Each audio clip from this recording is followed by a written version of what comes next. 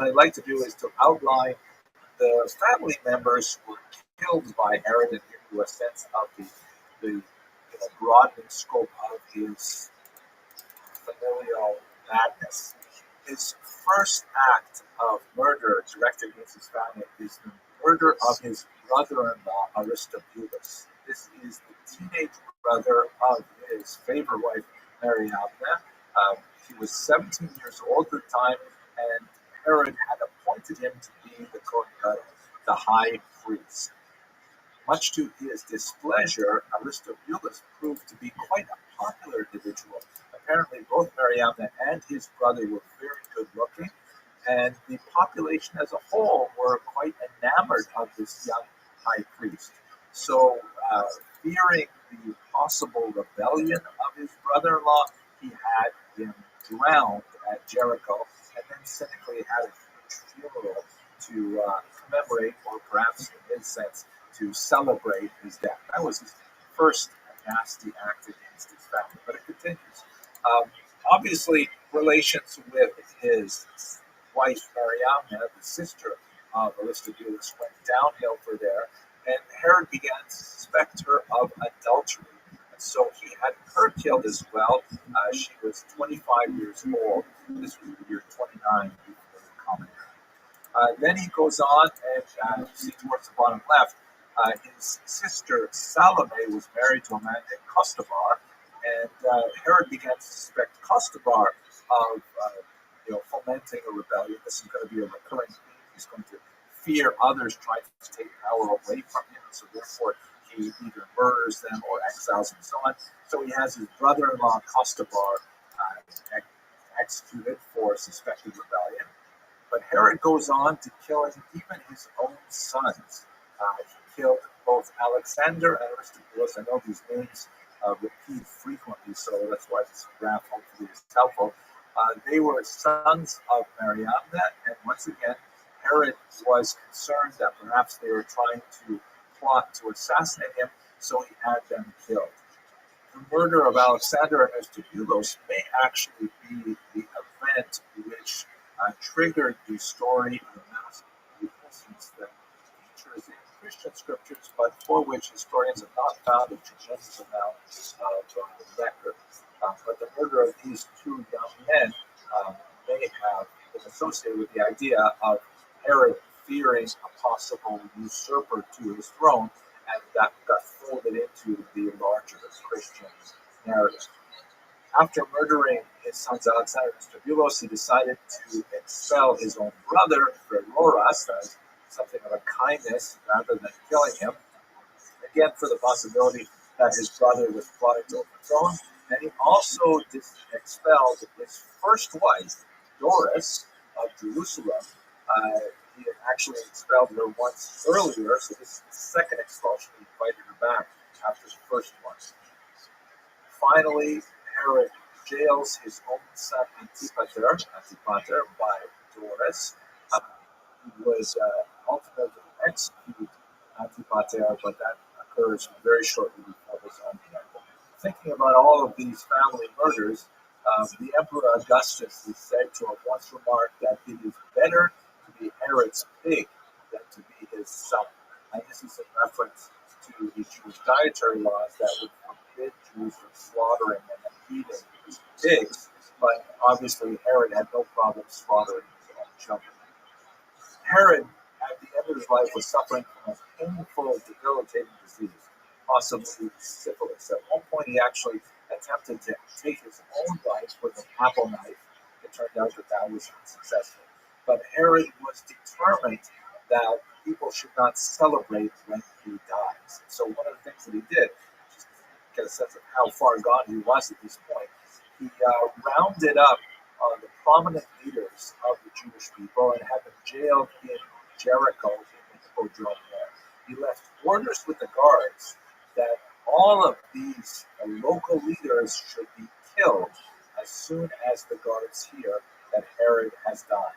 And it seems that he was thinking that, he doesn't want people to celebrate in the streets when he himself dies, so therefore he wants to kill a lot of other people to dampen the mood, to make sure that people are actually mourning when he leaves this planet.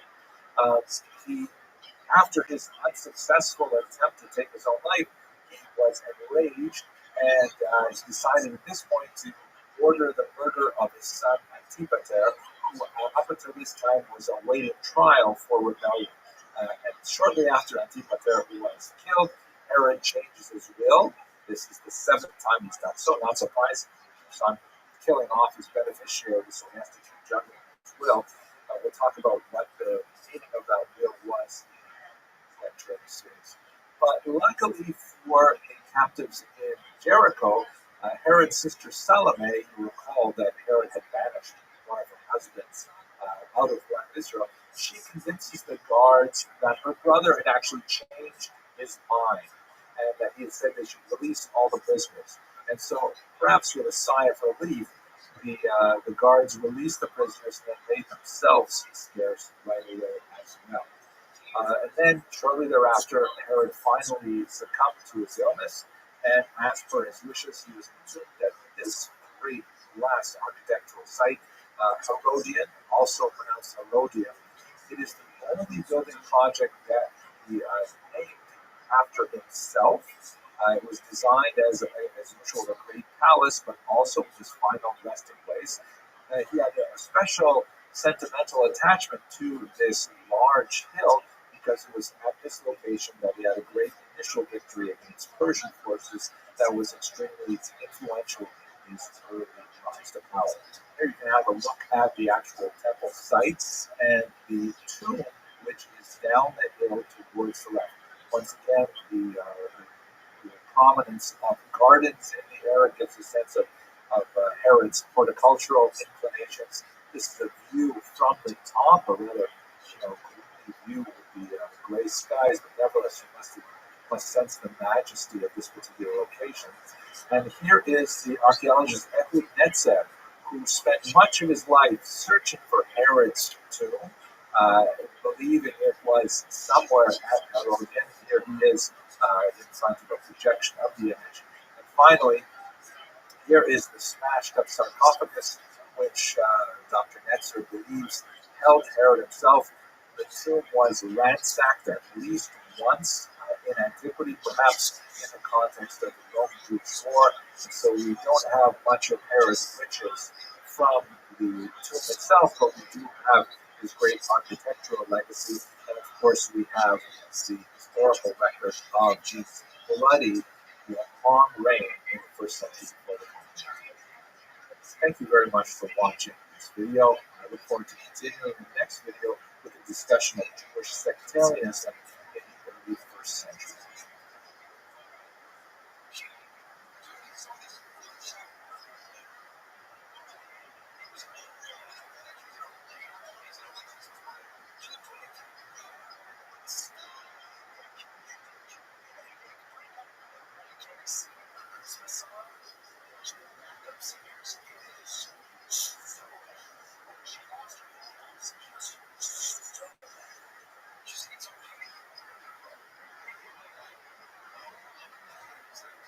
Hello, fellow students of Jewish history. Where we left off our discussion was with the death of Herod and the chaos that he left in his wake.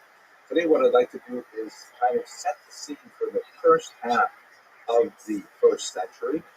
We're going to continue in the next series of lectures with the birth of Christianity, which at the time may not have been such a massive event, but would have later tremendous implications for the course of not only Jewish history, but of world history. But for today, we're going to be working primarily at the social and economic and religious maelstrom of activity that's happening in the land of Israel in the first half of the first century.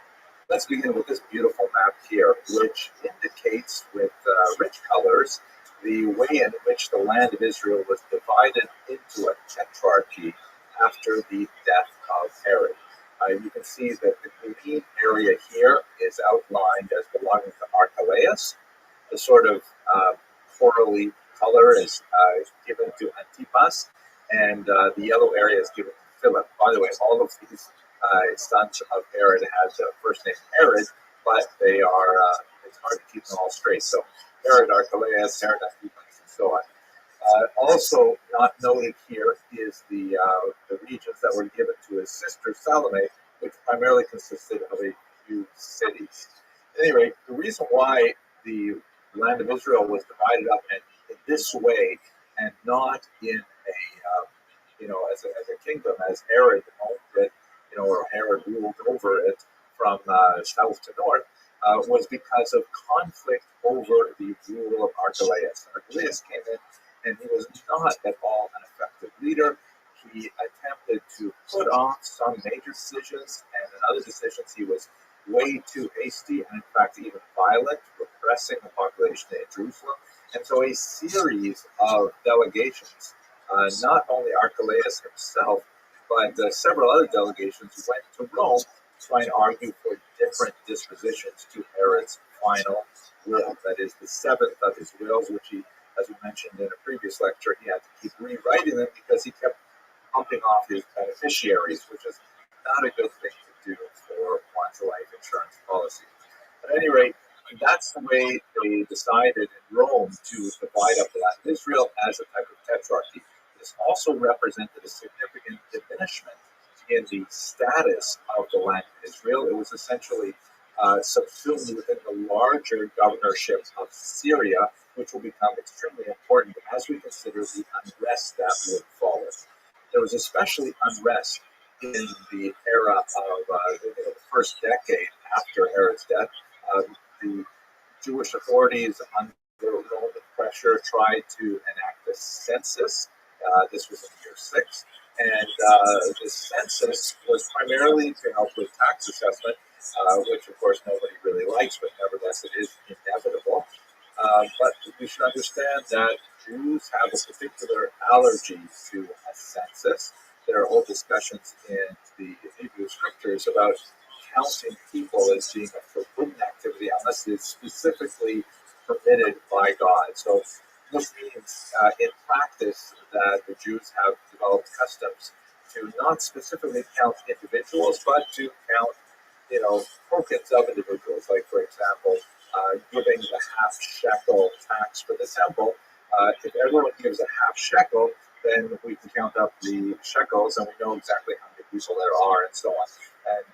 And even in contemporary period, when you need to count the number of people for a prayer quorum, a minyan, the custom is not to count them saying 1, 2, 3, 4 and actually assign numbers to people, but rather to say a blessing that has 10 words in it, such as, for example, the Amosi blessing over bread, obviously without pronouncing the name of God, which you don't say when you're actually reciting the blessing over bread, or there's a particular verse in the book of Psalms, Hoshea Asamecha, and that's used sometimes to count people. At any rate, sort of without really tangent, let's get back to the material here.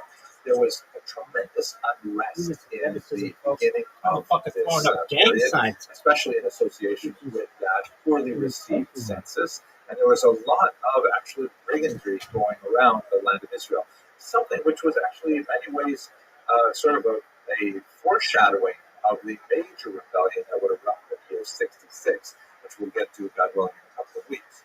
The unrest was significant, and it was especially terrible because the local official in charge was a man named Sabinus, who was placed in charge by Governor Varus of Syria. As I mentioned, Governor Varus had responsibility for the entire area, and he left this man Sabinus in charge to try and collect the census. And Sabinus essentially did his own thing.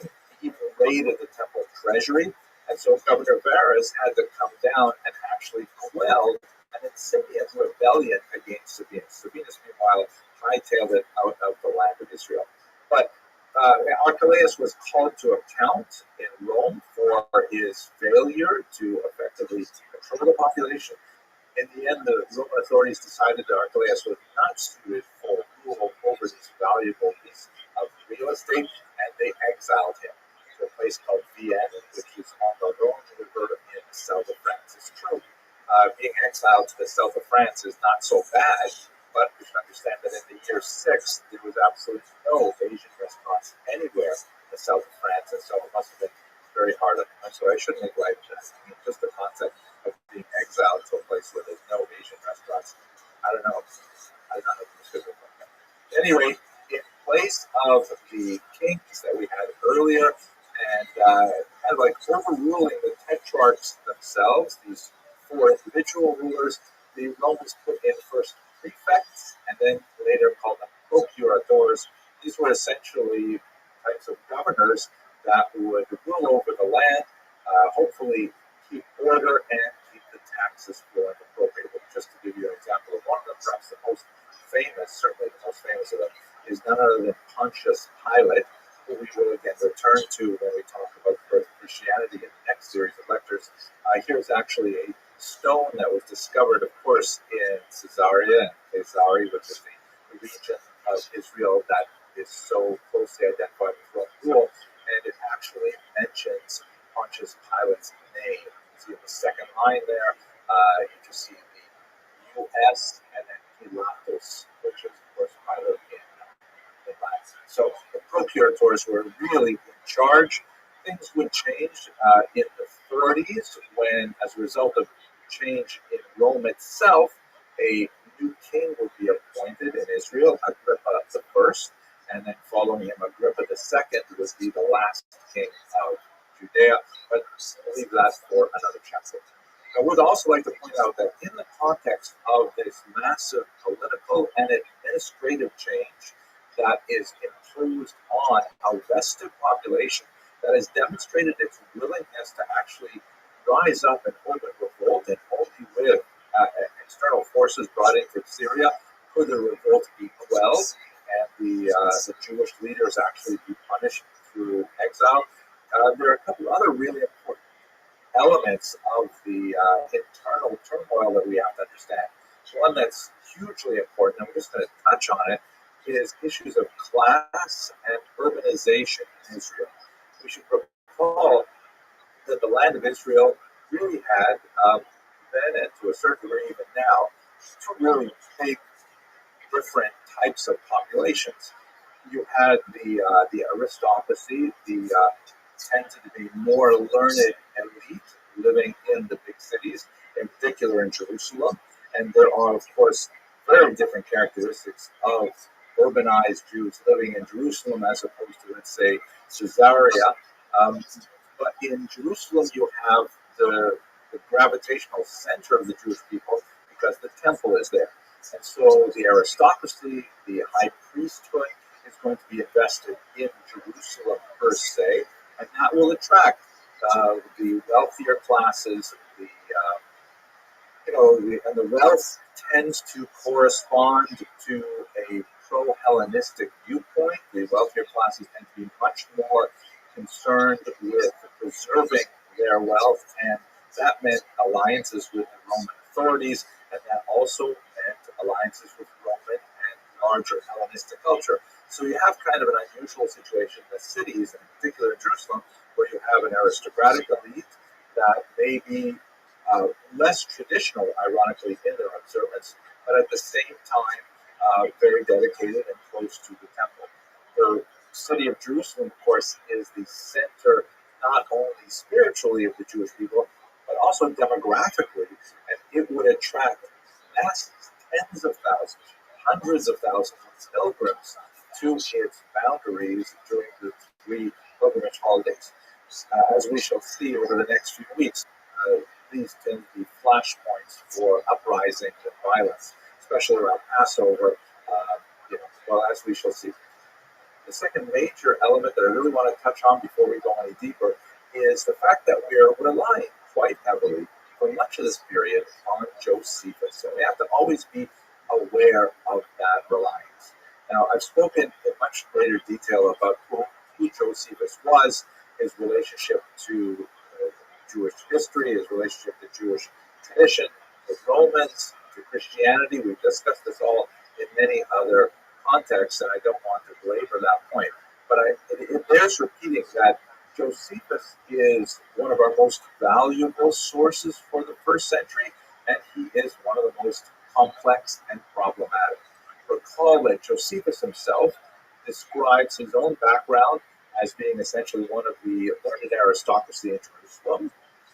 He also describes himself, albeit without too much enthusiasm, as being basically a Pharisee, although he was quite a spiritual seeker, and he had, from his time in Jerusalem, association with Sadducees, from his youth and his exploration of different modalities of spirituality. He seems to have had some connection with the Qumran community and so on, as we shall discuss shortly. But the turning point in his life was in the year 67 at the siege of Yotapata, also pronounced Yotapata, in which, and by the way, in modern Hebrew, it's the city of Yotzba, or the town of Yotapata, in northern Israel, with Josephus as the leader of the rebel forces against the Romans, and he decided to defect to the Roman side. And that's when he began his literary career in this strange kind of environment where he is the number one world expert on things Jewish. And at the same time, he is living thoroughly within a Roman milieu. And although we know that he wrote the first version of his history of the Jewish war in Aramaic, that version has been lost. The only version we have is the one he composed in Greek, which was the lingua franca of the era, that was designed for essentially a Roman Gentile audience. And the Romans were his patrons and his captors at the same time. So when he is writing, we know that he is conscious of his audience, in particular the emperor Titus Flavius, whose name Josephus took, the family name Flavius. He knows it's going to be read by the emperor. Does he edit his words? And how does he edit his words in order to meet the favor of that very important audience? So everything we know about this first century, quite a bit that we know about this first century, comes from Josephus. And he himself is writing for a very specific kind of audience in a very careful kind of way. So it's difficult to unpack everything he says. We will, from time to time, cast some doubts, maybe even some aspersions, but certainly no asparagus at Josephus as we go through this history. Okay, let us continue then with the discussion of the main ideological groups, at least as Josephus describes them, specifically the Sadducees, the Pharisees, and then I'd like to spend some time on the fourth philosophy, well, let's get to it. Thank you very much for watching this first part of this lecture.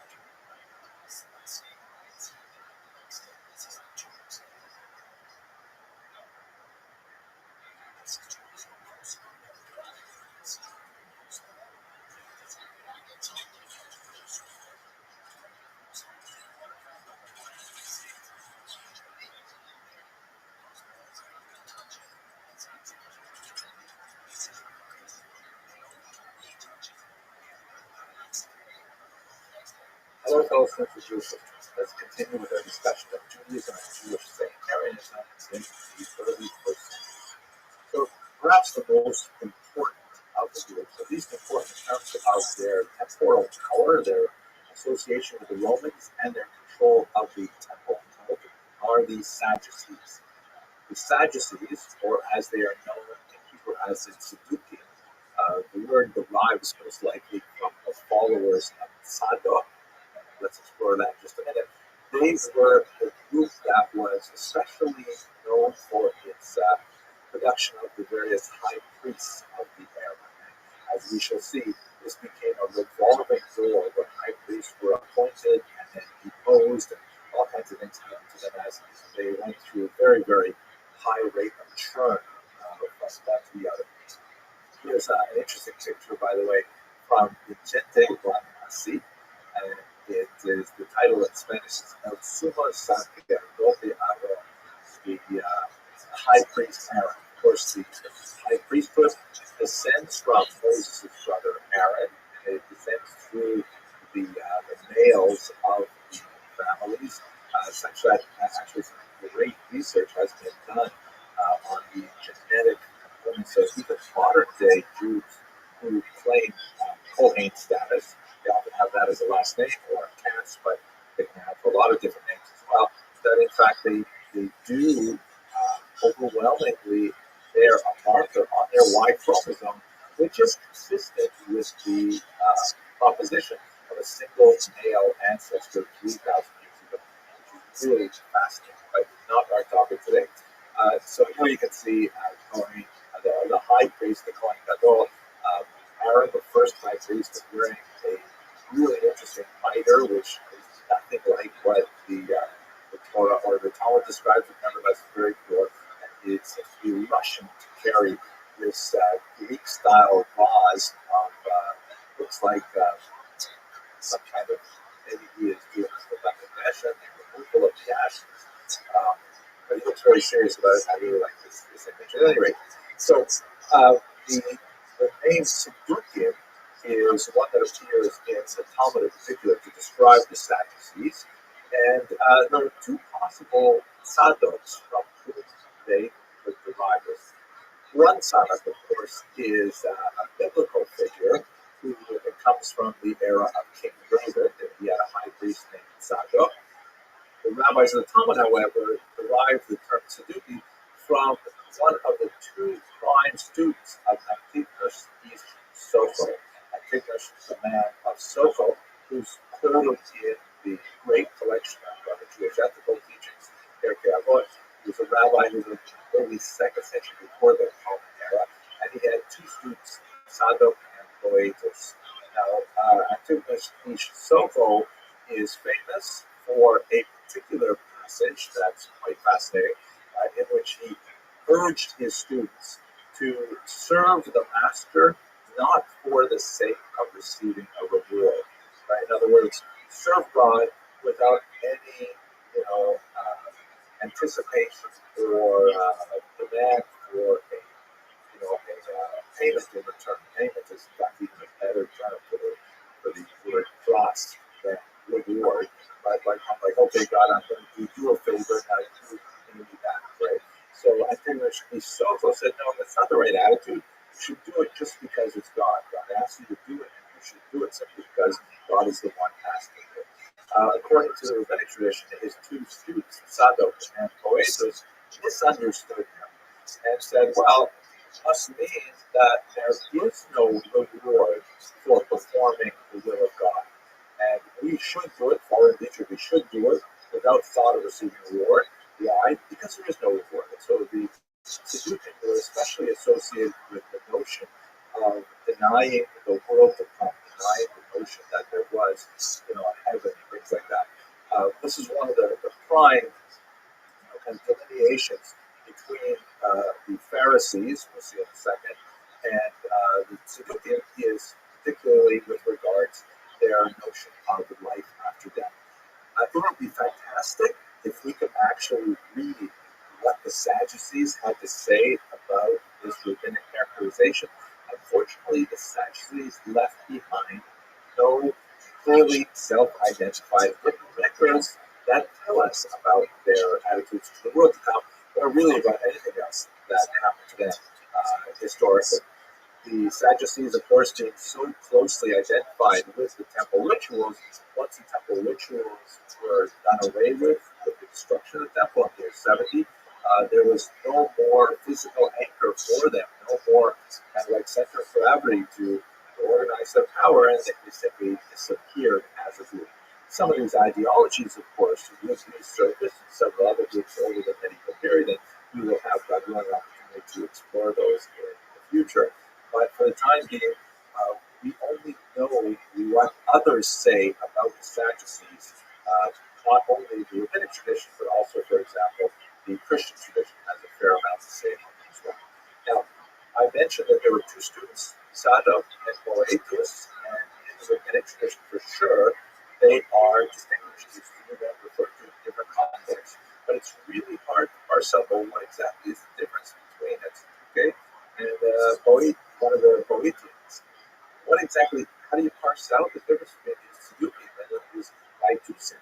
Now, by the way, I should mention that it's also difficult to try and figure out what the Sadducees stood for because with the era of heavy church censorship of the Talmud from the 13th century on, and especially with printing evolving in the 16th century, there's a lot of changes to the Talmudic text to try to avoid not only burning of the Talmud, but even, prohibiting its printing. This is something that Jewish printers often did of their own accord in order to avoid getting into trouble.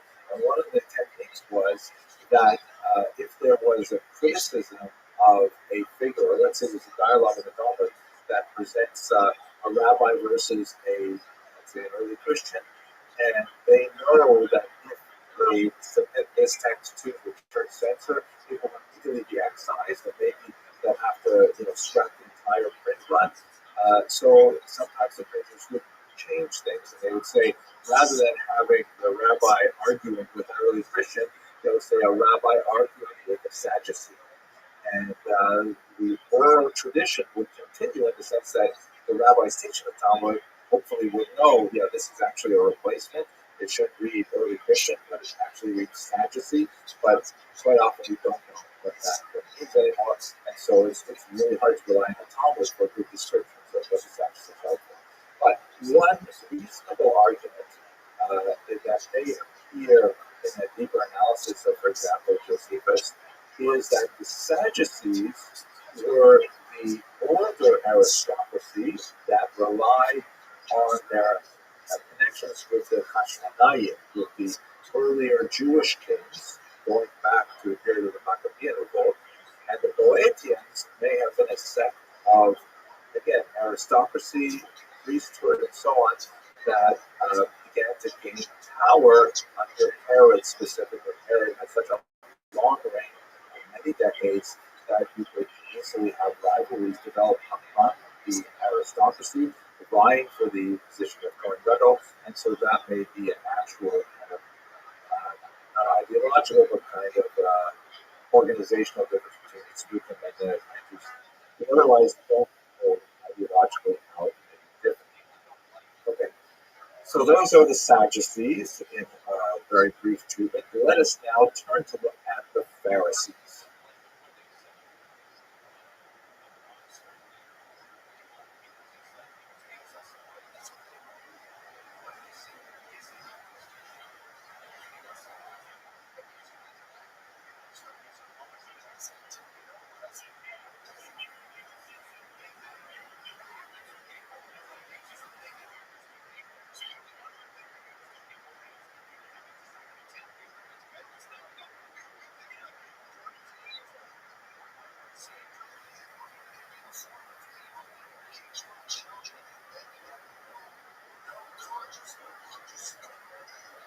Hello, fellow students of Jewish history. So in this mini set of lectures, we look at the political environment of the early first century in Judea. Then we looked at the Sadducees, followed by the Pharisees. And now I'd like to kind of provide sort of a catch-all to some of the other groups that are really quite active, but we unfortunately do not know very much, but nevertheless quite fascinating. I've lumped them all together in the term Josephus' fourth philosophy. Not that I really know exactly what that fourth philosophy is. It's never stopped me from making a video before, however.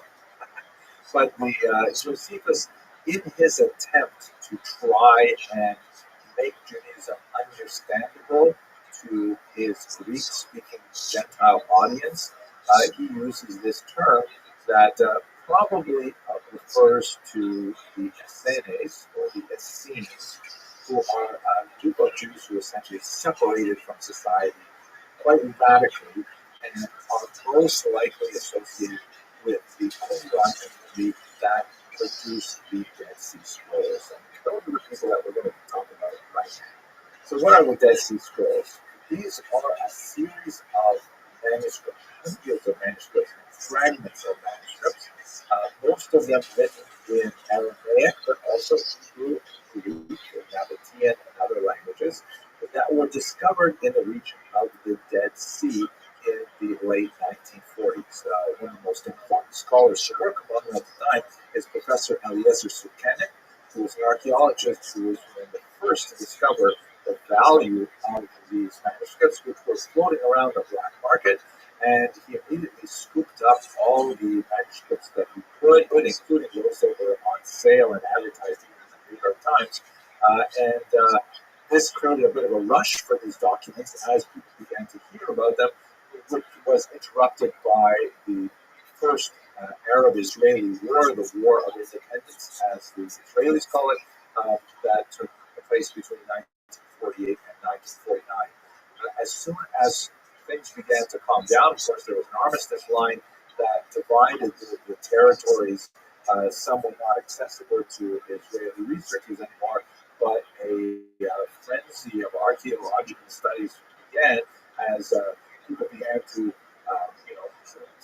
comb all of the cliffs in the really remote and forbidden region of the Dead Sea, looking for these documents, and they found hundreds of them. Some of them collected what appear to be scriptoriums, where they would be used as kind of reading rooms with like tables and chairs, or benches of anyway, and others that appear to be storage rooms, where they were probably hastily abandoned, most likely in the context of the Roman Jewish War, and they sat there for the next 2,000 years until they could be discovered.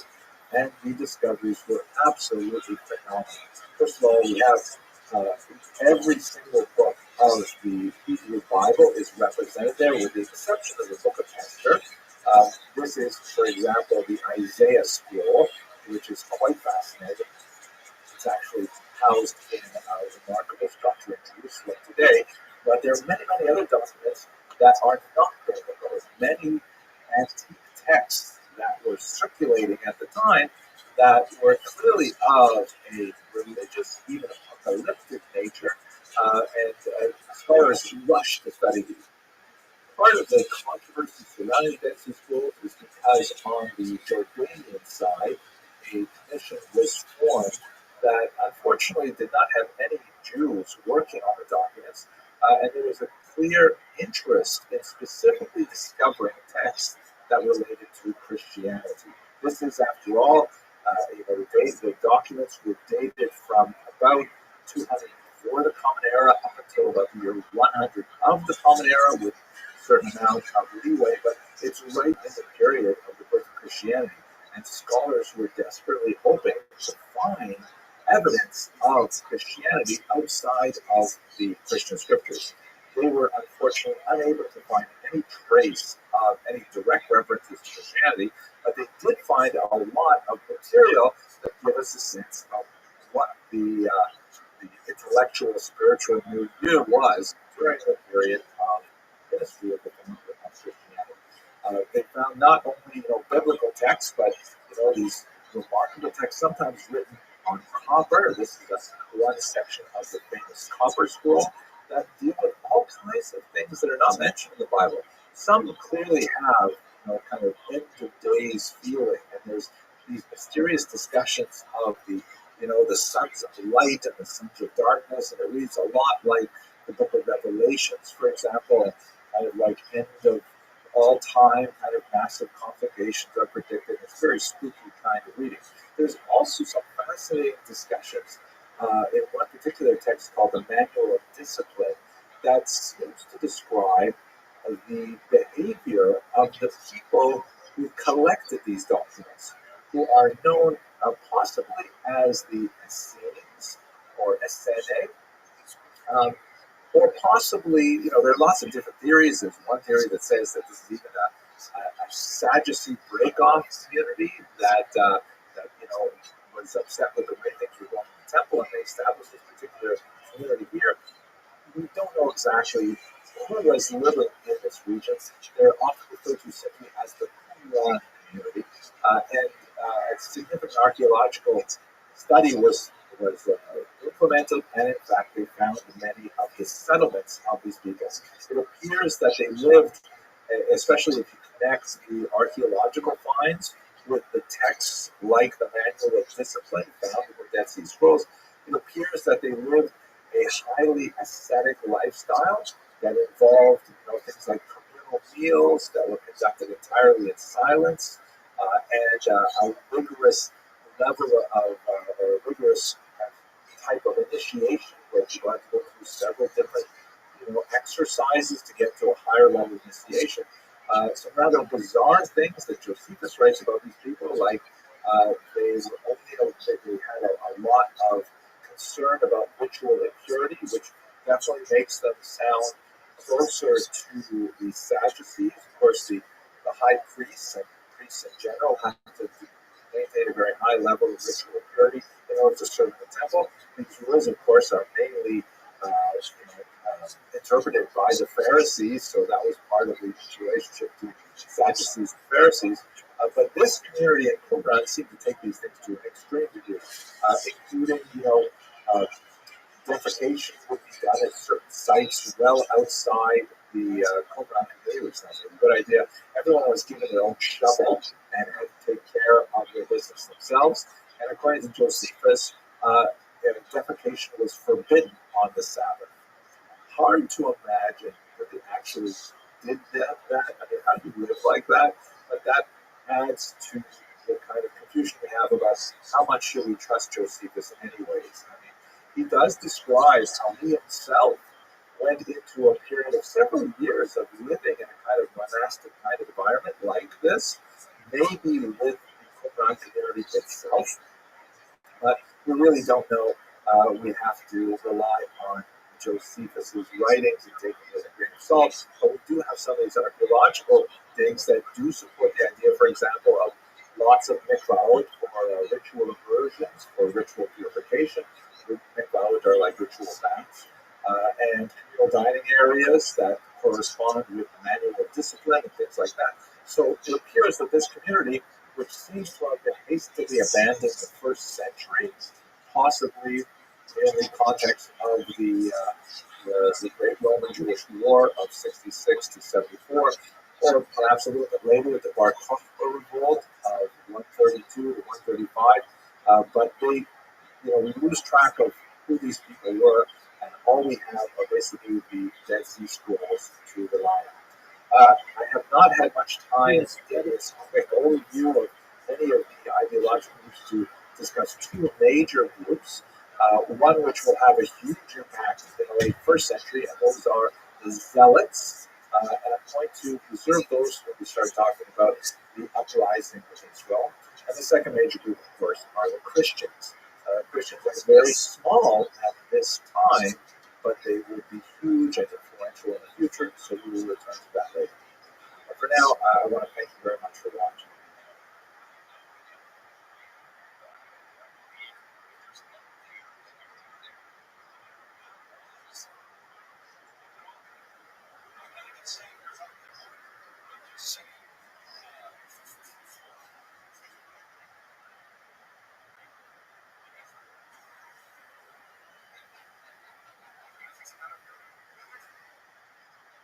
Hello, fellow teachers. So, the first of this series of intellectuals, we discussed the reconfiguration of the land of Israel after the death of Herod, and the upset with the way in which Rome was handling affairs in Israel that would provide grounds for incipient revolt. And then we looked at the Sadducees, who were a group that was much more closely connected to Rome and to temple ritual. And those two factors are related. Now let's turn our attention to the so-called Pharisees. The Pharisees is a term that we see in Josephus and we also see in Christian scriptures. It is not, however, a term that we have in rabbinic literature. So that's like a kind of a confusing scholarship on who exactly are the Pharisees. It seems fairly reasonable that the Pharisees are essentially like we would call today the rabbis, the sages, and they are sort of like the foundation for Judaism as we understand it for the next 2,000 years. They are inheritors of the oral tradition, the defenders of the oral tradition, ultimately a text known as the Mishnah and the Talmud, used by intellectual students.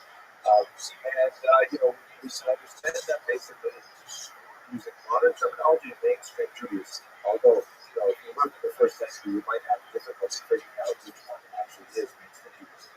Actually, in the 21st century, sometimes that's difficult too.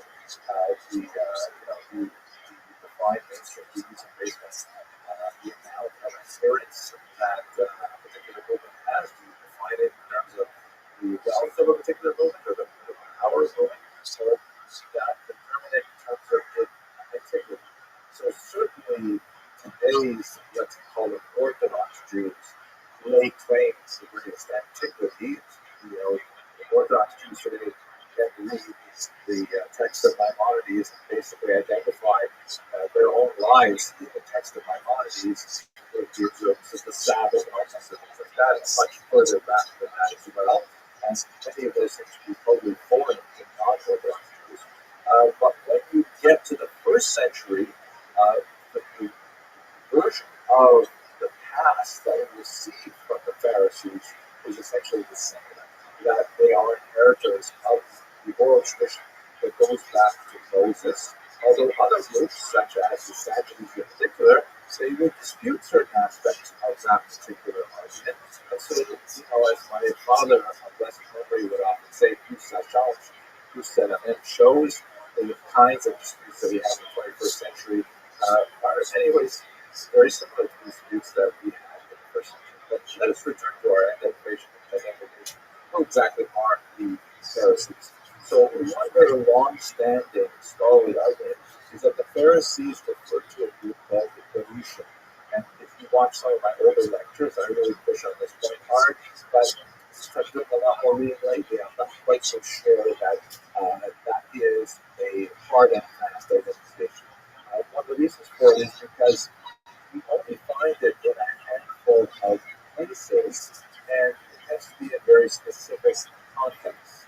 The term pollution means those who separate, and so the argument is that the rabbis, seeing that the temple culture was essentially defiled by Sadducees who disrespected the oral tradition, they separated from him, and their power base, their link to the larger population, since we further out that the Pharisees were in fact the most popular of the ideological movements of that day, that their separation from the center of power is really what caused them to take on the name of Yerushin, or those who separate. This is a hard argument, not only because it only used a handful of things in literature, and again within specific contexts.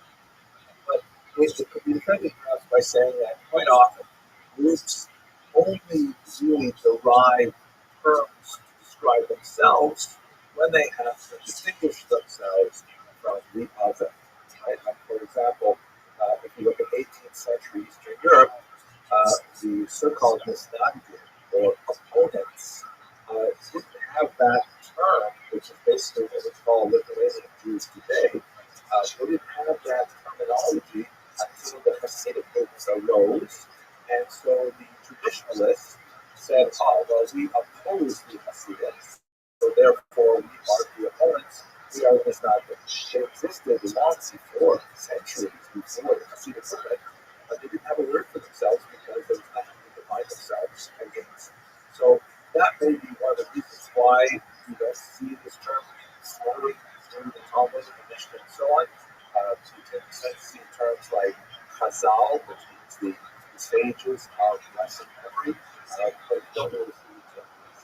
Nevertheless, looking at how Josephus describes them, looking at how they're described in the Christian scriptures, albeit tends to be a little bit of a negative slant, so not a very negative slant. Primarily because, as we shall see, the founder of Christianity is depicted in the Gospels as having intense debates with Pharisees, sometimes quite heated debates, but in reality, they were really quite close in ideology, as we shall see down the more controversial sections of this lecture series. You have the most heated arguments with your own family members, right? Your spouse, your siblings in particular, your parents, maybe your children, God forbid. That's where you have the most heated arguments.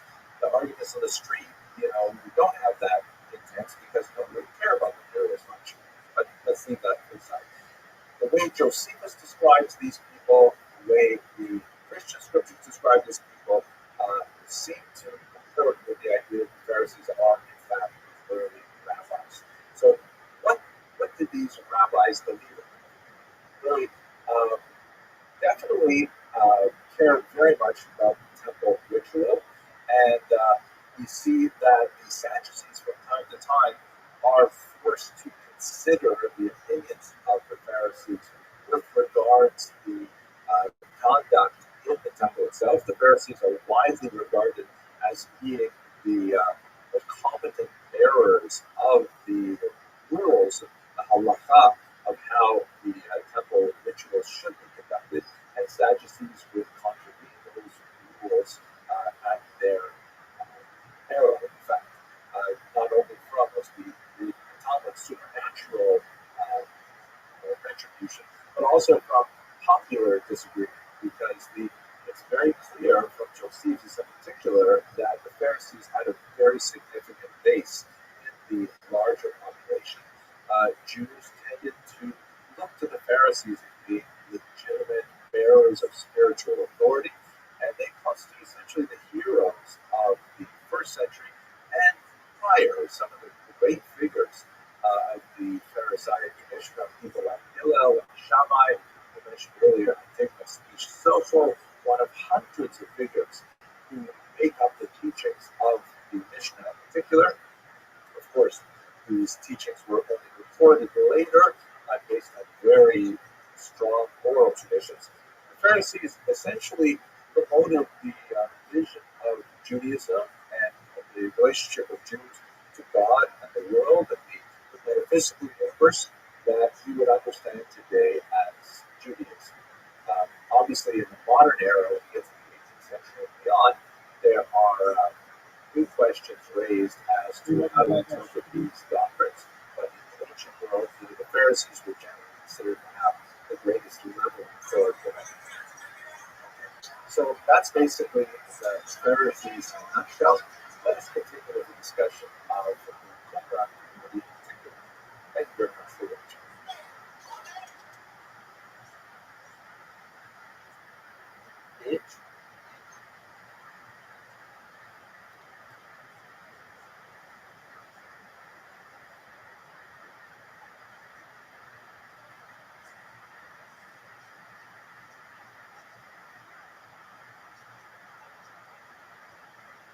Hello, fellow students of Jewish history. I'd like to continue with our discussion of the Jewish encounter with Rome by looking at diaspora in Italy itself. So, when we look at the pre-war period, that is the period before the Great Revolution War of 66 through 70, Jewish communities already beginning to set out themselves in Italy. Circulating around Rome, Jews circulating in the Greek area with the football area in Sicily. So you already have Jewish settlements, already have a Roman Jewish settlement.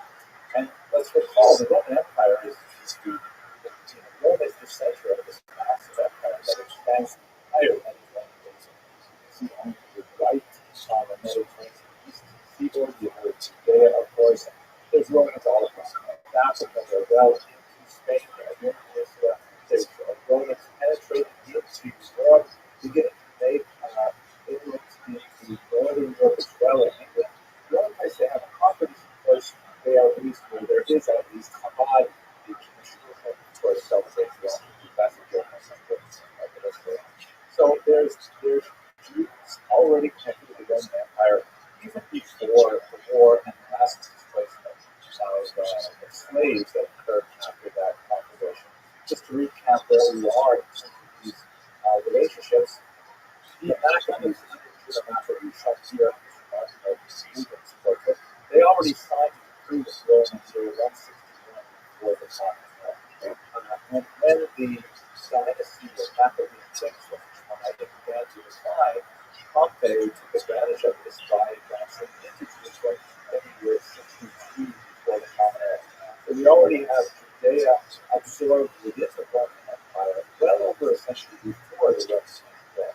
There were Jewish client kings who were kept in place in Judea under Roman authority, and the first and the second are the last of them. But before that, of course, we had Herod, who we discussed on the very earlier. There are two major rebellions that stress and strain this relationship. Past this great point, the one of 66 to 74, which is considered the first Roman Jewish war, the Great War, that resulted in the destruction of the temple, which occurred in 70, 74, perhaps 73 is when Masada fell. And of course, the major part of the revolt of 132 to 135. So there's already quite extensive warm relations with Rome that are happening from Judea well before the Roman Empire. Now, what about those Jews who We have Roman xenophobia, which is from current members. Xenophobia is a type of antipathy which is related to the fear of the strange. That's what it means. Xenos means stranger or foreigner, and phobia, of course, means fear. So the Jews were behaving in ways that the Romans did not fully understand. And we can see this in the scattered references to Jews that we have in Roman literature from the first century before the Common Era, right up to the next few centuries. Many of them were brought as slaves by Pompey, and they looked down upon because of their lower social status during the population of Rome. They were slaves at this time, but the Jews were especially strange for the Jews. Cicero has a fascinating passage in Second Court in the 70s before the Common Era, where he's involved in a trial of a freedman named Varus, who was apparently Jewish influence. Judaism was really quite a competitive ideology at the time, and actually attracted a lot of Roman converts as well. There was some estimates to say that among citizens, Jews constitute as much as 10% of the Roman population, which is pretty significant. But at any rate, what does Cicero say in the context of the trial? It makes a punt. It says, "What has a Jew to do with a Varus?" Varus, of course, being the scientific defendants in this case, and Varus in that slang means case. So the fact that Cicero could make a punt about how this Varus, who is influenced by Jewish practices, adopts Jewish practices and Jewish leaders, he would stay far away from a bit, and his name itself means city. And that's a kind of convoluted punt, but the fact that Cicero could make this punt, and that the punt would be well received theoretically by his audience, the rest of the said it, just indicates some sense of consciousness of his attitude. There's some awareness of Jewish practices, and they were regarded with some suspicion. For example, the fact that Jews took off an unheard of 1 day in 7 to rest the Sabbath. This was far later frequency than Romans were normally, so Jews were considered slothful. The fact that Jews, have certain initiation rites, especially for men, circumcision, made them seem somewhat misanthropic or clannish to Romans who were not necessarily willing to go through this process in order to, be part of Jewish society. The dietary rules, things like that, all seen as kind of clannish behavior. So there's certainly a degree of mistrust and misunderstanding that goes with the Roman environment. But comparatively speaking, it's not especially sad. It's generally difficult to speak more about that from the sort of Christian Christian. There are, however, some very significant figures who actually show significant favor to the Jews, including Julius Caesar himself, who was regarded very favorably by the Jews, and they mourned his death right to history was so much. So this is the kind of environment that Jews are living in. Italy, becoming richer, there's a diasporic community that are coming in and they're trying to be slaves, and eventually the slaves manually can become freedmen as well. There's even evidence of burial in synagogue in Austria as early as the 1st century before the war erupted. Somehow with a lot going very strong evidence of Jewish site. What about that massive wave of post-war refugees that come after the First War? Because we know that the Romans, and we talked about this several other lectures before, made a tremendous amount of political aid out of Judea.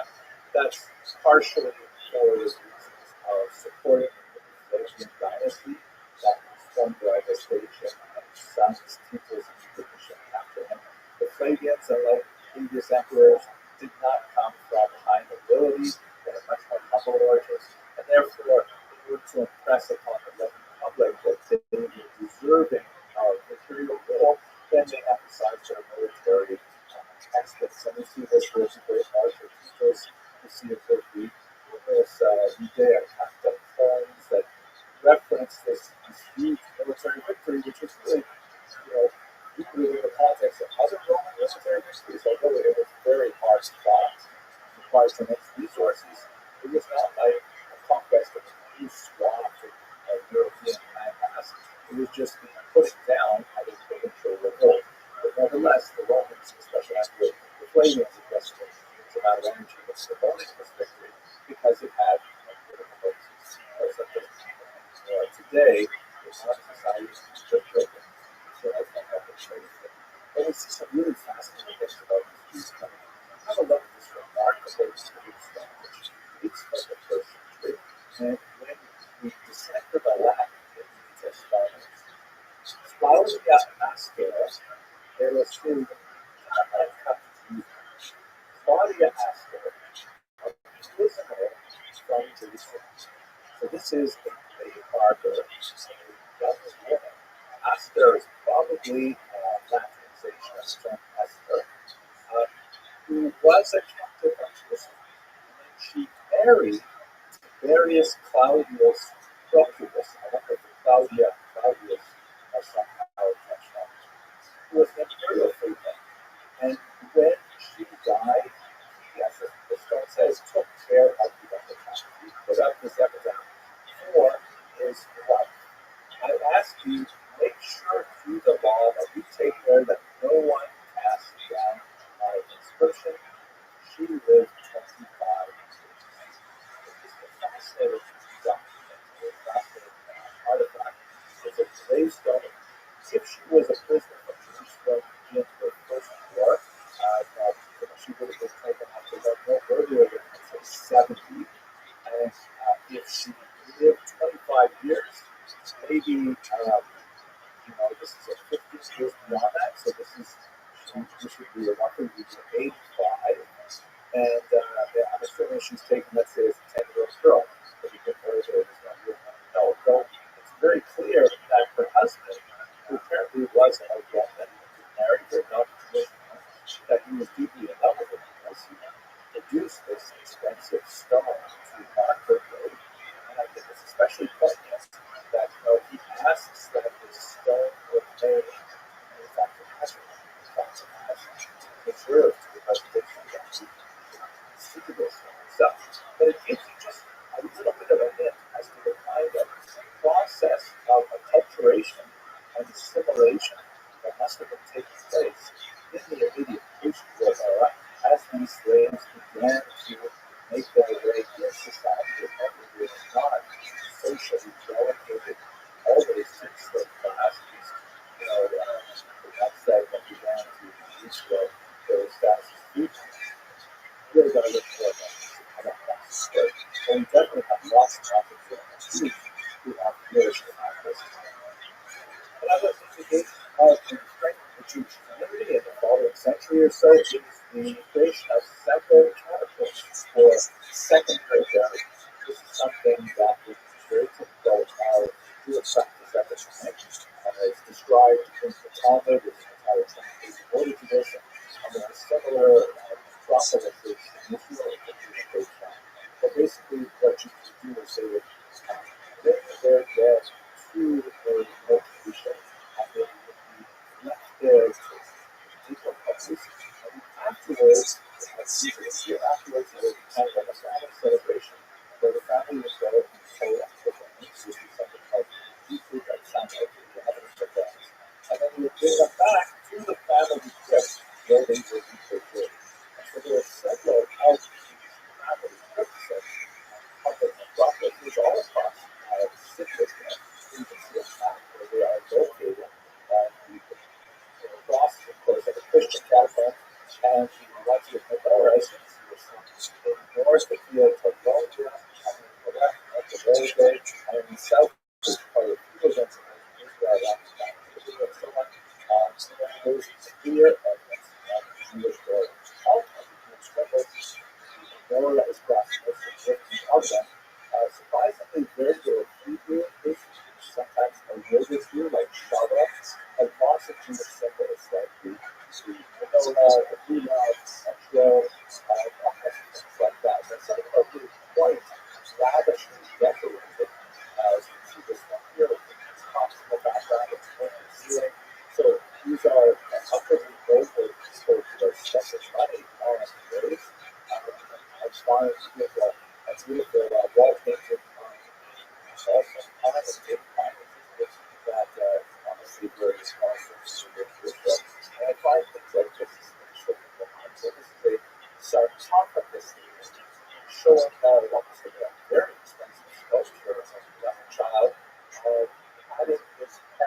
puppy. This must have been something that was dedicated by very devoted parents, obviously very articulate to have suffered his loss, and to have sought to remember their child with this religious piece of art to cover his tomb.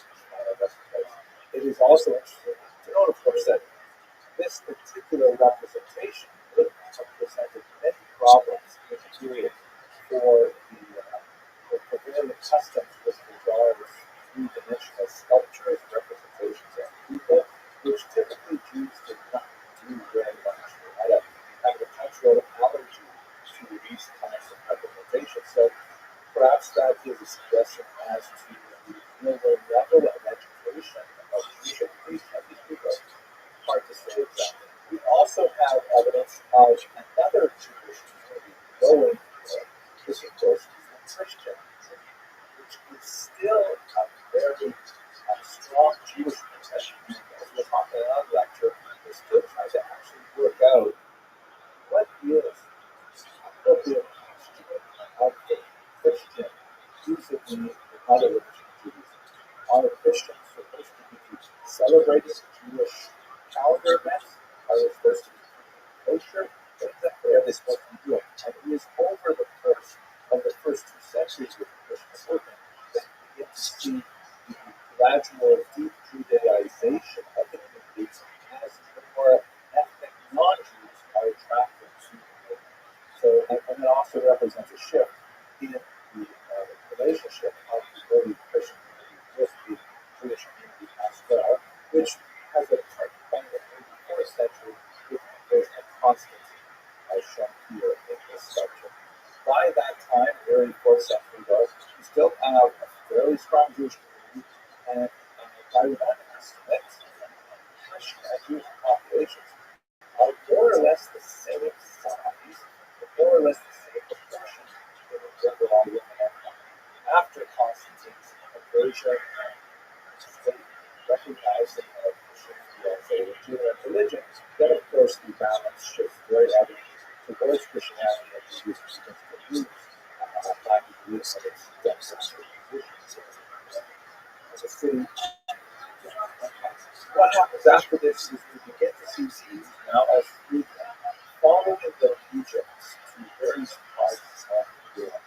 We see them in the south of France. We've always been actually in the year 6, Herod, son of Herod, was exiled to the south of France. Not such a bad place to be exiled to, although I heard there is no Christian restaurants anywhere in the time of that.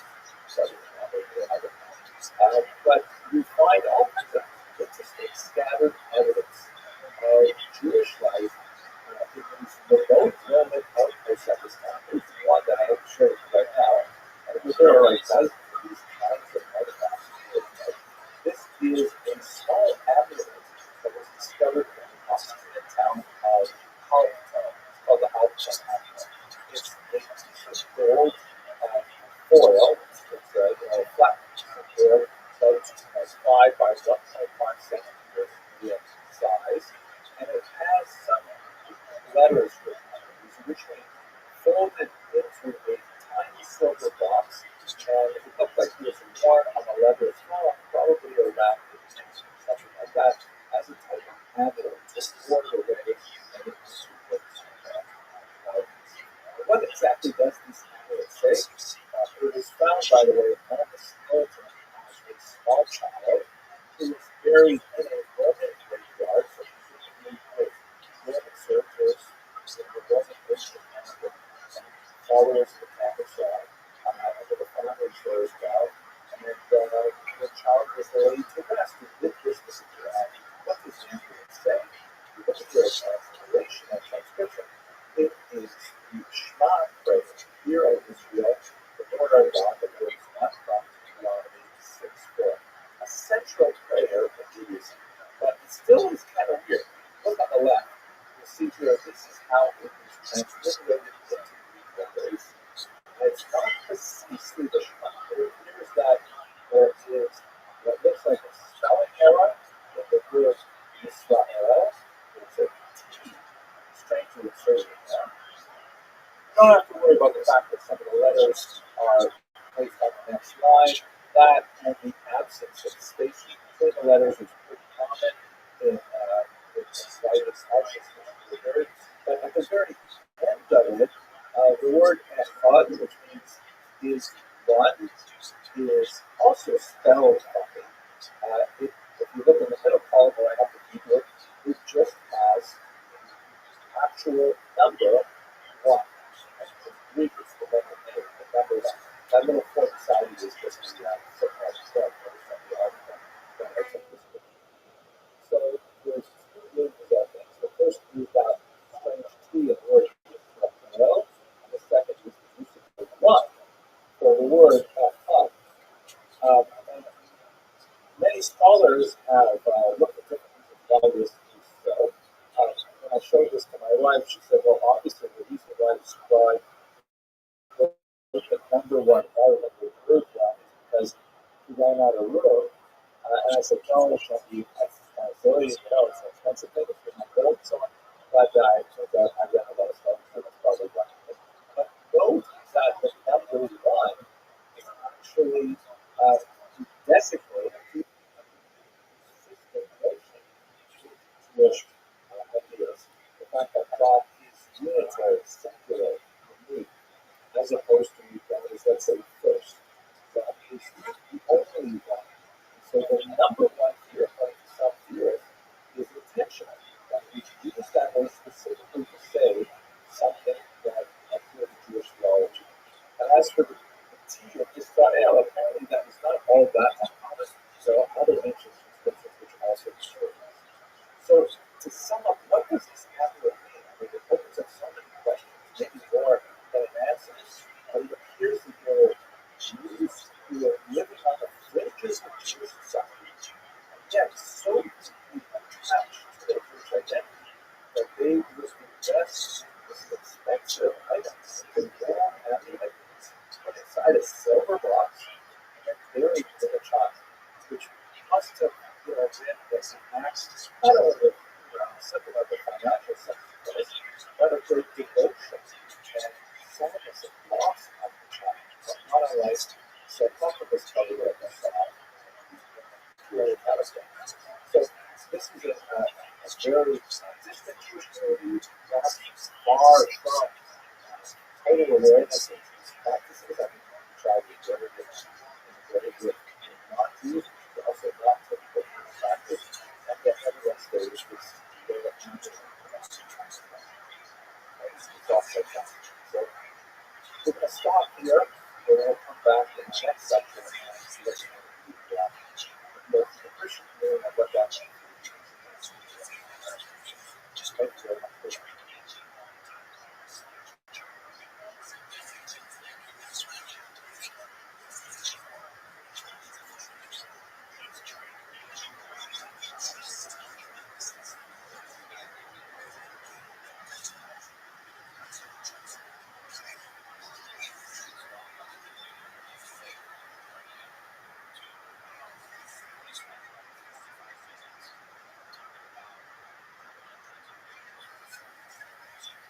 Fantastic. So glad I should begin. Tonight's task is I want to take us past the Roman Empire. Last week we looked primarily at the Byzantine Empire, and this week I want to take us to the north, to the Gallic regions, to really look at the Roman roots of astronauts. This is a place where many of us on this call actually trace our roots to. About 70% of Americans trace their roots back to Central Europe, which is associated with the Rhine land of Germany. And that's where we're going to look at the relationship between Rome and astronauts specifically. So here, let's have a quick look at the population distribution of Jews around the year 700.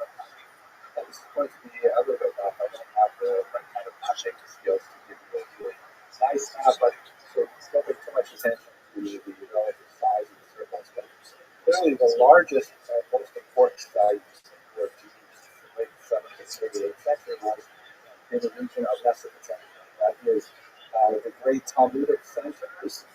Specifically, moving a little bit further up the river to the region of Baghdad, which would become a major center by the time it gets to the 9th century. So that's where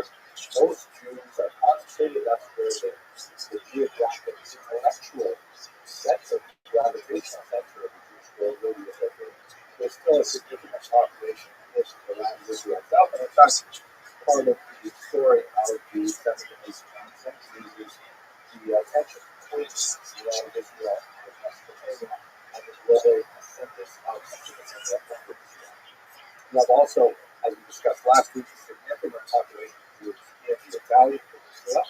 A lot of them are there as a result of the disastrous Roman Jewish wars in the 1st and 2nd century. And although I'm not showing the difference in it, I'm not making this not so great, there are significant little pockets of Jews living in Asia Minor, East, all across the coast of North Africa. Lots of little pockets of Jews established across the country. But the center in Spain is beginning to grow. It will eventually become a powerhouse, and even eclipse Babylon by the time we get to 10th, 11th, 12th century. And specifically, there's a growth from Spain moving into what would be southern hemisphere. And that's where our story really begins, at the region of Provence, which is one of the earliest Roman centers of the world Jews live. In fact, we even know the name of the very first Jew who went to the southern France, Archelaus.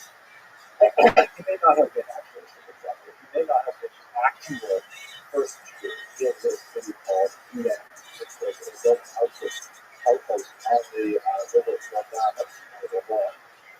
But he was exiled there in the year 6 of the Common Era, largely because he was extremely ineffective. You really recall we discussed his situation. He was the son of Herod and was unable to compete with various factions that were competing for power and authority in Israel. So the Roman Emperor simply said, okay, that's it. You are Archelaus, we're shipping you off to the south of France. Not an especially bad place to be exiled to. If you have to go somewhere, of course, it was entirely bereft of any kind of course of this food source and accessible very high. This city of Vienna is on this very important river, the Rhone River, which runs from the north to the south and empties into the Mediterranean. And that is the home of the famous Rabbi. These are the philosophical travelers who left no record of their own, but they are recorded in the Arab geographers' literature about GUINNESS, who describe their far-flung travels, and it is absolutely almost a few paragraphs to the Rabbi's in his works, in other words, that the sermon. These Jews whose base was most likely given a long neighborhood, the term Rabbi probably derives from Rabbanus. And from there, they were able to have this massive worldwide trading network. He describes how they're multilingual, speaking everything from Slavic languages to Asian languages, African languages, European languages. And although we don't know a lot about these rabbis, were they a specific Jewish field of merchants? Were they family? What exactly they were, we don't know. But we do know that this is one of the remarkable examples of an international trading network that was largely run by Jews from the south of France. So it's definitely not a very advanced concept of mercantile environment happening in the 9th century, and Jews are a part of it. So there's certainly a lot of Jews who are centers of Provence at this time being involved with the Rabbinites, and we have other representatives who speak to their presence. So let's try to understand now, what does this have to do specifically with Ashkenaz? Let's begin from the very beginning. What is Ashkenaz exactly? So the first time we have this strange word is in the book of Genesis. Chapter 10, verse 3 says, Jane, go there, Ashkenaz, Rabikas, so Rabbi. And there's 3 descendants or sons of Gomer. Ashkenaz is the first, and Rabikas is the second. When we put it into a large context, Ashkenaz is the great rise of Noah. Through the line of Japheth is normally associated with the Jews. However, in this context, what we're seeing is it's referring specifically to a people, the people of Ashkenaz, who are associated with later Iran. And then when you're associated with Iran, the Jews who live there are ultimately who are identified as Ashkenaz. In other words, there's no such thing as an Ashkenazi Jew from the biblical period. There are Jews who identify Ashkenazi because of the original area that later on was identified as the homeland of this people's not tourists called Ashkenazi. Complicated background. But what it means for Vegas is very important story that around the year 900 there were about maybe 5 to 10,000 people who were actually living in the streets of Ashkenaz. And before the Holocaust, they had grown to about 12 million people, about 80% of all Jews in the world. Where exactly is this place, Ashkenaz? I look at another reference to it here in the book of Jeremiah and associate the places that are listed alongside it. Al-Arab, for example, which would be in Turkey. Many biblical historians have tried to figure out where that might have been. Some associated with Mesopotamia, others, like this particular map here, put it in Asia Minor, right there in Turkey and so on. But in reality, as possible, we'll see Scythians and so on. But in reality, Ashkenaz is just Ashkenaz. We use this term now to refer specifically to Jews who come from this region, known as Ashkenaz. From the literary record, there is scattered evidence that Jews penetrated what would be today Germany and France as early as the day of Charlemagne. There's even some fascinating scattered tiny fragments that go back east further, but definitely really the things like, Super House was leased out to Moses the Jew, or there was Isaac the moneylender showed up in this. We don't know anything about the size of these communities, whether these Jews were like superstition rules, how organized were they, nothing like that. We begin to get a much stronger picture after Charlemagne. By the way, this particular amazing wall replica of his death mask is said to contain his skull cap, which I don't know if that means he's actually Jewish or not a skull cap or not, but it's kind of interesting. We have more details when we look at the reign of his son, Louis Matthias, and especially his later successor, Charles the Bald, especially called this guy over here. So we definitely have from 9th century onward,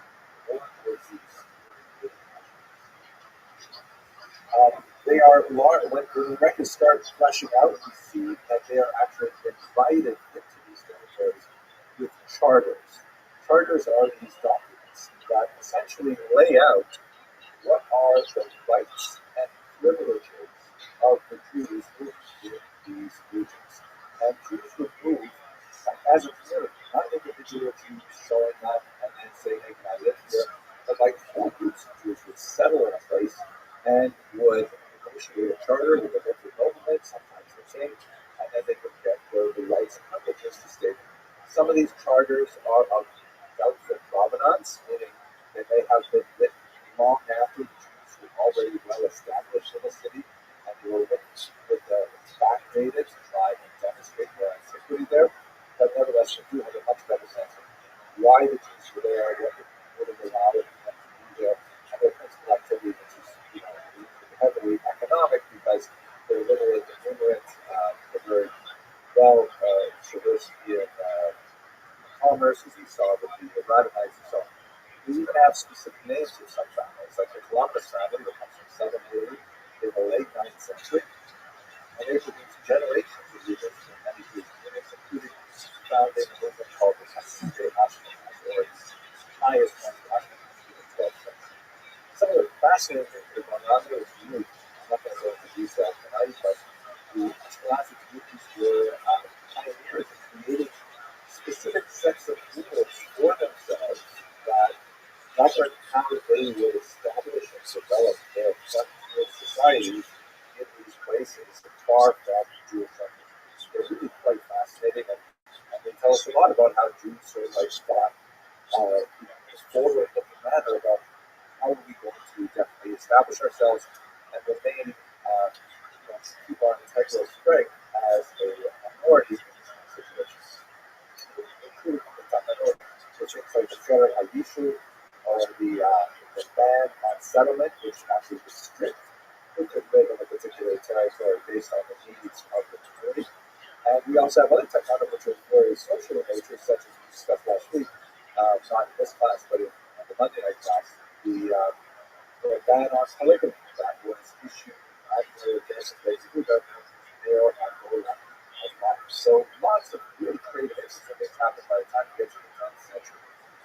Now, moving from here to trying to understand where these Jews come from and how we connect them specifically with Rome, what was fascinating frontier areas of history is the use of DNA evidence, which I did not study at all when I was a graduate student. We spent so much time, because I was studying Eastern European and International history, we spent so much time reading various Marxist ideologues and their different takes on Marxism, Leninism, and so on. Wasting a lot of time with that, I got to tell you. I wish I had learned more about genetics, because it's a really fascinating tool that you'll be able to use. I'm going to share with you two recent studies that just came out that say something at genetic level about how the Ashkenazim came to this part of Europe, what they say about Ashkenazim today as well. The first is this remarkable article, which has only 1, 2, 3, 4, 5, 6, 7, 8, 9, 10 authors. Many of these articles have like 30 authors on them. And the headline basically says, one of the things that they found was that the DNA analysis of Ashkenazim remains from the 12th century will clearly indicate that a lot of the genetically inherited diseases that plague Ashkenazi Jews, like breast cancer, or cystic fibrosis, Tay-Sachs, and so on, really predate the 12th century. And that's kind of like an interesting headline in itself, but I think from a historical point of view, a lot more in terms of trade. What this study is based on is something that was discovered in the city of Norwich, in southeastern England. And when they were digging up the area for to construct a shopping center, there was the Castle Point shopping center that was built on the site, down in West Chancery Place in that way. They came across this well. They were digging sideways through the well, and they hit this medieval well that had been abandoned. So they stopped, and they excavated the well, and they found that there were some 17 odd bodies thrown in the well. Really adults and children, women and children. And they began to study the DNA of these bones. And they discovered, by looking at the DNA, that they were clearly Ashkenazi. So they had strong correlations with Ashkenazi roots and Ashkenazi Jews today.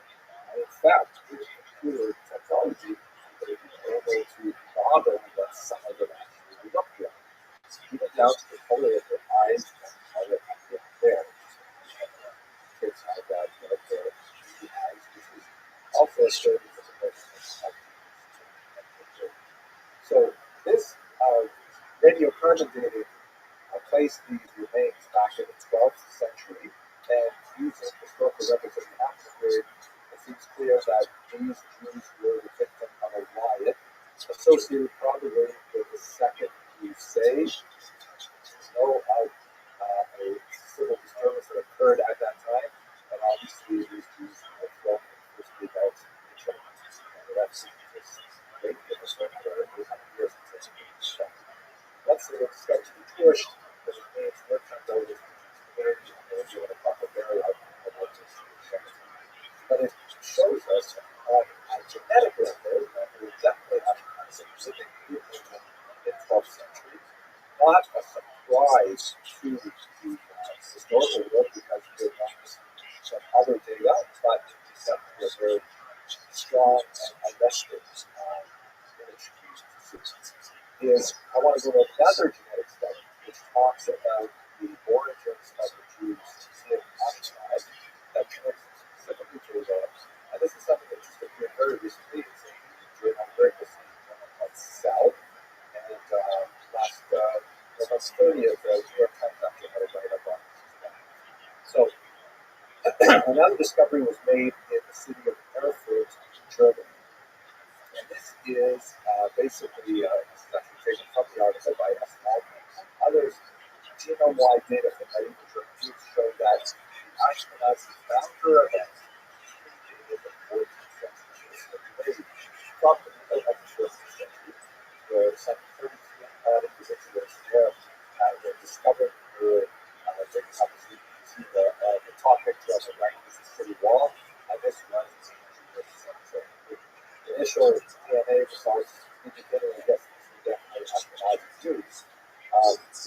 Offices of Study got permission from some halachic authorities to work not with the opponents to present a lot of good arguments in Jewish law.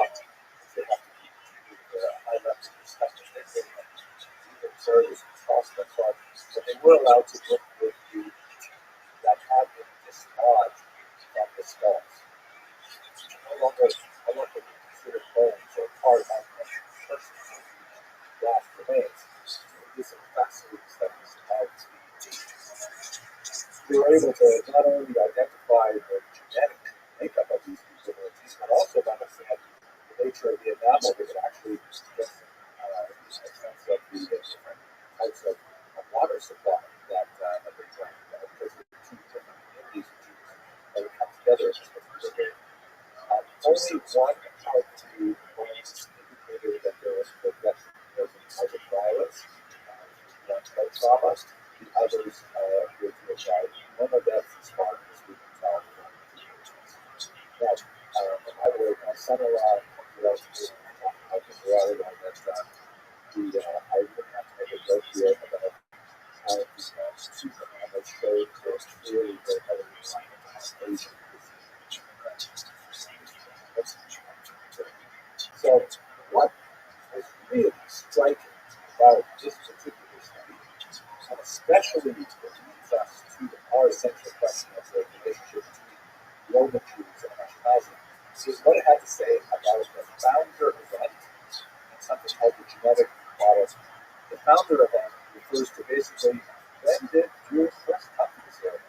Who were those first pioneering Jews? And secondly, the genetic model method refers to when all of a sudden the population stops receiving genetic data from outside. And have a look at this map, and I'll walk you through it as I. First of all, at the bottom of this map, of this diagram, we have the ancient areas of Jews in Egypt, right? Primarily Middle Eastern genetic stock. Hard to say to what degree they really differ from other Southwest Asians, Syrians, Iraqis, Egyptians, and so on. And at the top of this map, you have modern Ashkenazi Jews in the 21st century. So in the ancient period, you have lots of people who are marrying into Jewish people. The Bible speaks about Jews, of course, who Moabites, neighboring people that eventually she would, of course, be David. Tipater from Ptolemy, south of Israel, Helena and Adiabene, which would be up in Syria. And these are the few famous names that I've chosen that we know about in history, the vast majority. Who knows how many thousands, hundreds of thousands of people in these campuses, they will be later to retell that we've lost. But, there's no question that there's lots of people marrying each other. We have lots of records of that. Then, in the first and second century, we have a disruptive event of major tradition. That's the Roman Jewish Wars. The first one ending in the year 70, primarily Sonnenfeld, 1774, and then later the Bar Kokhba revolt that ended in 135, and a massive number of Jews from the Middle East are taken off into Roman servitude. There's already a Roman Jewish community that is already particularly as we discussed in this series, but this suddenly brings a massive number of Jews with Middle Eastern DNA into the Italian history. From the first and second century, over the next few hundred years, you have Jews marrying South Italians, you have Jews marrying North Italians, there's some genetic differences between them that are detected by the study, and then somewhere around the year 800, you have this founder. You don't have the specific names of these small group of Jews that migrated from northern Italy to make their way up to the region of Erfurt, Germany. But we definitely can trace through the DNA profile of the remains just how many generations passed that way. And it places us right in the same period of time that historians have given us all along. In this lecture that I'm giving right now, I could easily have given us 20 years ago. We have the same conclusions. But now DNA evidence really drives us home. Yeah, that's the correct way to understand how Jews got here. So the Erfurt remains are like 700 years in Europe. And one of the things that is really interesting about the research is that the Erfurt remains not only show a very strong rate of endogamy, meaning unlike the ancient period where Jews are marrying lots of other people outside their narrow ethnicity, in Ashkenaz they're largely marrying among themselves, which is of course going to accelerate the incidence, God forbid, of genetic abnormalities, but it also indicates a strong cohesion. And the study also indicated that, in fact, if you look at modern Ashkenazi Jews today, they are remarkably similar to the Erfurt remains. They even are a little bit more narrow in scope than the Jews of Erfurt, which is, of course, absolutely fascinating, but it shows you just how many centuries of endogamy created the Ashkenazi Jewish community. Also revealed in the study, although it's mainly default, is that the Khazarian thesis, i.e., that Ashkenazi Jews are actually the descendants of Central Asian converts to Judaism, it's not supported by the data. There's no remarkable incidence of Central Asian DNA in these remains. So, as we have argued several occasions, it appears like that is largely a bogus theory that Okay, so what is this politics? Let's look at this map here, which gives you a better picture of how the Jews got there, maybe what they did once they got there. So here you see the purple line that goes diagonally across the middle, and this guy's stop. That's really the picture we're talking about. Jews from the 1st century leaving the land of Israel, many of them on slave ships, and making their way into Italy. That's the bulk of the origin population that later produced the Jews of Ashkenaz and the Erfurt remains in particular. There are definitely other Jews that made their way across the coast. North Africa, as we discussed in the beginning of tonight's lecture, Jews that settled in Spain and then made their way across the Pyrenees into the Alps, and then later mixed with the local Ashkenazi populations as well. But that bulk really comes from the Jews of Europe. Those Ashkenazi Jews later spread to the east.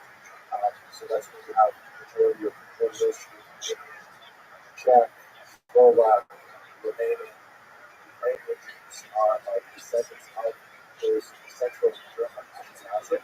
And then from there, you have a massive population movement to America in the 1880s. If you look at the actual DNA numbers, you look like this. Again, taking the DNA of those Jews in Erfurt, they have about 45% of the DNA is Middle Eastern, and a large chunk, 45 to 7%, is Italian. Especially in a call like this, I don't have to remind you that Judaism is not defined by genetics. Judaism is an identity that is principally religious in nature, although it does recognize natural biblical descent, at least in most of the modern period that has been maybe some Jewish people to be born as a Jewish mother or to convert to Judaism. So a person can have absolutely no Middle Eastern DNA and still be perfectly Jewish. But this helps us understand why the Ashkenazi Jews tend to be lighter skin tones, like Italians, especially North Italians, and it helps us understand a little bit of our affections and thoughts.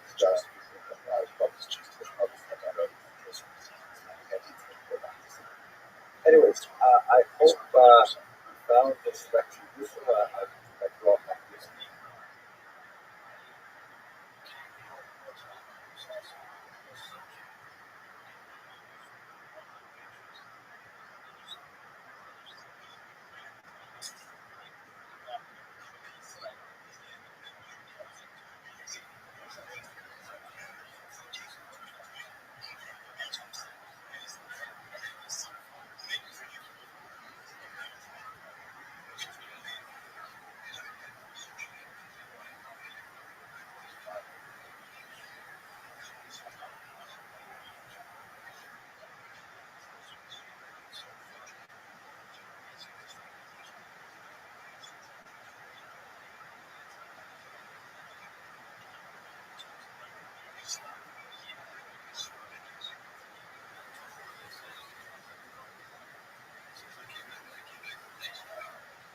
Hello and welcome to the lecture series on the Jewish account.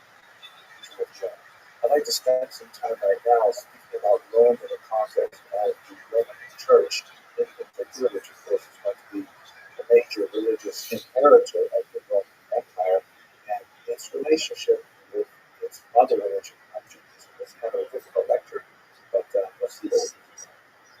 Have a look at this rugged landscape, which is region of Qumran, very close to the Dead Sea and the Judean desert. The opening at the bottom there is Qumran Cave 4, where the Dead Sea Scrolls were discovered.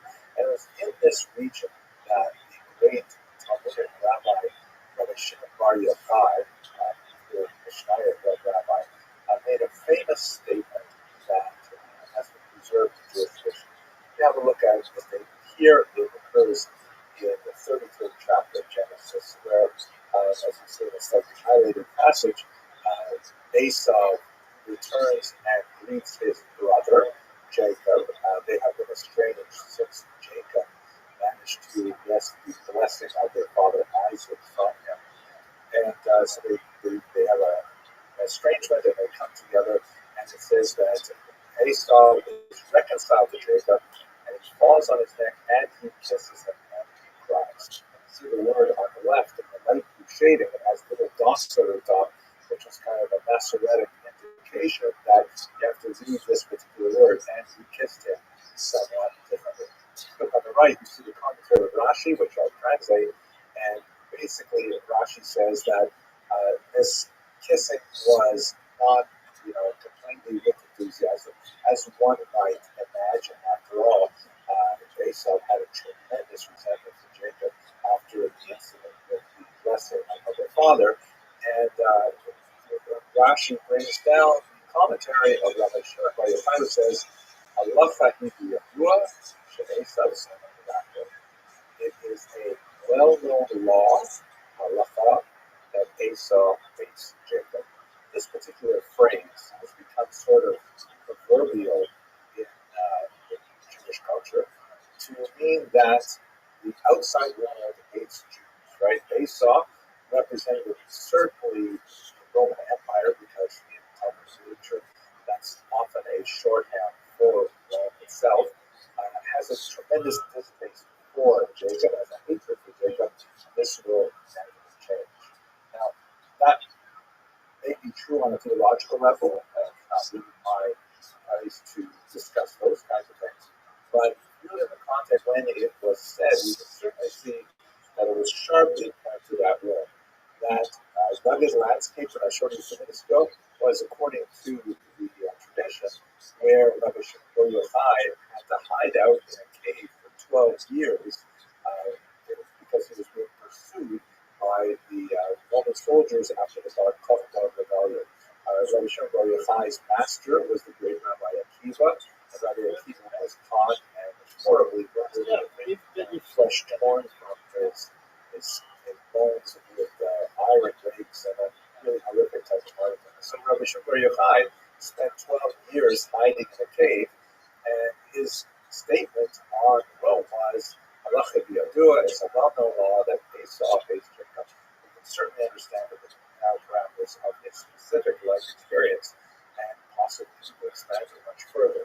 But when we come to the history of anti-Semitism, we can certainly see that there are changes in the ideology over the course of time.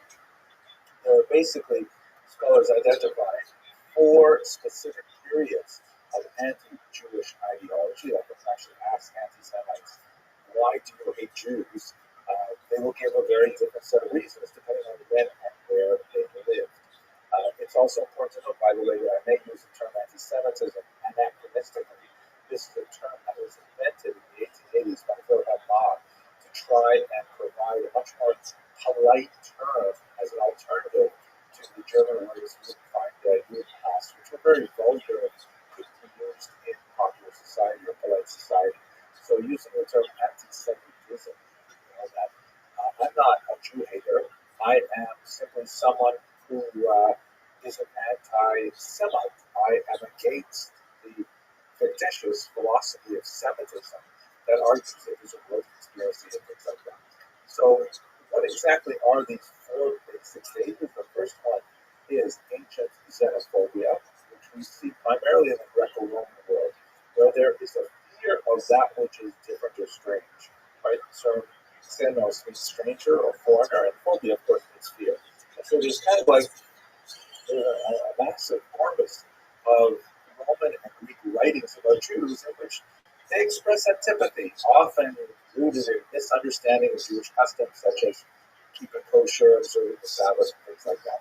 But on the whole, that kind of cultural friction is common to all cultures. Whether we like it or not, it's perfectly normal for culture A to express some hesitation, fear, distrust of culture B, especially if there are also more obvious outward signs of the differences. That's just part of the human condition. But if you get to the second level, early Christian anti-Judaism, that's when anti-Semitism begins to be qualitatively different.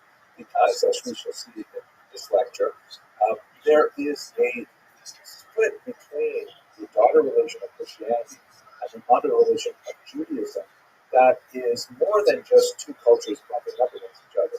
It is one culture seeking to define itself in opposition to a parent culture. And just like that family metaphor could be fraught with all kinds of really deep psychological tensions, so too is this early Christian anti-Judaism representing a lot of those tensions. Then, and we're not going to discuss these too much today, but basically, in the medieval period, it really goes off the rails. It becomes quite pathological. It loses a lot of its religious character and becomes much more, associated with strange things like the blood libel, the Jewish conspiracy with lepers, with the Black Death, and it's really much, much more violent. Finally, when you get to the modern period, basically from the middle of the 19th century onwards, that's when it basically abandons all of its religious motivation and is more characterized by a fear, a rational fear that Jews are involved in some kind of global conspiracy to control the banks, to control the media, to control governments, and things like that, all bent on dominating Western society, global society. So these are the four basic phases of anti-Semitic thought as we experience them until today. We're going to focus now on period 2 because that's the historic era that we have. So I recently was very fortunate to spend a in Mexico City with James Carroll and his wife Lexa. And we were both invited by an organization called GUINNESS, which is sort of like it's an international society that around the globe organizes these Shabbatonim, these Sabbath gatherings, just to explore Jewish texts and cultures and ideas. And it's really quite fascinating. Now, James Carroll is a fascinating person, a very articulate person, extremely talented writer, won the National Book Award, and all kinds of things like that. And he wrote an incredibly important book called Constantine's Sword, The Church and the Jews. And the reason we were invited together is that we were to give a talk together about how Jews see Christians and how Christians see Jews. I think it was a very enlightening experience specifically, but more generally, I really appreciated the time to get to know him as well. Now, James Carroll, of course, comes to the story with a very personal background as well. He was actually a Catholic priest. And in his context of his growing consciousness of the challenge that the church had with anti-Semitism and other issues, like he became a strong anti-war activist, he ultimately left the church. And I shouldn't say that. He left the priesthood. He still remains a member of the church, but kind of like a reformist flank, as it were.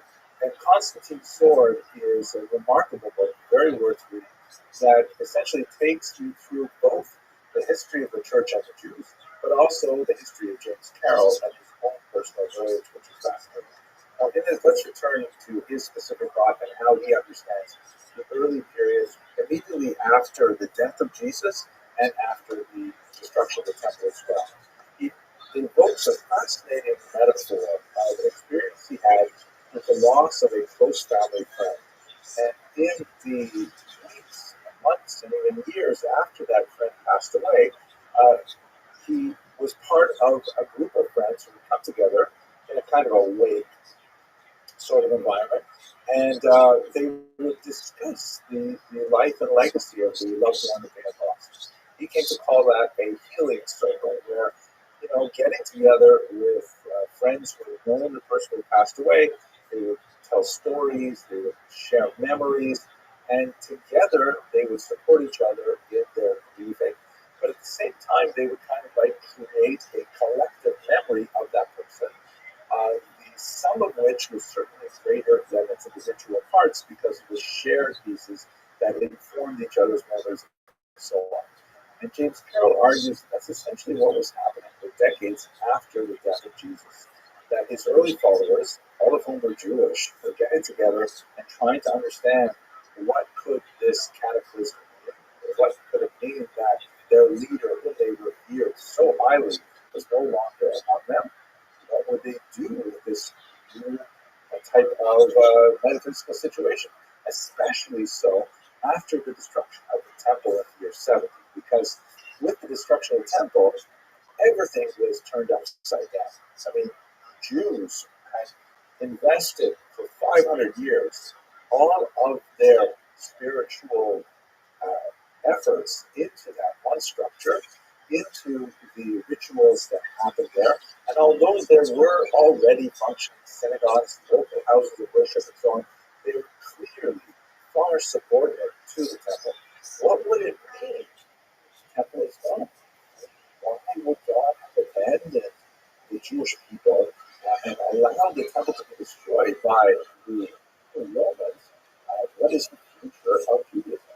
So James Carroll argued that essentially this is when you begin to have an intellectual bifurcation of the Jews who followed Jesus and a much larger group of Jews who were not a part of the Jesus circle. The Jews who were not part of the Jesus circle, which let's say were mainstream Jews at the time, they began to invest in the rabbis and their vision of a post-temple Judaism. As we will see in a few minutes, the rabbis were very busy at this point, constructing a model of Judaism that could survive the loss of the temple, finding alternate post-temple ways for Jews to express their religious yearnings to God, and ultimately that would become the Judaism that Jews have enjoyed for the last 2,000 years.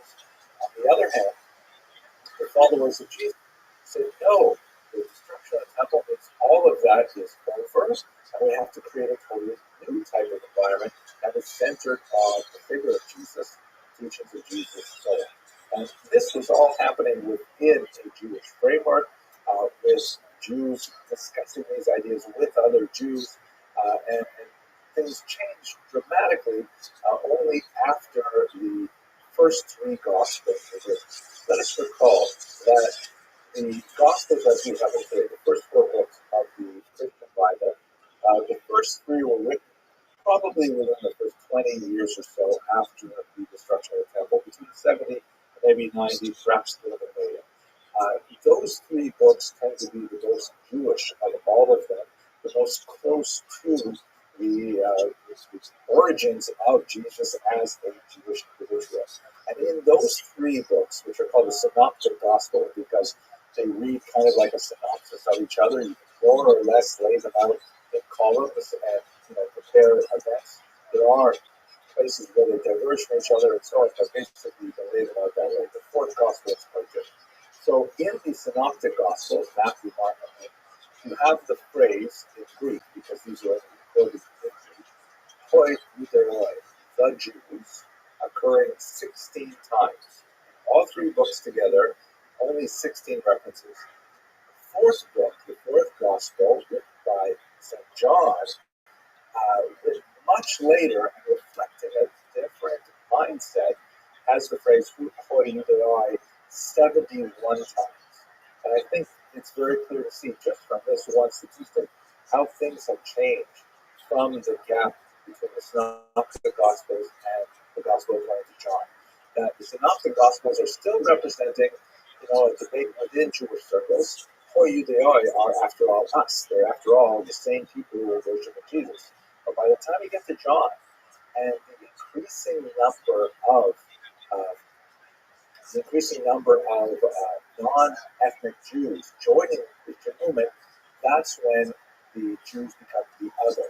Judei is so much more useful a term because the non-ethnic Jewish Christians are looking at the Jewish mother religion. I would say, well, that's different than what we're doing here today. And one of the most important figures to advance this is, of course, St. Paul, who never himself actually met Jesus other than in a kind of supernatural vision on the road to Damascus, where he has, kind of a conversionist experience, and he becomes a dedicated follower. He actually turns away from his earlier origins as a self-described Pharisee to become a Christian. And then if you look at this map, I mean, my gosh, he's just all over the Middle East, the Eastern Mediterranean is covered by his travels as he is going from town to town, basically showing up in Jewish communities, speaking at synagogues to Jews about Christianity, but increasingly speaking to lots of hangers-on of the Jewish community, non-Jews who are listening in and saying, wow, there's a lot of useful stuff here. And in fact, quite a bit of the Christian message was very appealing in that it acquired a lot of the very powerful ideas that were central to Judaism, such as a caring God, a personal deity to whom one could pray, that one could have a relationship with, that intervened in history, that specifically cared about individuals. The idea of life after death, the idea of responsibility for ethical choices, all of these kinds of ideas are very, very appealing. And the only challenge to traditional Judaism for non-Jewish would-be converts is, of course, the high threshold required for conversion. For men, specifically circumcision, radical changes to the diet. I think the Sabbath would have been observed anyways because it's so much fun. Shabbos, I mean, one day off a week to detox, no electronics, everything. It's great. I don't know why anyone did not do it. But at any rate, so Christianity represented a more accessible form of the key ideas of Judaism, a kind of Judaism light that the non-Jewish, non-ethnic Jewish populations could find meaning in. And so that's really one of the reasons why Christianity really rapidly began to increase after Paul, in particular, began to spread the gospel, literally spread the gospel. Now, what about the church fathers? That is, those early thinkers, those early theologians that lived and wrote in the centuries after the death of Jesus. Some of them had some very strong views about what to do about the parent religion. One of them that's most important is Marcion, that's pronounced Marcion. Here he is shown in his face kind of obscured talking to John, not significant that John is portrayed here.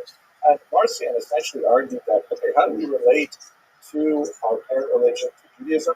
He said that basically in terms of the post-temple period, that means that Judaism is over and irrelevant, and that we should abandon everything associated with Judaism, including the Bible, with the exception of the new scriptures which are being written, which eventually will be collected and called the New Testament, which distinguishes from the Old Testament, which is the Christian way of describing the Hebrew Bible. And he said that we have to simply move on and forget about all that old stuff. Now, his point of view was ultimately rejected. It was opposed by many other church fathers, including Justin Martyr, who we're going to discuss in a second. But nevertheless, it represents a strong step towards supersessionism, the notion that Christianity supersedes Judaism and makes Judaism irrelevant. Now, if we turn to Justin Martyr, who was himself martyred by the Romans, hence the name Justin Martyr, he also lived around the same time, and he recorded his thoughts on Christianity and Judaism in a document called Dialogue with Trypho. There are some scholars, including the great 19th century Jewish historian Heinrich Betz, who argue that this may be the remarkable Rabbi Tarfon, a very important rabbi in Jewish tradition, but it's unlikely. The dates are kind of like not exactly right, and other reasons why it's probably some other person named for that.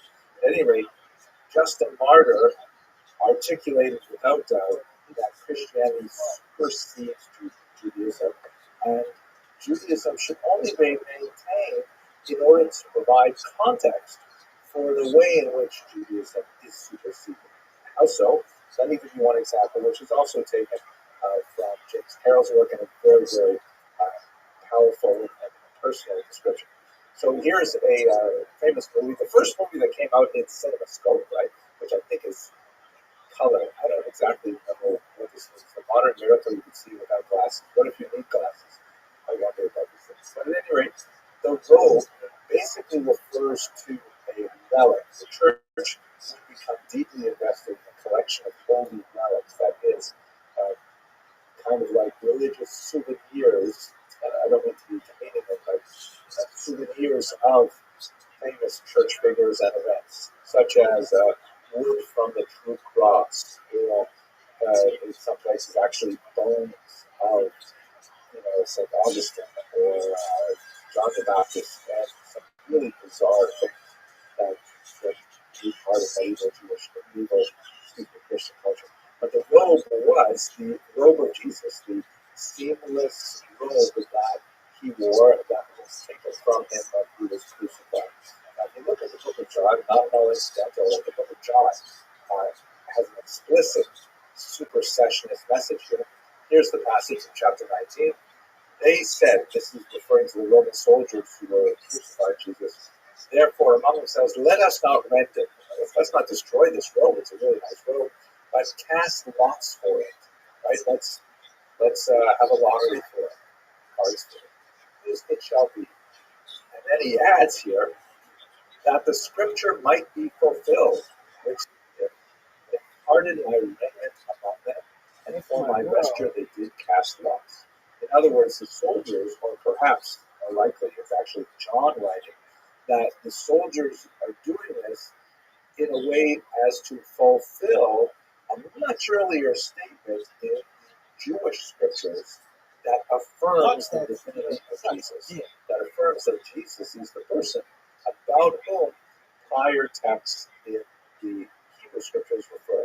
This is a phenomenon called prefigurement, in which Christians largely read the Hebrew scriptures as ways of seeing patterns that they later apply to Jesus' life. The fact that this gospel was written, decades after Jesus' death, maybe as long as a century after his death, doesn't change the fact that Christians still look at this as a theological statement. I should say Christians in general, some Christians. So what is the prefigurement? Psalm 22, which came out really small, maybe bigger. It says, Lama Techa, his Lord with David. This is a song written by David, right? King David. And the second verse says, and this is actually placed in about Jesus as well as another prefigurement, famous passage, Kali, Lama Azata. My God, why have you abandoned me? Right? By placing that, by the narrator, the author of the gospel, placing that Jesus' mouth, that specifically puts him in line with this earlier psalm. But the key passage that relates to John here is, look at it down, also verse 19. Yechalku b'gadai lahem v'alamushi, they part my garments among them, and for my vesture do they cast lots. And so this is really the reason, according to Justin Martyr, for maintaining the Hebrew scriptures, and by larger extension to some degree the Jews, because their presence and the presence of these texts can be used later to confirm Christian reading of divine history. And that's basically what happens among the church fathers until St. Augustine, who we'll discuss in a later lecture, who offered a very, very important corrective.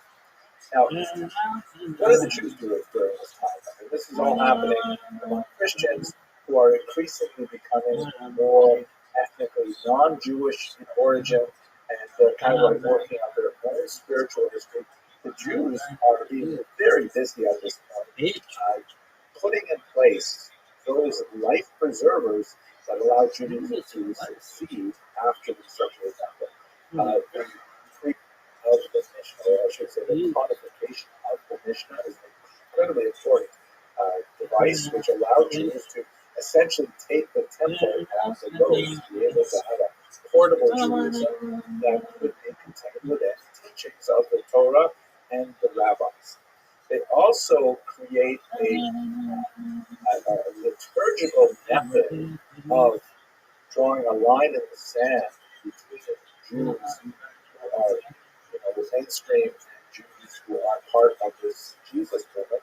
They insert another text in the central prayer known as the Amidah, the standard prayer, and it's a blessing on the heretics. The term blessing is euphemistic. It's really a curse on heretics. And it was used as a sort of litmus test to determine if a person was harboring these kinds of beliefs. If a person did have, Christian theological views that were deemed inappropriate for Jews, and many of them are, like for example, the idea of God taking physical human form as an afterthought to Judaism, and that's really happened. It's kind of a lie here, but if a Jew had those ideas, then he would be asked to lead the prayers, and coming up to this particular passage, the represented choice. Does he bring down a curse upon himself for his beliefs, or does he refuse to say it, in which case he could be physically removed from the synagogue? And this is the sort of thing that's happening around the generation of John, of his book, which also has really heated language against the Jews. Not only are Jews referred to so many more times, the Jews, but also, really inflammatory language that refers to the Jew, sons of the devil, and all kinds of things like that are beyond the pale of a normal kind of family to speak. One last thing here that I think is especially fascinating, and this is also an insight that's brought forward by James Carroll, that there's kind of an asymmetric rivalry going on here. Jews in the late first and early second century still vastly outnumber the original Christian. Even though it's growing fast, Jews are still very much the establishment faith.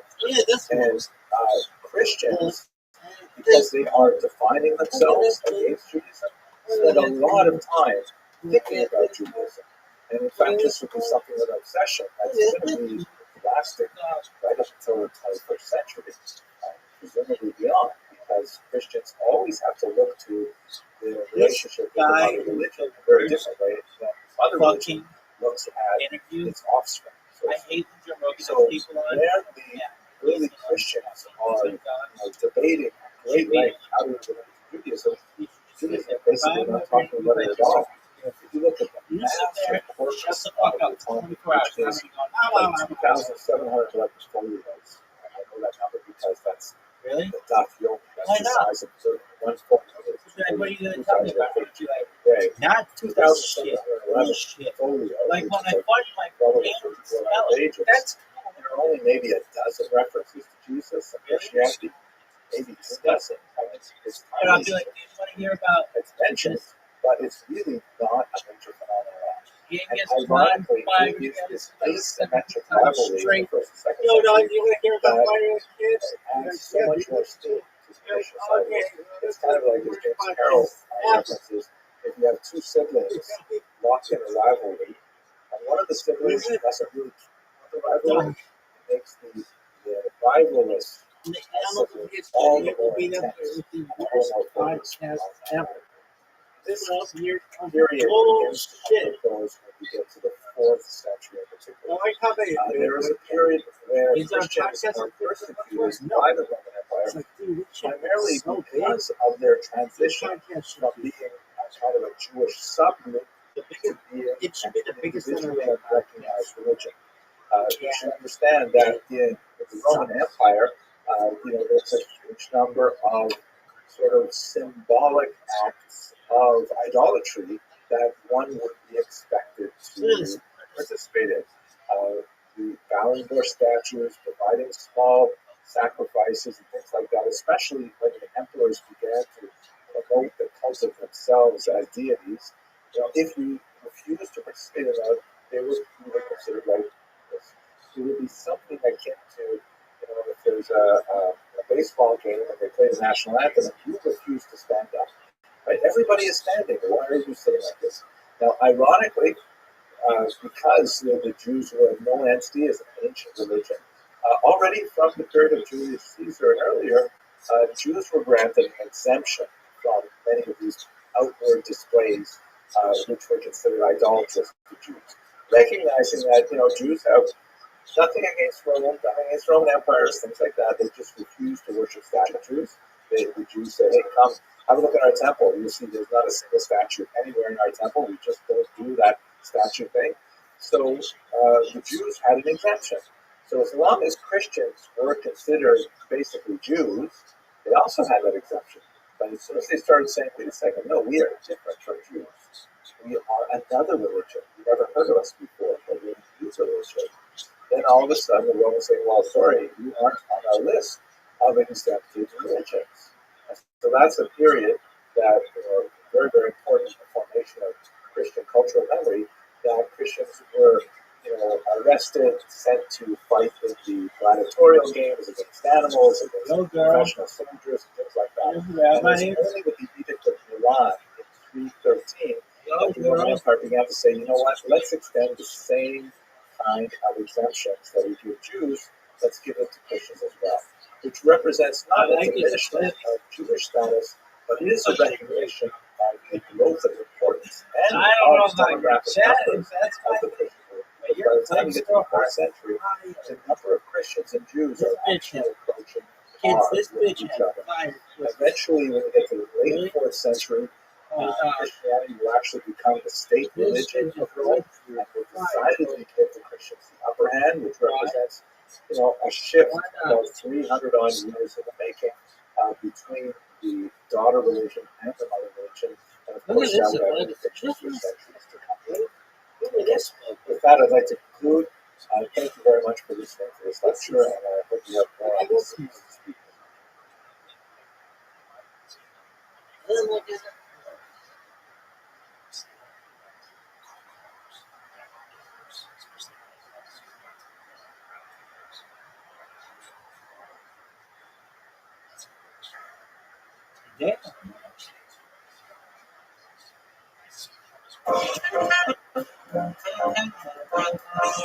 Hello, fellow students of Jewish history. Later, Taking baddies for a ride. this month, I'm delighted to be addressing a group of students in Budapest associated with the Ashkenazi, a remarkable new institution that is founded by my colleague and friend, Dean Michael Kegel.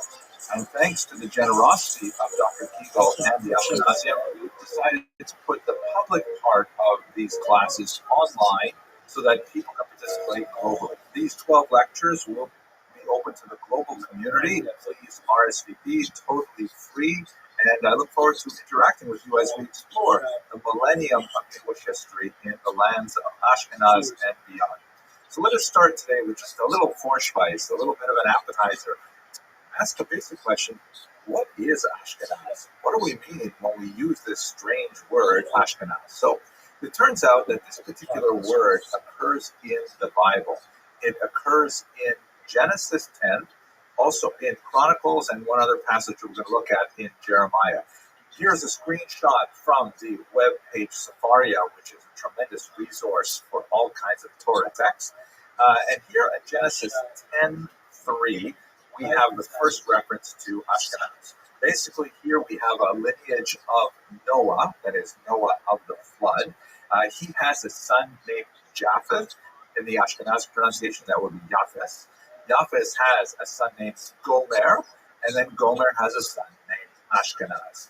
This is the first citation of the name Ashkenaz, right? So he's basically the great-grandson of Noah through the Greek line. That's the way that we have it described in Genesis.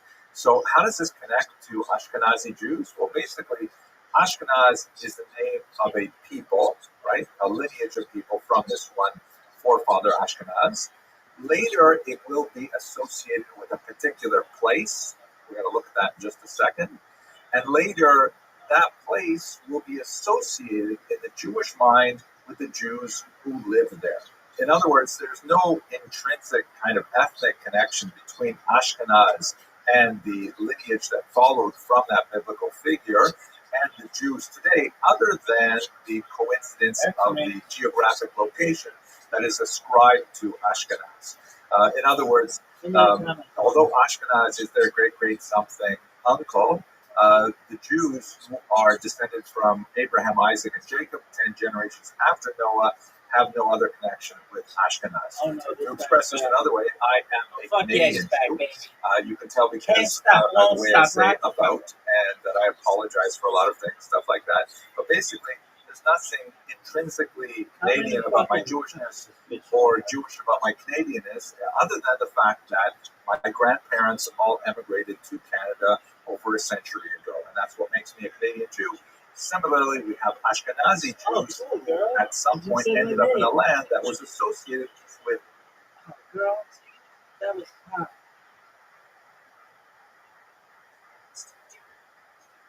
Are you British?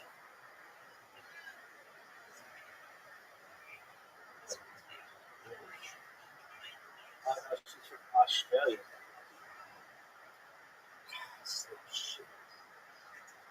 Different hemisphere.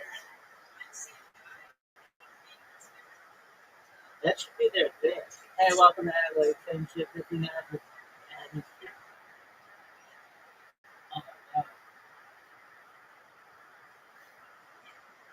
Poke fingers. You banned from chat? Well, fuck yourself, dude. Kingdom.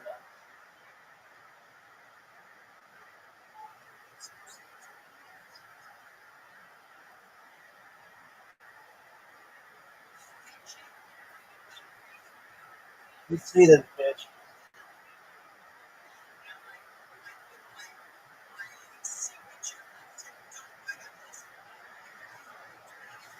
Bitch, take that shit off.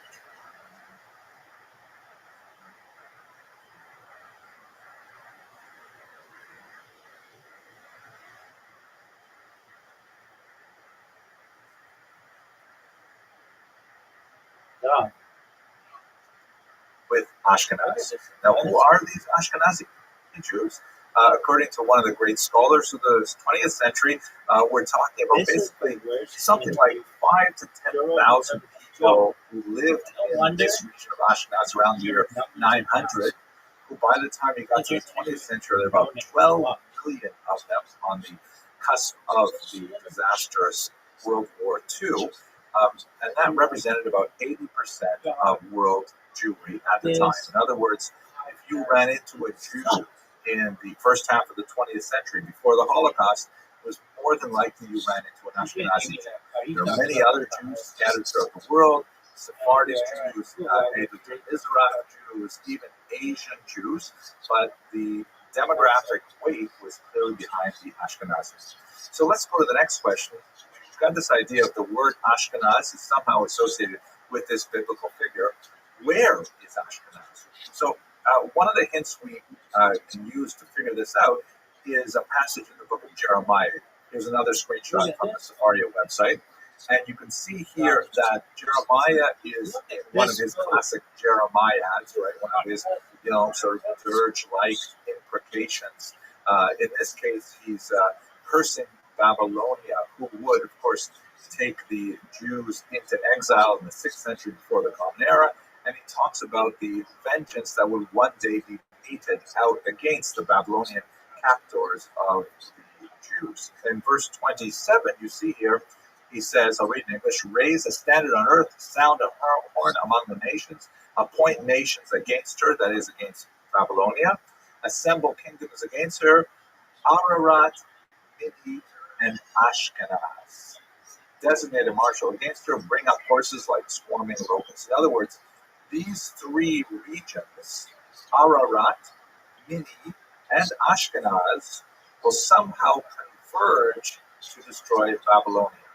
So Jeremiah seems to be speaking about the location which had the descendants of Ashkenaz living, and that somehow they would represent later threat to Babylonia. So if we have a look at where that might be. And in the 18th century in particular, there was a lot of enthusiasm to try and locate these biblical names and their later, where they ended up in the Middle East. Here is an interesting map from roughly that period. You can see right in the center is the land of Israel. And then looking to the northeast in this circled area, that's where Babylonia would be, right? Mesopotamia, the Neo-Babylonians to be technically correct. And the regions that would come down and attack her, according to the passage in Jeremiah, would be in Asia Minor here. You can see on the lower right of the circle, there's a mountain range that is associated with Ararat. We speak about Mount Ararat, but in the ancient biblical mind, Ararat was really a mountainous region, not a particular mountain. And here the author of this map has labeled Ashkenaz in the region of the Phrygians. So we have some interesting associations to suggest that this might be the correct location for Ashkenaz, but they're not really that strong. Some of the earliest and most enthusiastic defenders of this Asia Minor connection would include the great Shaddam, Rabbi David Luzzatto, who wrote in the 19th century. But when you look at the research of another very important scholar, Shmuel Kraus, he suggests that they actually came a little bit to the north, somewhere above the Caspian Sea, somewhere between the Volga and the Elba rivers. Now, this is especially interesting, and Dr. Kraus really followed up on this quite a bit, on the suggestion that perhaps the Ashkenazim should be associated with the remarkable Khazar people. That is a thesis which, for other reasons, totally blew up in the 20th century, and we'll discuss that, God willing, in the first full lecture. But for now, let's just talk a little bit about where is the actual land of Ashkenaz, because none of these associations are specifically connected with the Jews. They are connected rather with the Ashkenazim, the original biblical Ashkenazim, descendants of Ashkenaz, and they exist basically in a realm of supposition and theory. So when we say Ashkenaz and we're referring to Jews, what we're really talking about is Germany, and in particular the Rhineland. In fact, when we look at the first times that Jews start referring to themselves as being Ashkenazi, which is around the 12th century, they're basically talking about the Rhineland. And in the centuries prior to that, because there are Jews in this region considerably earlier, they speak about themselves as being Rhineland Jews. And later that somehow morphs into Ashkenaz Jews, perhaps borrowing from this idea that the children of Ashkenaz moved somewhere north, and this is somewhere north, but there's no other real connection between the name Ashkenaz in the Bible and this region which Jews later came to call Ashkenaz. What happened to those Ashkenazi Jews? They basically spread out to the eastern regions, especially from about the 13th and 14th century onwards. You get a much larger population of these Rhineland Jews living in Ashkenaz. And then in the late 19th century, there is a large flow of Jews to Western locations and a smaller number to the land of Israel. So that's why, for example, in America, about 3/4 of the Jews who moved to America at the beginning of the 20th century are Ashkenazic, and their descendants today, of course, are the dominant sub-ethnic group among Jews. So we're going to explore this in the course in much greater detail. We're going to pick up with that whole Khazar question, which is really quite fascinating. I hope that you will be able to join us, because it's really exciting to think of having a global population of students in a live lecture like this. But let us recall that when we're speaking about Ashkenaz, we're really talking about two different things. Most people use the term Ashkenaz to refer to those Jews who have some, albeit distant, roots in the Rhineland region of Germany, whereas the biblical term Ashkenaz really refers to this great-grandson of Noah and has no specifically Jewish connection. Okay, I hope you found this course by some healing, and I hope you will join us in the Ashkenazian lectures. Please reserve your spot today. Thanks very much for watching.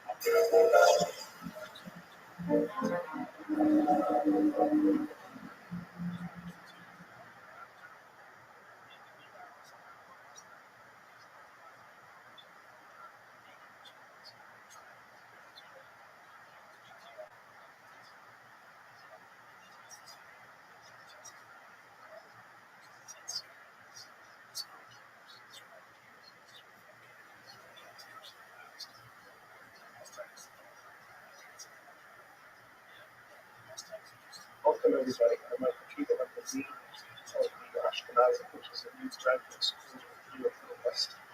And by God's grace, I managed to another faculty, of which Professor Henry Emerson is one of the shining stars, I would say, and I say that without exaggeration. Maybe I just want to introduce maybe Henry, the well-known, just a very small personal anecdote. Nothing embarrassing, of course. Henry and I go back quite a long way, back to he was in high school. I met Henry when I was a grade 11. He was a grade 13, but I was really close. I'm a big children. And over the years, our relationship went in all kinds of interesting directions. One of the most interesting is our parallel interest in Yiddishkeit and Judaism.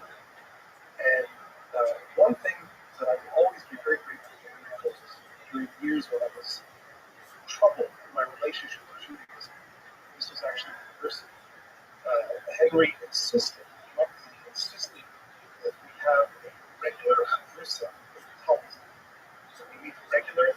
We did meet regularly once a week at 6 campus.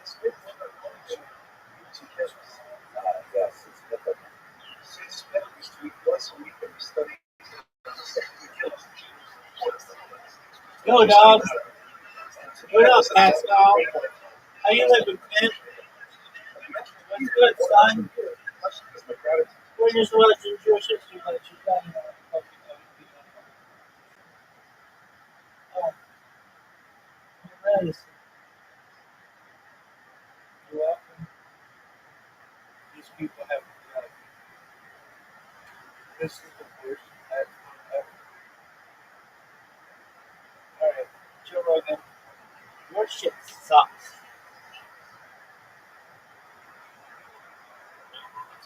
Joe, this is the worst interview. I've seen you have some quizzes back. Okay, well, no, give a shit.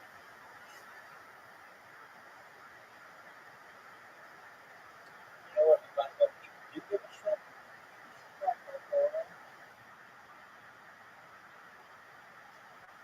Who else? What was that thing?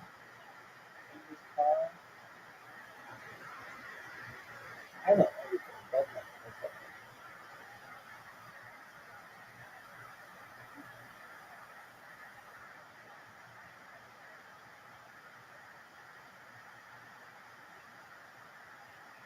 People's profiles.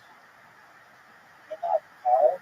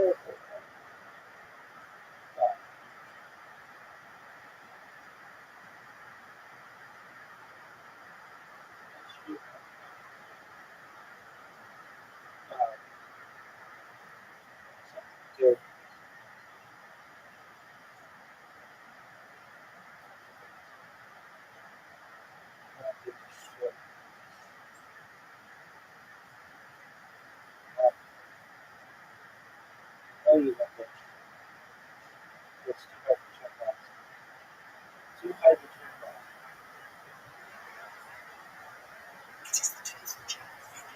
You're right. Working on the phone call.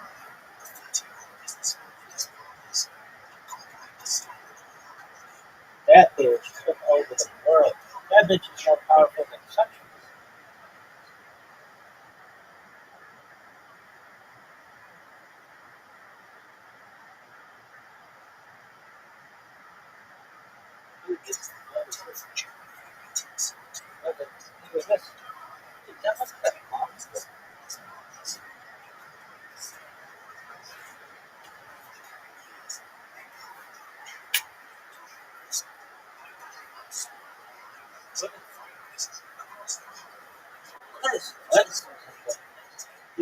This is right. Hey, this you get it?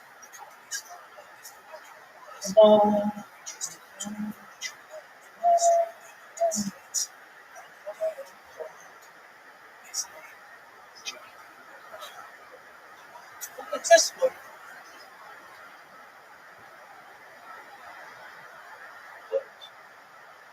Yeah. Point out that Henry embodies, in my mind, the something that is exemplary from what the Ashkenazi is, in my mind, which is, on one hand, a Jew who is profoundly committed and is passionate about it. It's not just an academic exercise. It's interesting. And on the other hand, an academic who is absolutely uncompromised in his academic standards. And so, unlike many great Jewish thinkers that I've met, who are let their passion get away to the point where they will compromise standards of academia. Henry's somebody who strives both worlds, both Jewish, who has a Jewish learning. He may not have a Jew, Henry grew up both several. And on the other hand, an academic who's responsible for the highest levels of responsibility in academia. Like, I really, this is a model for the Ashkenazian that I really would like to build with him. And by the way, I should mention that when he's listening, that we have our Ashkenazi students who are participating in yours. And of course, we're going to have a private session with him afterwards. This is part of our standard curriculum. If anybody at any point is interested in finding out more about the Ashkenazi, please do feel free to more than you're welcome to write to me personally. Yes, in the Q&A, just write in my email. If you want to find out anything about the Ashkenazi other than what there is on the website, Ashkenazi.eu, I'd be very happy to have a private Zoom with you and tell you about it. So, Henry, thank you. Michael, that was totally embarrassing. That's more generic, but I'm glad you put it over the really embarrassing one. So I appreciate the kind words very much. Although somewhat hyperbolic, compromising standards, like that, but I do appreciate the kind words and how you should be played with the words from I'm also extremely grateful for what you're doing in Budapest with this amazing Ashkenazi and faculty that you have brought together for this intellectual exercise. Absolutely amazing. You were top-notch scholars. I'm very proud to be on the same list as they. And I wish you tremendous success with this venture. And I think it's really fortuitous that we're able to offer these lectures online to a much larger audience and let people know the amazing things that are happening in your conferences. So let us begin our discussion. We're going to have 12 lectures on the history of Ashkenazi, part of Ashkenazium, which is a name that actually I'm proud to have had some role in designing. Dr. Kegel and I, when we were talking back and forth this project, I think he came up with this term Ashkenazium, but I enthusiastically endorsed it. Maybe it was the other way around, but it sort of happened together at the same time. The only worry I have is a little bit likely to rail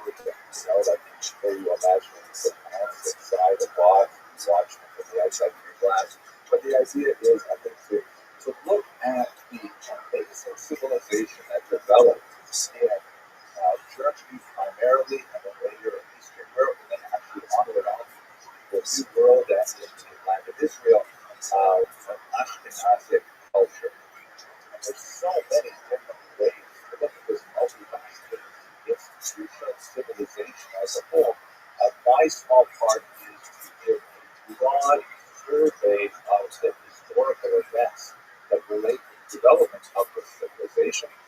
In order that many of the literary, philosophical, religious, and other aspects of the untapped civilization can be contextualized.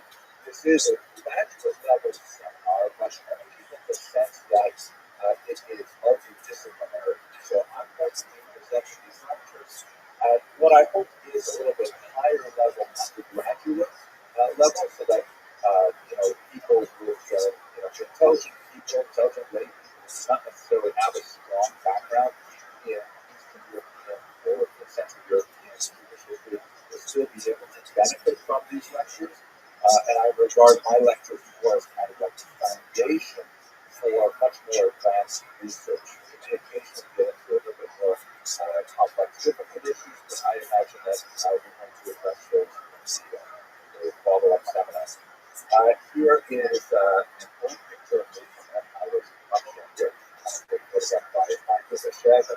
Just wanted to give a little bit of a context on my own access and interest in history. I did my dissertation at the University of Toronto on the history of the 16th century and the beginning of the 20th century. It was in that context that Dr. Kigo and I both shared always in university. I have a lot of fond memories of meeting him in Robart's library and discussing our research, because he was, of course, studying philosophy and I was studying history, but we have a lot of overlap there. I went into art through the board of a generalist. I wrote a couple of books on the Talmud, on art history, and now I'm working on a survey of Jewish history in 3 volumes for foreign publishers. Very much looking forward to seeing that. But I also maintain my strong interest in traditional religious studies and the author of the podcast called Jewish History, which has a rather ambitious goal of reading 2,711 small videos on aspects of Jewish history that correspond to the daily Talmud page that study the document program. That's available on the all.org. I work, of course, at Touro University. We're a fairly large multinational university campuses in Europe, of course, where we are based, and also in California, Nevada, Berlin, Jerusalem, Moscow, and also 19,000 worldwide. I'm very proud to work in the part of Brooklyn, see it's not here on a couple of campuses there. The structure of this class is as follows. We're going to have these public lectures, which are going to be broadcast as they are now in a webinar format. And this is going to be more like basically me talking, but we have the Q&A function where you can type in your questions, and I will, from time to time, pause and have a look at what's going on in the Q&A, and I'm going to answer some of those questions. Then, because the Ashkenazi has registered students for the lecture itself, we'll take a break after 1 hour from these lectures, and then we'll have a private Zoom for the much smaller group of group students. We'll have a private discussion so that if you have any curiosity about participating in those, as an audit paragraph, the subject that we're going to be looking at over the course of these 12 lectures are 1,000 years of Ashkenaz, because more or less that is the period when we're talking about the Jewish world civilization that stretches back over 10 centuries. I also created as a preparatory course for Budapest students an online version of this with preparatory materials, primarily videos, some reviews, also some quizzes, things like that. And this is also open to the public on the website. Okay, so today's discussion is on the origins of Ashkenazi Jews, which are the subject of a certain amount of debate, like just about everything in this course. So let us start with a more basic question. What is Ashkenaz? What exactly do it mean? What do we say this word Ashkenaz? So the word is actually biblical in origin. As you can see here, it occurs actually 3 times in the Bible. It appears 3 times in the book of Genesis. Say in the screenshot is from the Genesis Mario website. And it basically lists the lineages of humanity. And this particular passage, we're talking about the children of Noah. That is Noah of the flood. He has 3 sons, Shem, Ham, and Japheth. And I should pronounce that, by the way, Ashkenaz pronunciation Japheth. And then Japheth, who is typically associated with Western culture, especially Jews, has 3 more sons. Gomer, Magog, Madai, Lavan, Tubal, Meshem, and Shirah. And then Gomer has 3 sons, one of whom is Ashkenaz. So let's just understand what we're talking about here. There's a biblical lineage, which is 10 generations prior to the advent of Abraham, who is considered the father of the Semites, including, of course, the Jews. And from that 10 generations before we start speaking about Hebrews, we have an individual named Ashkenaz, who is the great-grandson of Noah. And you may be wondering, correctly, because we all live in those people, what does this have to do with modern Jews? Well, it's not a lot, because really it goes like this. The name Ashkenaz is associated with the biblical name of a people, right? A lineage, the children of Ashkenaz, descended from Noah. Later, much later, this will be associated with a place, a piece of geography. And then later, that's going to be associated with the Jews who lived in that piece of geography, that piece of real estate. Another way to look at it would be to say that both Dr. People and I are Canadian Jews. He mentioned, by the way, it was not his native land. It was literally because of Joshua born in Eastern Europe, if I'm not mistaken. But it is, in fact, my native land. All the things that go along with the Canadian land. So you could call me a Canadian Jew. I am a full-fledged Canadian. But that doesn't mean to say that there's anything specifically connecting me with non-Jewish Canadians other than that common area of our home. And so that's the same thing as Ashkenaz. Ashkenazi Jews are simply Jews who live in the area called Ashkenaz. We're talking about a fairly large chunk of the demographic weight of the Jewish people overall associated with the side of Ashkenaz. They are distinct from other sub-ethnic Jewish people, such as Sephardim, maybe from Israel, and various other Jewish people from Africa and Asia, they all have different terms to describe their cultural orientation, their place of origin, but Ashkenaz Jews constitute a very large portion of the overall Jewish people. Now let's go a little further in our history. When we say that Ashkenaz is a place, it's a state of mind, but that place is a piece of geography. Where exactly is Ashkenaz? So again, looking at the third occurrence of the text, actually the second occurrence of the text in the Bible, in the book of Jeremiah, chapter 51, is one of his characteristic implications, which has called after his name, Jeremiah, describing the downfall of Jerusalem, its Jews do not repent, and so on. He also describes the downfall of Babylonia, which would be the region that would ultimately destroy Jerusalem in Jeremiah's time in the 6th century before the Common Era.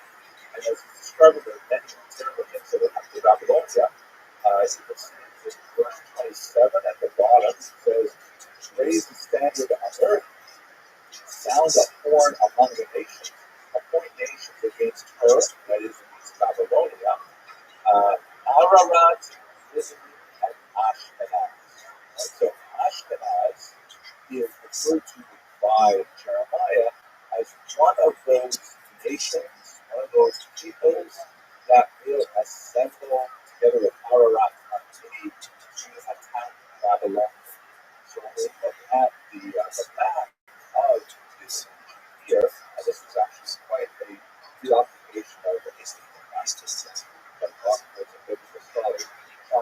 out precisely where each of these biblical peoples ended up living with a certain amount of creative scholarship.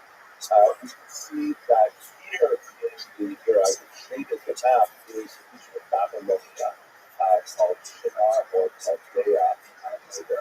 And the region that has wars, which includes, for example, Ararat, as a region is also associated with that.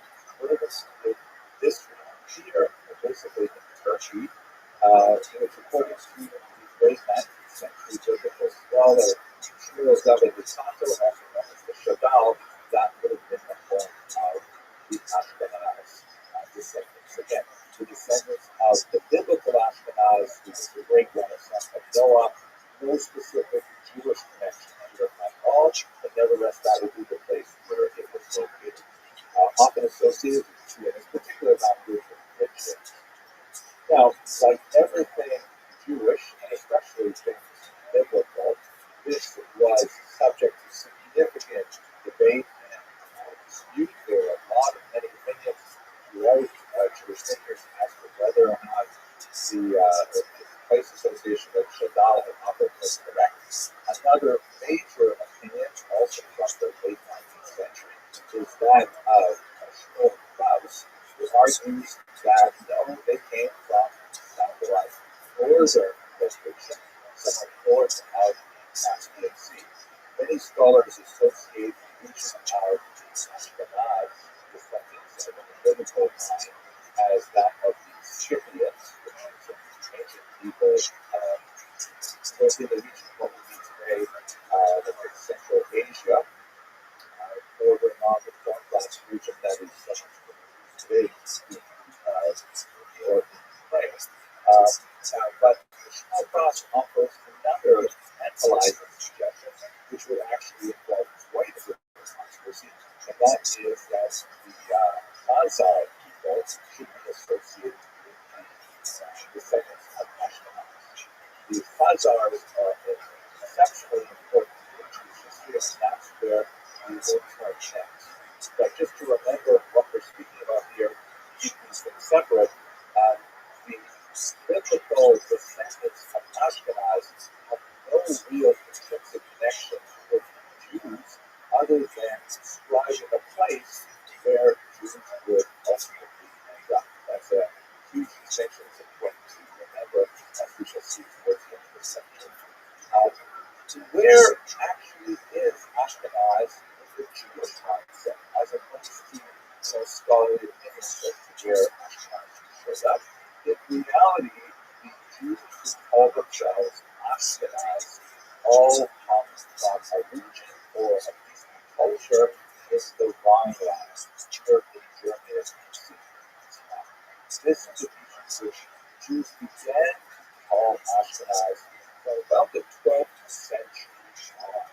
Prior to that, Jews living there tended to refer to themselves in one way or another to the region of the Rhine itself. There is one interesting passage in which Rashi himself, we'll talk about Rashi a little bit more later in this course, uses the term Ashkenaz to refer to the region, but it was not the most popular designation. It was used until about the 12th century, and 100 odd years after Rashi's passing away.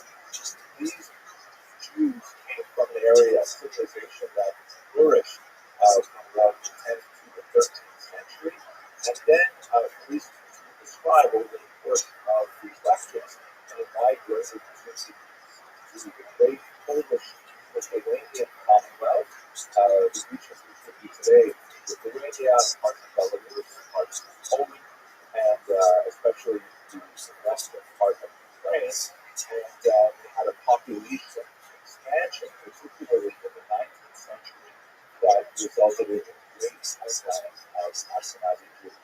So Ashkenazis are often referred to as Eastern Europeans, not because of their origins in Germany, but because of the significant number of Jews that they enjoyed when they were closer to the contemporary period.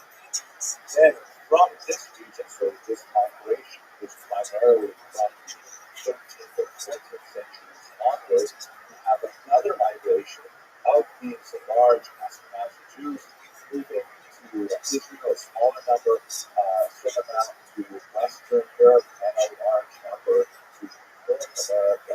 Something like 1.75 million Jews brought to the area of the Russian Empire that was overwhelmingly Ashkenazi at the time, to North America, to actually the United States of America specifically, in the years 1881 to 1928. And that's really where the great part of American faces its roots in this later Ashkenazi migration. So that's the whole meaning of the word Ashkenaz in a nutshell. It originates from a biblical designation of a people descended from Noah, which was with a certain amount of classical logic assigned to various locations, perhaps Turkey, perhaps Central Asia, and then later by the Jews to the Rhineland as a location. And the Jews who ended up in the Rhineland started calling themselves Ashkenazis, just like I would call myself Canadian, but there's no like kind of derivation of lineage from the physical Ashkenaz to modern Jews. We've talked about what is Ashkenaz, we've talked about where is Ashkenaz, now we've got to get to the Rhineland in the first place. And specifically, I want to start with the Hazar hypothesis, which is rather high-potent term for what the current United States president would call a bust, but nevertheless, it is occupying a large amount of mind with some thinkers and takes a lot of oxygen out of the when you talk about the use of Ashkenazi Jews. Who are the Khazars? Khazars are a fascinating Turkic people who apparently had a capital on the Caspian Sea. You can see here on this German language map the city of Tito, right in the top right section of the sort of orange part of this map, the orange part of the map. And the actual civilization lasted for several centuries and interacted with many of the other surrounding civilizations, including famously the early state called Taik, which formed kind of like the beginnings of the cultural patrimonies that were claimed by Ukraine, Belarus, and Russia alike, also a significant historical part of the conflict today. The Khazars were a pagan tribe, like many of the groups of the region, but according to some interesting documents that have made their way down to us today, they apparently converted to Judaism in the year 740. The story of this is rather amazing. And it is perhaps most well told in a book that has very little to do with history, and I want is philosophy polemics. It's a famous work by Rabbi Levi, who was a scholar who lived in Spain several hundred years, and actually he was described, and he wrote this famous classic work of philosophy called which is the Khazari. In the Suzari, describes the legend of the conversion of the Khazar king, Rabbi, who was sort of faced with a difficult choice because at that time, Christianity was expanding throughout Europe, and Islam was expanding all the way across the coast of North Africa, and then moving upwards into Europe as well, into Turkey, into the Balkans, and so on. And this Iran was troubled by this geopolitical situation, and also apparently motivated, at least as the legend has it, by sheer spiritual longing to find the one religion. So according to the legend, he brought together a sort of a trilateral debate team, a representative of Christianity, a representative of Islam, and a representative of the Jews. And they had these three-way debate, and ultimately, according to legend,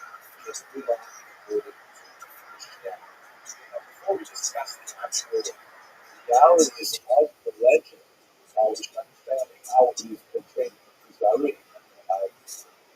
Rabbi Yehuda Levi lived at that time in Spain. He was the end of his so-called golden era, which was a period of remarkable coexistence between Christians, Jews, and Muslims. Jews in particular enjoyed tremendous freedoms to express themselves politically. I mean, at the time, Marcus was a rather remarkable umbrella who was actually the general of a Muslim army for 16 years, an accomplished poet, and the Talmud is to reach all of these three things brought together in one particular individual. In many ways, a lot like Maimonides, who's also a product of the late golden era, although he would ultimately be a victim of the reactionary period when Muslims would come from North Africa and insist that all of this French nonsense is unacceptable, and that Maimonides family they were fleeing and they were able to Cairo, where he was in Austria's career. At any rate, Rabbi Yehuda Halevi, seeing the sort of breakdown of this period, composed this philosophical work, which is set in that Hagari of debate between King Iran and the three representatives of nature real faith, and he used it essentially as a foil to relitigate that case and to make a strong philosophical defense of Judaism, which of course results in King Iran's affirmative decision to accept Judaism, and by extension, Rabbi Yehuda Levi is intended to make this available to the broader reading public, a rather audacious work to write in the Middle Ages, which is audacious to write even today, I think, in which he is a clear polemic against Islam and Christianity in favor of Judaism. So there is a lot of philosophical reasons why Rabbi Yehuda Levi would use the story of the Kuzari as a type of seed to throw his larger polemic argument. But what about the actual history of the Hashemites? So in reality, we know very little about the Hashemites messages.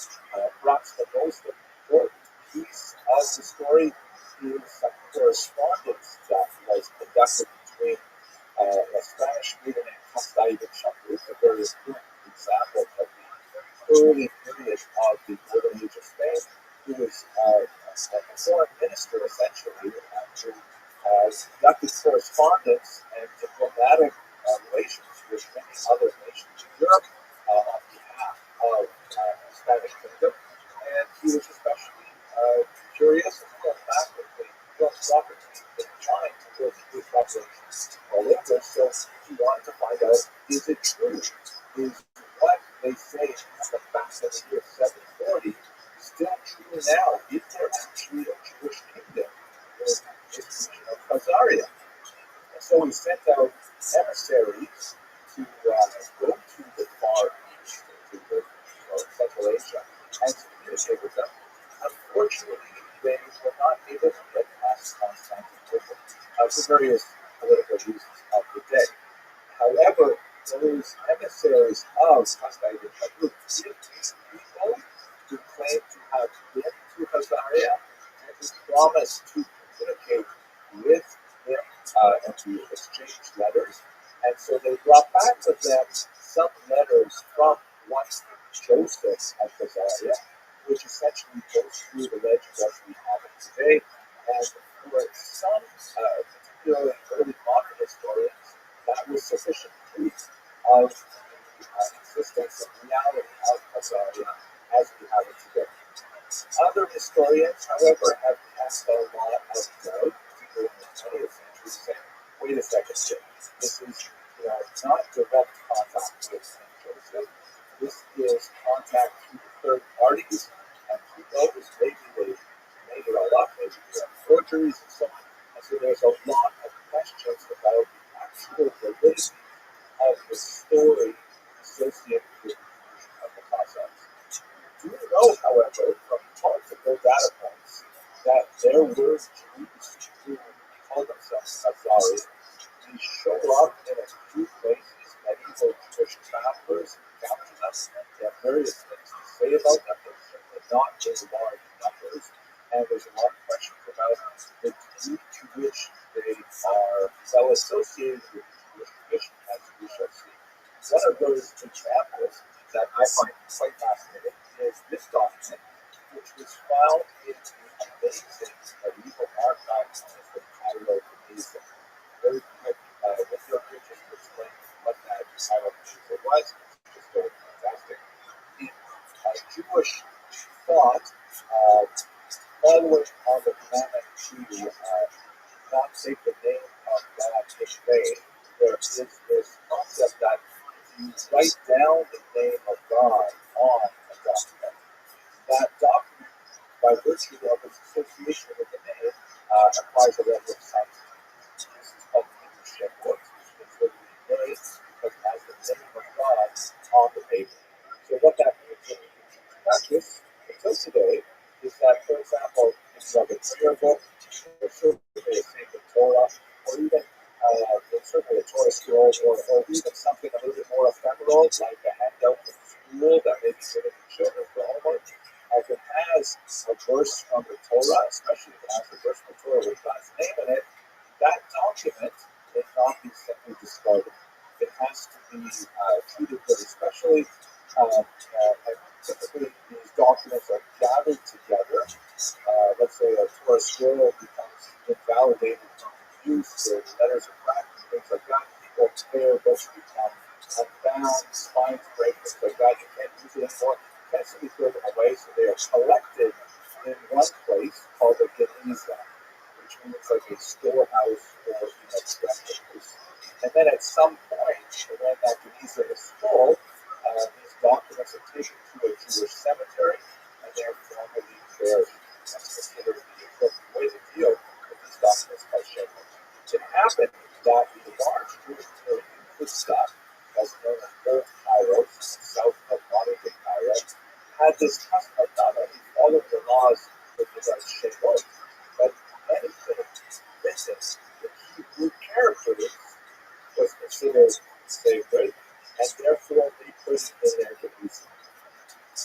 Thankfully, for generations of historians since the 19th century, the Geniza was discovered because it was sealed up for a good 700 years. And it's just phenomenal trove of amazing documents of all types.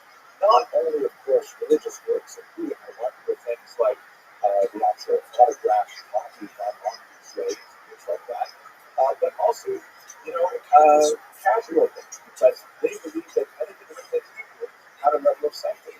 Hebrew characters even, so like Judeo-Arabic, which is essentially an Arabic language with Hebrew characters. They received those in Geniza. Everything from business contracts, marriage contracts, personal correspondence, shopping lists, children's doodles, all kinds of things. If it had Hebrew on it, you put the Geniza. And included is this document that is demonstrated before you here. This is what we would call in modern Hebrew a petek, a small note that was essentially a letter of introduction for a charity collector.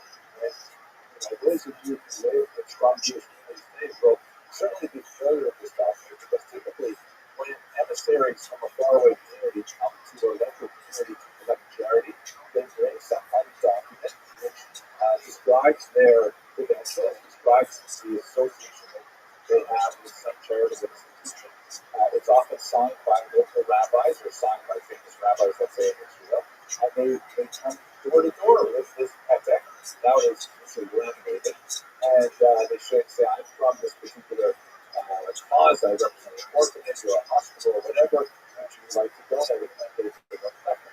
That's exactly what this is, but it purports to be from a Khazarian Jew from Kiev. This is still called Kievan document, which dates from, if I remember correctly, about the 10th century. And one of the many interesting features is that the signatures of the local dignitaries includes this document, which is written in apparently a Turkic style of runes that it's a very there was one official who actually could not even write in Hebrew, had to use Turkic to express himself. So in other words, we have lots of interesting kind of like sideways evidence that something happened in Khazaria that resulted in some Jews living there. And here, by the way, was well popular that Jews lots of references to a Jewish faith and things like that in literature. In fact, the great Ukrainian historian Rabbi opined that Kiev, Kyiv, Syria was actually founded by Isaiah, which is one last piece of evidence that supports the idea of the Khazar conversion, although it doesn't tell us a lot about the depth of that conversion, is a very important document in the history of Israel called the Book of Kiev, where the chronicle of bygone years, in which the great Vladimir, who was the first Christian prince of this medieval state ministry, which basically gave Volodymyr had exactly the same conundrum as King Iran did with Khazaria, meaning Christianity is expanding, Islam is expanding, which religion should I accept? And so Volodymyr essentially repeats the whole Khazarian story with a little bit of a twist, because he has a representative of what would become Orthodox Christianity, especially after the season of 1054, a representative of what would become Western Catholic Christianity, and he has two Christian flavors represented, as well as a Jew and a Muslim. After having the debate, the Christian scholars who recorded the Chronicle of Bygone Years have very little to say that's good about Islam. That's sort of like dispensed rather quickly. Judaism, however, Volodymyr considers very seriously. He says, unlike the Muslims who are not allowed to drink alcohol, that was one of the reasons, by the way, that Islam disqualified Volodymyr. Jews sound good, and it came actually pretty close to converting to Judaism. Can you imagine what Eastern Europe would be like if Russia, Belarus, and Ukraine was predominantly Jewish? I can imagine. But when he found out that the Jews no longer had their own state in the land of Israel, he said, I'm going to pass that book. And it turns into variations. He ultimately adopted what would be, of course, Orthodox Christianity, the Eastern Rite, and there was a mass baptism in the year 988, which begins the Christian period here in onward to Slavic nations. So the Chronicle of Bygone Years, which is written a couple hundred years afterwards, also confirms the presence of Khazarian Jews. What's at the heart of this? Is this possible, and are they connected to the Ashkenazi? So the first thing we have to say is that many modern scholars today doubt virtually all of the aspects of the story of Khazarian Jews. Perhaps the most eloquent advocate of this position is Professor Charles Knopfler, who refers to it in a seminal article as a splendid story, meaning what a great story. It's so fascinating. Try that over the book picks up. But he argues that it is either entirely fabricated from medieval writers, or it is at least highly exaggerated. I myself tend to lean towards the exaggerated to highly exaggerated, but I don't quite agree with my colleague, scholar Dr. Stanford, that it is entirely fabricated. I just think that the preponderance of evidence of the connection between Jews and Khazarians is sufficiently strong to argue that something happened, but I agree that there are a lot of questions. Like, for example, how widespread was this conversion? Was this possibly just a royal conversion that was designed to sort of qualify attackers from the south and from the west who would claim that it had to be either a Muslim or a Christian kingdom? Respectively, both Islam and Christianity have theological spaces in which Jews are allowed to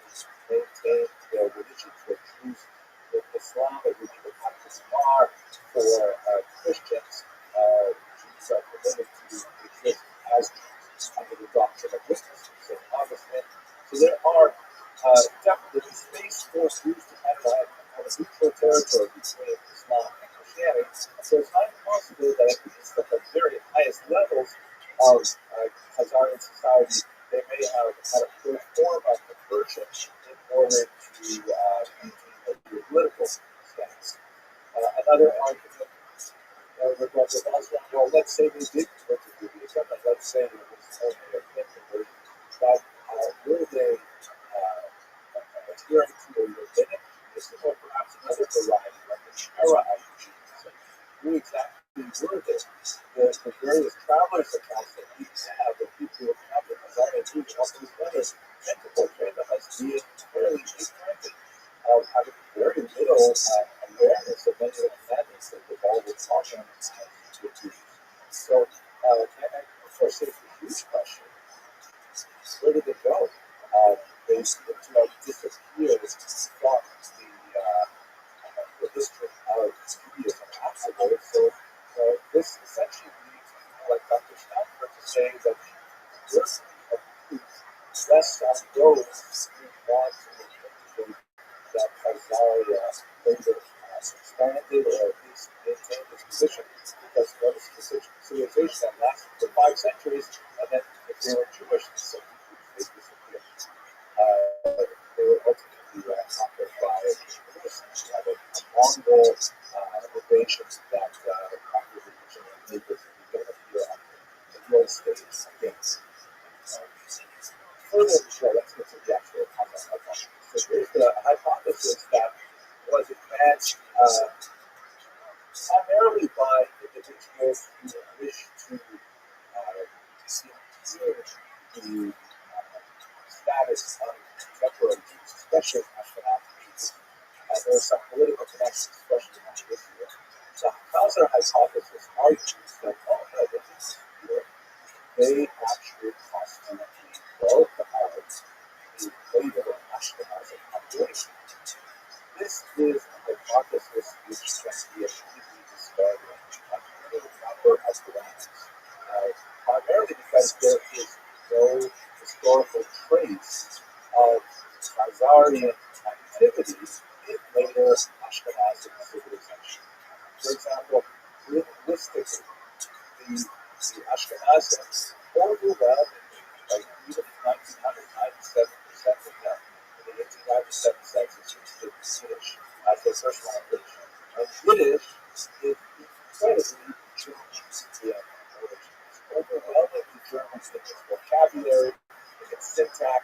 It has maybe 20% of Hebraic words in it, a smattering of Romance words, and French, things like that.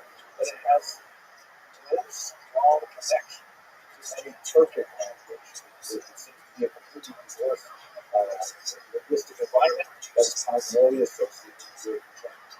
Bill Christo, a comedian, likes to say that Yiddish is basically German with French.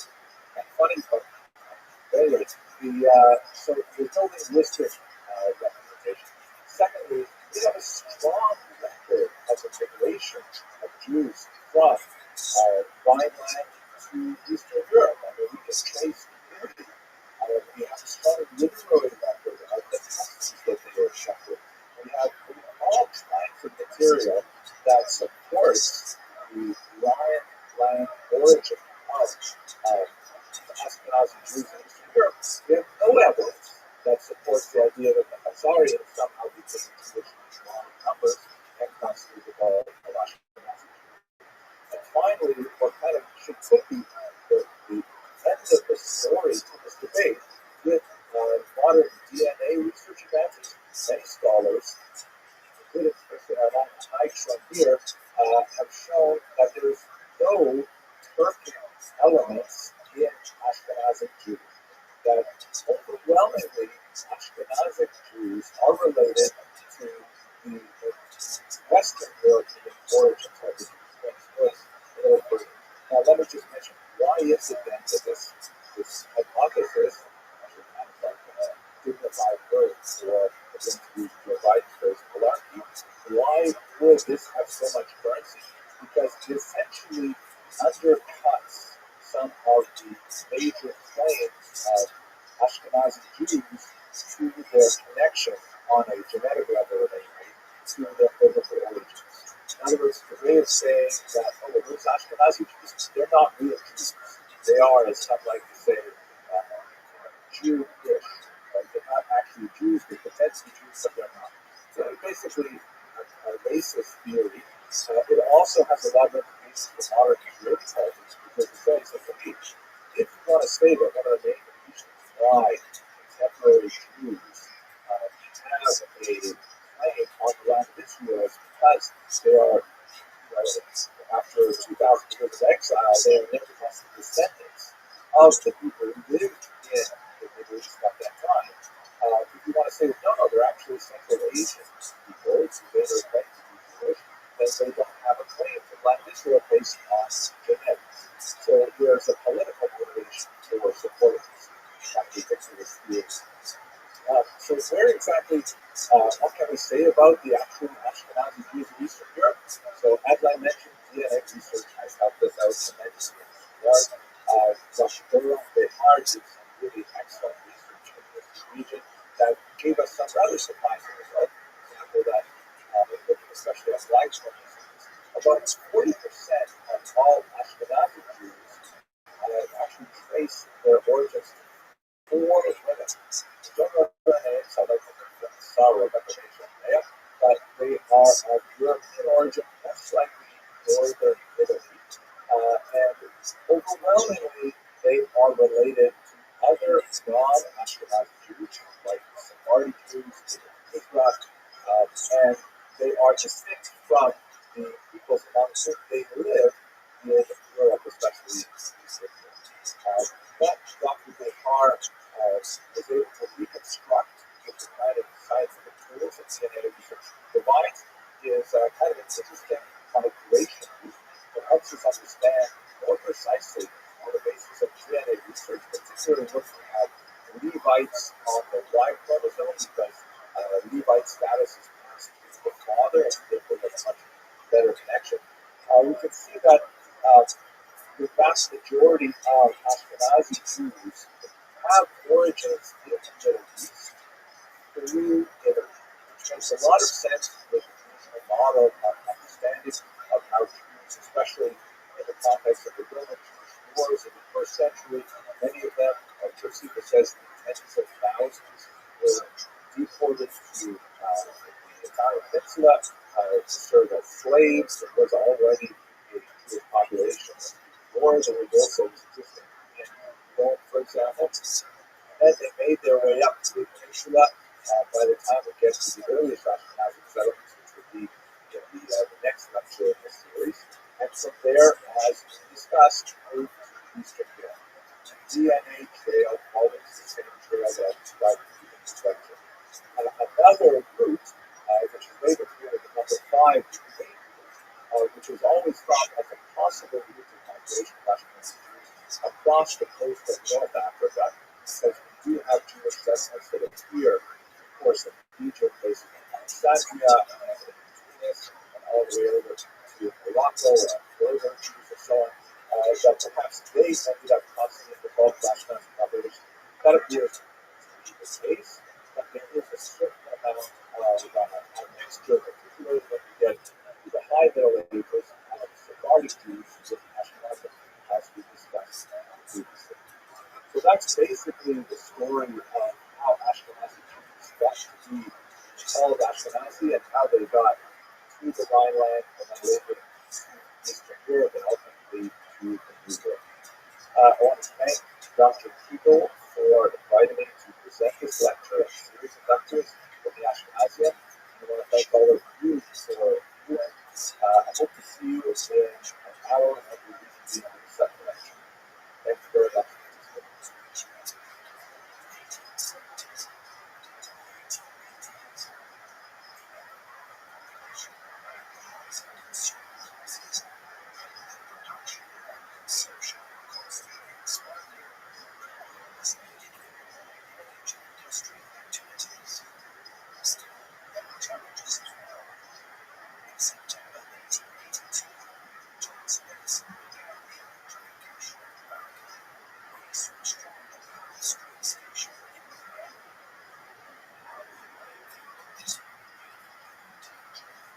In the last lecture, we looked at the origins of Ashkenaz. And today, in this lecture, what I'd like to do is continue our discussion by looking specifically at the social and economic foundations of that. It was largely, of course, because of the attractions of the Zionites with their deep social and economic foundations that we have a presence of Jews in Ashkenaz at all. And so, understanding these two topics are very much a way to understand why the Jews actually migrated to that region. It's very important. The civilization that we started there also attracted more Jews and the nucleus of their ultimately become Ashkenazi Jews as a whole. So let's look first at the social structure. Here's the map, which now should be somewhat familiar. It's not quite as colorful as the map that I showed you in the last lecture, but this shows the development of Ashkenazi civilization. The central region has sort of a cross hatching the Ashkenazi homeland, primarily on the line of the area of mines, forged fire, also occurring along with many of the earliest communities of the area. And then it spreads out, especially towards the east, ultimately becoming a very center here. You see on the left of the legend, we have the centuries in which this expansion occurred. And by the way, this is a very the second video there, so we can remark that these are history of Ashkenazi Jews and generally other the arrows that overlay the map also give you an indication of the migration of these Ashkenazi Jews in the 19th and 20th centuries in particular. Not quite as colorful as I'll show you the scale studies, but the view of this of the Rhine language in particular, rather the Rhine River, but there are also several other very significant these mountains far away that have the nucleus of some of the most important of these specific communities was the early establishment of cemeteries. It sounds kind of awkward, right, to want to move to a place because they have a cemetery, but we should understand that the interment of remains is the first place, the idea of an eternal resting place, a place where one can have hallowed to the house, to visit one's ancestors and so on. I can tell you that in my own case, I come from a very remote community in northern Canada, in Ontario, where one of the reasons why a small communities gathered there was because there's a very unfortunate brewing accident that Jews were making their way up north, possibly in some form of trade, and they drowned at a French point where there's some rapids, and so the cemetery was hastily created near the town called Nicholas. And that's where my grandparents were very was established at that time in that region. So the establishment of cemeteries in a lot of these places was extremely important for the nation, for the community as a whole, and they tended to build on each other. Jews, of course, like many religious groups, prefer to be buried neither Jews, not in mixed cemeteries, certainly not in mass graves, which is not very parts of the Middle Ages, particularly in the Black Death. So the establishment of cemeteries is often associated with the early establishment of Jewish. We should also know that one of the crucial elements that relates to the development of the civilization was central periphery relationships. There was the center of the Jewish world at this time, or even around the 8th century, but most profound expressions of civilization was certainly in Baghdad, very far away from the Rhinelands, which was quite different, quite small. So Baghdad had already developed just to the south of town, agriculture. They had a long series of different things, which were kind of like pictures of heads of the Jewish community, specifically associated with the academies. And they were communicating far and wide, spread out around the right to base also have communities in places close to Israel. You have a small population in Israel itself. Of course, Israel's presence in Israel. But you also have some communities in Asia Minor, in the Italian Peninsula, Egypt, Alexandria, and then across the coast of Africa to Spain, where we're just, by the time it gets to about 800, we're just beginning to see the exploration of Jewish cities that are going into the urban age, which we discussed in this lecture. But Ashkenaz was completely on the periphery.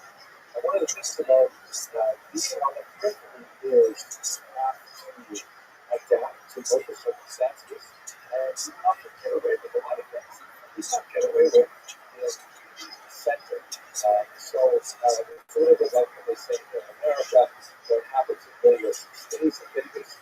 So a lot of innovations that occurred in Ashkenaz are the periphery applications of Jewish settlement. Very positive, beneficial types of innovations which were sustained instead, rather than long centuries of settlement there, but they were things that might not necessarily have worked here in the center. You can say the same thing, by the way, about the work of Sephardic country, which is very far away from Baghdad this time, and would explore those expressions, literary actions, and so on. So part of the reason why we have innovations in the region of the line out of this time is because it is on the periphery of the Jewish world. But let us also say, before we get into these lectures, that I'm going to be speaking broadly this dialect over the 9th through the 14th centuries, and there's a tremendous amount of change that happens during this time. This is the period that represents the high Middle Ages, right up until the time of death, where Europe is going through a lot of dramatic changes. And some of them really quite fundamental to what we call the long duration of history, things like active change, increasing level of productivity of the soil, really basic geographical events, at the same time as massive changes in political events and cultural events and so on. So I'm going to be generalizing, but it's inevitable to speak in large terms over a very dynamic group of centuries, but nevertheless we will get some sense of how these communities developed and changed over these 500 years. Okay. But that's the most important thing that is at the heart of the development of Ashkenazi civilization is the development of a form of human organization, which is typically known as the Kehillah. The word Kehillah is Hebrew, of course, and it derives from the root kahal, which means to congregate, to gather, and is actually related to words which later developed into synagogue, church, street. They're all related to this idea of gathering together. And the Kehillah essentially represented an iteration of human organization of Jews in a structure that proved to be highly efficient at maintaining the integrity of this minority, being the group integrity, the endogamy in marriage, adherence to group norms, and so on, and resisted general dissipation of the community through assimilation, conversion, Christianity, which of course was dominant for a period, and allowed the Jews to survive in one way or somewhat, hostile lives as well. The structure that I just described for you is not completely new in Ashkenaz, but there were certain refinements, innovations, and institutional developments that were specific to Ashkenaz that had a tremendous beneficial impact on Jewish life up until really the 18th century, when the innovations of modern citizenship primarily and what was onward began to build the foundations of what was really like. Let us begin this discussion by reminding ourselves that in medieval society, the organization of just groups is primarily corporate in nature. What that means is, unlike today, where I might decide, for example, do I like to live in Budapest, and I might, immigrate to Budapest, and there, have to get citizenship or something. Otherwise, I would be like a Budapestian among Budapestians. I don't know if Budapestian is a word. Maybe I just made it up, but you get the idea, right? I can go there, and if I want to, I can simply jettison that was everything was European about me, Canadian about me. I could theoretically learn the Hungarian language, which is really rough because they don't have much to learn to finish consider the language that's comparable to Hungarian. But let's say I can just go there and I can just decide to be another person altogether. And this is the kind of thing that we can do in modernity, primarily because our governments organize us primarily on the basis of our individual citizenship. Here in the United States, I have a social security number, which is my primary conduit of communication to the municipal, state, or federal authorities. That's how they know if I pay my taxes or not. That's how theoretically they know my dental records and everything about me individually. They do not necessarily group me with my friends, my associates, my congregational group, and so on. This is totally different from medieval society in which people were classified almost on a caste-like basis with their affinity groups. This was primarily economic in nature, meaning if you were a peasant, you were classed with other peasants, and you were typically classed as the peasants belonging to this particular government. The noblemen were classed as belonging to this particular king, and so on. And this is like a type of feudal structure that prevails through much of European history. And so the Jews occupied the blocks, as we should see later in this lecture, that they were organized collectively, and very rarely was a man put on Jews individually by outside groups, but were put on them collectively. So therefore, it was in their own interest to organize themselves effectively, to have strong representation, to convey their views to authorities, and to defend themselves from external threats and so on. So we're going to see how that plays out over the course of the next 45 minutes. One of the ways in which this corporate nature of medieval society is expressed is through what's called charters. A charter is essentially a type of document, typically written, often forged later on in medieval periods, that describe the privileges of the Jewish community in a particular locale that was typically contracted between the local authorities of that particular location and the chief representatives of the Jews. And these charters were frequently invoked in later centuries to protect the rights of the Jews, saying that, hey, wait a second, you can't do that because according to the charter that was signed 300 years ago, these are our rights and privileges and so on. To a certain degree, they often became outmoded, and social, economic, and religious development shifted, and some of the privileges were no longer relevant, or perhaps they were so relevant that they had to be overruled by a new arrangement, and these things would happen over the dynamic course of the next 500 years. But basically, you think about Jewish communities being established in the Rhineland, they typically were organized Jews as groups, right? Imagine this tour buses of Jews coming into a location, meeting with the local ruler, and putting in writing the kind of agreements that would give to their settlement in this region, protections and responsibilities as well. Not at all equivalent to other castes in that society, sometimes much more beneficial to the Jews and advantageous to the Jews, sometimes disadvantageous to the Jews.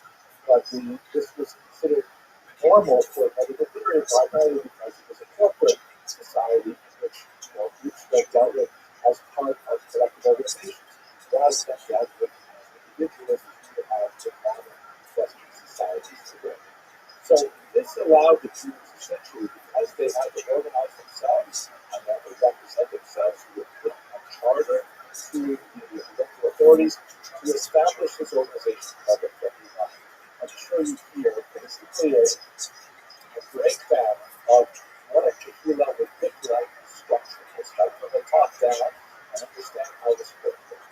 Again, as I mentioned earlier, it's not like the Kehillah structure is like brand new.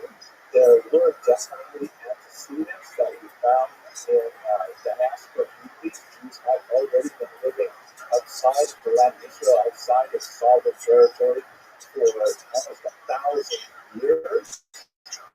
And they had found ways to more or less establish themselves.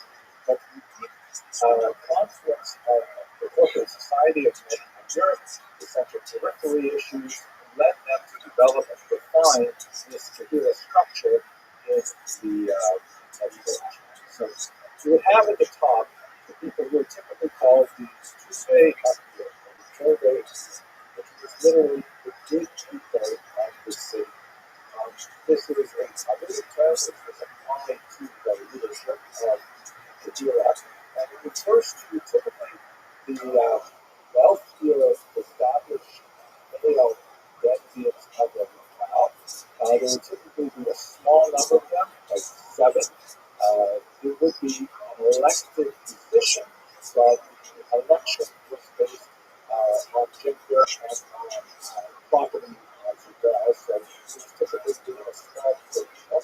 And the Brigadier would have the responsibility of making all the leadership decisions for the Kehillah as a whole. In many ways, by the way, if you're familiar with the structure of most modern synagogues, it's basically exactly the same structure, where this would be the board of directors, the executive board. This is the group of people who are elected, but everybody in Shul knows you really should only vote for certain people. Why is that such an important criteria? Gender, of course, is a criteria that was taken for granted that women would not, by and large, hold leadership roles at this level. Look at gender much more so, of course, in the country. Gender will play a very good role, as you should see in the relative bottom of this chart. At the top level, dealing primarily with men. Now, why is this so important? Because there was a kind of a lesson.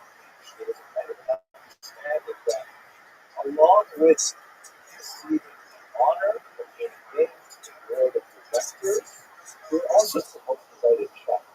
You're also supposed to economically support the financial activities and needs of the Kehillah as a whole and contribute to the support of the Jewish world.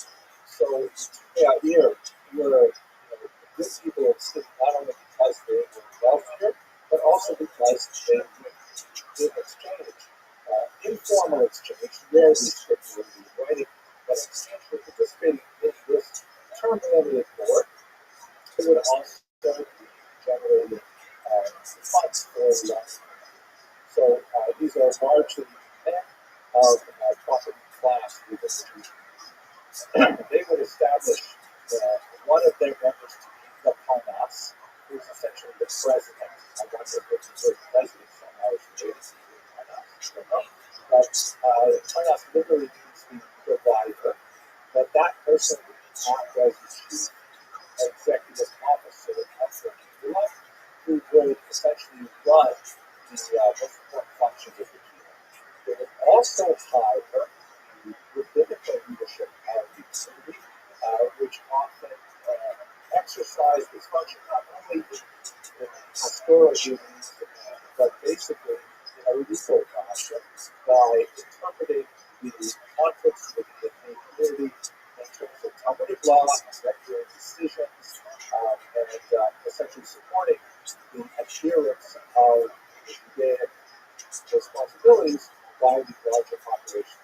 Now, this should again look very similar to the modern city structure because the board of directors should appoint a shul president and would also hire the rabbi.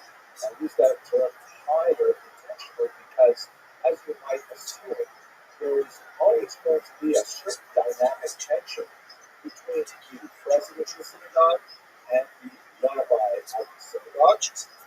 They don't have identical concerns. They have overlapping concerns. And Jewish history is replete with examples of conflict between the community, especially the elder God, who wants to do certain things, and the rabbi, or the Beit oppose him. I think that's a fine way of negotiating those things.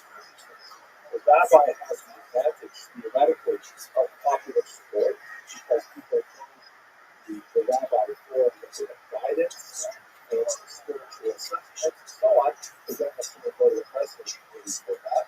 So the rabbi has kind of a popular backing.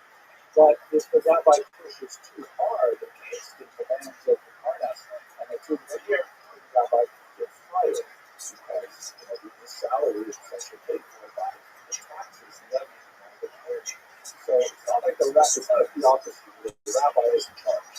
Theoretically, everything has to be done according to Jewish law, and the chief interpreter of that Jewish law is the rabbi and the Beit in the court.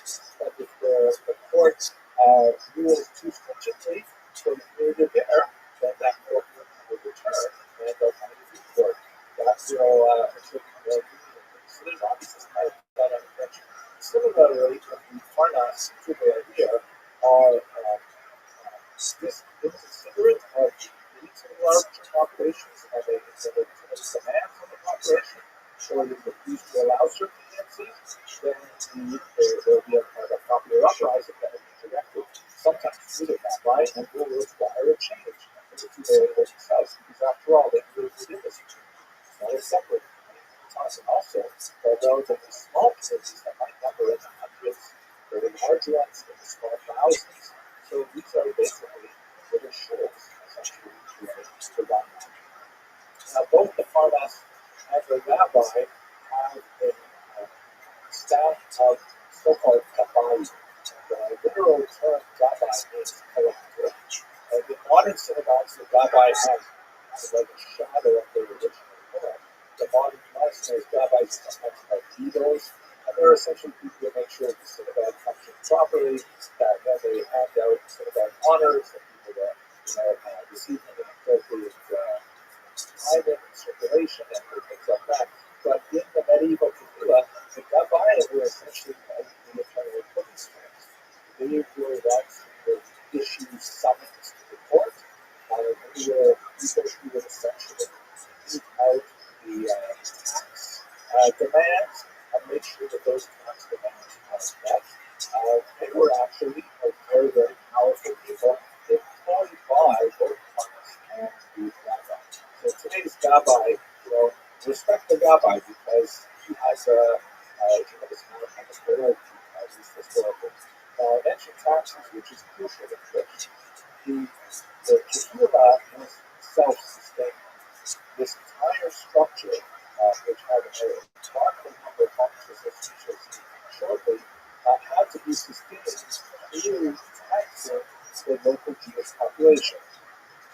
This tax assessment is essentially done by the Rabbi, and they would require on a sliding scale that Jews who are more prosperous had to pay a larger amount of their income to the general welfare fund, and they would send out the money to make sure that taxation was fulfilled.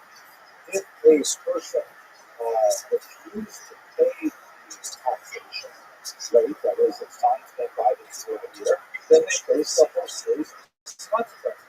They could, of course, appeal to the rabbi and so on, and they would have appropriate channels to appeal their tax assessment, but really there was no way out other than conversion to Christianity. In other words, the leaving the Kahila. Unlike modern day society, where the Jew may choose the ways which he or she wishes to affiliate with the large Jewish community, this was not at all possible in the Kahila. In the Kahila, up until the 18th century, you were a part of it, and you were a Jew, and you were expected to pay the taxes that the Jewish community levied on you, or you rested entirely and essentially became Christian. There was no real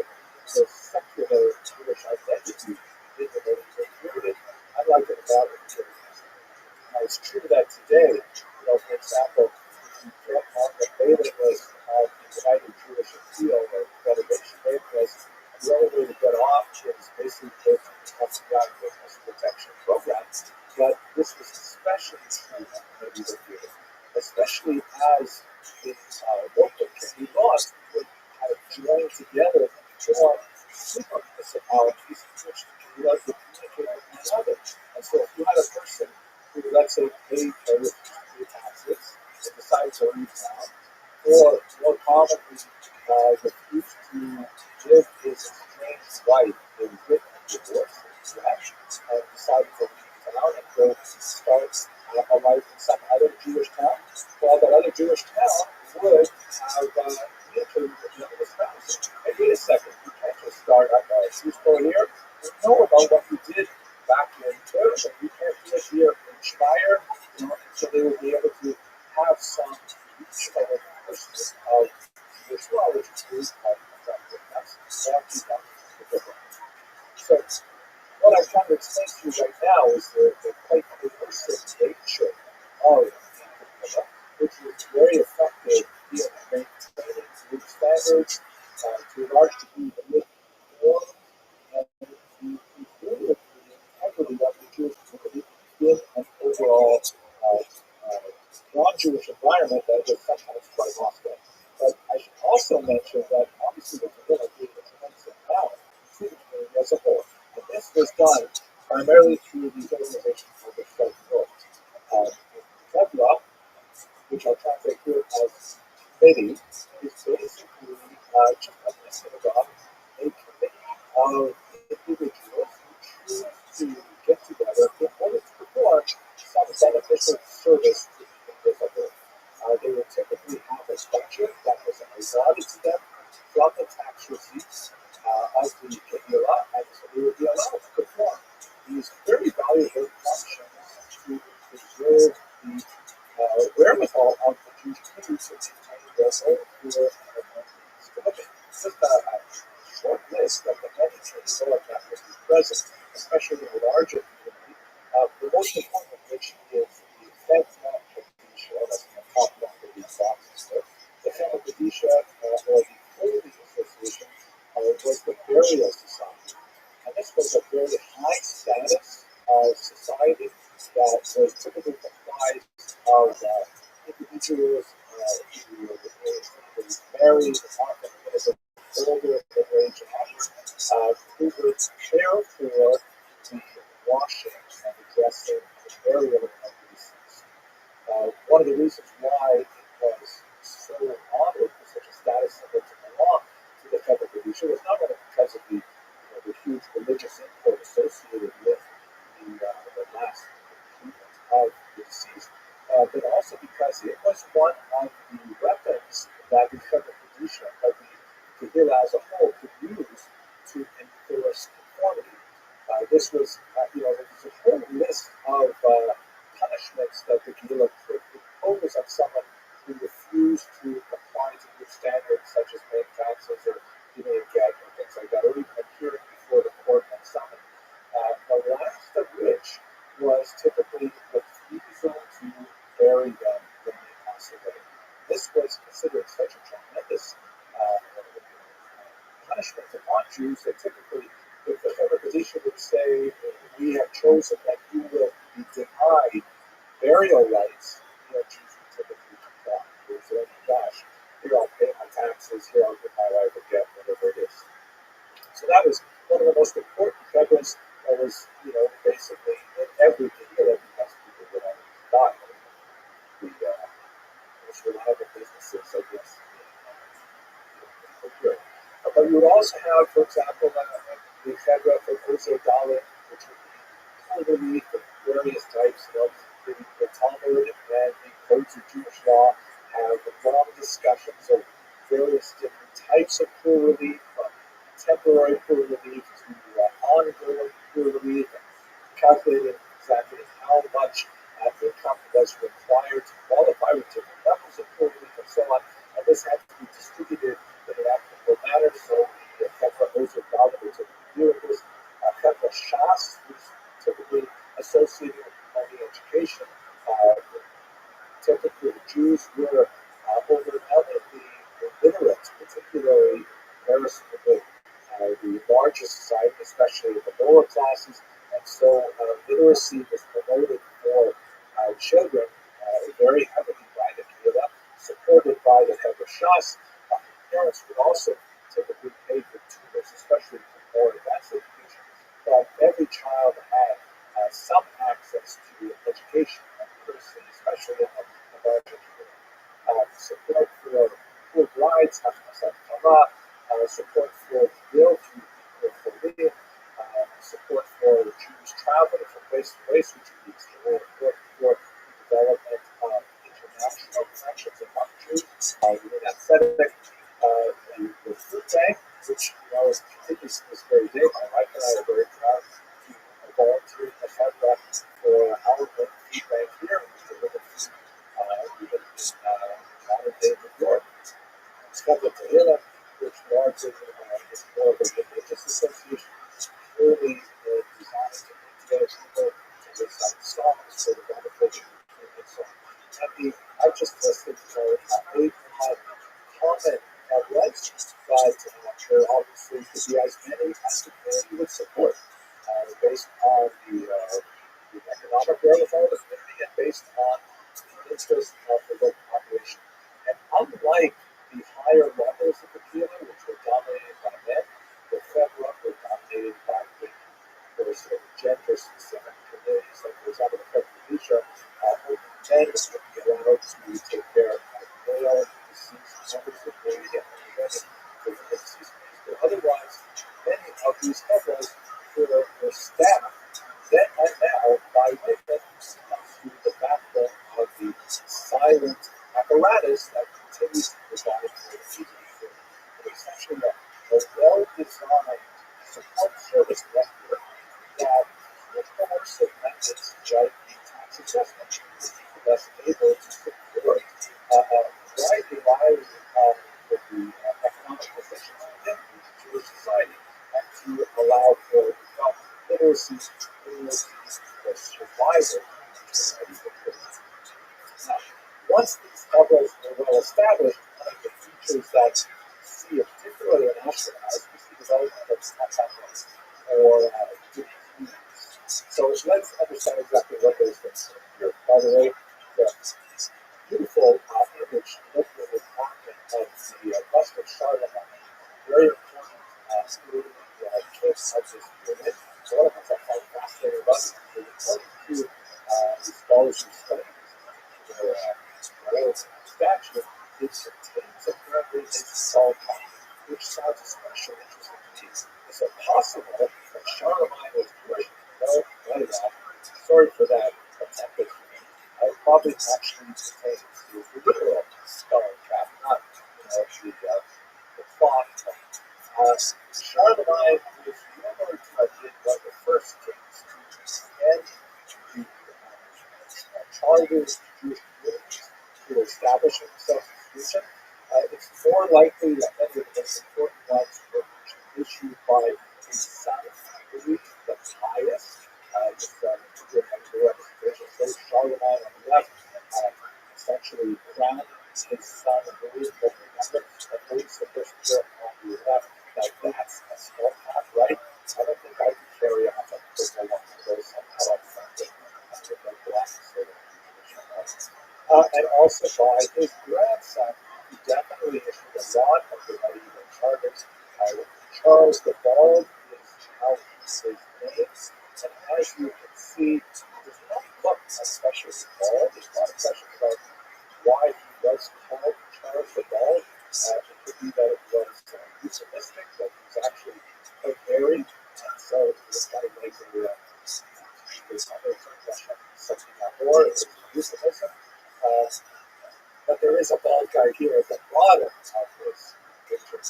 It's actually Charles the Bald. Lecture.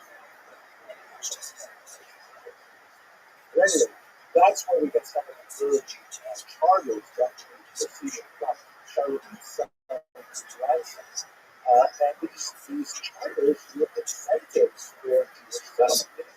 Once a king set a code, Jews came over, and as we shall see, there was definite economic and other benefits for the king too. It's that Jewish settlement. Then you begin to see significant migration of Jews, as we saw in the last lecture, primarily from northern Italy to the Roman. Most famous is the Columbus family that moved up in the 9th century, and they're very important to establishing generations of leadership for these Christian communities. They're also associated with a group called Hasidic Ashkenaz, which we'll explore in a later lecture. And so there's this kind of a chain migration that says, hey, things are really good for Jews in the long run. Have this great charter with these fantastic privileges which would allow us to maintain our safety. And I heard they developing a great Kahila structure there. So I'm definitely going to that.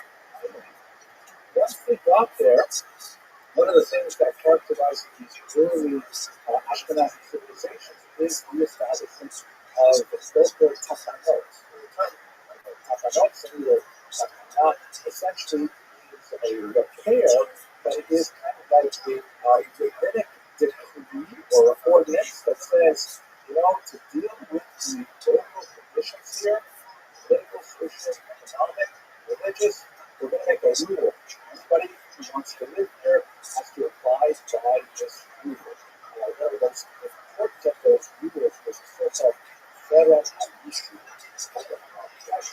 A sophisticated rule which essentially would maintain settlement rights for Jews within the U.S. In other words, let's say you were a Jew living in, Rome, and you decided you wanted to make your way up to Speyer, and you were a shoemaker. It could be that the community of Speyer would say, hey, I'm sorry, we have a Federal issue that only these families can be shoemakers in our town. We do have an opening, however, for anyone who can bring us Asian food. So if you want to open up a restaurant, which are Chinese, you can make the shoemaker story. It's often this. And so the Federal issue, which has its positive and negatives, was one of these kind of takanot that was associated characteristically with Ashkenaz. Another one's very important. Gershom that we know as they are Hagolah, the likes of the exile, especially associated with the Common Times, he was associated with a very, very important knowledge, obviously long and lasting repercussions to this day. He banned polygamy. So we should understand that the system of Christianity more than one is something that has biblical roots. Abraham, of course, had Sarah, and also Hagar. Jacob, of course, had 4 wives, actually 2 of the wives. 2 of them were so by Elisha, but nothing with the details. And so Gershom then was the number. And that, by the way, that was typical and entirely appropriate within Islamic countries later on, in the 7th century after. But it was not typical of Christian countries. And so one of the things that Gershom Ben Yehuda did was he said, you know what, in Ashkenazic lands, we're going to make this rule that's going to last for 500 years. We're saying removed that Jews and Ashkenazi Jews may not marry the land like that. A lot of implications for this in terms of the women's rights. There are many rights associated with Mayor Hagodah that have to do with women's rights and privileges. That's really advantageous. It's really fantastic. But it also meant that the nature of the Jewish family in Christian lands was much more incongruous with Christian norms and that would be beneficial. But these are the kinds of takanot that would be established by these communities that have long-lasting power and reach through this lands. Some of them are much smaller, like for example, we're coming up to the holiday of Passover, and so these words. And I have a daughter who married a Sephardic guy, and although I myself am Ashkenazi, you can tell I have a Lithuanian derivation. Lithuanian Jews, these Itvaks are known for their scintillating wit, precise intelligence, and superior fashion sense. But she married a Sephardic guy, and all of a sudden, my daughter is no longer held by the bans placed on certain things on Passover for vice and Europeans, which would never grace my table whatsoever because of Ashkenazim alcohol. But if she marries a Sephardic guy, she's going to have a tremendous time this Passover. So there are long-lasting Ashkenazic relations that really come from this medieval tradition. We should bear in mind, however, that there were disruptors. I don't want to give impression that over these 500 years of Jewish civilization, the Ashkenaz was entirely uniform. Rabbis were all in charge. Everybody was totally religious. It was actually quite a bit more complicated. You see from this illustration of the so-called Rothschild disability in the 15th century, which depicts Jewish men and women. Which depicts Nancy, which is definitely against the law of the Ashkenazic norms of the day. Where we have a lot of examples of non-conformist behavior in the medieval Judea as the Jews struggled to establish itself in the 19th where this literature resides, hopefully we'll have a discussion over the course of the section, is the so-called responsa literature. When the Hebrews share about the questions about concepts, where we have hundreds and hundreds of years, going back long before medieval Ashkenaz, of questions that are directed to rabbis and authorities, saying, hey, so-and-so did this, so-and-so did this to my property, so-and-so engaged in this behavior, and it's common to my rights, is that acceptable, and so on. And the rabbis would respond, and responses that you know will constitute case law and precedent for later development of Jewish thought. So from these Sheilot and Shuvot, we actually have a really interesting glimpse into specifically non-conformist behavior, because almost always, if you don't ask the rabbi a question where everything's perfectly normal and fine, you ask a question that something is out of kilter. And so this Sheilot and Shuvot literature limits the authority of the Sila and how people would sometimes push back against it, usually unsuccessfully, but sometimes, with lasting change. You'll also see sanctions warrants of protest that would include often gender aspects. For example, if a woman felt, it's typically women in this case, if a woman felt that she was not treated fairly by the leadership, and one of the last representations she can do is that on the middle of the Sabbath services, when the Torah is about to be brought out and marked for public reading, a woman can barge into the men's section, men and women typically separated for prayer purposes. She can barge into the men's section, she can take a spot right in the center of the Bima, where the Torah will be read, and refuse to allow the service to continue until she received assurances that her case would be addressessed. And this was, you can't do this very many times, but it was one of those last-ditch, so to say, Hail Mary types, really like terms to use this method, but it was one of the last-ditch type of appeals that a person could make to protest against the decisions of the Jews. The authority was not absolute, it was very strong, so it had a let us move to the economic structure, economic condition, because ultimately things revolve around economic values. It's sort of like the unofficial favorites of real history, which is you don't know why something happens. The answer probably is money. Not always, but probably. Here's a remarkable 16th century representation of the money changer and his wife. Definitely not a Jewish woman, though. Jewish couple, because you see that she's leading some Christian literature to the death of that sort of a rabbi. So it's actually a Christian traditionally. However, you can also see the artist here on the sort of like you can see there's a halo of the halo of the inside. But that was a very beautiful representation of what must have been like to be a money changer working with various cultures and stuff. One of the most important elements of the economic foundation of the Torah, be it medieval Ashkenaz, was the institution of Judea. This is usually a particularly emphasis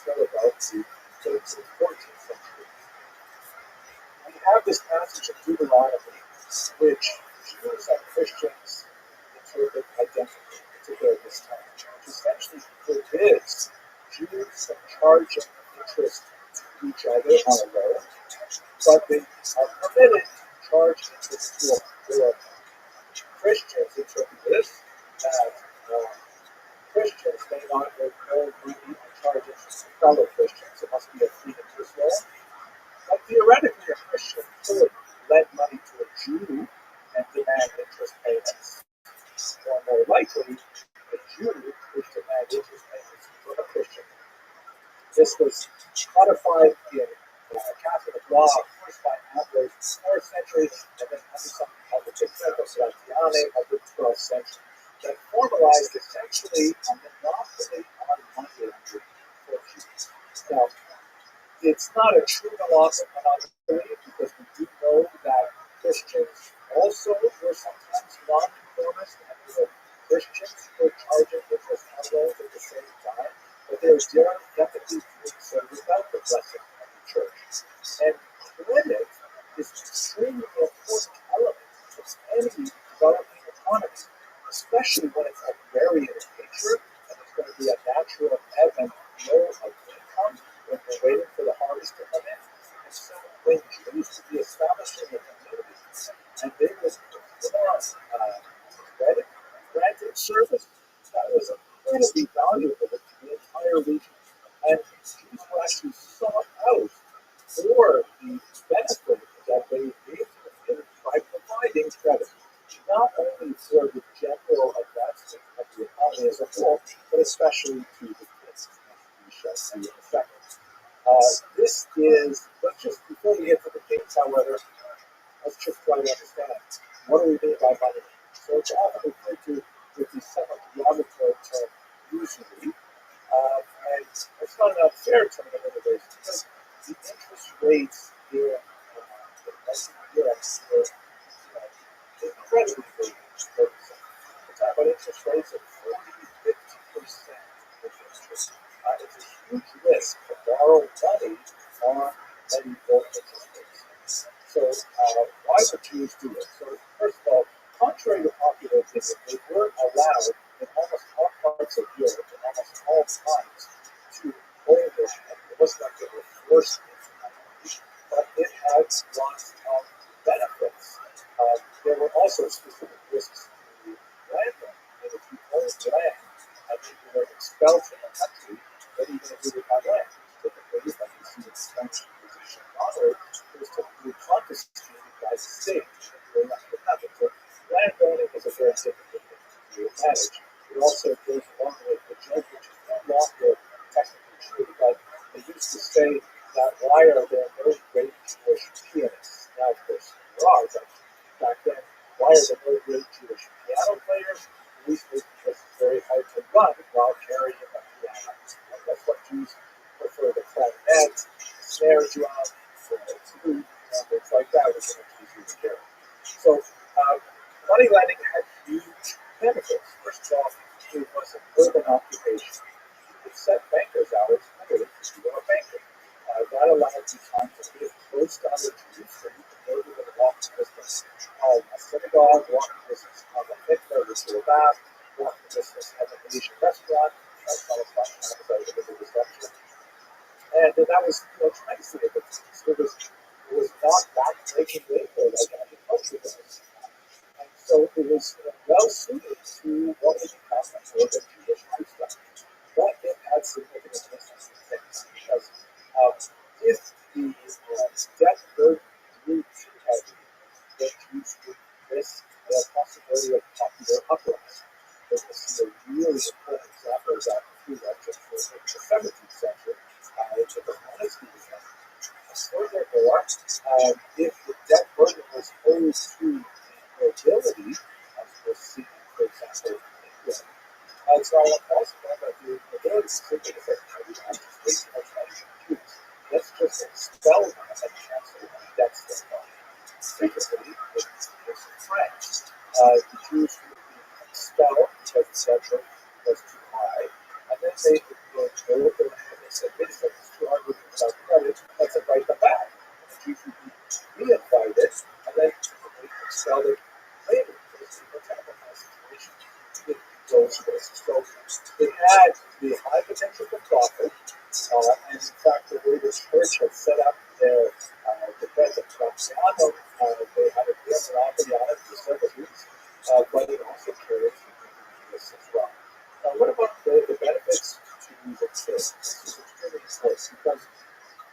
talking about an equal economy where a lot of transactions simply happen in barter. We're talking about exchange of goods rather than a cash-based economy driving much of this economic medieval structure. So the Jews who are dealing with precious metals, cash money, are actually very valuable source of taxation for the king. So one of the things that develops out of Ashkenaz at this time is this notion of the Jews being servants of the royal chamber. And in terms of that corporate structure of society that I spoke about earlier, the king was frequently declare that the Jews of his kingdom were his private possession, that they were under his private authority, and he would guarantee their activity as money lenders, and he would help them enforce the collection of their debts. So in other words, if you were a Christian who went to a Jewish money lender, which is sitting right now, that debt was essentially guaranteed by the king. If you fail to repay your debt, you not only have to answer to joining the local money lender, you have to answer to the king's authority that could be enforced with actual corporal punishment if you do not repay that debt. And why was the king, so much of a Russian insult? Because he taxed the Jewish money lenders directly, and he was able to derive through their labors as a major source of income. So there was a real benefit to the king to be able to have this economic action. As maybe one kind of interesting sort of parallel example, when I looked at Florida, one of the issues was gambling. So gambling being allowed in certain areas, and the state regulated it. There were certain areas where you were allowed to have gambling casinos. Because gambling is a somewhat distasteful activity. So you have to recognize that it's going to happen anyways. People are going to spend anyways on themselves and so on. But if the state regulates it, also tax it.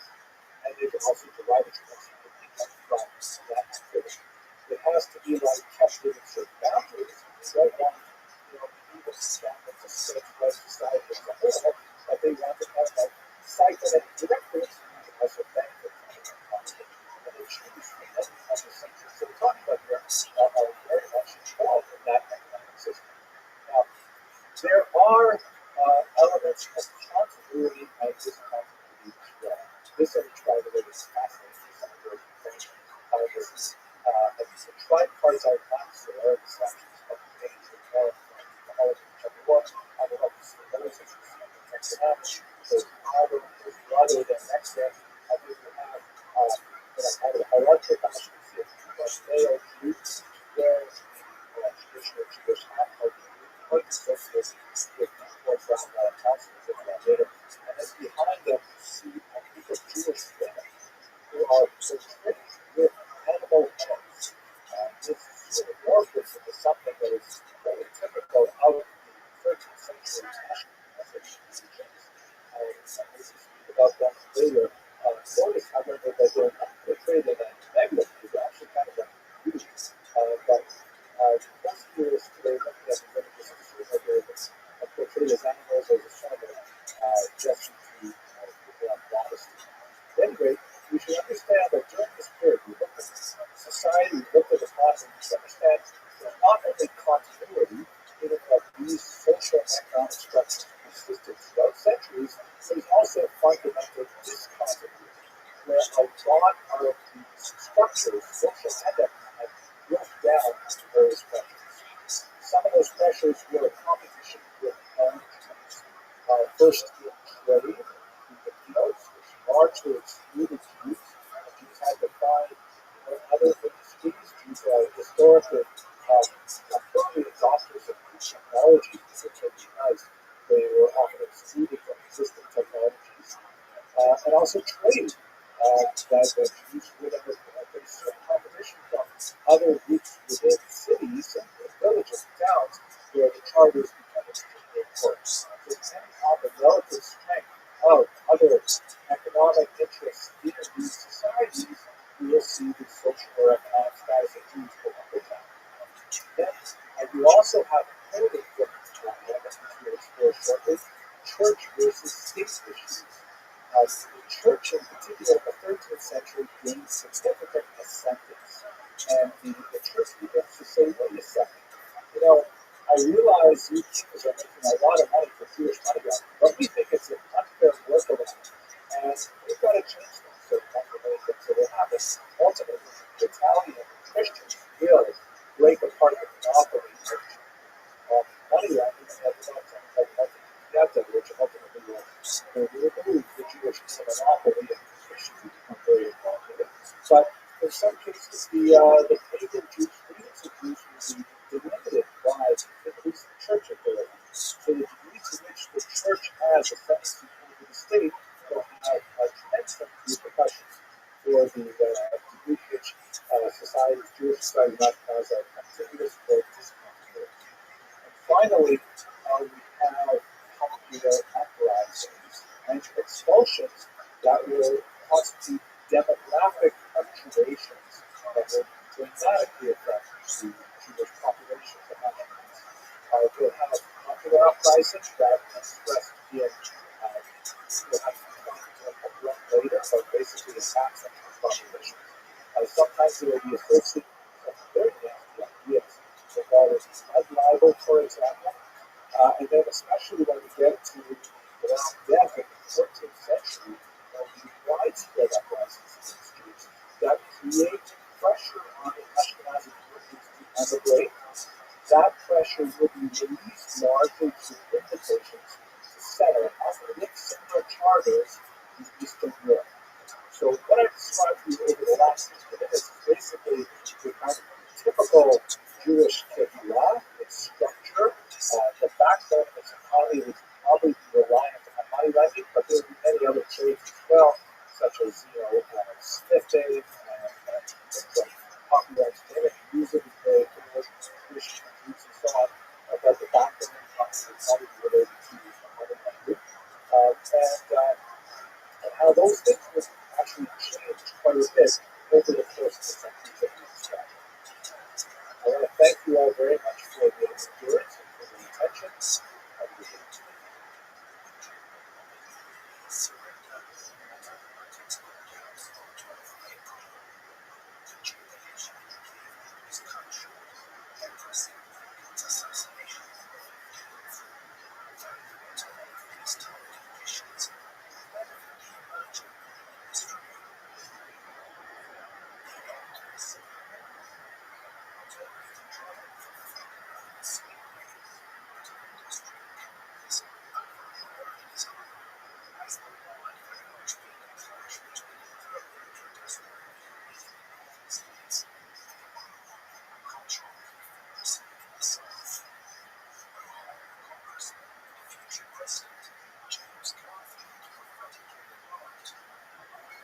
Let me start by pointing out that I realize I'm speaking to a very diverse audience. Some of you are intimately connected with the theory and praxis of Judaism, and you have a considerable amount of familiarity with the history and practice of Judaism in the medieval period. Others may be totally new to this, so I'm going to try and strike a balance between sophistication and introductory materials, and that's my best to try and satisfy everyone within this short presentation that is going to cover the major body of thought. So let's have a look first at the area of study. Intellectually, we're going to ask ourselves what exactly is Judaism. We're talking about the religious life of the medieval Ashkenazi. What exactly are we referring to? So Judaism, of course, is an ancient faith. So the most ancient that are currently practiced today. It is the original monotheistic faith, which would later gives birth to daughter religions, Christianity and Islam, originating in Israel and developed in the 80s and still practiced to this day. However, the understanding of Judaism that most non-Jews have is largely based through the filters that they receive from Christian or Muslim interpretation of Judaism, which tends to focus very heavily on the biblical method. We should note, however, that for observant Jews, there are really two Torahs. There is the first 5 books of Moses, which is called the written Torah, and then there is the out of it, which is called the oral Torah, Torah Shabbat, which informs many other aspects of Judaism and their central texts, like, for example, the Mishnah and the Talmud, which is shown here. The oral Torah is basically kind of simplified, sort of like a commentary on the Torah, but an amplification of the Torah, a clarification of the Torah, and it regulates the lives of observant Jews to the present day. So, for example, we have a commandment that I'm sure many of you are familiar with, follow the Sabbath day and keep it holy. So, that's nice, right? How do you do it? Well, it doesn't actually say that much in the written Torah, how one does observe the Sabbath. However, in the oral Torah, there's a phenomenal amount of discussion. And just the entire Talmud is completely dedicated to that topic. And all of this is codified in something known as halakha. The word halakha is related to the Hebrew word to walk or to go. Maybe we should translate this as rabbah. And it's basically the interpretation, according to the ancient rabbis, of how Jews should live their lives according to Jewish law. Jewish thought, on the other hand, has quite a bit more flexibility than halakha. And even within halakha, there is significant flexibility, as we shall see a little bit later today. Some distinctions between Ashkenazic and other sub-ethnic groups within the Jewish world. But halakha basically dictates the day-to-day quotidian life of Jews throughout centuries. Let us recall that unlike, let's say, Christianity, which is very much based in the Christian thought, in terms of acceptance of certain ideas and beliefs, Judaism is way more focused on behavior, on keeping these cultures literally. And we should understand that halakha literally dictates how they do things in the morning, how people should ties his or her shoes, how they do business, how they eat, how they sleep, how they drink, every single aspect of life is really dictated by halakha. It is all encompassing. There is no meaningful distinction between, let's say, ritual law, civil law, criminal law.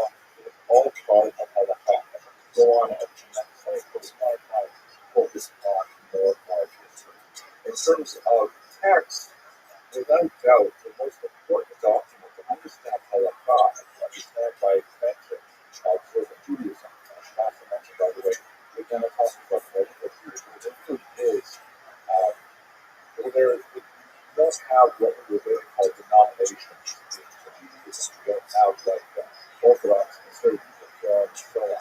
In the ancient period, there was basically Judaism or a limited number of heresies, like the Karaites and the Semites, which are kind of like cousins to Judaism, with significant frictions in the main body of something Ashkenazi. And we'll talk tomorrow about some major contributions that in practice that are very significant Ashkenazi. But basically, for the mainstream dominant Ashkenazi Jews, they're looking to the Talmud for guidance. The Talmud is, as I mentioned earlier, an expression of the oral law. It represents a discussion of literally thousands of rabbis over several centuries of debating points of interpretation of the Torah text, introducing lots of materials like biographies, legends, stories, popular sayings, and engaging in really deep back and forth and trying to tease how exactly Jews are supposed to live their lives. And that is Talmudic document, which requires tremendous training and erudition and patience to be able to decode this highly archaic and kind of cramped style in Aramaic and in Hebrew is really that's the bread and butter of Jewish scholarship for most of the last two millennia. So, with this very superficial kind of orientation, let's just see how that sort of is expressed in context. Clearly, one of the greatest Ashkenazi contributors to Jewish thought is none other than Rabbi ben Yitzchak, known by the acronym of his name, Rashi, who was active primarily in the 11th century. And his contribution to the study of Torah is incredibly profound. Primarily, he wrote two great things which are studied to this very day. In fact, their study is virtually enshrined in the Halakha. The first is a commentary on the Torah, and the second is a massive commentary on the entire Talmud. It's certainly exactly lost the actual Rashi, but the vast majority of the Talmud is commented by Rashi. Rashi's genius is in his ability to boil down into very compact, clear, expressive Hebrew prose, which is not especially complex or difficult to understand. Broad arguments to clarify the text of the Torah. It's said that study the Torah with two fingers. One goes in the actual Hebrew text of the Torah itself, and the other one goes on the text of Rashi, which is almost always printed on the same page as the Torah itself. That's just how central Hebrew is, because besides just explicating the text, one of the other major contributions that he offers is he unites much of the oral Torah with the written Torah. In other words, if we have a particular passage in the Torah about which there are pages and pages of rabbinic discussion, something called midrash, he can pull from that midrash and just apply in a sentence or two, sometimes even a phrase or even a word, something that's going on in the midrash. So when one studies the Torah with the commentary of Rashi, one really gets a holistic approach to the meaning of the Torah as understood by this kind of unified perspective of written and oral Torah. Rashi's perspective was heavily relied upon as well by medieval Christian commentators, not only because he explains many difficult words and phrases and puzzling passages in the Torah, but also because he boils down the perspective of the oral Torah and makes it available to a wider audience. And of course, within Hebrew, there were translations of that era to regular English to classic other languages. His commentary on the Talmud is equally profound. The Talmud, as I mentioned, unlike the Torah, which is fairly small in size, 5 books, you put it on one big parchment scroll. The Talmud is massive. In the contemporary study of the Talmud, one of the most popular ways to study it is through studying a folio a day. That is 2 times of 1 page. That's called Daf Yomi. The program started in the 1920s and is a worldwide coordinated study. It has been called the world's largest book club because there are literally hundreds of thousands of Jews who study the same page of Talmud every day. You can travel from place to place in the world and pick up the Talmud book you were studying. Maybe 4 and I'll be on the next page the day after. And so it's 2,711 folios long. To take that means double that many pages with the folio size. And it takes 7.5 years to complete the entire section of the Babylonian Talmud. Well, Talmud called the Jerusalem Talmud between Europe and Israel. And Rashi wrote a commentary on the entire thing. His commentary on the Talmud is rather different in style than his commentary on the Torah. He's not trying to in lots of other passages from Midrash and things like that to explain the Talmud. But basically, because the Talmud is written in a really, really condensed and difficult language, requiring a pretty phenomenal logical scope attention to skip over many of the leaps that are assumed by editors of the Talmud that the reader will be aware of. Rashi essentially guides the reader, taking him or her by the hand, typically hand is just shortly, and saying, what it means to say is this. And here, what that last part should be read as a question, not as a statement. And Rashi is an essential guide to just figure out the very basics of the Talmud. So with his prodigious scholarship, which was universal in nature, Rashi was really able to open up these two books to a much larger audience of students of Judaism and had a profound impact to this work. As I mentioned, these hundreds of thousands of students in Talmud study the documentary program really regularly, every day, use Rashi to understand the text. And more children studying today will begin their study of Torah with the commentary on Rashi as an essential aspect of their study. Incredibly important contributions to the book. I know that you've studied the students who are watching at the Ashkenazim. You've had some time with Professor Rabbi, who of course gives great things on Rashi, so I won't go into more detail.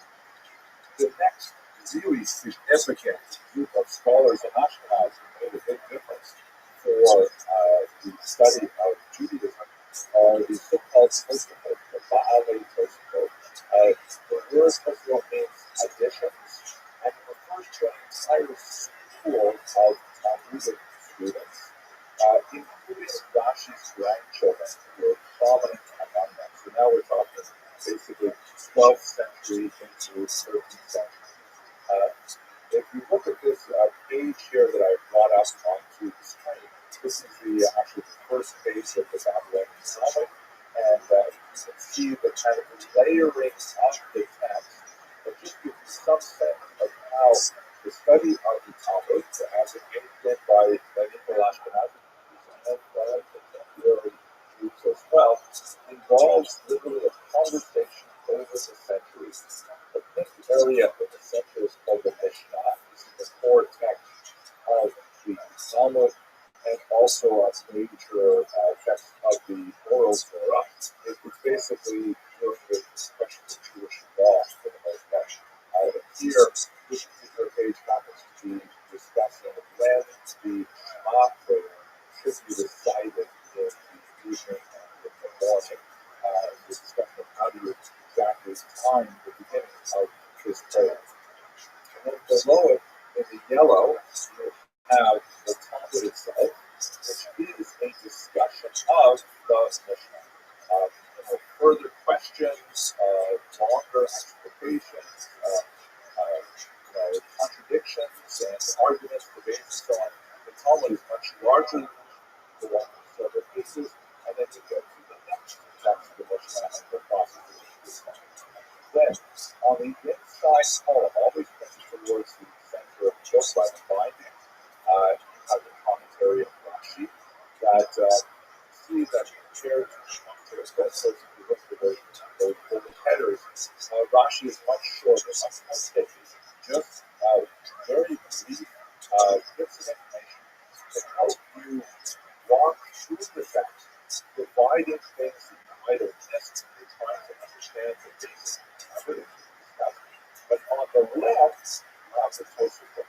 Tosafot and Rashi are both written in a different font. They're traditionally printed in a different font. It's called Rashi font, primarily because it was used at the time for Rashi and it's associated with it, although it's really just an italic form of regular square font that's used in the Tosafot has an entirely different agenda for Rashi.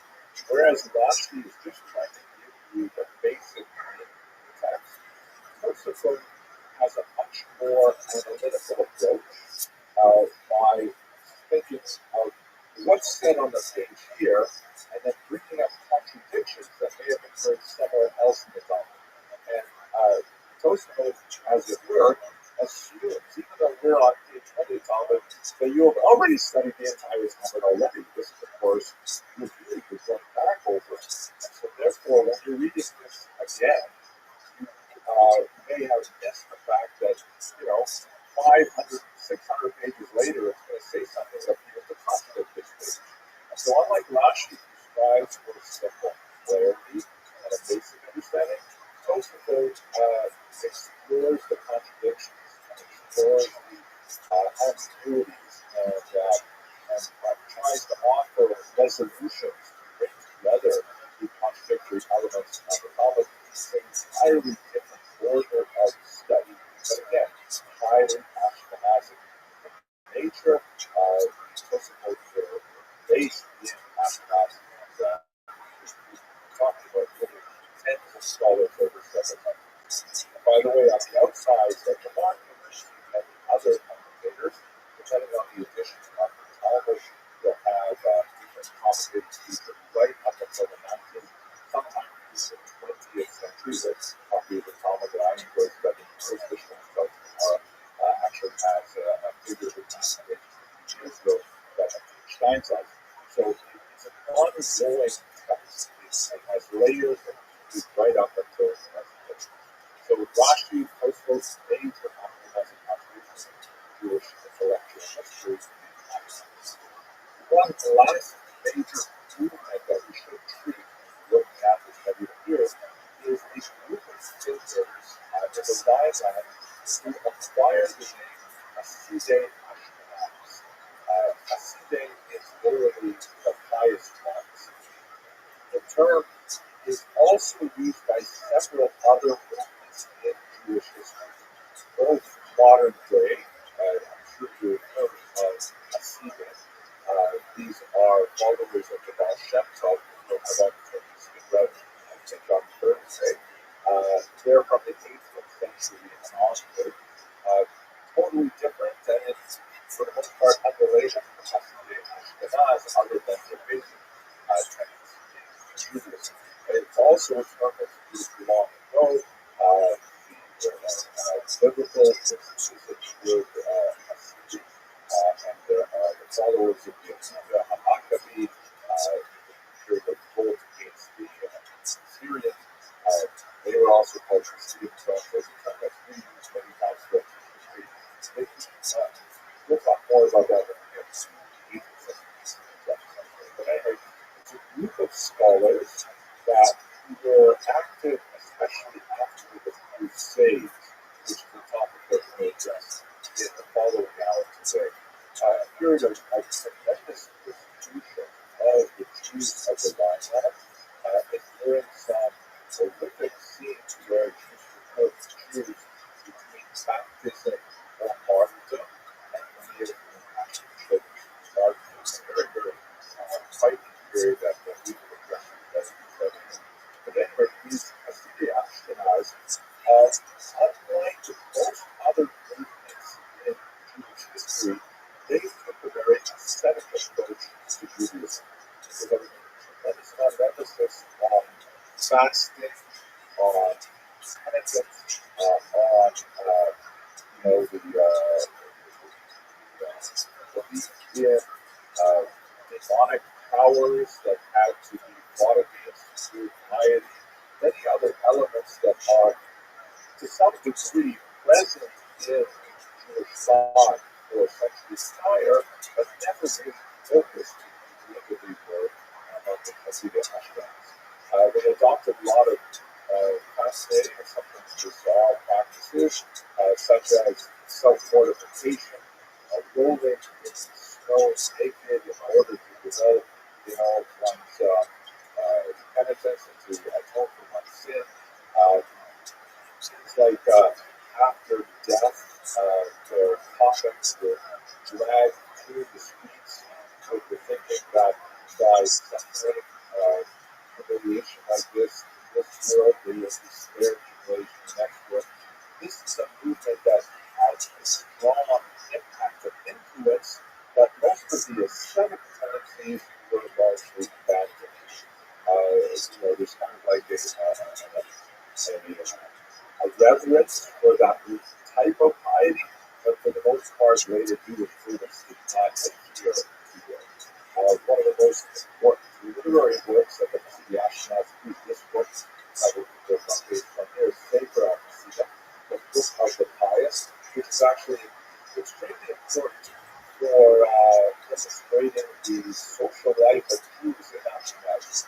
Because there's a remarkable amount of folk tales, of stories of travelers, of Jews, sometimes Jews behaving badly, of robbers, of non-Jews, and all kinds of things are involved in this pious work, which is intended to illuminate and elucidate Jewish thought for the masses of Ashkenaz at the time, and it's really quite fascinating.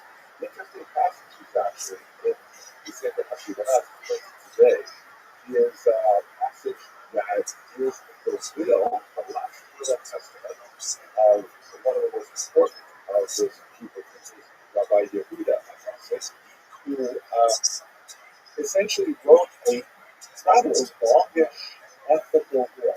So this tradition of ethical will was not pioneered by the Ashkenaz.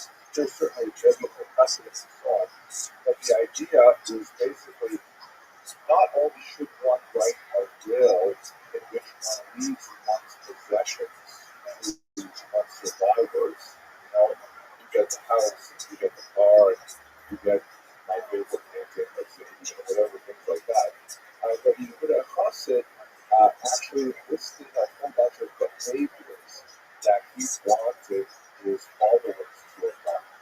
And it's a fascinating ethical document. And by the way, these ethical wills are written throughout the centuries thereafter. One of the significant ways in which you see the Ashkenaz labor affected the Jewish tradition. I myself, in my right, we rewrite our ethical wills every year, actually, before Yom Kippur. I say plural because we write a different ethical will for each one of our children and our children-in-law as well, and our grandchildren. Kind of like blessings that we want to confer on them and things that we hope that they will adopt in their own lives as well. It's very meaningful exercise for this At any rate, one quick note about Rabbi Yehuda Hasid's will. It lists a lot of kind of bizarre instructions as well. For example, Rabbi Yehuda Hasid commanded his children after him to never marry a woman with the same name as their mother. Right? So, if Reuben's mother's name is Sarah, he should not marry a woman who's also named Sarah. This is like rigorously adhered to today. Also applies to women not marrying men who have the same name as their father. There are, ways in which this can be dealt with.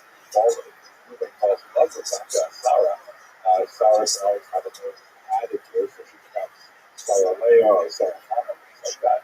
But it's amazing how rigorously Jews attach themselves to this particular teaching of Rabbi Yehuda Hasid, which has, by the way, no source in Jewish thought, neither the Bible, nor the Talmud, nor the Mishnah, nowhere else. Rabbi Yehuda Hasid appears to have hallucinated this practice. Centuries later, the great Husker Rabbi, who was a member of the Hasidic of the 19th century, that we'll talk about tomorrow, by the way, he once quipped that if Rabbi Yehuda Hasid had known just how seriously people would take every aspect of his last will, he should have included the Ten Commandments in there as well.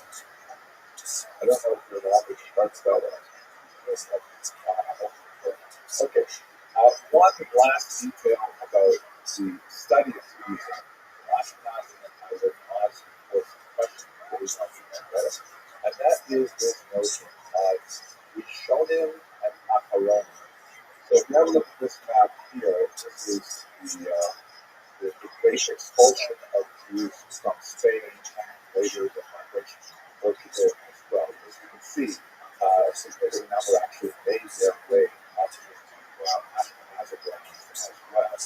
And the Spanish expulsion is a major scene in Jewish history. It represents the uprooting of one of the most powerful and consequential communities of Jews in Europe, the Sephardim, and after Spain,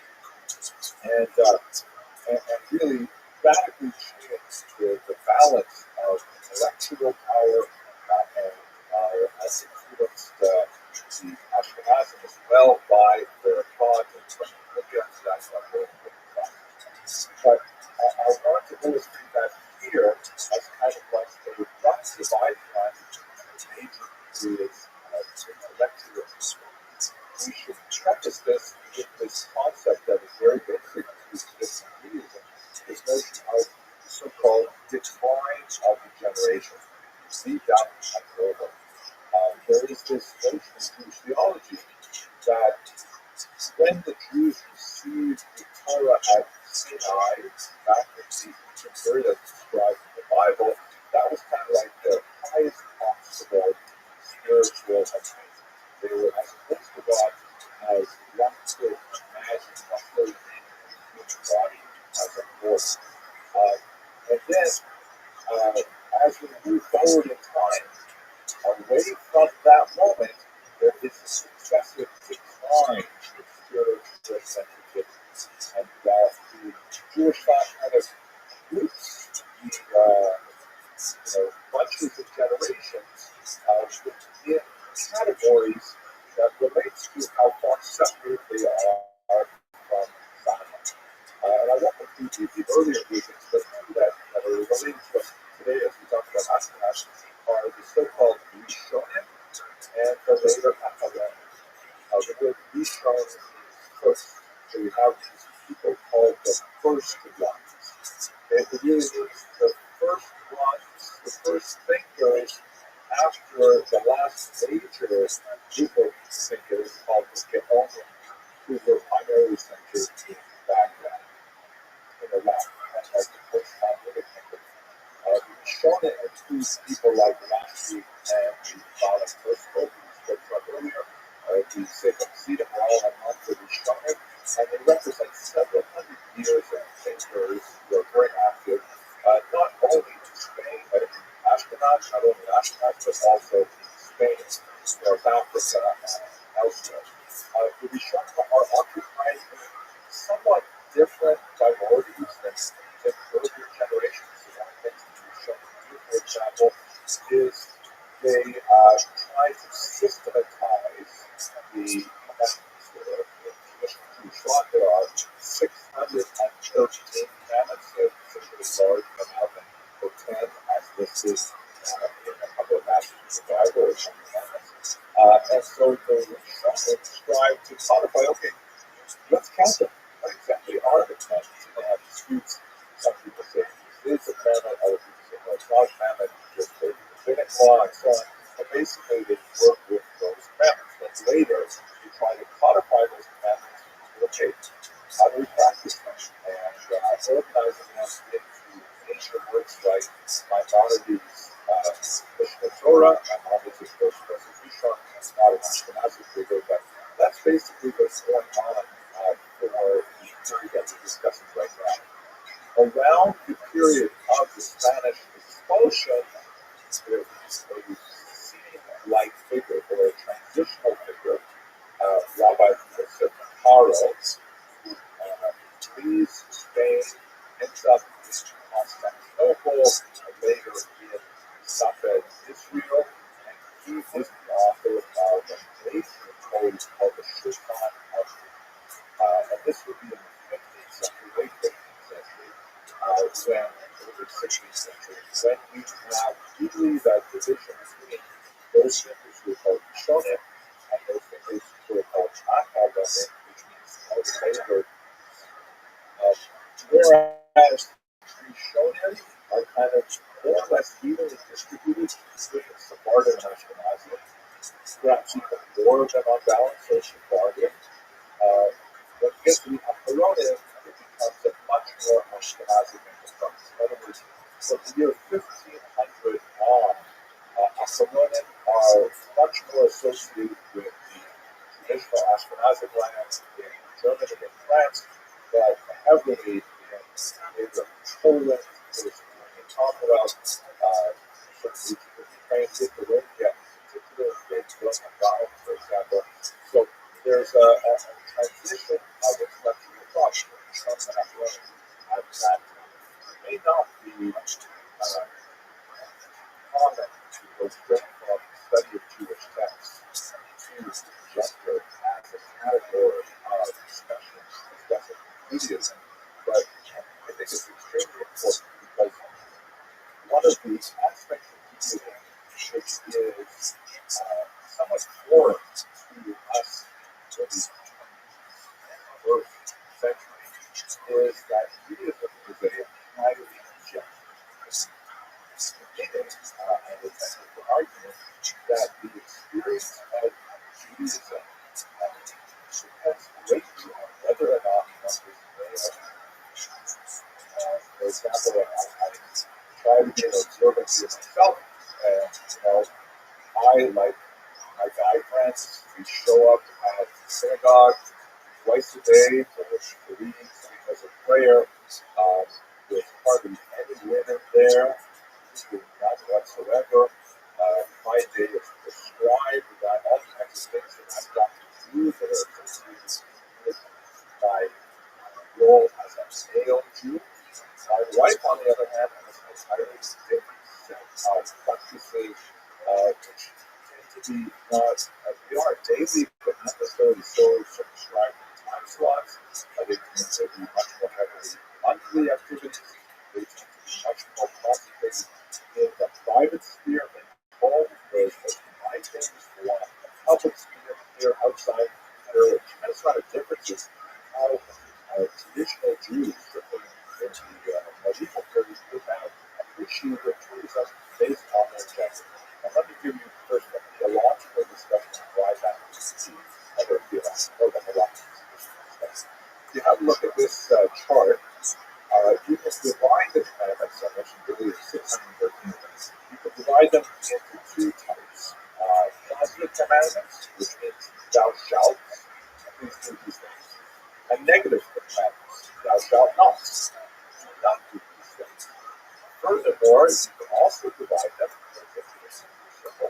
with those that are defined by time and those that are not defined by time. Give you some examples of the things each quadrant. So, the positive commandments, which is defined by time, would be that during the fall holiday of Sukkot, Jews are required to sit in a sort of a hut with a thatched roof, more or less, made of natural materials, during the holiday. So there is a positive commandment, sit in the sukkah during the holiday of Sukkot. It is positive, something like that must go out and do, and it is defined by time. It's only relevant during that 8-day period called Sukkot. A positive commandment not defined by time would be from the same commandments, honor thy father and mother. Right? One has to always do that. One must also get up and physically do things for one's parents. That's what's meant by honor, is to provide for the welfare, and father has to get water, to have a mitzvah to actually get water. That's a positive, but it's not defined by time. It could be that in the middle of the night. The first thing in the morning, last thing at night, doesn't matter.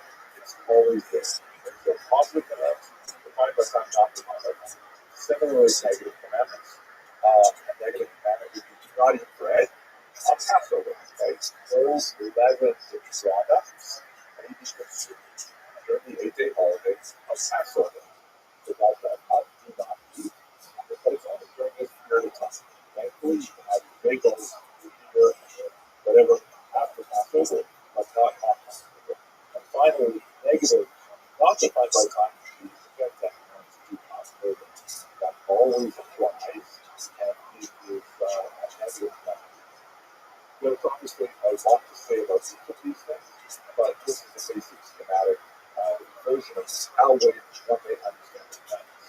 Now, in terms of gender, the huge elephant in the room is that Talmud says that women are exempt from the category of planets which are positive, defined by time. Meaning, do this action at this time. Women may choose to use it if they so wish, but they are not required to use it at all. In most cases, this means that women generally do not do it. And certainly that would be associated with a lot of the other responsibilities that women have in domestic needs, raising children, things like that.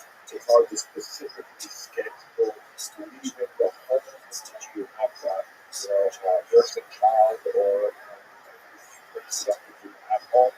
But nevertheless, that's the technical aspect of it. And it would mean that the lives of men and women are largely bifurcated because of different standards of what is expected. Now, there are exceptions to that. There's certain things, like let's say, for example, are lighting candles on Friday night, right, on the Sabbath. That is a mitzvah that actually women have titles with men on. But it's only on Friday night where there is that mitzvah.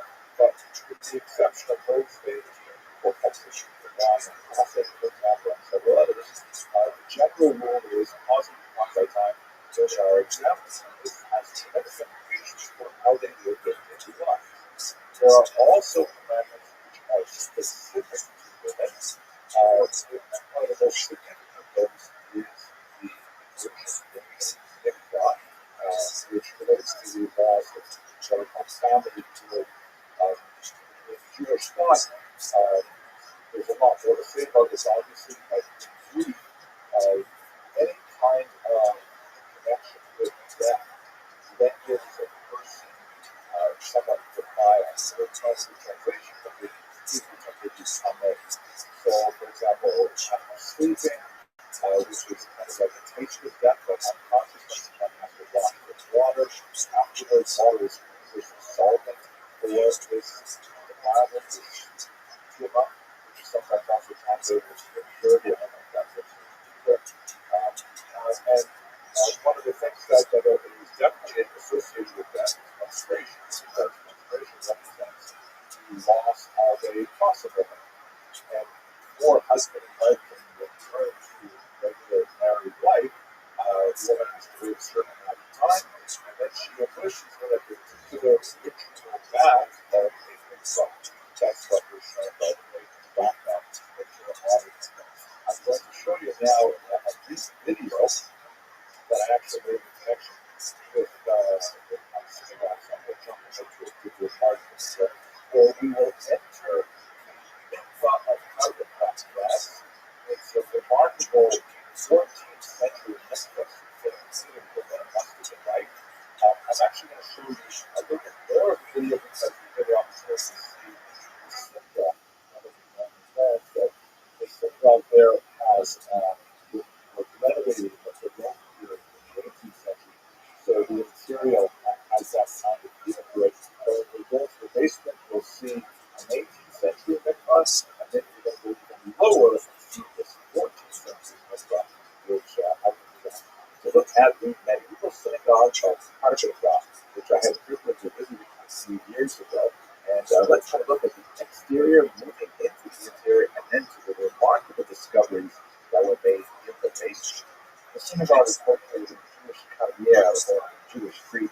I call it a ghetto, particularly later times when it's actually see at one point as many as 2,000 people, something like 15% of the town's population in this tiny space. When applying for badly huge renovations in the 18th century, was quite a tussle with the bishop. The bishop insisted that there be two windows, horizontal windows, added to the left and the right of the two vertical windows, such that when Jews actually enter the synagogue, they would be walking directly under the shape of a cross. This is resonant with much of the activity that was going on forced sermons and diversionary activity. So there's one discussed in that topic. There's one child which is out of place on the floor, which according to the local tradition is a sign that the world is not yet perfect. Humans have a role in perfecting the world. This beautiful Baroque interior that's given the low profile together. And yeah, it's the oldest thing. It's been itself, and the second oldest. There are something like a charm chair of Elijah that sits in the mouth of and up there for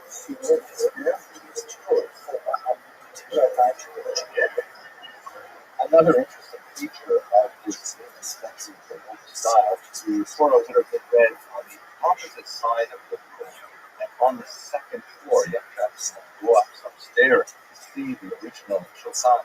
The synagogue administration was so well constructed. We were coming from significant rivers, kosher river, which is a lot of important people are traveling with. So they not only showed us their prized possession, the Torah, Sephardic style case, but it really opens up the area behind the Torah to show us all of their antique Sefer Torahs, which were to warn some of the letters that faded no longer to be used for public reading, but they had behind the album a dark space which lovingly preserved a very, very old Sefer Torah, centuries old, and we allowed you to go with that. Incredible.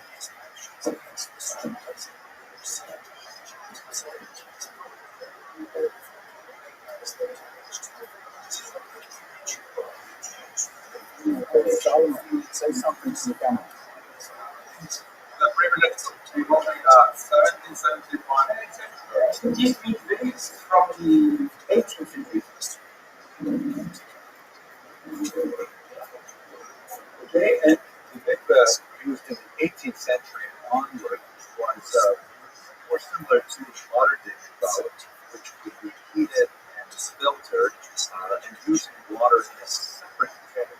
Shortly, that was actually conformed to the requirements of Jewish law, whereas the place where people first was primarily a more comfortable place for water.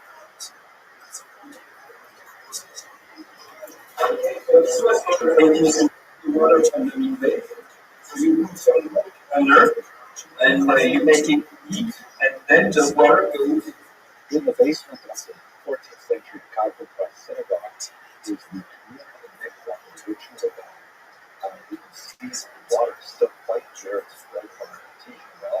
The light dusting on the top of the water is from the flakes that come off the limestone walls, ritually forcing every year in candlelight. Really taking the mood of solemnity associated with the ritual liturgy. There's no natural light in this space.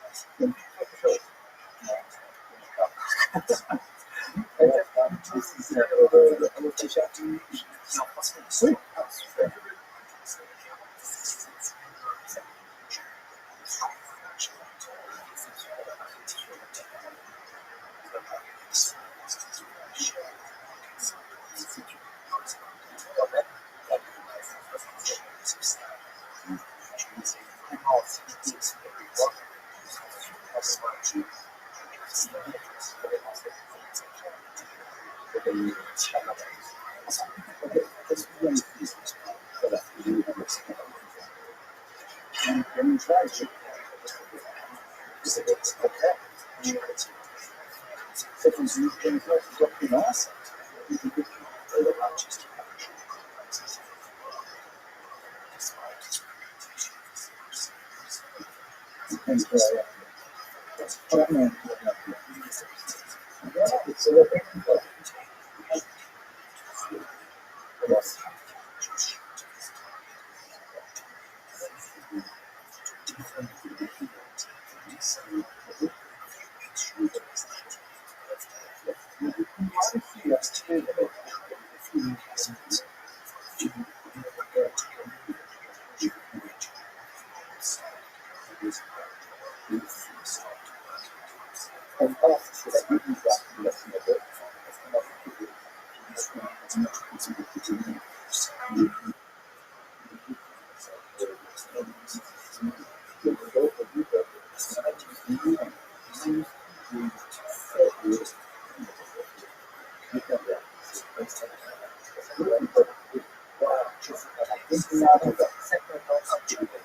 I find especially fascinating about discoveries in the second and the second about is that they literally record this physically connected the whole of the Jewish order with the story.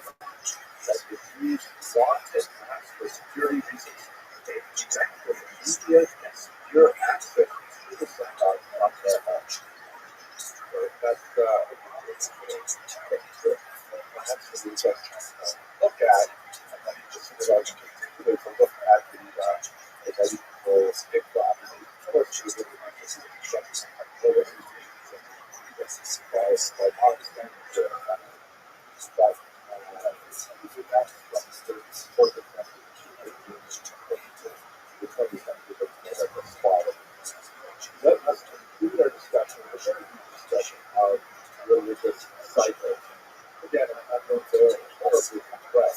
I may give you a brief period of time, but we can understand the ranges we have appreciated the word of how the ministry of cognizant of the of course, one of the most important cycles would be the light cycle, and as I indicated earlier, very different understanding of the light cycle from what everyone is able to teach. In general, in males, it's still pretty high. That's something to say. So there was a lot more celebration associated with the birth of the boy, the ceremony, the bar mitzvah, so yes, remember, of course, there's the massive celebration that have the wedding, right? The harvest, but it's definitely not a big thing. Perfect group for it's definitely not a big thing. In medieval Ashkenazi, it was quite a big thing again. Parties that did today, because it's so far, it's not. But the practice, although theologically, the concept of practice is certainly present with that concept of the idea that well, is the celebration of that Sunday that was the absent. So it's funny, and the huge here, the wedding was more but nevertheless, the love patterns of coming of age. For men, it was especially associated with greater levels of literacy, although Jewish women were also remarkably literate as far as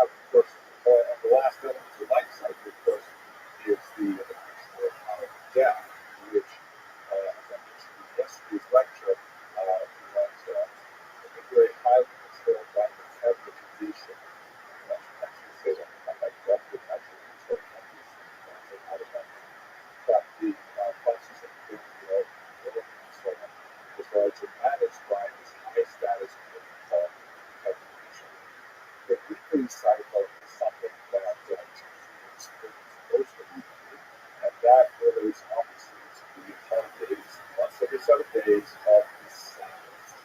In some ways, the Sabbath today, in the 21st century, is even more remarkable as it's removed from our contemporary activities, but basically, on the Sabbath, according to the Talmud, there are 39 different categories of activity, all of which are associated with creative or manipulative activity, which would include, for example, it's forbidden to light a fire or extinguish a fire, it's forbidden to cook food, it's forbidden to carry objects beyond a certain distance in the public thoroughfare without a device of errors, which is not as common with medieval Ashkenaz. And basically, it represents a complete cessation of all other activities, all business activities, to be sure, and much more of a focus on the family and community. And the reason why I mention so much more of that today is because we really operate in a 24/7 environment in which it's absolutely unheard of for people to, for example, turn off their phones for 1 day a week, which is like a digital fast. Whereas for conservative Jews, well, of course, they're not the phones. Of course, ignore the broader world, if you don't use love, families, and so on. It's very different kind of approach to it. For a lot of these issues, you see it in terms of things like electric lights, not to turn off, support on Saturday, very fast, so the Sabbath is of course, on Saturdays, it's basic to Christian Sabbath, on Sundays, we share some features with the Sabbath. But that disconnect is really application to associate and of course, the 50 cycle is a group of holidays that occur throughout the year. They have a lot of agricultural connections, particularly with the season in the land of Israel. But the word of God is adapted to these northern classes as well. For example, the holiday of the holiday of usually tell us about September and October. Some people are more than working at that time, but that's there's so much more to say about the daily cycles of eating, not really as relative to all more narrative studies of history, however. Some people are using this as so one of them is on the attention now, and we're going to study it. So thank you very much for that.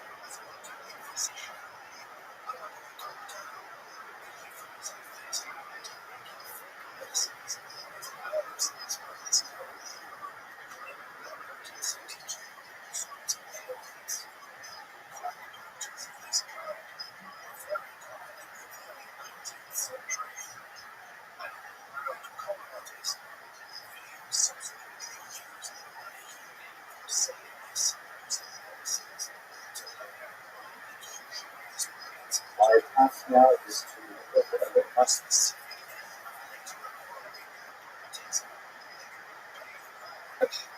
A difficult topic in Jewish history. They're going to look at the Crusades and the involvement of medieval anti-Semitism. So I'd like to begin with a little bit more generic look and trying to define what exactly use this term, anti-Semitism, as we shall see.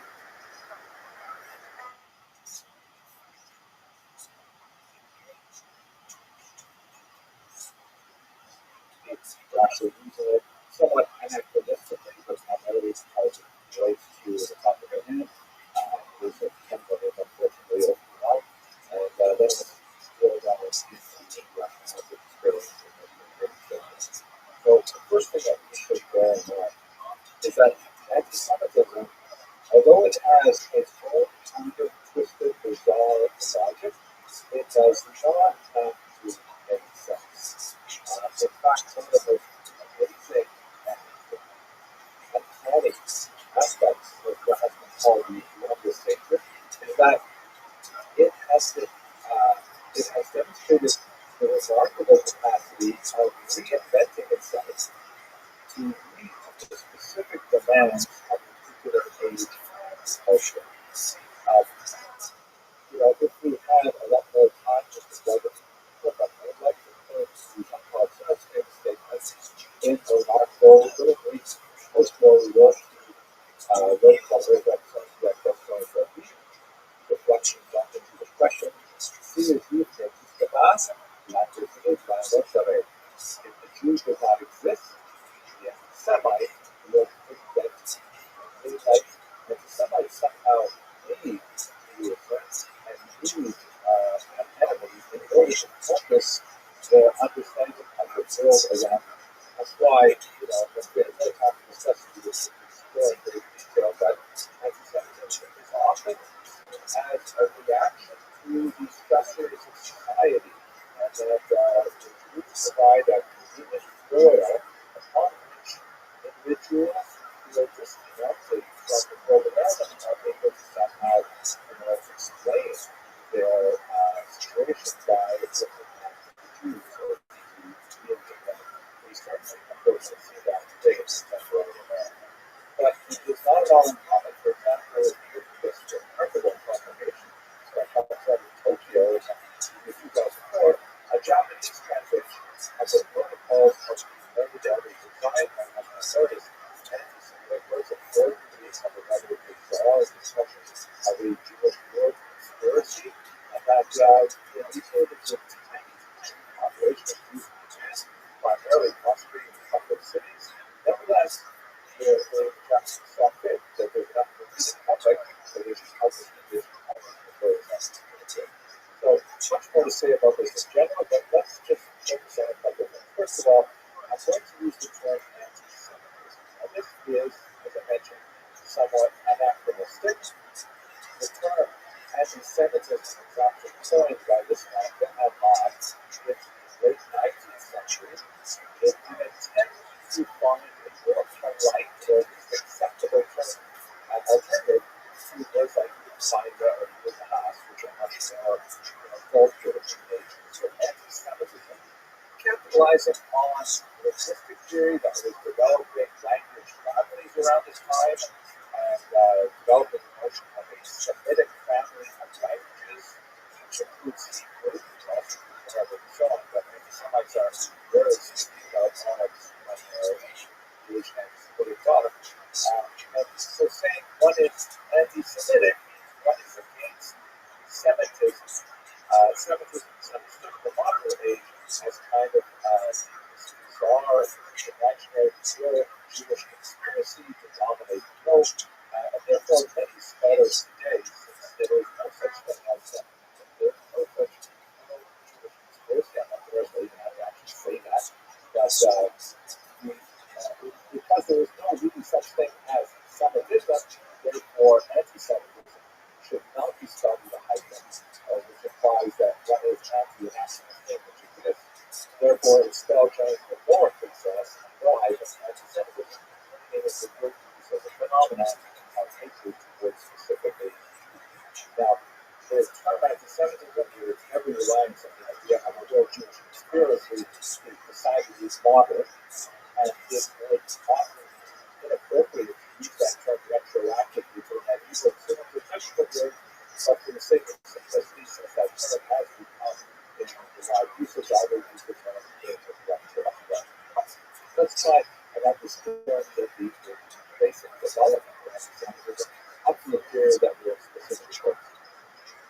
Historically, when we look at the earliest texts that we have focused on particularly written from the outside of non-Jewish society, the Greco-Roman literature certainly stands up. And much of that early anti-Jewish activity is really a type of xenophobia, a fear of the stranger that reflects a phenotype, a culture struggle between the values and morals of basically the white society and that of Judaism. A whole bunch of things that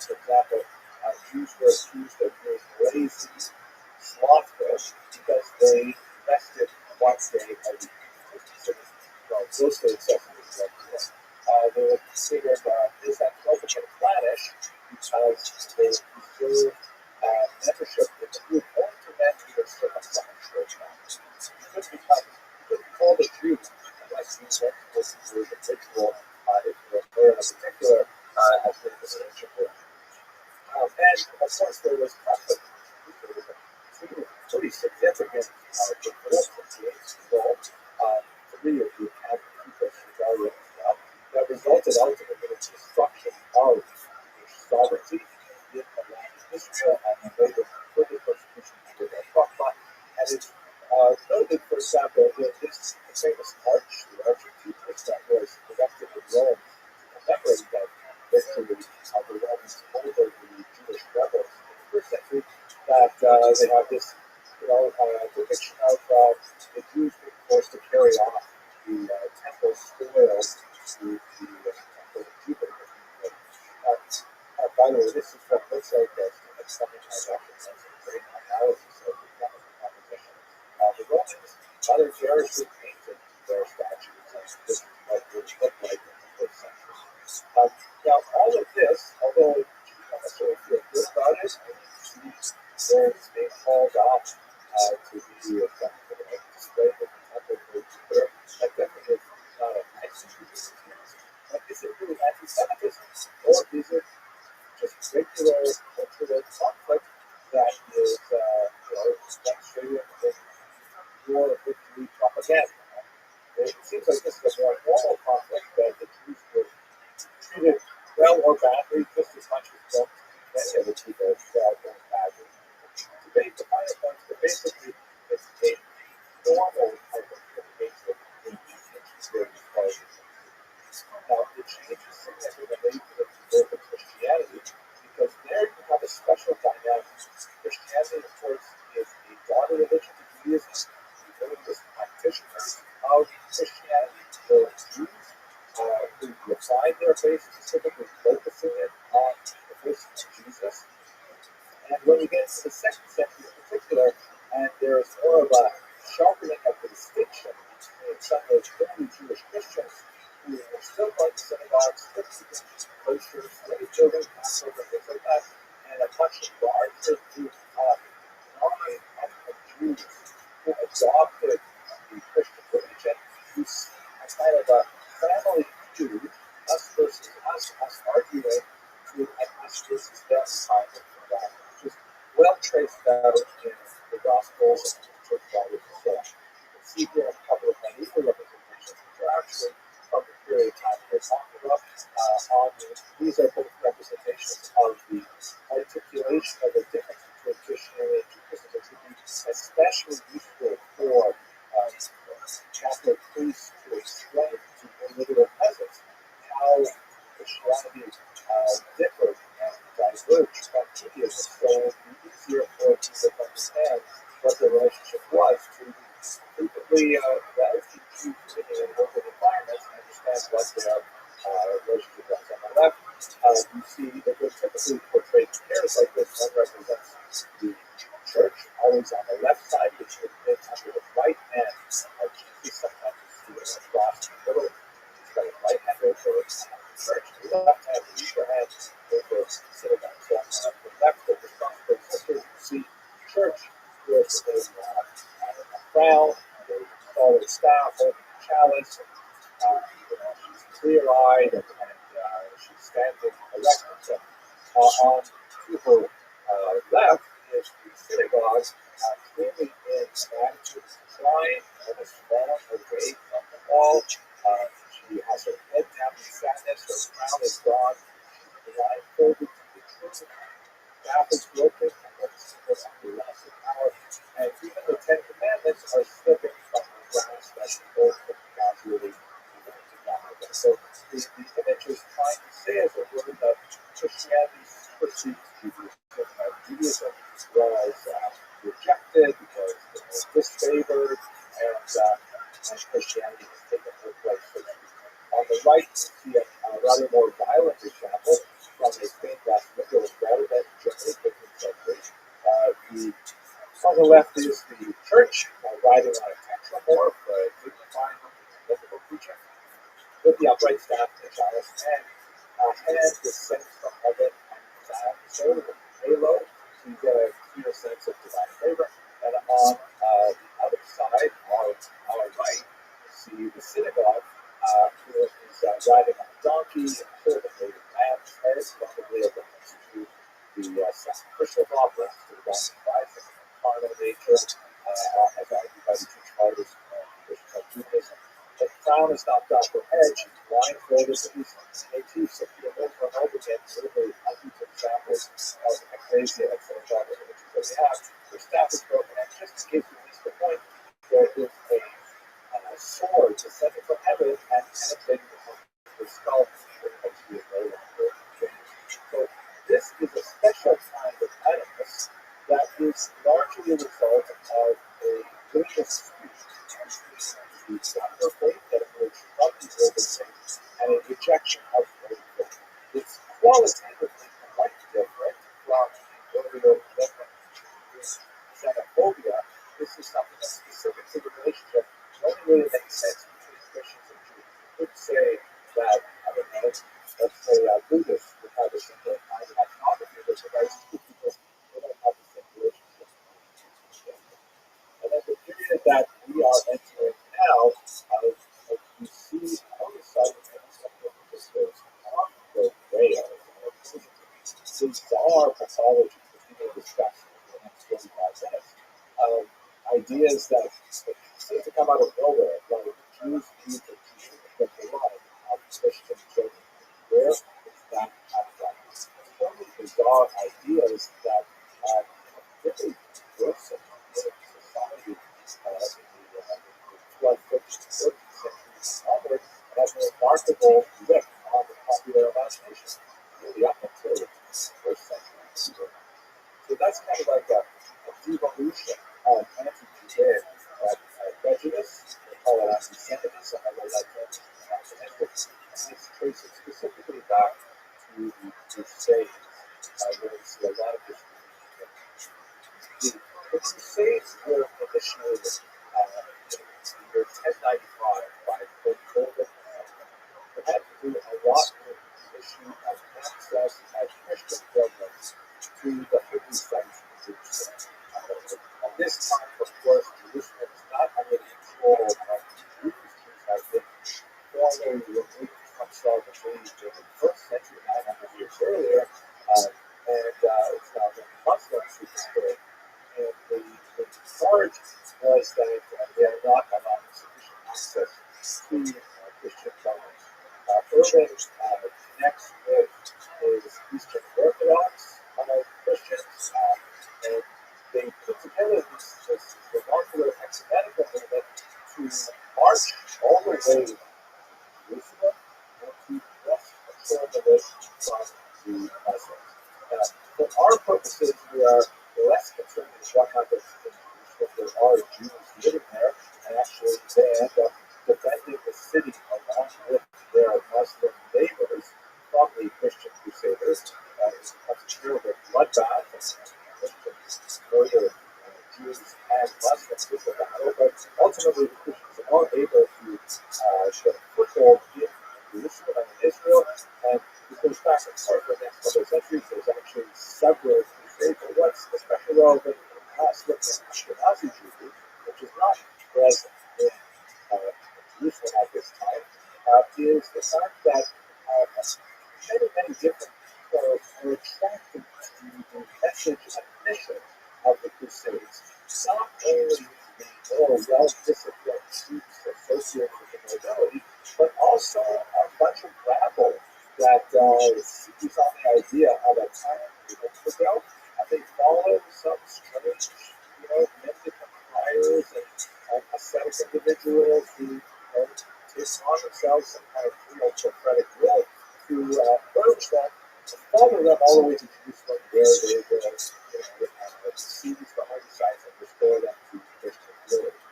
And at a certain point, particularly in the wine glass, this idea circulates that why should we shut all the way to Jerusalem? Probably not shut, but why should we take ourselves all the way to Jerusalem to defeat the Israel in the October? Why should we come all the way there? We're going to fight infidels. Yeah, the infidels right here in the wine land, we should fight them too. So from the horrible year of 1996, and then it's several times through the next century, there are these also massacres that occur in towns like Shire Point and Collins, in particular the tri-towns on the Rhine River, also in Poland and many other places where there are these horrific massacres led by bands of local individuals, different people of very limited means who are not necessarily ready to outfit themselves and go all of the troops all the way to Jerusalem. And they typically offer the local Jewish inhabitants the choice of baptism or death. And in the many chronicles that Jews reported after these events, we have these horrific stories of Ashkenazic Jews choosing to martyr themselves, often slaughtering their inhabitants before they kill themselves, rather than submit to the practices. It is in many ways a culturally defining moment for Ashkenazi Jews who see this as kind of like a choice with no alternatives. Not necessarily the same kind of approach that was adopted, for example, in the Sephardic lands when forces were converted in the Conference of 1491, a couple hundred years later, where Sephardim elect to find a way to accommodate their newfound baptized status. That's for our discussion today. But for Ashkenazi, this creates kind of like a cultural marker of time where Jews were faced with this horrific, terrible choice. And many of them chose martyrdom. Of course, many of them also chose baptism. And later, one of the missions which Mike Rush and others will deal with is what about these Jews who saved their lives by electing baptized, and later, once that happened, they wanted to come back to the Jewish fold. And Rashi and others, as she opened the first time of discussion, really of what does it count? Can you come back to Jerusalem? What happens when you're baptized? They ultimately resolved it in the favor of yes, we remain Jewish, and we are accepted back into the community, but there was then great significant faith. So this is really constitutes one of these important points in Ashkenazi cultural history. It forces Ashkenazim to look at the outside world as being fundamentally toxic to the Jews, and it forces them to look at their Christian neighbors as the other, as a society that is actually bent on their destruction. And to tell you the truth, based on what we're going to talk about in the next half hour or so, it's hard not to synthesize that perspective because the next couple of centuries are going to be quite nasty. Large reason for this is that the church is ascending as the 13th century in particular. Pope Innocent III shown here actually leading the massacre of the Cathars, that the Christians were very heretical by the church, had very little sympathy for the Jewish minority. And throughout the 15th century, there's a series of new and recent restrictions placed on these marches. The most prominent, at least in terms of art history, is the demand for a Jew to go to Jewish man. Here, this representation of a Jewish man and woman, and they have to do well. Down circle on their building. It actually varied from place to place, whether it was a round circle, which may have been a reference to the 30 silver pieces that Judas received for betraying Jesus. They have some kind of reference to the usury that we discussed yesterday. But sometimes it's the tablets of the law, sometimes it's red, it's yellow. It is not, however, a Star of David representation much later the Nazis started with red. But in this court battle also in 1215, there are a series of canons that restrict Jewish usury, that require the badge, that forbid Jews from holding public office. Not at all unheard of. Jews, particularly in the south of France, are holding public office on. And when Jews are baptized, they are prohibited from returning to Judaism, which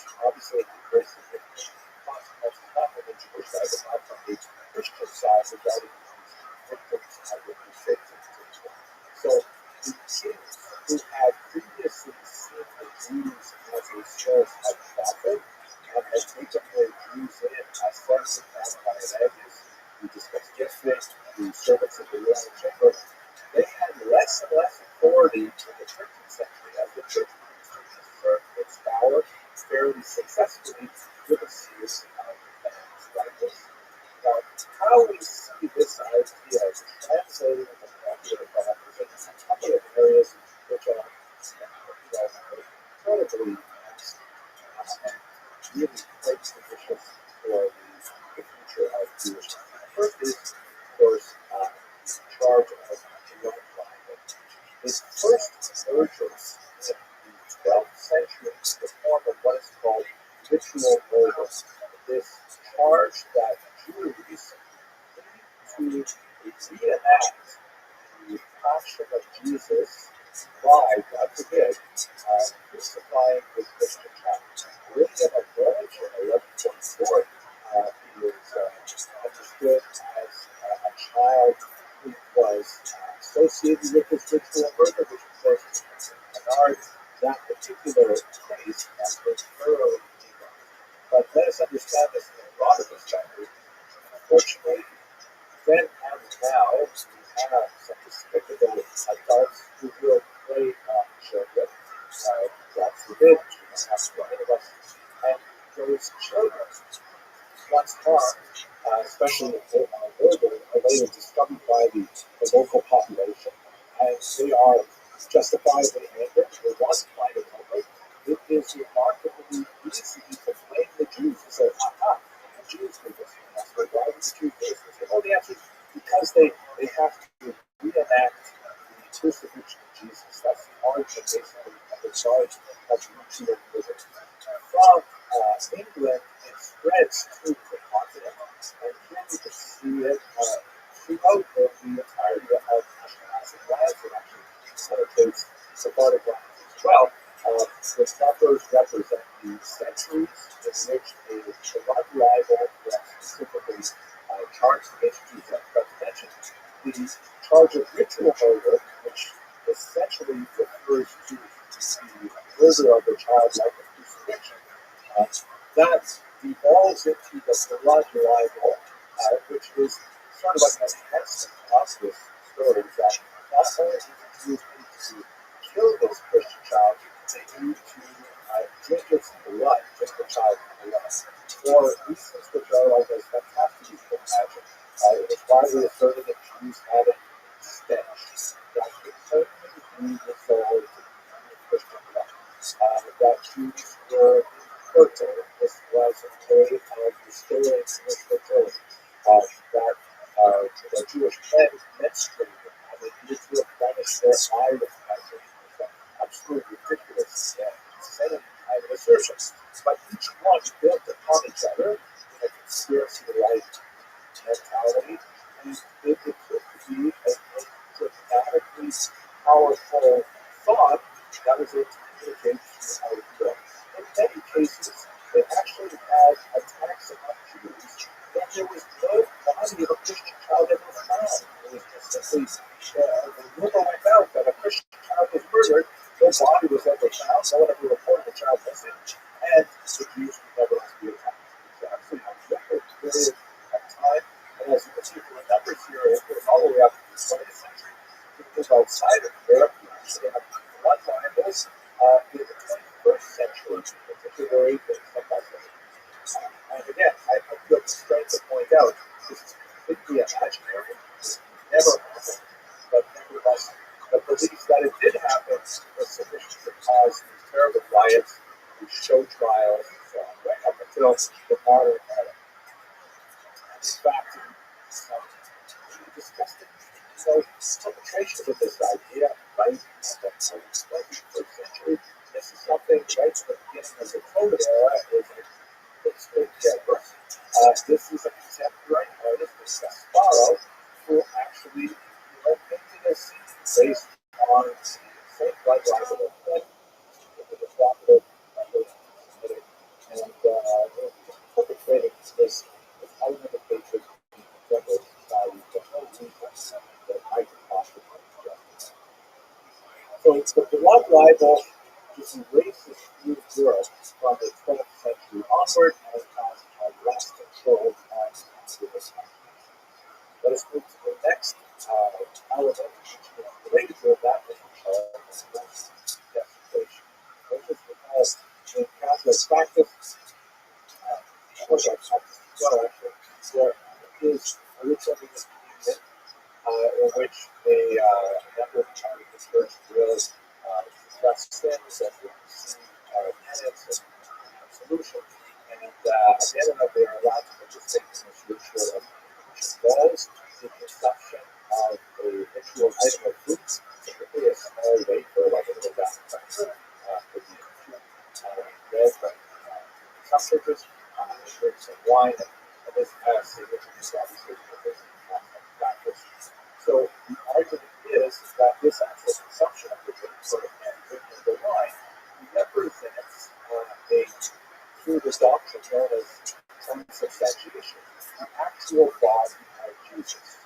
And so it's thought goes, and by the way, during the 14th century in particular, where you had the Eucharist controversy, Eucharist is another little this called the host, which relates to this factor.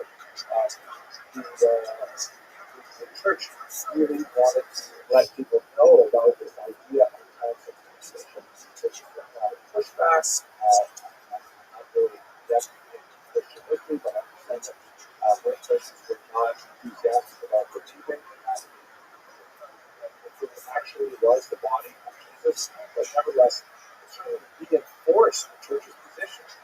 If there was this notion that the Jews, since they were the permanent haters of Jesus, they also must hate the host, since the host is the body of Jesus. Now, symbolically, but really, the Jews must want to torture the host like they want to torture Jesus through in charge of the murder of bloodline. So you have this series of stories that, like the bloodline, go place through Europe that not involve the abuse of children, but involve the abuse of the host. And unfortunately, the end result is very similar. So I'll back it up. There'll be a trial, sometimes just a facade of a trial, and then there will be public burnings and massacres and that nature. Here is a 15th century representation of the host destination of outside. You can see that the story is laid out kind of like how the comic book on the left, there is a Christian individual who's gone into the church. And you can see that he's repetitiously over his shoulder as he sweeps up the host and puts them into the bag he has himself. The second one he goes to the Jews. You can see they're labeled with the blue bell there. And he offers the host in exchange for money. The Jews take this back to their synagogue in the third panel. In the fourth panel, you can see that they are stabbing the host in the background. The artist is obviously unaware of the typography and he's trying to represent the Ten Commandments on the tablets in the background there. But basically, the Jews are stabbing the host with knives, and miraculously, it is the idea of emphasizing the miraculous qualifications of the host is a way of advancing the Eucharistic. Then what happens is people get suspicious of some sort of counterfeit, like a policeman comes to the door, the Jews gather up the host very quickly, and then in the second panel, they throw the host into the oven. Again, miraculously, the image of a cherubic child is viewed in the flames and dust flies up from the furnace, then captured by radiant angels, lots of miracles associated with those. And then in the third panel, the officials break in and arrest the Jews. They behead several of them in the final panel here. The sound in hand like that is also by the way, the cost is they torture some of the Jews here in this panel. Others are set aflame. In the third panel, the Christian who originally was the accomplice who betrays the host. This is a very common theme, is taken away. And in the final panel, the synagogue is rededicated as a church. And with the exception of the burning of the Jews and their abuse and the confiscation of Jewish property, nothing else was true. Unfortunately, violence against Jews was something which was characteristic. Now, here you can see in this map the progress of the post-desecration notion, which makes its way from France in particular, and then eastward throughout Central Europe and Poland.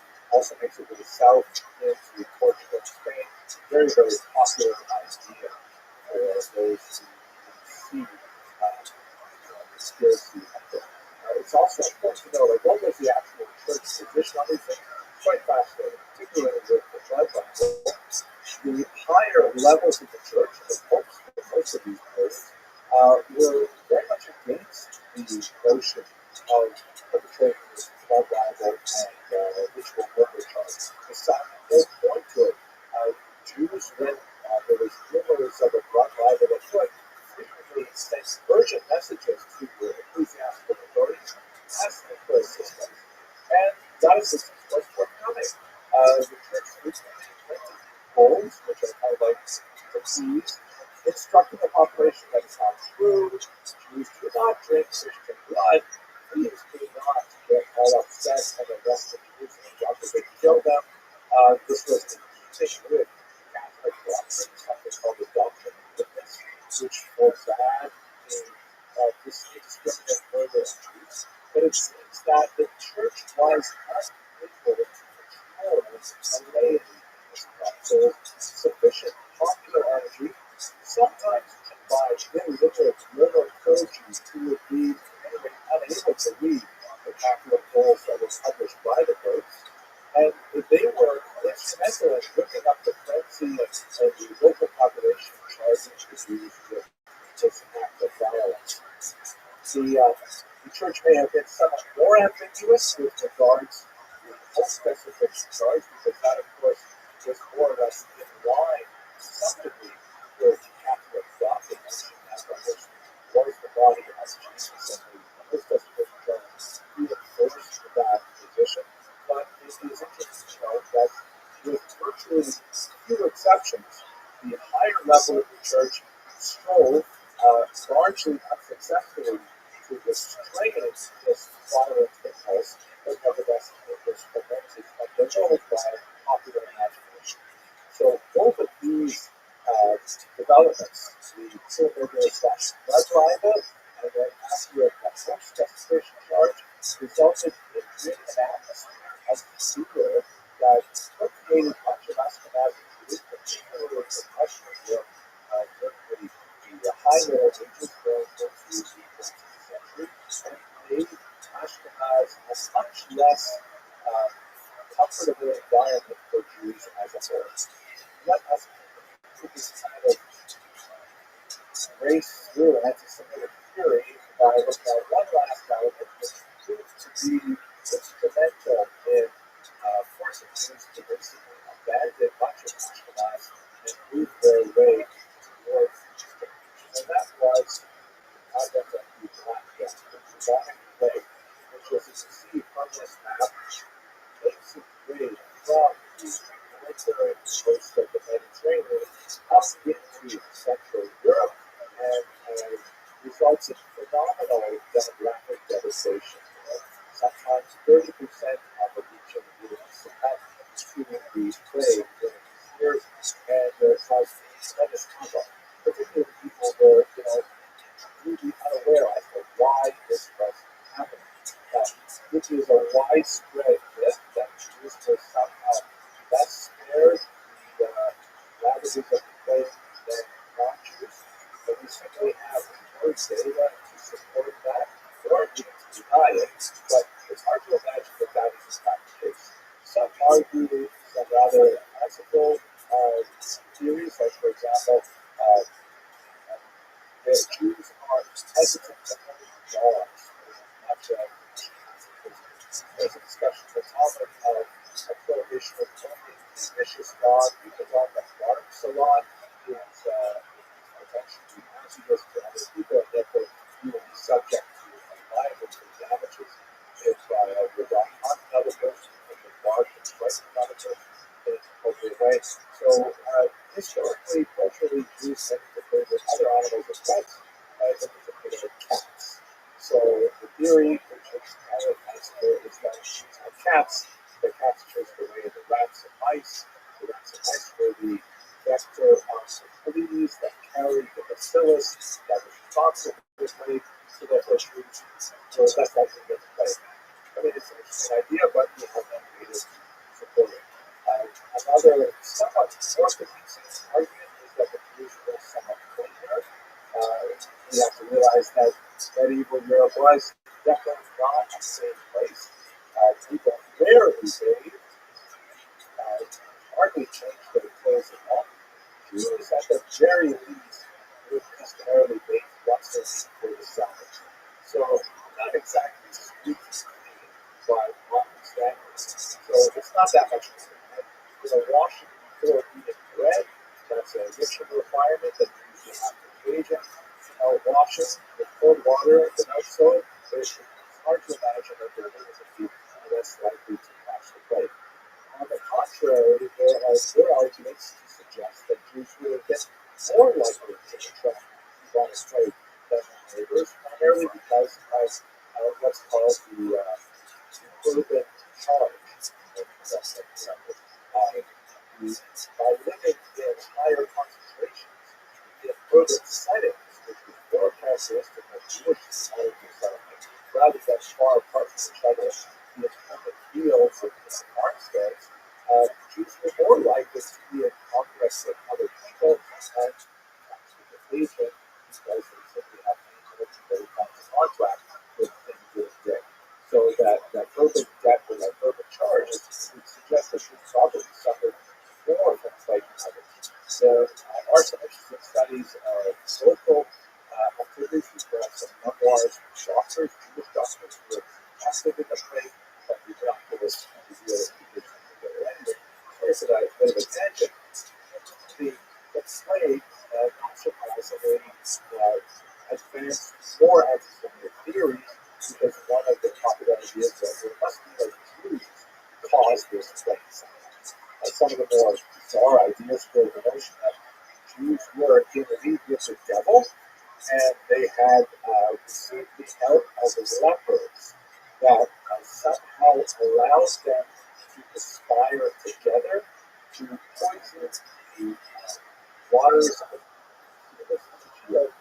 There was a representation of a Jew standing on the left, and he's wearing something like a turban, which is the artist's expression of perhaps some kind of Middle Eastern god. There is the victim of a ritual murder on the cross there, a demon, probably also blood libel, and these things, as the legend goes, somewhat discarded flesh of lepers, which apparently seemed that rather bad to the Romans wanted it to go well. The Jews were able to talk sometimes the secret recipe that was made of clays, and then he's dropping this into the well, and you can see sort of spinning up out of the well is a demon that urinates back into the waters and kills them. So, the rest of the story you can probably finish for yourself. People get very upset. People blame the Jews, and then you have mass arrests of Jews and spontaneous burnings of Jews, and we have several Ashkenazi afflictions in the base of the Black Death. So it's listening together. This rather nasty teaching that going anti-Semitism creates an environment in which Jews are not wanted, and Jews don't want to treat them that much either. In many cases, where the people are Ashkenazi is accelerated by numerous expulsions. See, in this map, there's a whole range of them.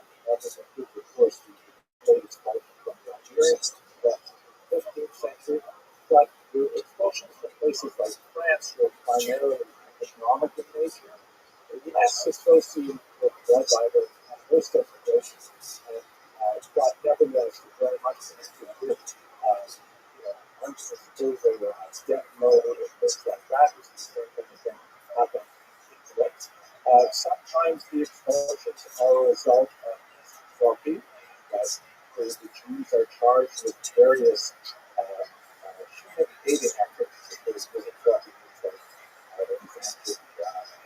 other people, and you see that expressed in are entirely fabricated, no basis in reality whatsoever, and nevertheless, it's how a free power fulfills our imagination. And then finally, you have expulsions which relate to panic over contagion, related to the Islamic death. But taken together, the economic and the Semitic various cultural popular movements conspire to make Ashkenaz far less attractive location for Jews to settle.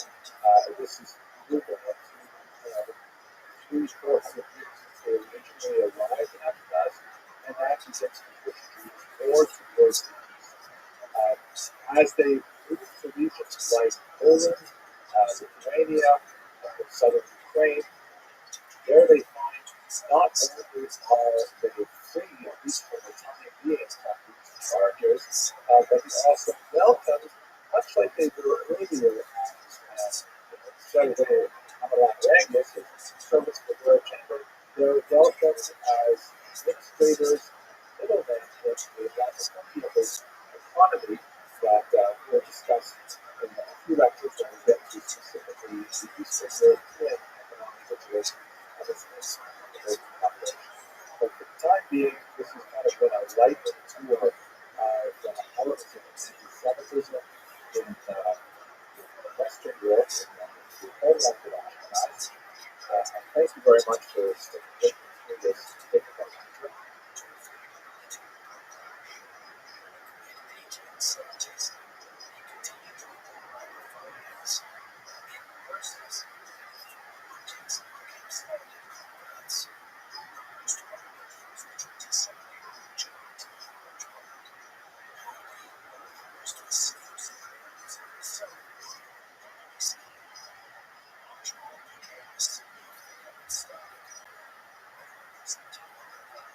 Let us begin right away by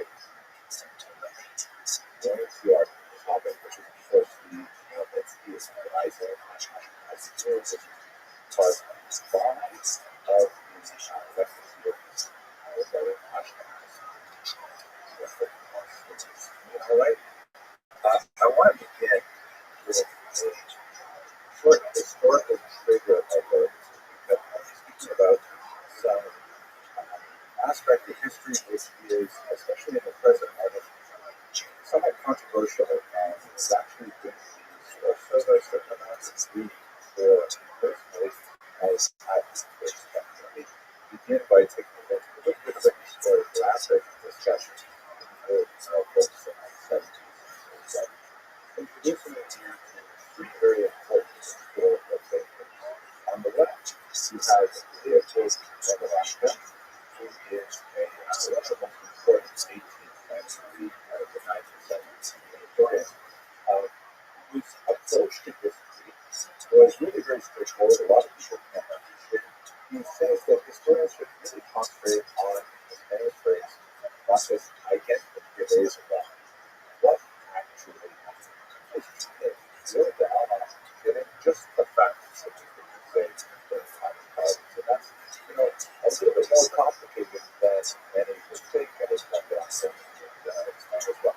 Then in the middle of your screen you have Julius Valentine, who was more for his discussion of ancient Israel and biblical studies in particular.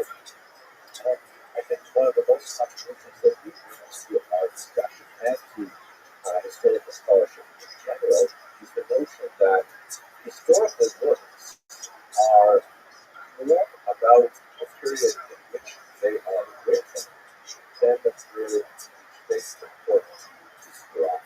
Very important concept in that, to understand that historians are interpretive and historians work with a certain set of assumptions, a well-defined way of looking at the world, and when they look at their data, they are participants, observers in the overall part of history, and so they interpret that historical data within the light of their appreciation of the human condition as a whole.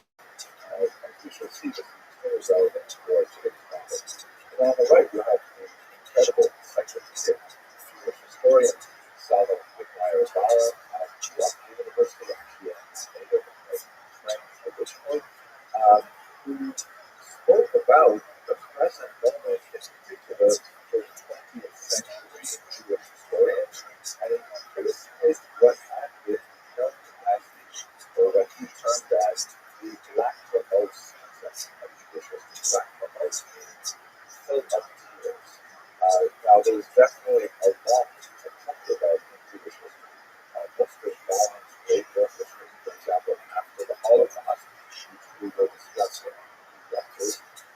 And this was an incredible, colossal Jewish tragedy and U.S. tragedy over which there's a tremendous amount of space for lament.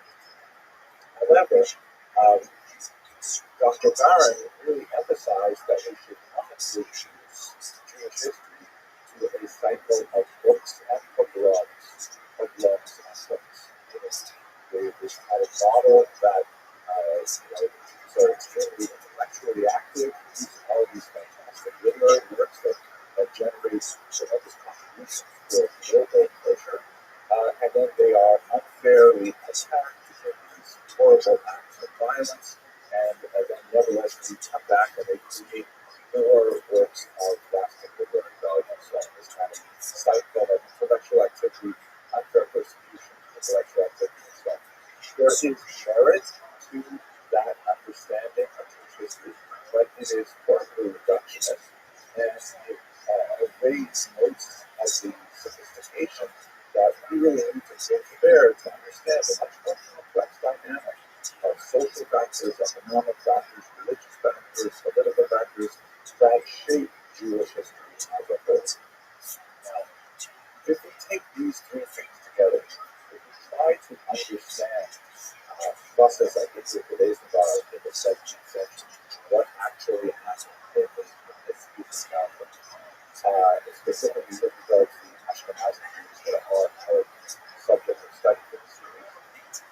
If we understand that whatever we say today, whatever we research today, is like God has been argued, trapped within our current historical moment, then what would Sallow Barron say, what would I say, if we were to look at our present moment and how do we fit that within what had become the dominant mode of Jewish scholarship, especially in the Indian post-Holocaust period, as we still recover orphans as we still recover as orphans of that nation.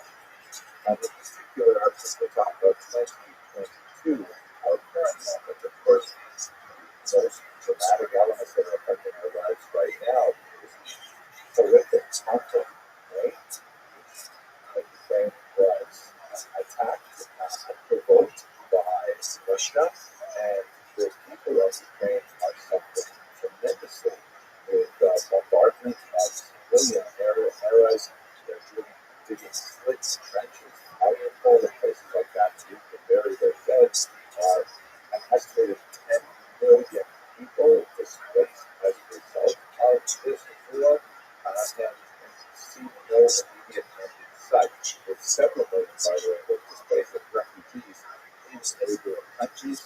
In many ways, this is a reflection of the 17th century conflict that we're going to study, although the players are going to be quite different.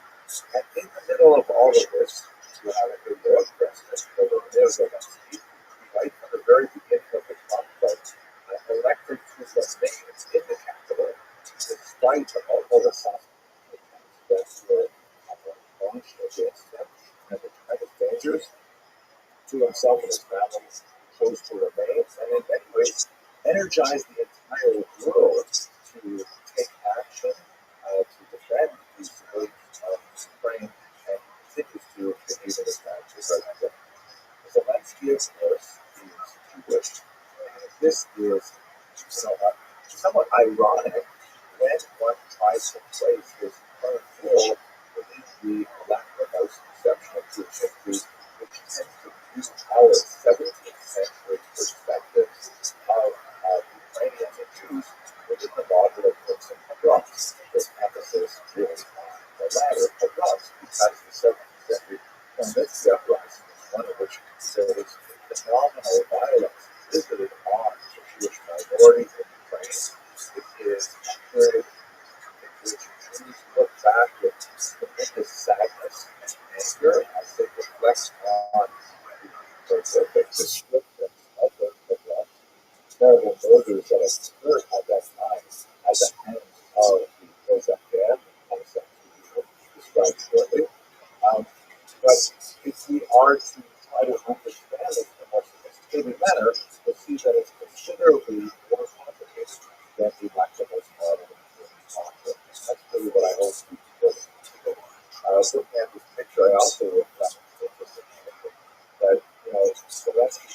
here is holding his formal emergency application to join the European Union, which is, of course, a major contested issue within the conflict itself.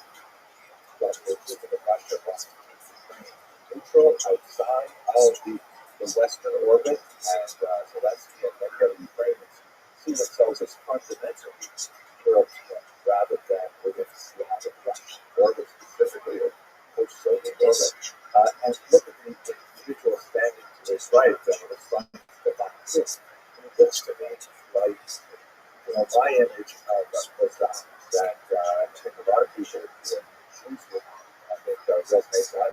He stands a full head taller than the Jewish President Zelensky, and he's a little bit larger, and that's kind of like my gut reaction to the history of the Kozak era.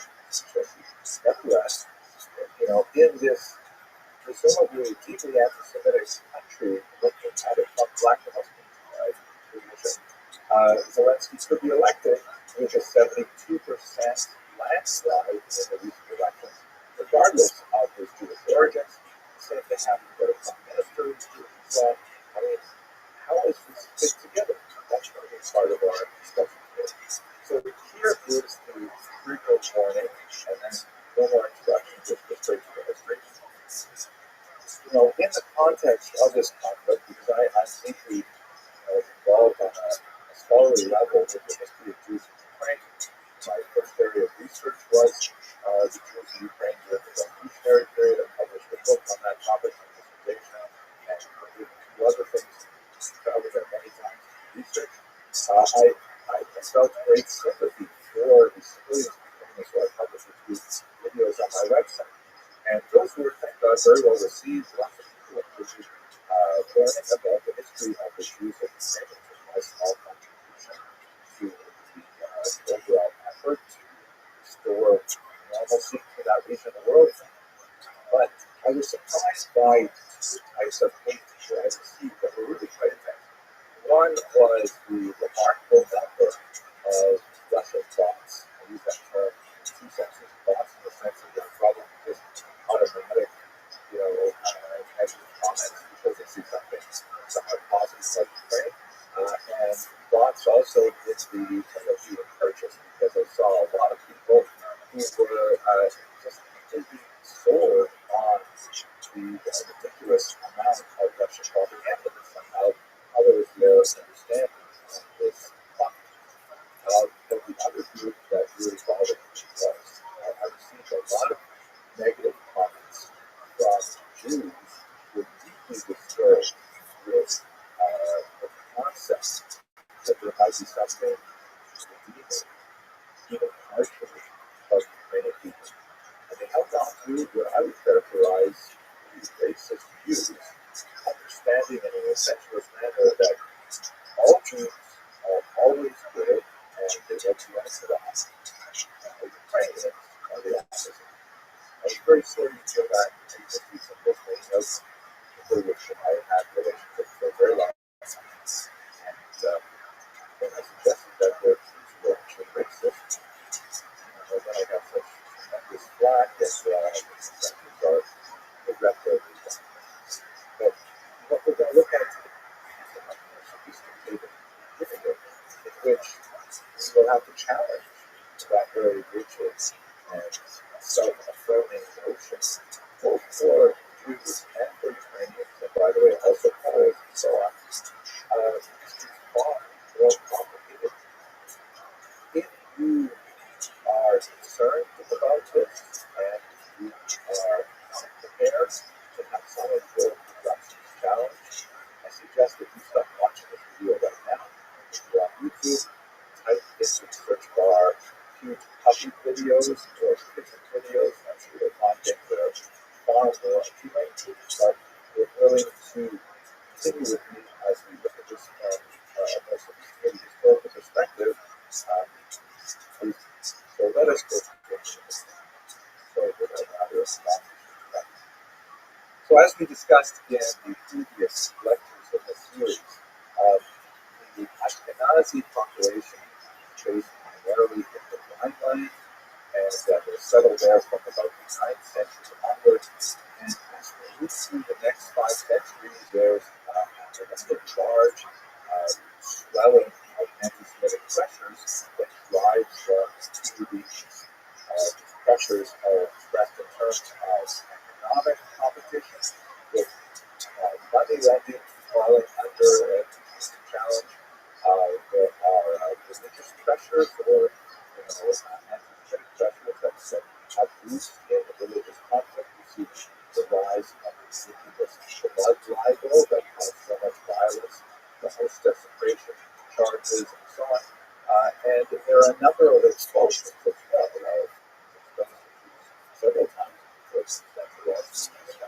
so there's like anti-Semitic pressures which are driving Jews out of the Rhineland, and at the same time, this kind of implications, literally, I should say, an economic opportunity that opens up in the Polish Lithuanian Commonwealth that draws many Jews into settlements there.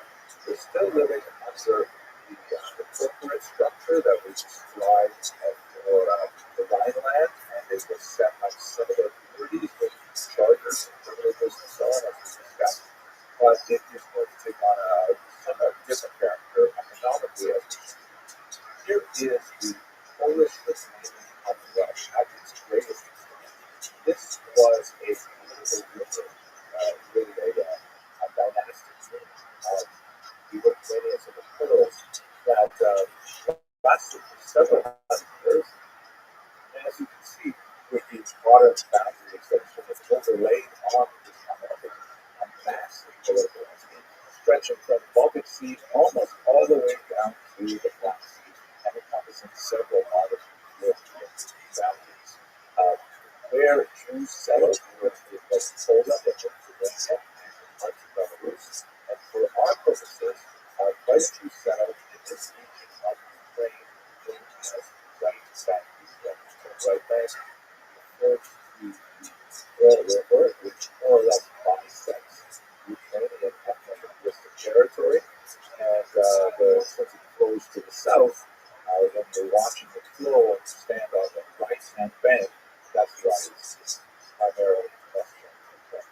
How many Jews were living here on the eve of the Mystery Rebellion, which is 1608? So the most solid demographic analysis based on the sources that we have, some of which are actually quite accurate, tax records, things like that, it's about 40,000 Jews living in the most important pioneering research that we rely on for this presentation is the work of Sheldon Sackler at Trinity University. He's a senior scholar, very well respected. He's done a lot of work in Europe, and he makes a colleague's name for our discussion because of hypothesis movement in the first place. There is another map that comes from Sackler's work. You can see the much more clearly the specific locations where many Jews have inhabited the right bank of Ukraine. So, what exactly was going on in the Jewish communities there, and what was the cause of the uprising itself? Let us understand that the Jews actually continued their development in right bank Ukraine in very, very positive manner, primarily through which they called the Council of Lands, sometimes called the Council of Forelands, which essentially was, you recall our discussion by the Vila structure. It was a remarkable federation of local Jewish municipalities that aimed to regulate Jewish life throughout the entirety of the Polish Lithuanian complex. It was primitive by modern standards, but by early modern and certainly by medieval standards, it was hugely forward. And it allowed the Jews to wear a non-territorial minority. They did not inhabit a single contiguous territory where they were the dominant population. They were always a minority wherever they lived. Nevertheless, they were able to regulate Talmudic law and interpreted by rabbis in consonance with Talmudic law throughout the entirety of the state. Most of the activity of the Council of Lands was primarily with regards to economic activity. For example, things like protecting copyright, as trying to impose social legislation that would have beneficial economic implications. Like, for example, the Council of Lands had a lot of sumptuary legislation, which basically talks about the limits on how much Jews may spend on their social activities. Like, literally, you have a wedding, you can invite so many guests, you serve so many kinds of food. The idea being that since Jews are gregarious people, there is a natural kind of desire to help one another. If they have bigger or a bigger system than someone else, that would have deleterious impact on people's finances. So they're trying to tamp that down with sumptuary legislation. This is something, by the way, that happens in the present day as well. And also, of course, enforcing aspects of social activities like if a husband wills, for example, to be estranged from his wife, but refuse to give her a gift. Bill of divorce, which has tremendous consequences. The wife cannot marry under such circumstances. The husband also cannot be married, but there are rules that make it, like especially that make it a little bit more easy for him to have this continue his life. If he moves from one town to another, then the Council of Lands would be able to track him and to report to the town that he comes to that he should suffer ostracism and so on for what he fails to do to some other time. So the Council of Lands is actually a remarkable, almost a state within a state for this minority. Many historians like George Whitwell in particular looked at it as really a hype, as an idea of Jewish self-government in the period. So in many ways, Jews had a remarkably safe and comfortable existence in the regions of the Polish Lithuanian including Ukraine. So much so that they used to refer to the land of Poland, the Yiddish Poland, as a place where they would rest, which is actually what the word means in Polish meaning. Here in this place. But the finally, after the persecution that they had endured in Western Europe, the Jews felt that Poland was this paradise for them. Poland writ large, the entire region, including the Ukrainian area that was dominated by the Poles. So for a certain period of time, some centuries, there was actually enjoyed their existence in Poland. But the Nazi rebellion would be a dramatic turnaround for them, a period of phenomenal persecution, upheaval, and disruption that would color their memory of Poland for centuries to come. Let's look at the economic status of Jews in the past the Polish Commonwealth, which would be extremely important to understand the basis of the uprising. Here is a remarkable early 20th century representation of a typical Ukrainian mishpat, which was an institution that was actually dominated by Jews for a very pragmatic economic reason. Let us recall that in Ukraine, where most of its history really up until the 20th century, the vast majority of the population were agrarian, living in a very rich farmlands. There was the vast journalism out of the region. But Jews tend to live in small villages where they can provide a great variety of commercial services. To a certain small amount of things, definitely not nearly at the scope that Philippians and even very nationalized. Lots of commerce, lots of small trade, like machines, books, and simple things like that. But one of the areas in which there was some conflict in that was the distillation and sale of alcohol. So let us understand what's going on in the Pacific. The region was the vast majority of the population were basically Ukrainian farmers. Ukrainians are a Slavic people.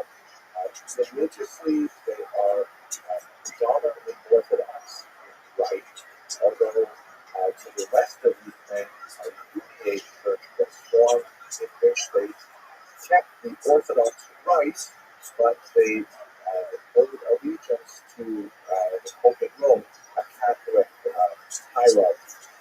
This was particularly in the region of Galicia, East Galicia, in particular, counts as Lviv, for example, right in the heart of that Eastern Catholic region, whereas most Ukrainians were actually Orthodox. This will actually play into a discussion. They were, however, basically landed serfs, and they were literally owned in that capacity by Polish landlords who largely lived far away from north in Polish Ukraine. The Polish landlords would own these huge tracts of land called Latifolia, and they would be the ones who drive most of the profit from these lands. Now, the difficult aspect for themselves was how do they manage these massive latifolia upon which many Ukrainians are essentially working the land. That's where the Jews come in. So the Jews are migrating to this region, and they are receiving charters from Polish government, Polish priests, to be involved in various activities. Some of the earliest activities involved their role as painters, meaning they're actually literally making money by making coins. So these earliest coins that we have in Poland are actually written in repair in Scranton, King of Mexico, and things like that, rather remarkable. Because the Jews brought with them a lot of economic expertise that they had developed in Western Europe. These were overwhelmingly literate, they were numerate, they tended to live in villages and towns, so they were engaged much more in kind of like information work and things that involved the mind as opposed to the fact. Very few of them were involved in actually in agriculture, but much more involved in more urban types of economic activity. One of those was the distillation and sale of alcohol, which was frequently given to Jewish communities as an exclusive right called propaganda. So this is something that the Polish noblemen would grant to the Jews and give them the exclusive right to do so, but not to do so, because then the Polish government would tax that activity much more effectively. And they banned the production of moonshine or samovar, things like that, rather directed through Jewish auspices, which were frequently conducted in these taverns, these inns, as you see in this particular picture, where you have very typical types of activity. There's a Jew standing behind a bar who is pouring out drinking vodka. You have another Jew involved in music, also very classic Jewish occupation. And then you have well-dressed Ukrainians who are coming to enjoy the environment of the tavern. Now, this becomes especially problematic the reasons that I'm going to describe right now. I described how the Ukrainians are living primarily on these big latifund. There is, of course, a much smaller Ukrainian urban class that is literate, and so on. It's a professional class, but it is really a small set of the population. Overwhelmingly, they are agrarians, agriculturists. The Jews are brought in not only to engage in propaganda, as shown in this image, or as present musicians, but they are brought in to be millermen. They are brought in by the Poles to manage these large estates and to collect income, which is then taxed by the voters. And this was done in a system called the Vendetta. The practitioners were called arrendators, and it's really basically something just called the Western tax on. It goes basically like this. you recall how we discussed this sort of feudal aspect of Jewish structure, or social structure in general, that people were grouped into their caste-like classes, like peasants as a whole, noblemen as a whole, and Jews had their own little box as well. Rather than being addressed as individuals, they were dealt with as a community. So the noblemen who literally owned the entire town, not only the fields and in a technical sense the serfs who worked them, but also the buildings, the flour mill, the church, all kinds of properties were actually owned by the noblemen. And the noblemen were essentially saying to the Jews, listen, I don't want to live way out in the right bank of Ukraine. I want to live here in Warsaw, where I have a lot of my other Polish noble friends. And so I'm hiring you to occupy other areas, my tax dollars, and I expect you to collect from these properties X amount of money, let's say 10,000 zlotys. I expect you to collect over the next year 10,000 zlotys from my lot of questions.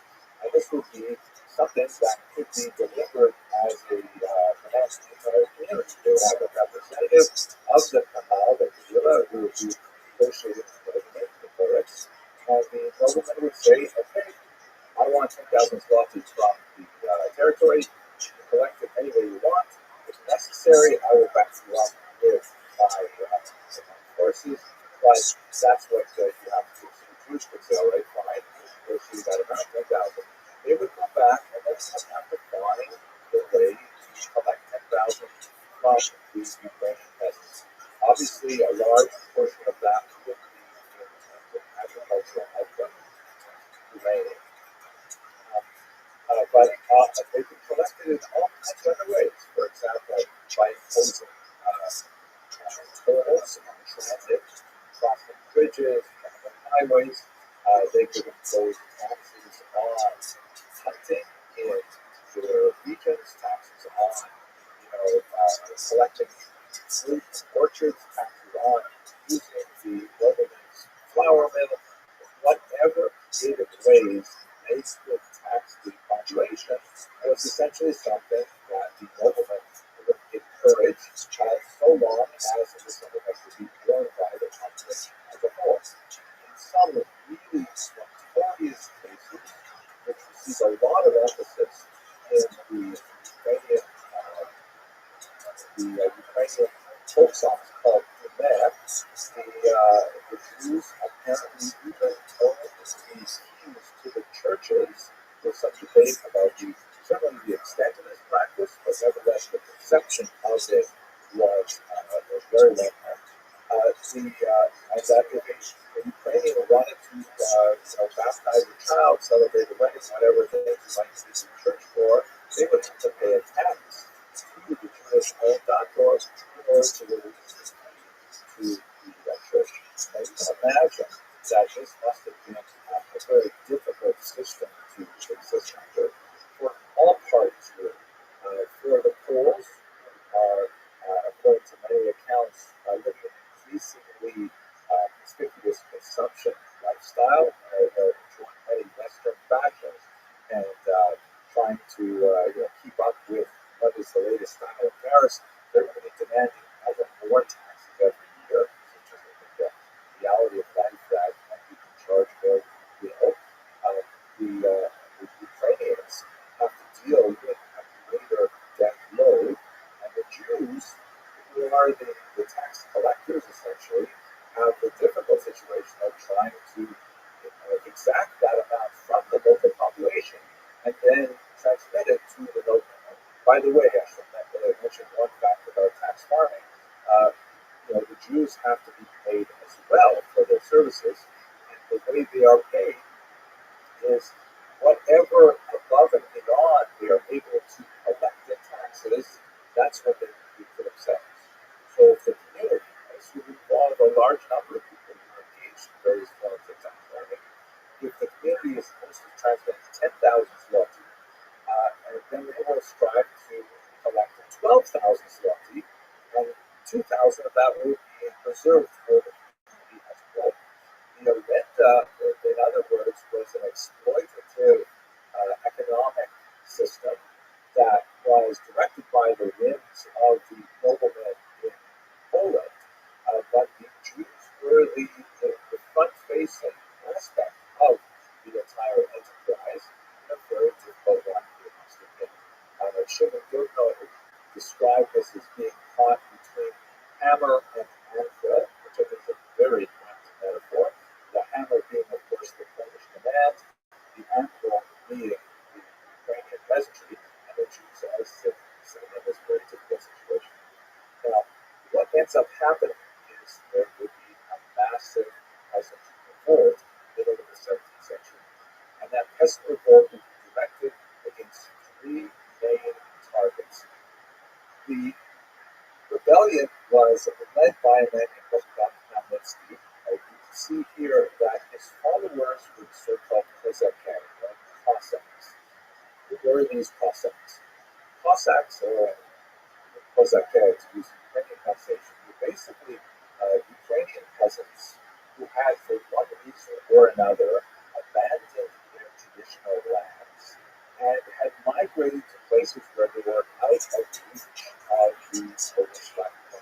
Since they had serfs were technically owned by the noblemen, and their refusal to labor under this system was a type of rebellion, they were essentially a type of great laws, and they engaged in a variety of freebooting and fabrication-like activities. Some of them were directed at the Turks nearby, who were engaged in child trafficking, so slavery was still a well-known enterprise in the 17th century, and the kidnapping of children and their sale in the market was something that was obviously hated by all, and of course, were involved in sometimes attacking these Turkish settlements on the Black Sea coastline. But they're also involved in attacks on the Polish nobility. Let us understand that the three principal enemies of the Cossacks were the Polish noblemen far away in Poland, who were demanding so much of the peasantry. The Jews were their local representatives and middlemen, and also the Catholics, specifically, in particular, those Ukrainians in the western region who had adopted this new Uniate Church affiliation to some degree under Polish pressure, who were looked at the version of some of the Orthodox Ukrainians as a way of weaning them away from that cultural orientation, which is antagonistic to their dominating entire population. And so what happened is this individual that Rabbi was one of the minor Ukrainian noblemen who gathered around him a large number of followers from the Zaporizhian Siege, which was one of the major negotiations and he led them at a massive series of attacks against these Polish noblemen. The attacks, of course, had to make their way to move right bank Ukraine up towards Poland in order to achieve their objectives, and they actually ultimately achieved their objectives, needed their own state at the time. But of course, on the way, there's tremendous havoc against Jewish communities.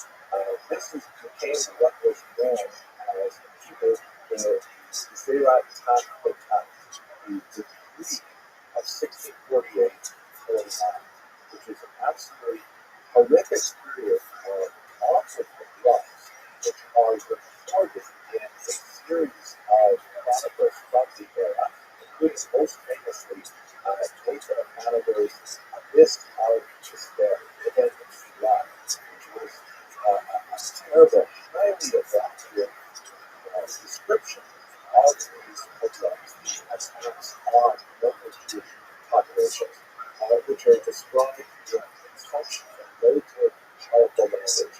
And this, this was a period of tremendous intensive violence directed against the Jewish population. But surprisingly, most people who have Catholic familiarity with human history will, look to this period as one of great devastation and of great anti-Semitic activity. But if you actually read Nathan of Hanover, you see that it describes much of the uprising as a reaction to the economic conditions under which Christians were living. In other words, he hardly soft pedals the anti-Semitic attacks on Jews. In fact, his descriptions, his detail, his descriptions of the violence are really heartbreaking. But he also, applies blame to the economic factors, which Nathan of Hanover argued was a major cause of Ukrainian descent to the Ukraine. Let us recall that Jews are living in Ukraine by this time, certainly since the 13th and 14th centuries. They've been there largely living in peace for 200-300 years before this uprising occurred. There will be more of these uprisings in the future. In 1768 Haidamach uprising, similar nature and massacres in Iran, where Ahmed Abdullah would choose to be buried because he wanted to be close to those Jews who were killed in similar uprisings, and it becomes a trope in Ukrainian Jewish history of Ukrainian violence directed against Jews. But if you look at it from the perspective of the chroniclers, although they clearly have an interest in describing the pogroms with Muslim motive value, they're similarly still discussing the economic needs of this particular uprising. Now, what about how many Jews died in this uprising right now? If you recall Salabaron's depiction of the lack of Jewish history, particularly when you're viewing Jewish history from a post-Holocaust perspective, one tends to see an inflation of numbers beyond what is logically possible. The number 100,000 dead is frequently used by not only 17th, 18th century commentators, but even by 19th, 20th century historians. And it's largely based on sloppy scholarship. First of all, the 17th century commentators had no way of actually calculating in demographic numbers. They simply didn't have the tools as it was chosen to actually figure out how many people living with it. And later on, you see this 100,000 number balloon, sometimes 250, maybe even 500,000 dead. Now, none of this is possible because, as Dr. Stamfer has clearly demonstrated, there are only 40,000 Jews living in right bank Ukraine. Why 1648? How is it possible that you could have multiple times that number killed this terrible uprising? Furthermore, as Dr. Stamfer demonstrates, after 1648-49, when the situation begins to calm down again, the Jewish communities begin to bounce back fairly quickly.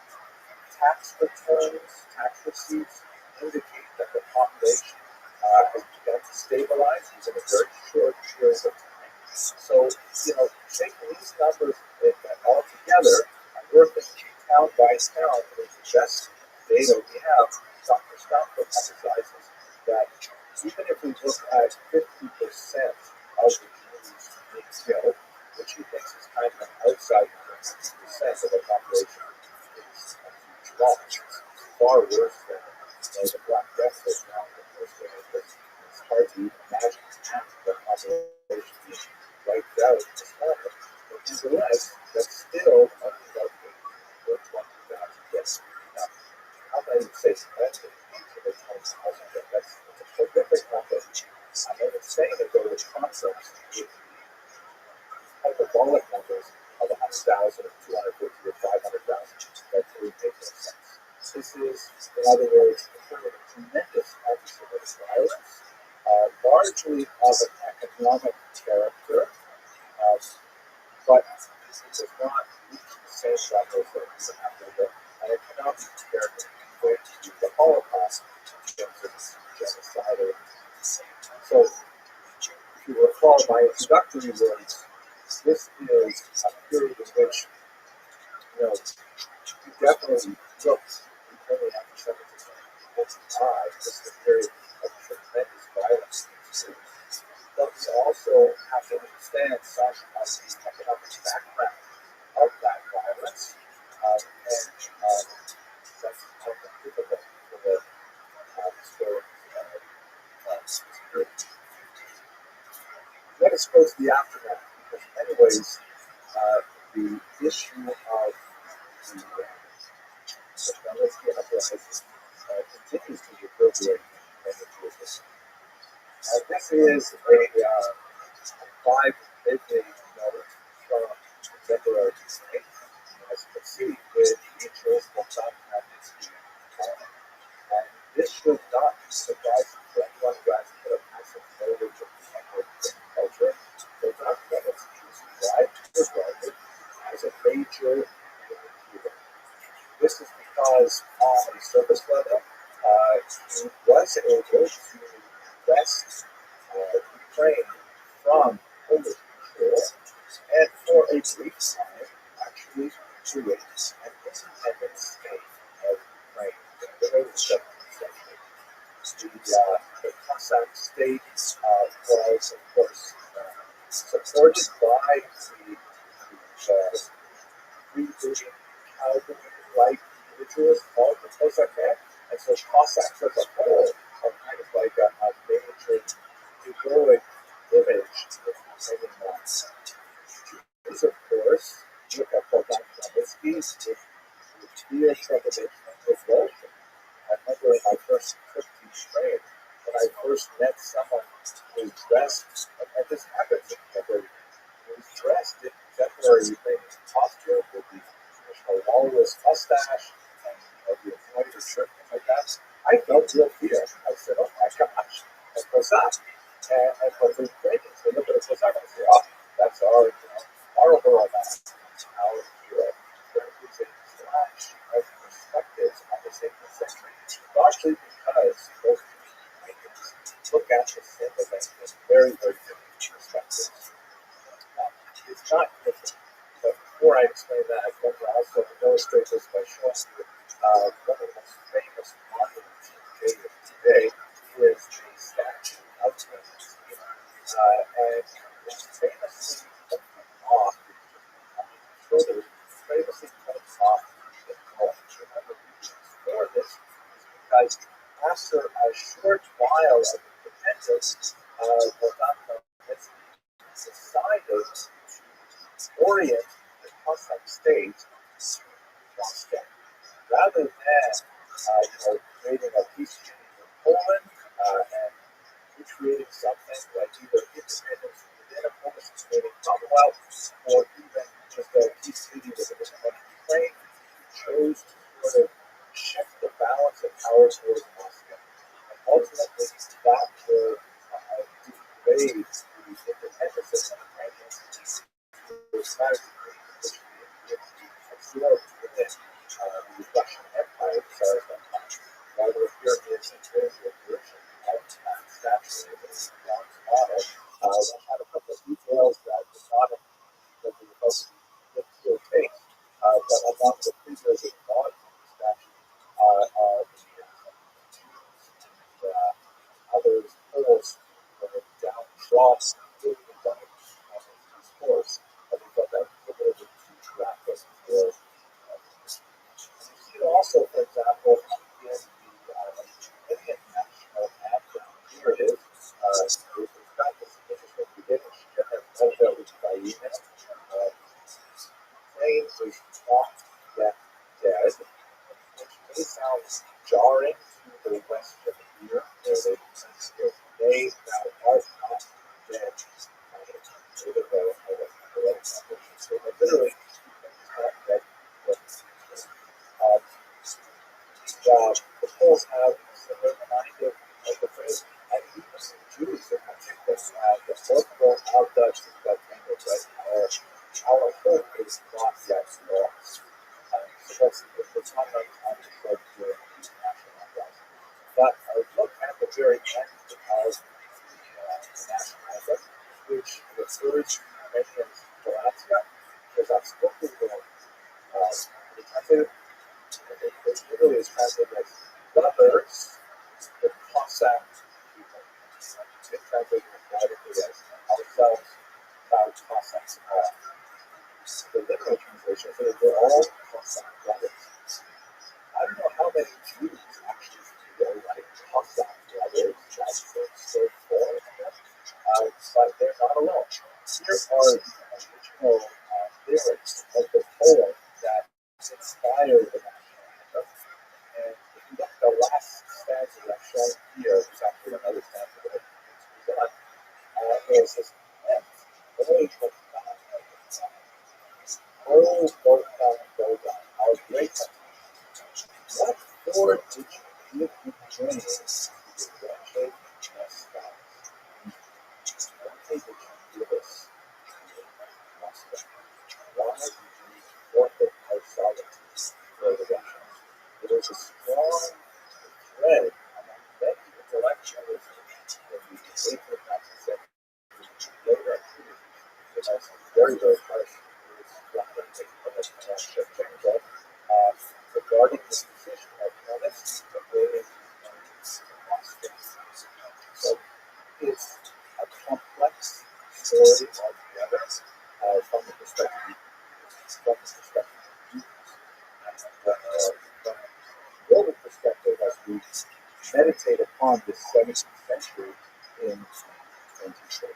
Thank you very much for your have a good day.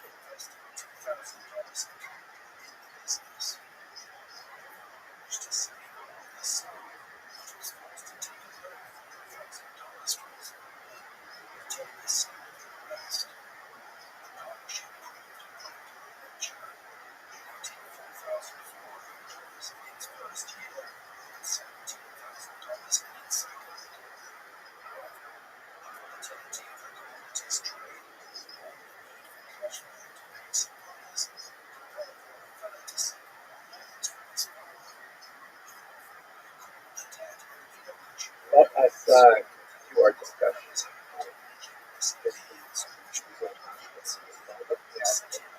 Of course, 17th century that had remarkable repercussions really for the next 200 years easily.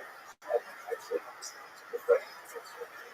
typically speaking, about the neo-messianic movement of Shabbatai shown here from this image, and also the successful movement of Jacob that has some significant differences between aspects of it. While we're on this image, I would like to this is our shop right here. On the right, you can see there are the sort of scratches. One of those words looks like the word Ezekiel, the Ezekiel. Hard to make out the rest of it. I think what happens quite often Christians iconography as a shop right here. So this story was actually big news for the entirety of Europe. As later, we have lots of examples of Christian publications talking about baptism because they put novel things just like Jews had produced another Messiah and he had gathered a large following and so all of Europe needed to watch this. So that is kind of saying first, some like intellectual, political, and thought to this the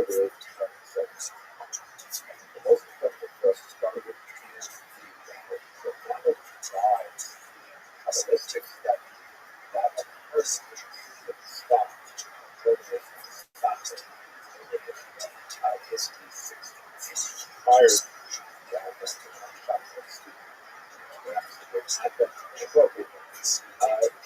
There's everything is connected. The great expulsion of Jews in Turkey to subsequent slow evolution which of these two is accurate? Of course, this open. 7. This has a dramatic impact on politics by social Europe, and certainly on a demographic level.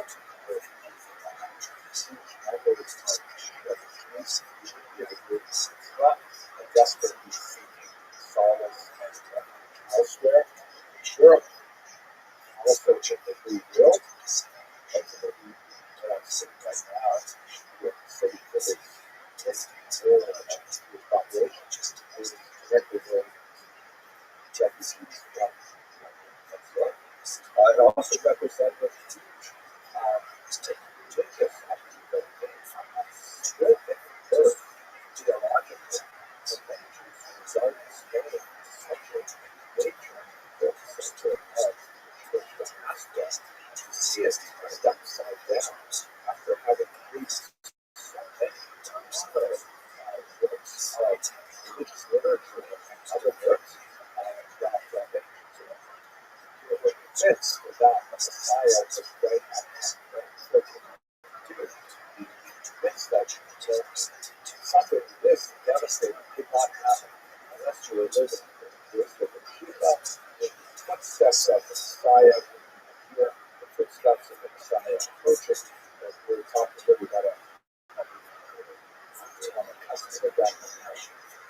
one of the focal points of this energy was undoubtedly this northern city of Taik, which had recently been Jewish migrants by the Ottomans who controlled the northeast of and they instituted some favorable tax policies that attracted Jewish merchants, particularly textile merchants, and it was a site of significant attraction to a lot of these refugees from the Iberian Peninsula, including the family of Moshe Cordero, one of the early colonists of the second spot.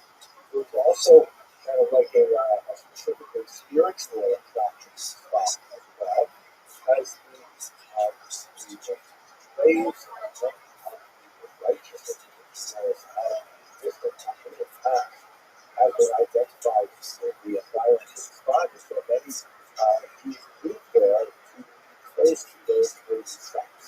So like we talked about in the very first lecture, we talked about the second quality of the cemetery, and it's like a mythical center where it belongs to it, not the typical center for Jewish migration. That's certainly true of the Holy Graves of Spot, and of course, it's a lot of these Kabbalists, in particular, that creating cemeteries like this famous with their characteristic of huge stone, like chains of stone, including a culture associated with northern but not quite the shape of the background you might be like, sort of thinking these graves in turn also attracted tremendous progress. So the men standing in front of the grave there of the famous Isaac Julia, the Isaac, the Holy Lion, that's originally from Egypt, where they migrated to India, just very bold in front of it is the grave of the back of the Moshe Cordero, earlier up on the top right is the marker for Shlomo Alphabet, the father-in-law and teacher of the Rabbi, and also the composer of the writings of the famous Messiah hymn that was by the synagogue, and there are many other people very all associated with this remarkable explosion of activity that occurred in the 16th century and stuff. It ended fairly abruptly towards the end of that century. There were a series of earthquakes that blew affect northern Israel at that time. There was a cholera epidemic that the population. And Spot, while always maintaining its reputation as a great spiritual center and as a publicity center, never quite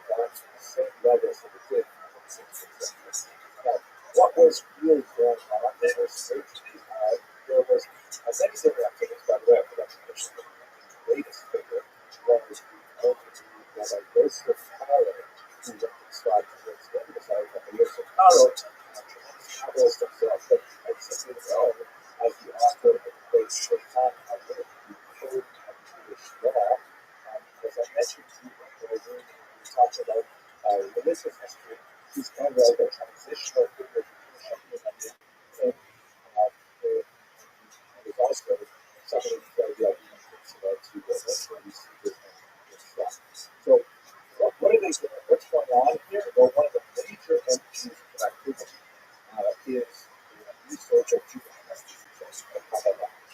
And Rabbi Cordovero was especially famous because he was the first individual to produce what we could call sort of like a scientific systemization of Kabbalistic wisdom. Much of Kabbalistic doctrine is, the first very hidden, arcane, and very in elusive language, associated with everyday lives on these oral traditions, really trying to follow some of the Kabbalistic concepts that is so hard to be extremely difficult, even if you are fluent in Aramaic. It's still really hard to do it. You've got to have a teacher there to walk you through it. One of the major contributions of the Rabbi, of Moshe Cordovero, was to say, okay, let's explain all this from A to Z, working from general to particular, and produced a book which was published in his lifetime. We are now talking about a period when publishing is a reality for Jews that have listed, right? I'm very important in the and this initial sort of like introduction to the Kabbalah of Pardes Rebellion, the orchard of pomegranates, was incredibly popular, cemented his reputation even during his life, and went on to create other research. One of the things that he describes in the Pardes Rebellion is this chart that I set up here, which is essentially a part of what we call the spheros in Kabbalistic language, the spheres, which is sort of like a metaphor for how God communicates reality to the universe. So take just a moment to explain it, and then you're going to watch it until you understand so the rest of that video. The basic question that Kabbalah deals with in the Rabbi is like, how do you have an infinite being communicate existence to a finite? How is it possible? God suffuses the entire world and has no limits, that we live in a world that has limits. How does the infinite and finite, how do they reach that formula of this? So the idea in Kabbalah is that God, first of all, shrunk himself, a process called shrinking, limited his influence over the universe, creating kind of like a vacuum of darkness in the universe. He's a little bit not a rabbi, by the way, I guess I understand that, but God created kind of like a space in the world that was himself. So that, I remember when I studied chemistry or biology in high school, like when I flew by, I imagined like a soul opening in Cuba, but not a very good program. And then he slowly reinserted godliness into that vacuum through a multi-stage process which we call the spirit. One of the most important metaphors is the idea of hot oil poured into clay vessels. Like the it's kind of like reverse fountains at the or something where they have like the punch flowing out of a faucet, and it goes into one container, and then it goes into the next container, and then it goes into the last container, so drink if you like. So that's kind of like the idea of the hot oil pours into one of these containers, like a kegli, which is essentially a model for the zero, and then it overflows into the next kegli, the next kegli, and so on, until you get to our world at the bottom, which is the repository of all of these emanations. Another way to look at it is, you can't look at the sun with unaided eye, it's dangerous. things like your retinas. But what you can do is you can take a mirror and look at the reflected light of the sun. And that's kind of strong. So you might set up a second mirror where you would look at the second mirror, which reflects the first mirror, which reflects the light of the sun. And if you add up 10 mirrors like that, that would be like a model of a sphere that all represent a slight diminution. Each time it goes through the mirror itself absorbs some of the radiant energy of the sun until finally in the 10th mirror, you can actually look at the sun's light. Now, why I'm explaining these to you is I gave you kind of like the Lamarck's depiction, but the ROTHSCHILD depiction, this was his student. The ROTHSCHILD traveled to stop from Egypt to study with the Lamarck, and they only spent less than a year before the Lamarck passed away. The ROTHSCHILD also lived a very short lifetime and managed tremendous amount of teachings which he was in, propagated by his great students at the time he taught. And the ROTHSCHILD a rather different take on how the Ramak described the spheros. The ROTHSCHILD writes that the oil, the hot oil, as it enters the cave, overpowered each of those cases because it was simply too hot, too intense. And each of those containers shattered. So as it were, the ROTHSCHILD's perception, the oil came into the first keli, and then it exploded, and the mixture of oil and food fell into the next one, and then it shattered as well, and this happened all the way down until finally you get to the 10th keli, and the heat of the oil is sufficiently reduced, and it's also mixed with the actual material of the broken vessels that is able to exist in this world. So that's the doctrine known as Shmirat HaKelim, the destruction of the vessels. And in the Indiana vision of Kabbalah, the task of the Jew is to try to repair this fundamental destruction by separating out the gross material elements that are present in this universe and freeing the trapped sparks of holiness that represents like the hot oil, the radiance of God that are buried within the physical universe. One of the most important aspects of the ROTHSCHILD's approach, which directly connects us to Shabbat list, is that the ROTHSCHILD projected a tremendous note of urgency into the role of Jews in the world. That Jews are the task, this crucial activity of finding those sparks, elevating them from their material prisons, and as these sparks as they fly upward, we get closer to the moment where the Messiah can be truly revealed and get into an entirely different situation altogether. The Keli and the model of the Spherot as the Ramak presented it was much more kind of like a description of the theological view of creation. But the ROTHSCHILD added a verb to it, say an imperative. Get out there and start doing this. And the ROTHSCHILD's Kabbalah proved to be far more popular, had a remarkable degree of influence, for example, on the Hasidic movement, that we will discuss that more tomorrow, and gave it that impetus of, you can't just sit around and study things. You've got to get out there and practice the work, because that is the task of it. This body of ideas, which were circulated initially in the late 1500s, early second half of the 1500s, with the advent of publication, began to make their way throughout the entire mainstream basin into Europe as a whole.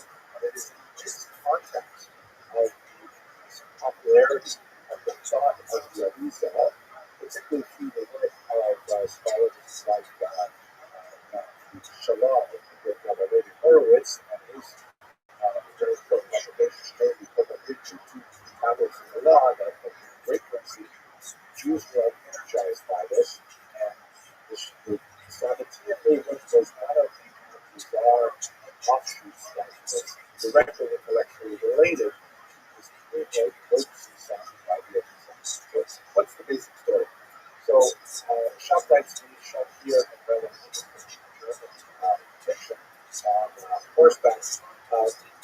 was a mixture of great potential as a young man. He was very highly regarded. He was suggested for many different marriage prospects with people with young women. And he showed great talent, not only as someone who could lead players, because he had a beautiful voice, very charismatic, very tall, those kind of attributes, and also quite learned, quite depth with the analytic study. He ultimately got involved in the group of ideas that in the end suggested to him that he was in fact the Messiah. For a long time, Jewish historiography viewed his delusion of grandeur as a type of criminal activity that he had intentionally rooted the large number of followers in North Europe. For modern scholars, in particular, since the work of ROTHSCHILD has been widely circulated, the biographers of Shabbos within the group of the Kabbalah as a whole, was the most sympathetic to Shabbos, understanding him as someone who was subject to some kind of mental illness, perhaps something like bipolar disorder, because he had like these manic phases which we call illuminations, and then he had these depressive phases as well. Obviously, I'm a psychiatrist that can speak to these things, but definitely was someone that could.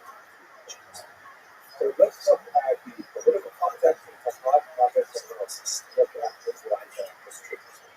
The political context should be broadly familiar because now that we just spent an hour last night looking at the history of Rabbi, just compared tremendous political upheaval, going to Dr. Stanford, possibly 50% of the world population at this point was destroyed by the Cossacks in that period. The overall number, he estimates, is much smaller than earlier rather inflated estimates, maybe 18,000 or 20,000 people. Huge tragedy, but nowhere near the scale of some other experiments that are flying without sufficient research. But nevertheless, losing half of the population is incredible devastation. A large number of displaced populations that were dispersed through Europe. Wickman and Hammer, the famous artist, who actually said that the West actually describes how her family, like many others in Germany, took some refugees from these upheavals in the middle of the 17th century. And Shabbos's main activity really occurred in the 2 decades following the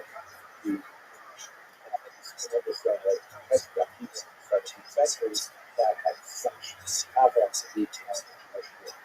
But let us not forget the really important element of publication, which is something that the Jews, once they discovered it, they really liked it.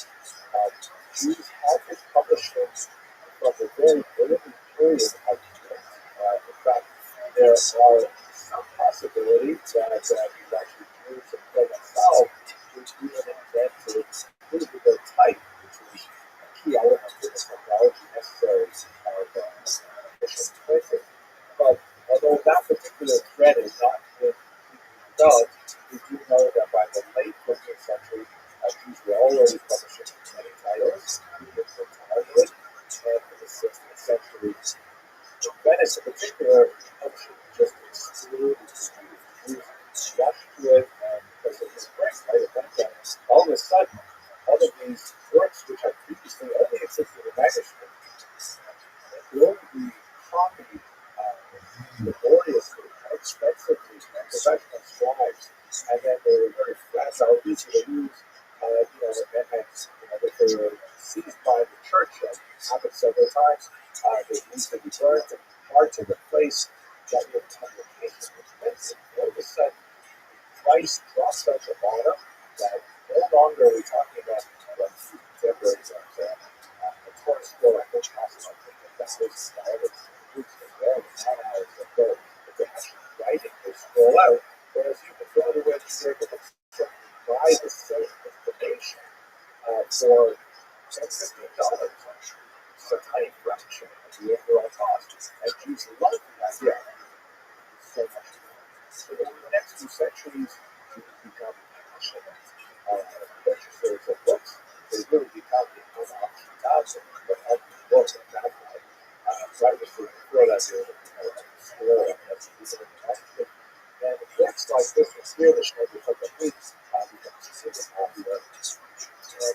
And ideas circulate with accelerating rapidity throughout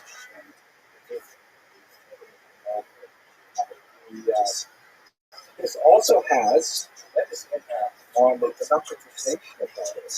Once information can be distributed at much lower cost, it becomes accessible both in terms of an expanded range of classes of people, but also to women as well. Women who were typically much more literate than non-Jews historically, but generally not as literate as the men folk. They typically would be literate in the vernacular, like Yiddish, but less so in the language of the state, and less so in the religious languages of Hebrew and Aramaic. That's very exceptional women could make out more than, let's say, perhaps the prayer book. In fact, in Ashkenazi synagogues, it was very common to have one educated woman sitting in the women's section of synagogue and repeating the Torah reading or if there was a sermon in Hebrew or something like that, repeating it to the less educated women who had no access to Hebrew whatsoever. So with printing, all of a sudden things that open up the possibility of words teach this language as well, and that will take great deal in Shabbat speaking, which is actually very, very sensitive to both printing and to written. So what exactly happens in movement? So the basic story is that what happens in the Shabbat speaking, he's born in the different map that we can see where he wanders around the Eastern Mediterranean. He begins his late to experience these emotionally unstable winds. So as I mentioned, he described his euphoria, followed with impressive episodes, and although he is very highly regarded as a youth, he begins a period of wandering. And while he is engaged in these wanderings, he's also quite an educated young man, studying Kabbalah, very interested in a couple of ideas. He ultimately runs into an individual known as Taik of Gaza. Gaza recognizes the potential inherent in Shabbat. He becomes not only his sidekick, but also his major propagandist, his publicist, who ultimately reveal his friend as the Messiah, as the long-awaited Redeemer of the Jews. And basically, this idea gains tremendous popularity in Europe. Certainly opine as to the basis for this fact. Certainly pointing to the desperation that Jews felt after the 17th century uprising. You can point also to the influence of Kabbalah of the Arizal. Certainly Jews have been at this now for 100 years since the Arizal, and maybe it's time already that since the Arizal teachings have been revealed to the world, another century has passed, and now it's actually fruition. You can point to the rapid change of society that's happening all over Europe. Non-Jewish society in particular is going through many changes in the 17th century, and this all comes together, and Shabbatites actually maintains a significant following, sometimes among very well-respected figures in Cairo and in Jerusalem, and eventually perhaps had gone further by the movement of Gaza. He believes in all the more himself, proclaiming himself as Messiah, making all kinds of interesting proclamations about his life and so on. Goes through several phases as his, let's say, dementia grows and grows. He engages in ever more bizarre activities. For example, claiming that he can levitate, claiming that he has Dipsopandera, the shrinking of distances, his ability to transport himself or teleport himself from place to place. You can see a woodcut that's labeled Shakatai speed, the false messiah, and attributes to him some of the many activities of sensation. He also engages in that heavy anti-European method that we're going to have to explore right now. Here was a prayer books that were composed by his followers associated with his teachings. What were essentially the teachings of Shakatai?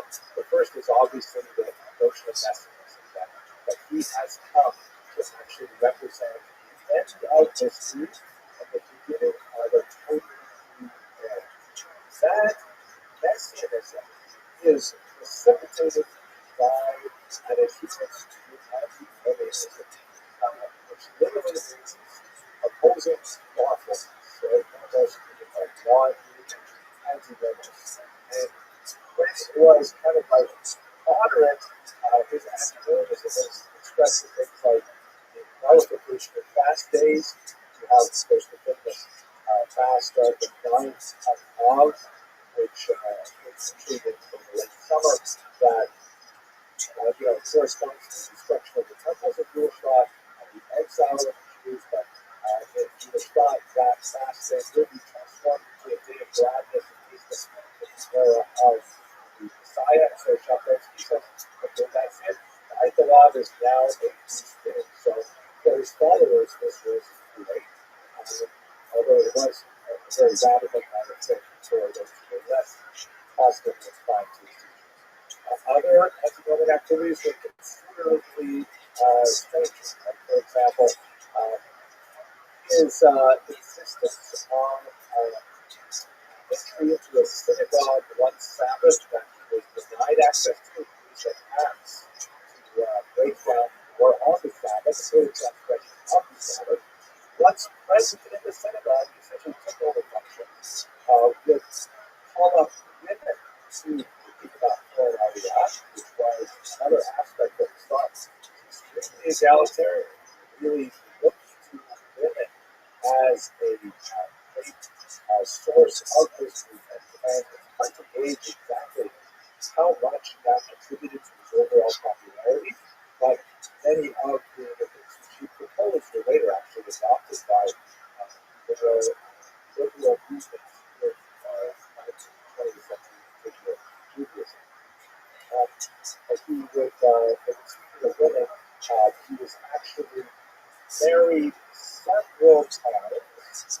It's quite likely that the first two weddings were never consummated, that may have something to do with his mental illness in one way or another.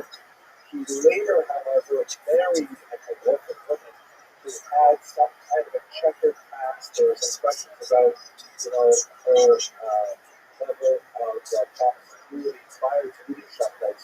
This actually appealed to him, and there is, of course, a couple of prophetic characters in Mary women, similar to the Bible. She was actually an oracle son of Amos in the rebellion itself, which distinctly appealed to Shakhtite. She proved to be his most devoted supporter of the nature. He also went to actually marry a Taurus girl. That is exactly what I mean by what I said. He actually performed a marriage ceremony between himself and his girl, and an inanimate object, the Taurus girl, however holy, as the bride. You get a sense of just how loud. Later on, there were credible rumors, although certainly inflated because of their salacious nature, of a widespread activity, especially among his followers, of what is called Adera Mishpah, sinning for the right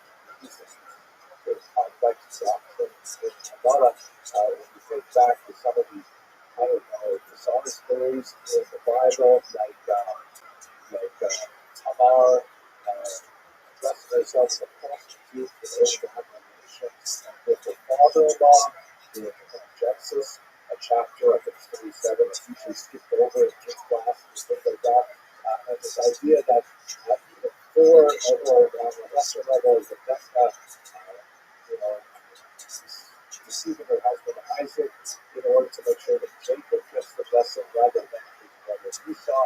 So difficult discussion, logically, but his followers picked up on this idea that they were off and used it principally to nullify many commandments in the Torah, including consumption of non-kosher food, the violation of the Sabbath, and the violation of marriage as well, which was definitely the popular elements of Sabbatheanism. It was certainly one of the elements that during Rabbi's generation, when people talked about Sabbatheanism, and what they do, things like that. So that was definitely part of the story surrounding it. He was open to change in a very big way, not only in terms of his own Sabbathean message, but as I mentioned, when he would take over synagogues, he would demand that rather than being from that sacred Torah, which was okay for him to be married to, but not okay to be read from publicly, he would demand that people use that were printed the printed sacred Torah, rather than their style of scribble.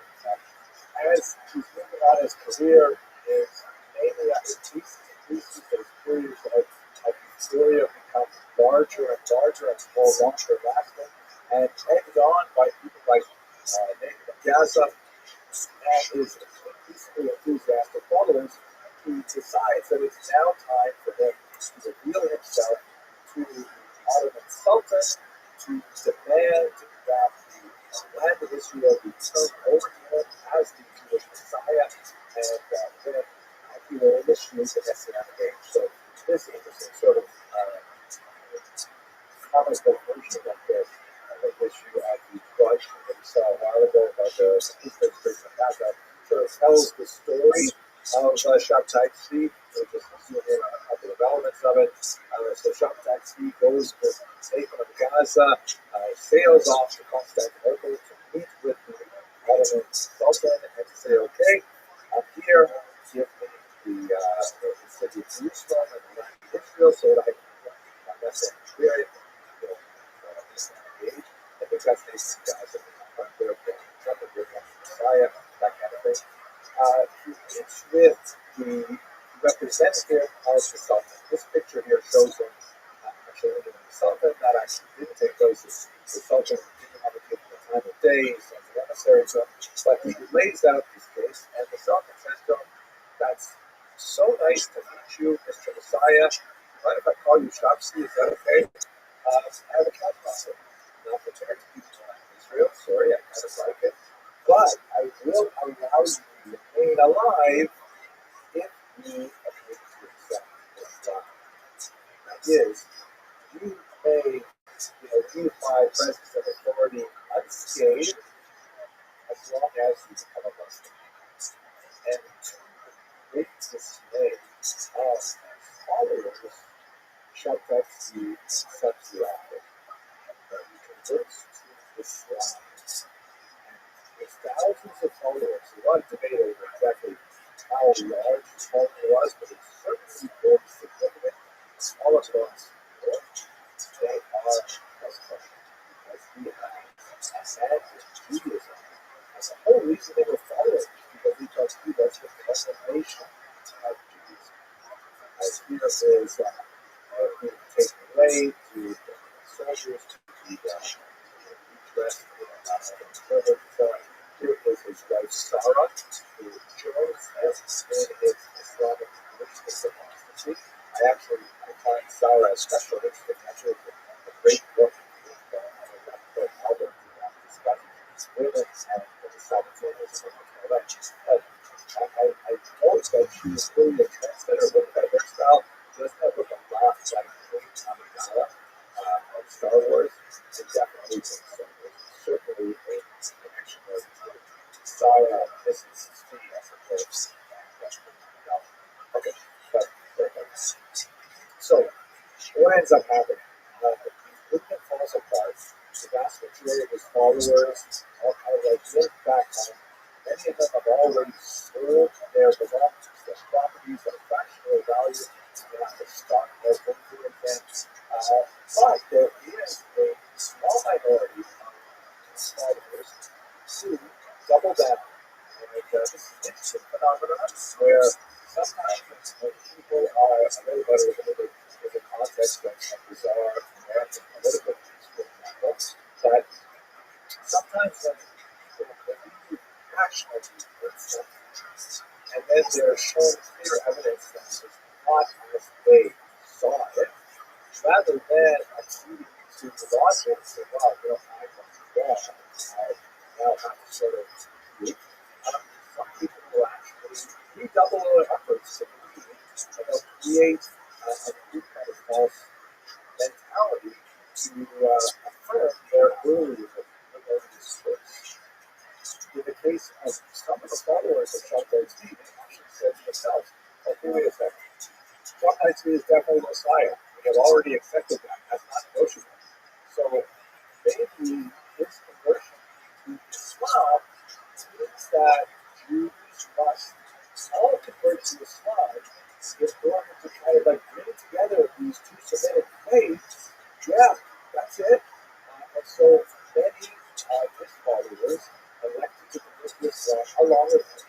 And they constituted a coherent community that lasted well into the 20th century by doing that. This is a lot of their mosques in Thessalonica. They actually have strong presence in Turkey and Syria and elsewhere. And there was a noted presence of that in 20th century Turkish politics, for example, like that. There are also reverberations of neo-Sabbateanism.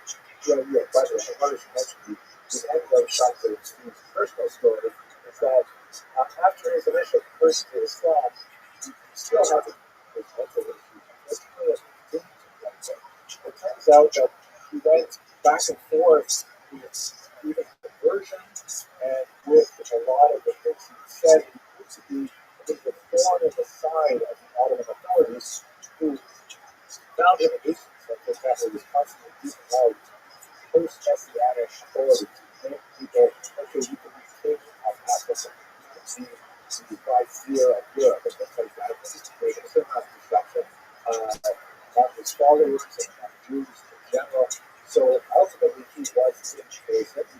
And in prison, one of the last things he did was he requested a young people monastery for his purposes so that he could pray the great prayers in his minutes while he was in prison. So, I think in many ways, he was regarded as a tragedy.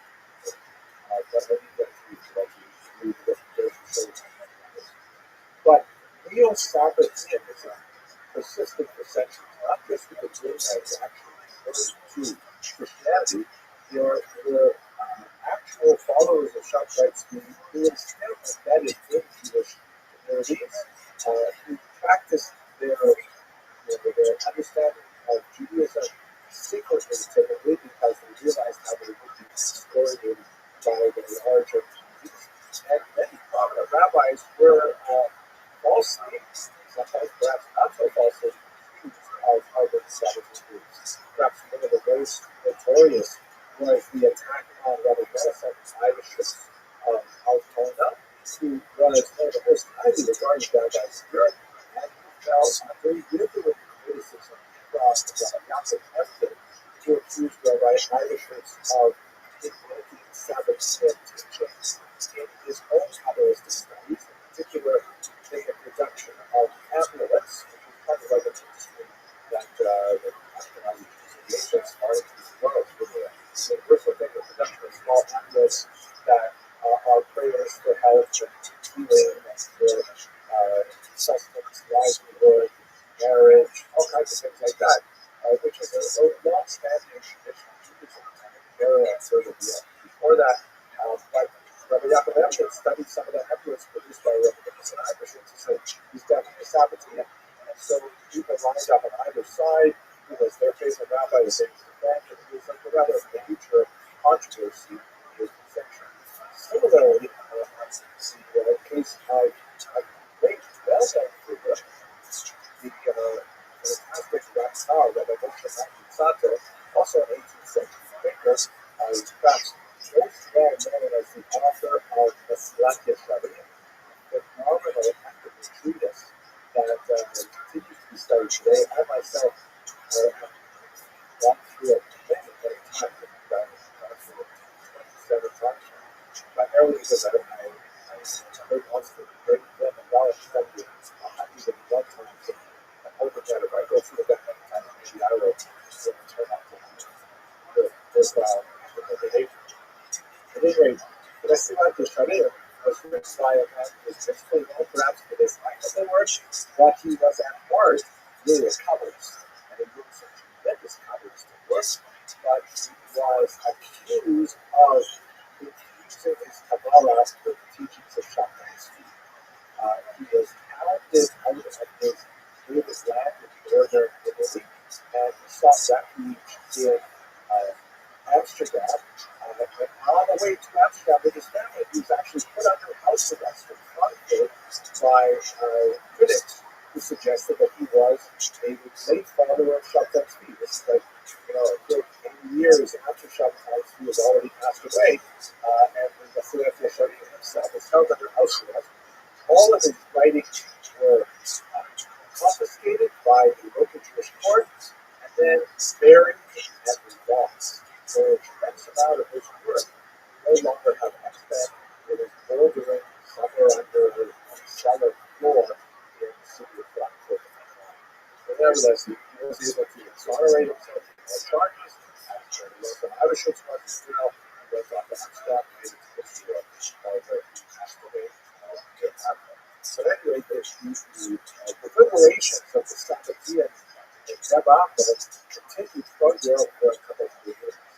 Perhaps the last expression of this, or the last meaningful organized expression of this, occurred in Poland under the leadership of someone who claims personally to be the reincarnation of Shabtai Tzvi, Jacob Frank.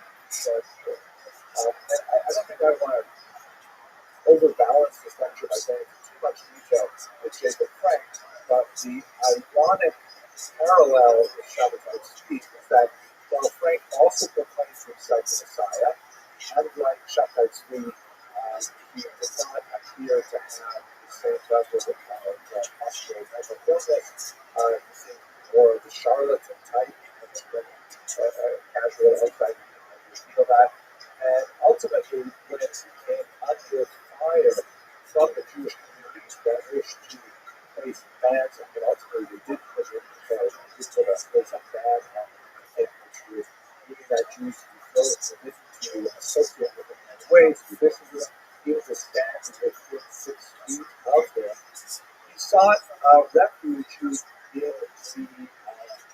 the home of a bishop in Poland. And one of the great criticisms he leveled against him was that he was not following the teachings of the Talmud, something we discussed in the lecture a while ago. This was something that the bishop warned to and actually used the Frank situation as a foil to attack the Talmud as something which would otherwise be, he argued as a very noxious impact on the Jewish population in Poland, preventing them from converting to Christianity and so on.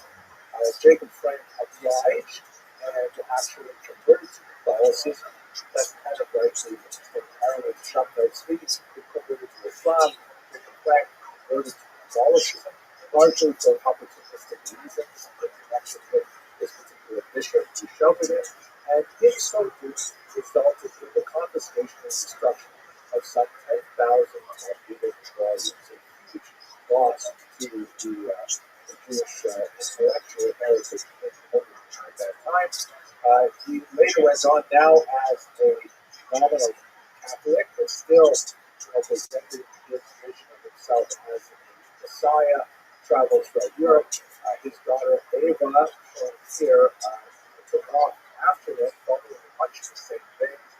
Also, both of them involved with similar activities, incredibly accused of engaging in anti-Roman behavior. The sexual aspect of their practices was definitely widely known and the subject of isolations rumors, and ultimately the entire movement. The French herself was, but nevertheless, we see the same kind of readiness for the Messiah that characterizes a number of the Jewish followers of both Shaphat's and Jacob. That kind of like sums up this huge intellectual, spiritual whirlwind that had tremendous impact in the Shaphat's field in most of Europe, in the case of Jacob, particularly Eastern Europe. But that's where I think I'd like to leave it for today. Let me thank you all for listening to this overview. Have an excellent day.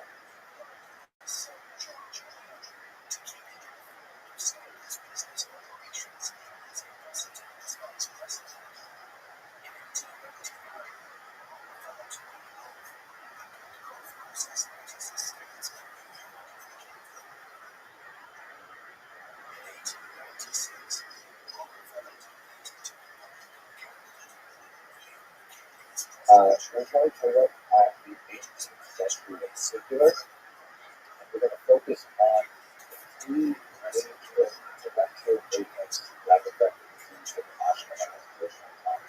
Specifically, we're going to look at the rise of Hasidism, the opposition of the Damascene, and then the innovations of the Hasidim.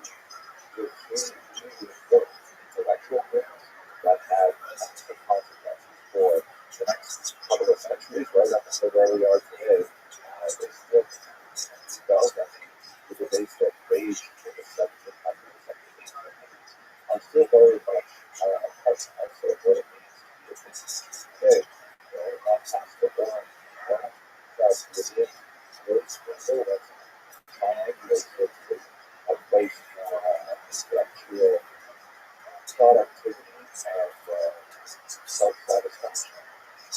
The root of a focus is a method satisfaction of the soul, trying to figure out exactly how one must relate to one's God, community, family, and self, all within these basic knowledge of self. It's basically an area with lots of long instructions, which is directors or other children. Here's a great photograph that this either field capable of this thing. It's just this couple of characters, father and son, this picture. And I kind of like this picture for the middle of the art and this moment. But we're going to be looking at centuries of Shaw, 18th centuries. Obviously, how long is a century? A century is 100 years. But Eric talks down very important historians, pioneers who used the term long 19th centuries, which goes from basically the French Revolution to 1789 to the beginning of the War, 1914. So that's somewhat longer than 100 years. And then he also pioneered the short 20th century, which goes from the beginning of the War, 1914, to the fall of communism in 1991. So it's much shorter than a century. I would like to suggest that in terms of Ashkenazi history and Jewish history at large, we're still in the 18th century effectively. No, very, very long 18th century. And there are three figures that are crucial in our understanding of the relationship between large and first we have the altar that we of the God, which is associated with the foundations of God. I would include a picture perhaps more appropriately of the Shem Tov, Israel and our desert, we'll talk about a little bit more today, that goes. But we don't have any reliable out there, and the Taik, which everyone sees in the market, because I don't know what it was. And the revolutionary element is really I would say, a third generation who is keeping these intellectuals in advancing a succeeding vision to the rest of the world about today, in fact. And so it's appropriate for our 18th century focus. So here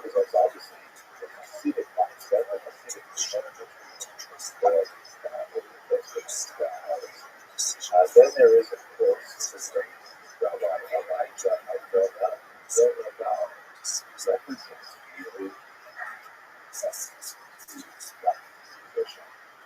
He is the knowledge head on the movement for acid. It's not good, or it's not good. Literally, that text of premise.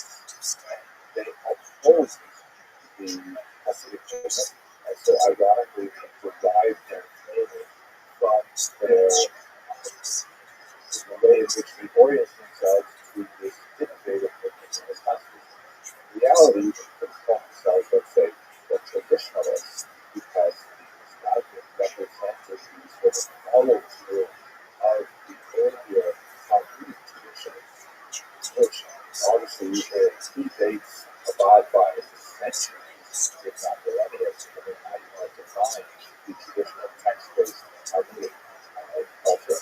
But nevertheless, the term Mishnah means stuff. So very, very important element in our discussion of the three major intellectual units of the finally, we have Salah, which is certainly well typified by Rabbi Moses as a Rabbi Moses and Yesod. He was the first really significant group that articulated ways of identifying with a variant that did not in the outside world have necessarily certain interests, but rather one in which Jews were expected to engage, one in which Jews could fully connect with, while respecting the boundaries of their own ideologies and beliefs, and yet they contribute to and be affected by the outside world. And these three ideologies came into very significant conflict over the course of the 18th and into the 19th centuries. And of course, these three movements, collectively, moving to affect us through this. While we are on this picture, I can't even stop pointing out that the actors in this series called Shitso is very prolific. We, of course, not necessarily look the way they appear. Here is Shitso, the character, played by Doug rather brilliantly, but rather different Shitso and here in Akiva Shitso, played by Michael Allen. I especially like the picture of Michael Allen because it often happens when I'm walking down the streets of Jewish neighborhoods, people walk up and they say, hey, aren't you that guy, Michael Allen? I really don't. Occasionally, though, when I'm in a hand space, I often mistake it rather than put up this. Public that's what's very next level. It's hard to have these guards exercise so early in the morning. It's daily out there, and I can't see that with this website, so I'm just talking to my own face, and I'm tempted to turn myself up with that. Okay, so what I'd like to say about the three movements is I'd like to phrase them in terms of the values, because even the traditionalists, even the Mishnayos, who they claim to be like followers through their traditions, they also have rebellious elements because they are forced by the birth of the Hasidic movement to redefine themselves in opposition to something new. So that requires a certain amount of repositioning of history. So all three of these movements represent significant intellectual rebellion of people. Let me explain what I think. Let's start with the rebellion discovery. Chronologically, the earliest of these three rebellions that the church has turned out moved towards the Stephen, where one of the pictures I've described. Now, they are, there are some scattered here as well. They are rebels of the struggle, in the sense that they're certainly traditionalists, as you can see shortly, in terms of their orientation to the basic theological and practical tenets of Judaism and the Hindus, but they claim to be energized by something new, something innovative, something which has been discovered in this tradition, which has ancient origins, but has recently come to flourish and find new expression in the 18th century. They perceive that innovation as a restoration or a coming closer to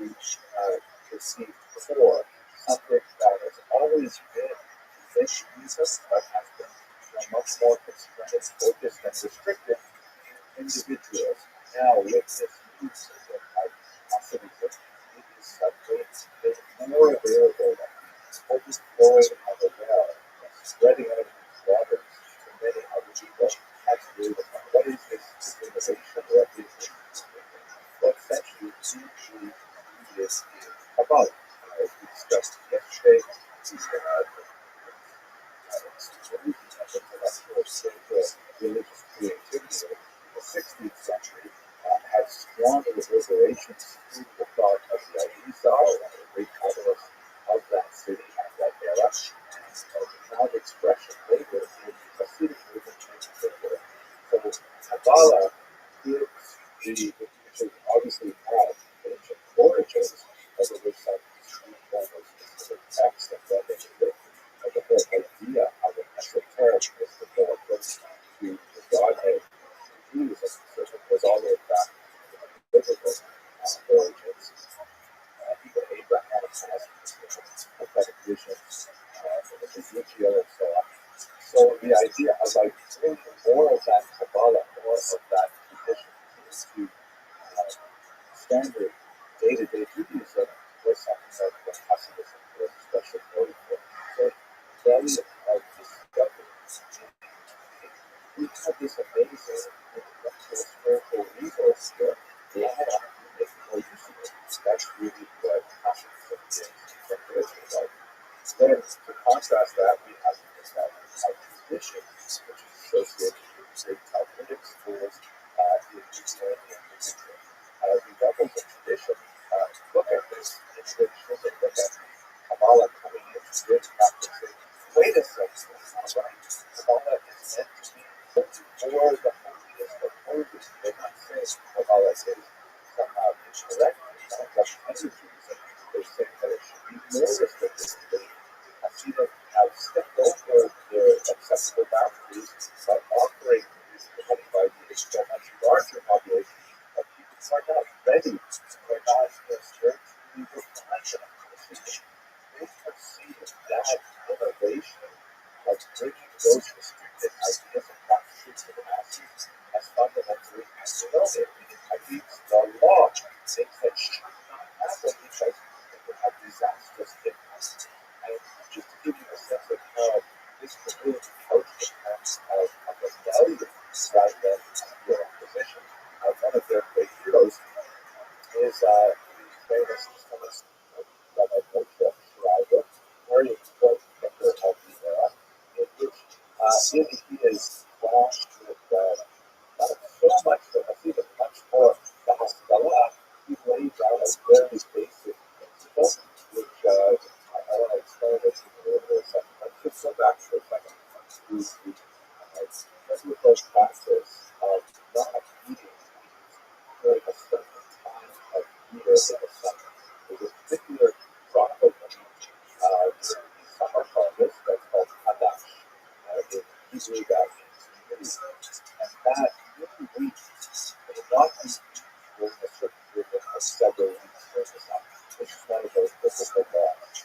And so this has the time implicit, Hadash, Torah, as English classes, Hadash, as the Torah. The new wheat is forbidden by the Torah.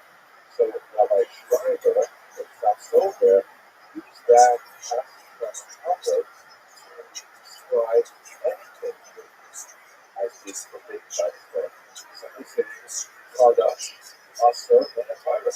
Anything new is forbidden by the Torah. You can't innovate with this huge structural Kabbalistic ideas, but in particular, you have to want to bring more to the synagogue, want to move the Sabbath to Sunday, want to revise the laws of culture. No way, Adash, Asr, and Torah, anything is ipso facto forbidden by the Torah. So that's kind of like a pretty strong statement. And I don't think some sort of meant it literally and universally, but it was definitely going to kind of coalesce thinking around an approach to these new ideas. So it is a rebellion, but it is a tradition. Finally, the last group of the Hasidim, so-called enlighteners, so we have much more time to discuss Q&A hopefully. They were right, those the last people are, I like to term them as rebels of expansion. Meaning, they say, here we are in the 18th century, and we sort of have a particular way of life and a way of relating to non-Ashkenazim, specifically the non-Jewish world around us, but also to the non-Ashkenazim Jews, of which there will be a significant new influx after the Spanish expulsion of Portugal. And they say we should rather be expanding our horizons into other areas of political, social, especially cultural and intellectual endeavors that we never really engaged in before.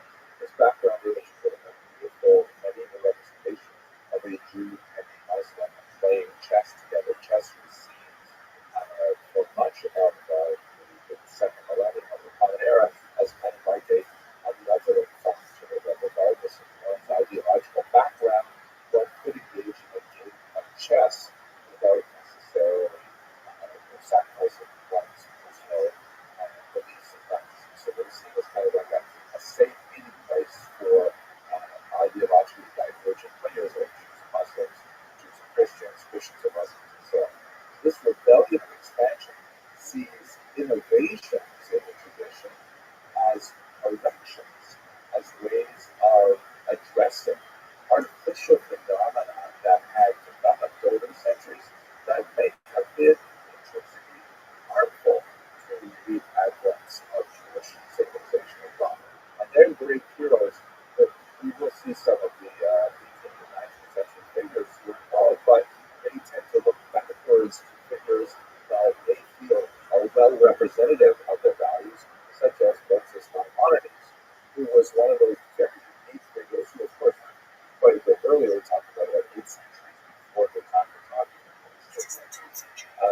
And Maimonides, however, was one of those rare Sephardic geniuses who was adept both within the Jewish intellectual tradition and extremely creative, right? Things like the Mishnah Torah, the Guide to the Complex, but at the same time, very, very active in the secular world as a physician. He wrote many treatises in Arabic on various medical conditions and so on, and he's seen as kind of like a golden age individual and a tried figure of more monarchies than emulate.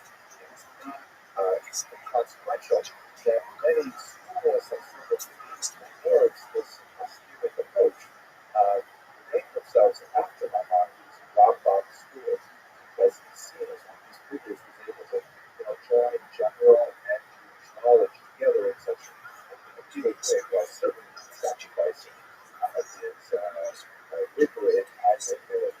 So those are our three rebellions that occupy us for the next rest of this lecture and the next one as well. Let us not forget the background of which as exploring some of the details before the lectures touch on these things, because it's very important to understand the context in which the 18th century develops.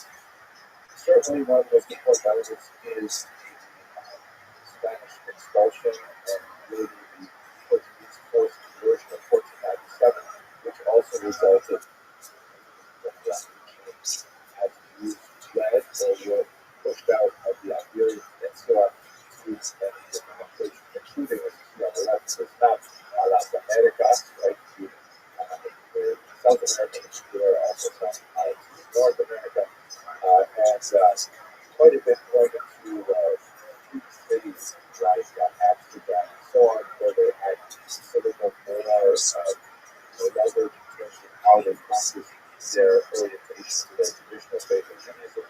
Many of them have already been really closely or otherwise since Christianity, and they brought with them to these Ashkenazic lands an unusual intellectual flexibility as a result of their very divergent range of experiences with regards to things. Let us look, for example, at the tragic case of Julio da Costa, someone has gone to kind of meditate on the natural sense of he was connected.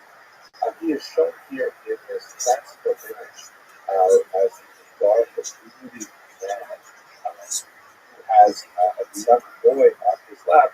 supposed to be a figure, a representation of the earlier gods, but those in many ways they are quite complementary to each other.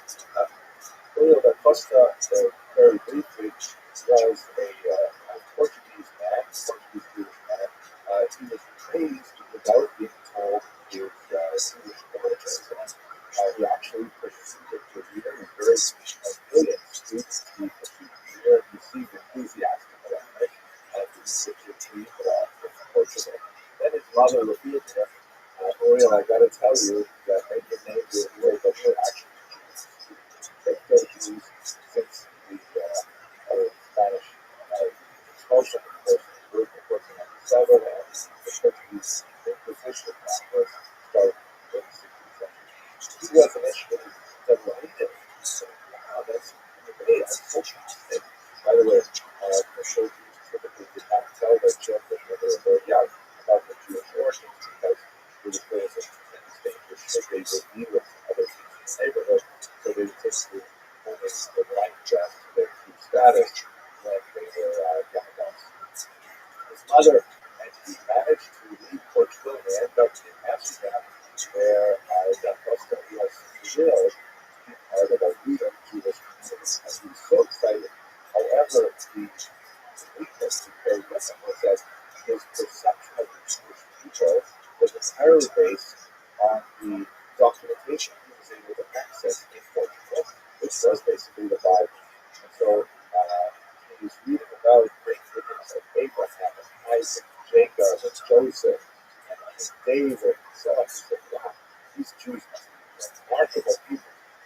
And when he gets to Amsterdam, he finds that he's not always remarkable as he thought. There are some that engage in inappropriate business practices, some that engage in intellectually dishonest activity, and some that consider he is as a vowed Shiva, but he finds that these regular FFBs, listens from workers, and sort of thing, from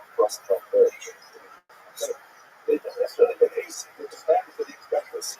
He gets into a lot of conflict with them, but he actually writes with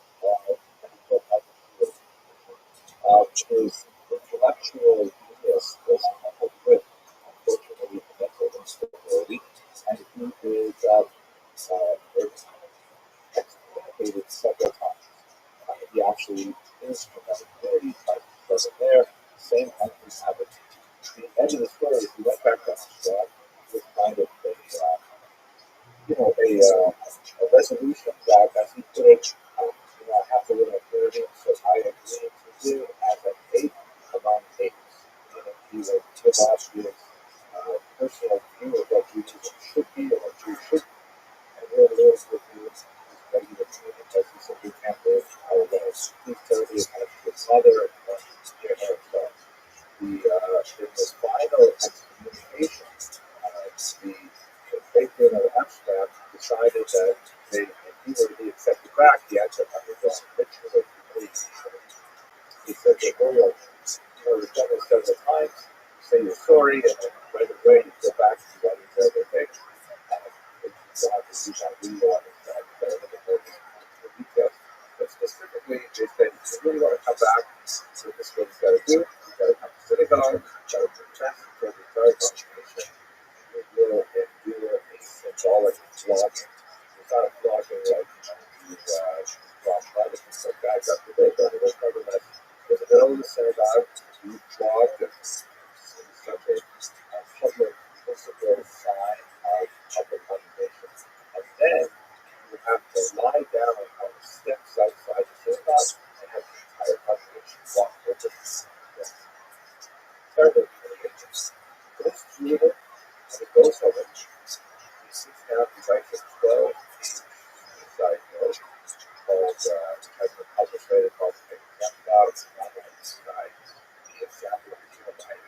I know so better to sit down. It's a very, very tragic story. There was this question of identity. What is your identity? What is your Christian identity? is underlying Jewish identity, disconnect from that Jewish identity. Live very tragically for our life today is actually dramatic verses have been staged multiple times. Very popular opera, very popular play. Anyway, it's a great example of the kind of intellectual piece that was brought as a man by the studies, particularly as an operation of the Christian church. Recall that this is a process that took place over centuries and so that people throughout the Christian generations who then finally make their way to Ashkenaz land and join the Jewish community. And they've already been covered by a very, very different experience with Jewish Ashkenaz. Of course, the figure on the left here of Florence Spinoza is shown by living inspiration of being so different from the beauty started by Costa.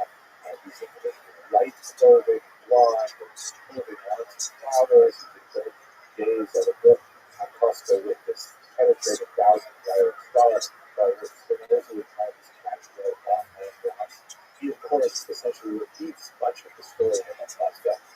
Here is another work by Herschel Berger, which is just as fascinating by the good eye.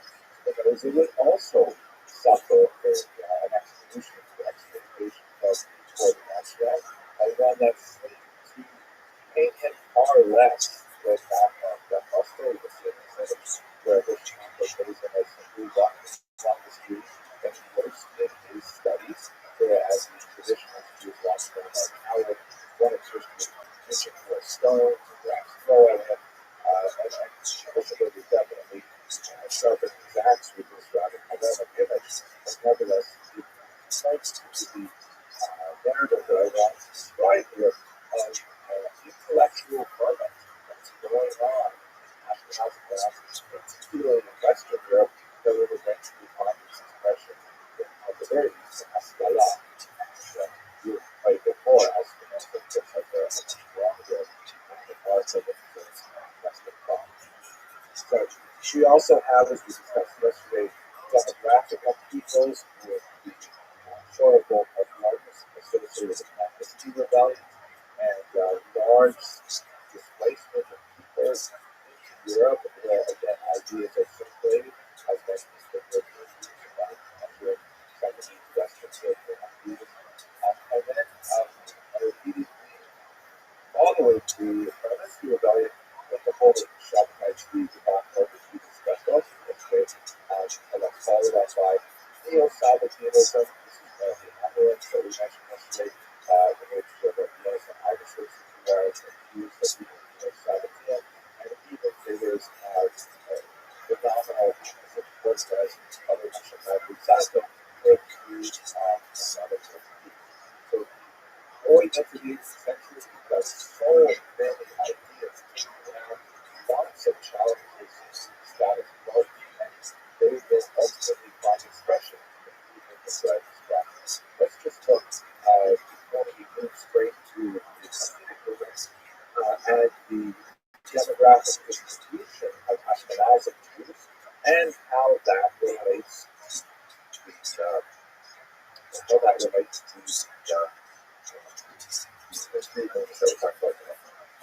this is a great app that gives you a sense of the demographic shift that we described earlier this week of Jews from the Rhineland. There are still significant populations of Jews in Germany, though not yet to the middle of the 19th century, but our Jews have also been admitted, not formally, but basically the earlier expulsion was endured. So you have Jews making their way to the United Kingdom. But the large mass of Ashkenaz community is primarily in the West. In terms of the three movements that we're talking about, the first is the Hasidic movement, that is chronologically earliest Hasidic movement. It's largely centered in what we would call today's right-wing Spain,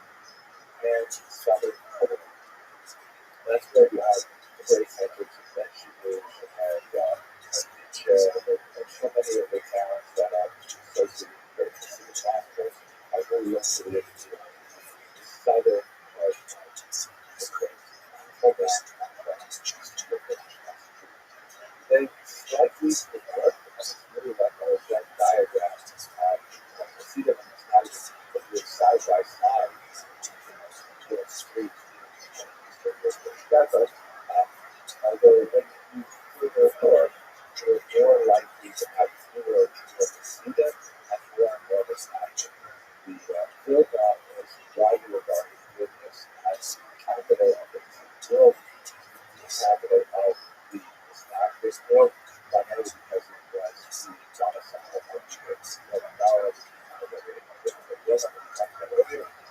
but there were Hasidic factors as well, provides, for example. So they're primarily to the north, but as it goes on, they're overlapping.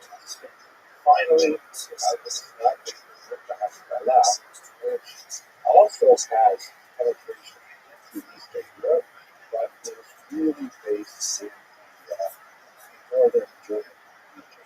Germany was one of the major centers of Hashkalah in the period, and these three prisons were interacting with each other over the course of the 18th and rest of the 19th century.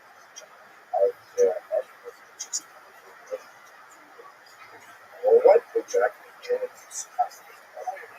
I would say custom. I did point to about it earlier, but in terms of like what's important,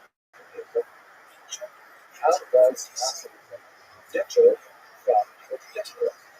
I will remind you that one of the elements of Judaism that distinguishes it from the scholarly Christianity, or I thought it was less so Islam, is the notion that while Judaism has some tenets, like for example, I'd say monotheism, like that is classic elements of Ishmael, anticipation of the Messiah, but these basic ideas of belief and intellectual tradition can be summarized in a very small number. There are various counts, depending on which of the various areas of the map, but basically count the key things that Jews must believe easily on one set of hands. It's a small number of mandatory beliefs.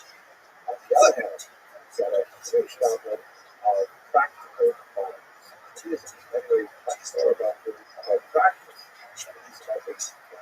What do you do with your day? Judaism, traditionally also, has a highly regulated set of rules codified in 630 commandments, which dictate how you're supposed to live your life. So, if that is more important measuring stick for what you do, how do Hasidism stack up against this mountain? So, if we put this little chart together and we look at the practices or movements of verses, let's say first, one of the key ideas is you believe that there are some of the commandments, that the Torah comes from Sinai, from God, and that it defines these 613 commandments that the rabbis have articulated in the oral Torah to the Talmud, particularly the Jewish law. It's not to say absolutely that's our bread and butter, that's what we do all day. We study those concepts, but then also say yes. So, okay, right, let's move to your distinction. This, by the way, jump ahead to the 20th century, certainly I would say that in the 19th century, this is a key distinction with modern movements, which are now called denominations of Judaism, that might not necessarily agree that there are 613 commandments. And even though among the Orthodox there may be some discussion of this particular commandment number 82 isn't really a commandment, it's a rabbinic enactment, but you forgot one other. That's perfectly smart. Of course, the traditional Judaism, but in the 19th and 20th century, there are people who would say, similar to Judaism, that no, we think that there are only 10 commandments, or we think that there are even some commandments that all creators creations. This is not what the other centuries happens. Let's say let's do something talk to it, like the assurance of Shabbat. By the way, the next three, this one, the next two are really sort of like the Orthodox, the Orthodox views. These are, in my experience, these were three famous steps that we really concentrate because learning the practice of Judaism is a lifelong study of this practice itself is part of the whole package. So it's something that you really get better at as you get older. So if someone has to the first 2 years, it can be expected to know and practice everything right away. They might have an external approach that might not really that's their way.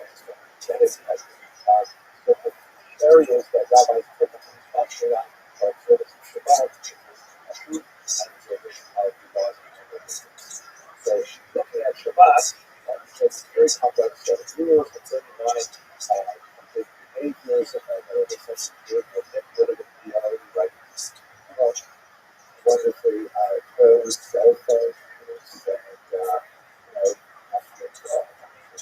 so Shabbat is not going to say yes, absolutely. I mean, without Shabbat, it's great. So they're the same. And what about kosher? Oh, yeah, really, it's not something without kosher chicken. That's not kosher chicken. Hasidim also, yes. And as we shall see, they will debate the particular details of what makes something kosher. But the concept of keeping kosher is something important. And finally, laws of family we discussed in the previous class, very basic Judaism. It's not going to say totally tear down with this, I'm going to see them as well. Where there are things like what's the appropriate way to construct the ritual act, mitzvah, which of course the laws of that may be. But they all agree that it is basic. So, wait a second.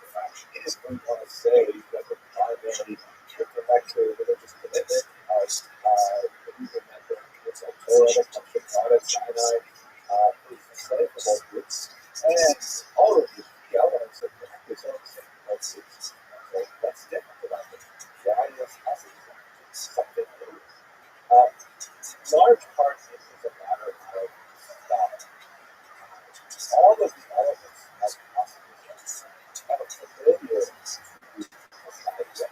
but there's a question of what they out of certain aspects of this very fish, the language of tradition, far more attention and energy than is viewed for the starting and that's change. Emphasis is something that really makes this interesting. It's very, very closely related.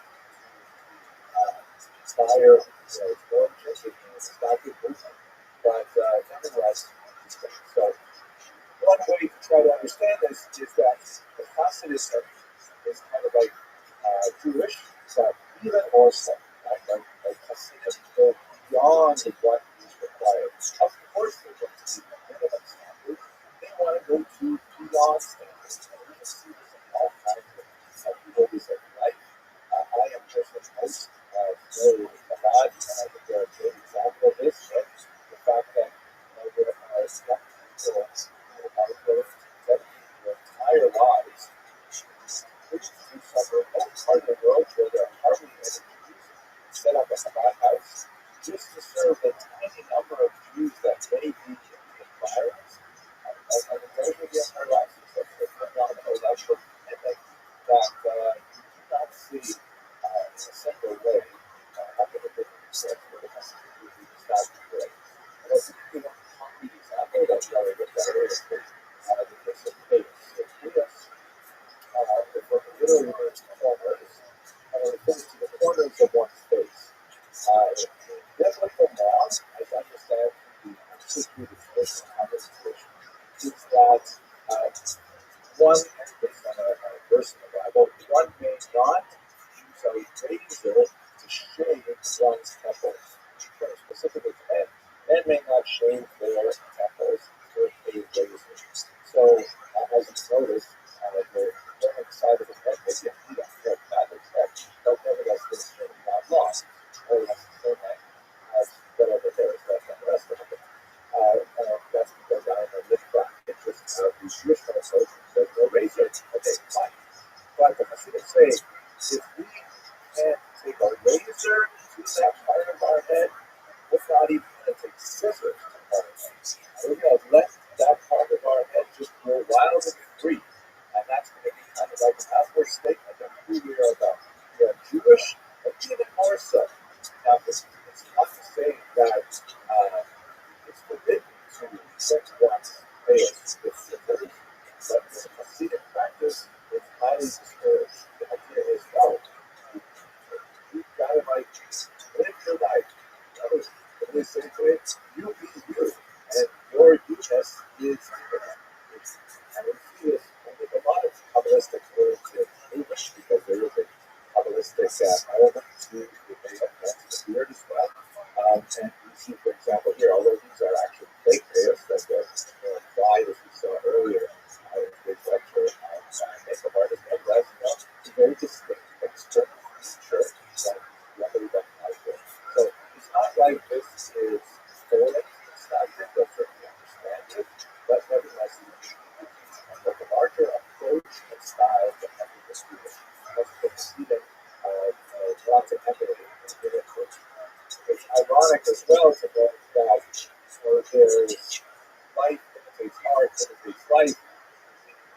distraction is going to be seeing what the team doing. Sometimes sort of like say, the last time I think the attack I like that. So you will see a lot of young men who traditional work. But also like I say, it's maybe not as long as girls as you see with the speakers that probably doesn't have the real thing like that. So that kind of like shows how there's a ebb and flow and a mutual influence of previously hostile groups.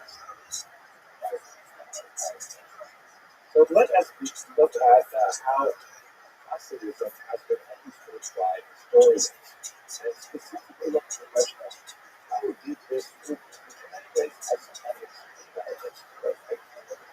of especially for the how behaved this group the past. So if we look at the great historians, the great response to the disaster, that's going to kind of threats, where the session German historian who has traditional Canadian background and then kind of moves into the Haskalah subject of reform activity, right? And he tended to look down on Hasidim. He tended to see them as being real Sabbateans, being heavily influenced by the Sabbatean ideas, and especially, although he doesn't necessarily regard them as heretics, he regards them as being credulous and clearly rooted in intellectual tradition, buffeted by the horrible tragedies of the Pitsky rebellion and influenced by the leftovers of Shabtai Tzvi's movement. And he says, this is something we really have to extirpate. And it's not the kind of Judaism that represents really the great tradition and that we were only 20% of the most Jewish for time like particular. So yes, the society is negative, but Shimon Goodwill, on the other hand, there's a great story also that's like a big story from multiple volume histories using somebody talking about obviously too far divorced from the reality of these Jewish rights. The Hasidim represent the true populist spirit of the Jews. That it's true that the Hasidim down in the southern regions of right back to Ukraine, southern Poland, were largely divorced from the great Talmudic centers of the north. But you know what? They're good, enthusiastic Jews who are willing to devote themselves to the larger cause of Judaism.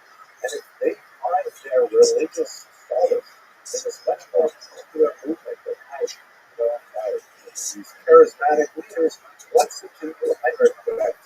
So he has developed a much more sympathetic view of Hasidism and kind of like a natural outpouring of the zeitgeist, the spirit of the era, disseminated directly from the spirit of the people who really yearn for a personal connection to God. If they couldn't get it through out of some of the texts, they would get it through the singing and dancing and the friendships that were developed, characteristic of the Hasidim. This is especially evident in the work of Archbishop and historian, Bishop philosopher, that he was instrumental in working with Hasidic historians themselves, the tales of the Tzaddikim and the Jews of Hasidic movement, translating them into limits and greatly popularizing in the Western part of the world. His treatment of Hasidism was not really systematic, as you can see on the definition of footnote, but it was decidedly sympathetic and emphasized those philosophical elements of Hasidism which he felt were especially appropriate for the 20th century and was very meaningful works like this. Then you get to Rosh Hashanah, who sees that much more as a new iteration of the Kabbalistic movement, really emphasizing intellectual characters of Hasidism in early Kabbalah. Well, perhaps one of my favorite analyses is that of Ben Timur, a fascinating Israeli historian, who essentially looks to the Hasidic movement as an economic development. There's a lot more to say about this than I have time for, but basically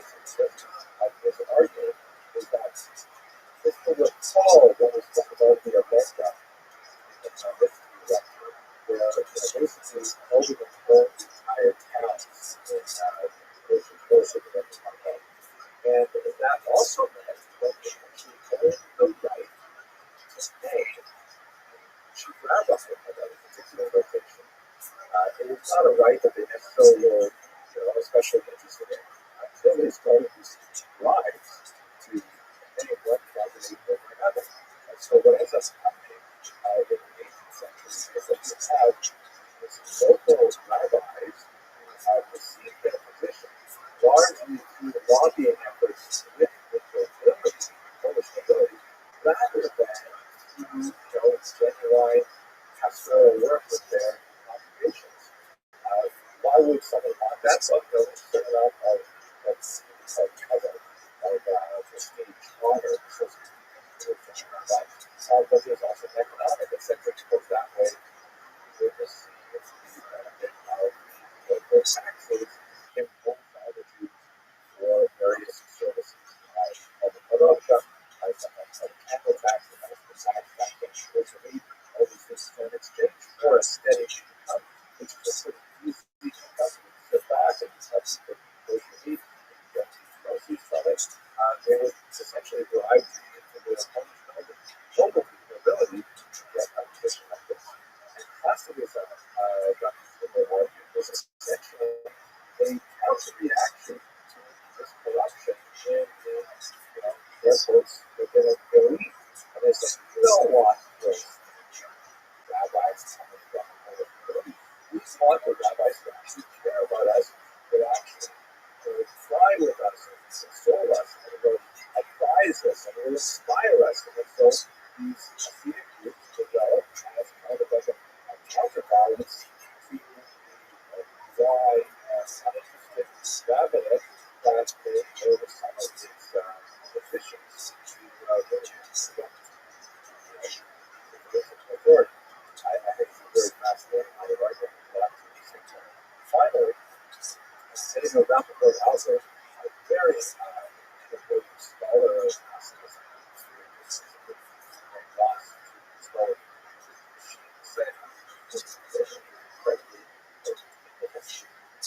we actually have a exceptional witness. That's a bit of a matter.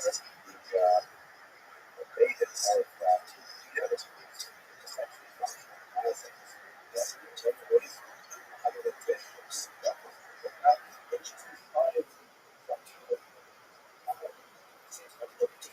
the fact that there could be a shake-up of the traditional approach to Judaism, in which the Jews have had a much more restrained role, just the fact that some of the rules were kind of like looked at with a more flexible mindset, meant that many women would assert Jew ways for them to be involved in the practice of Judaism.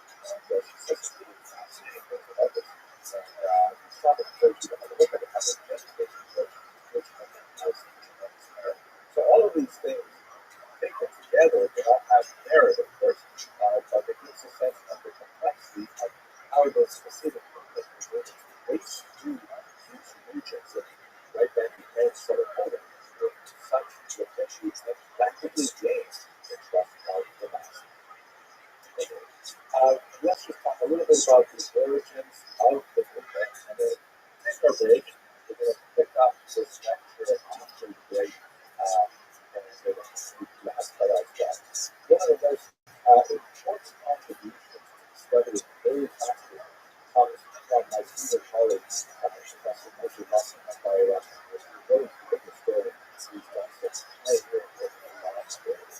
And one of the questions he asked was, almost 40 years ago, about the founder of classicism lived in the first half of the 18th century, which was on the ROTHSCHILD, is based on teachings of the students, testimonies of students published much later, and often without critical rigor and efficiency of his account, and some of them are hard to place with. But what he didn't know about the ROTHSCHILD use of tools and all this historical analysis. Now, it happened that he started really asking these questions at the time when it was the 12th and the 1990s. And so he was one of the first scholars to get over there and start looking in the post-Soviet context.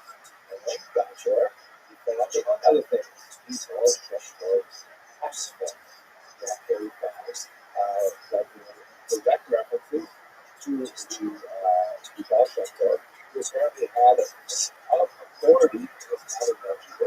You can see the light highlighted the line from the tax reference that was to someone named Weinstein, who was called a doctor, graduate elsewhere,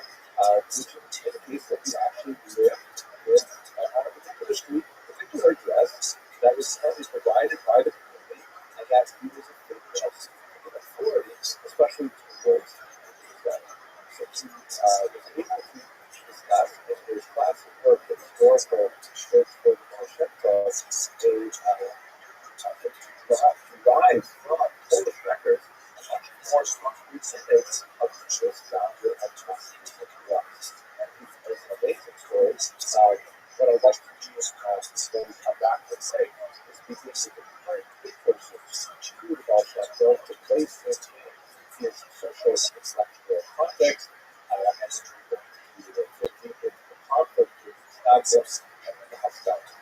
So I want to thank you all for your attention to it. Thanks very much.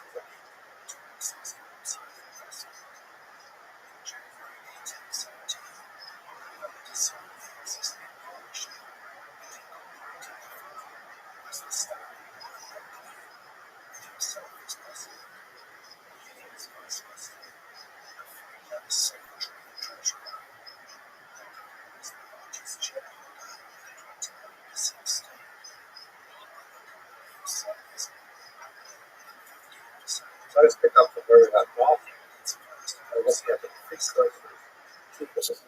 I'd like to go over the next hour is to move from the there to Saturday or Sunday and try to understand this slash and then we're going to round it out with the third posting this time with that's what I would so that's off discussing the historical historicity of Professor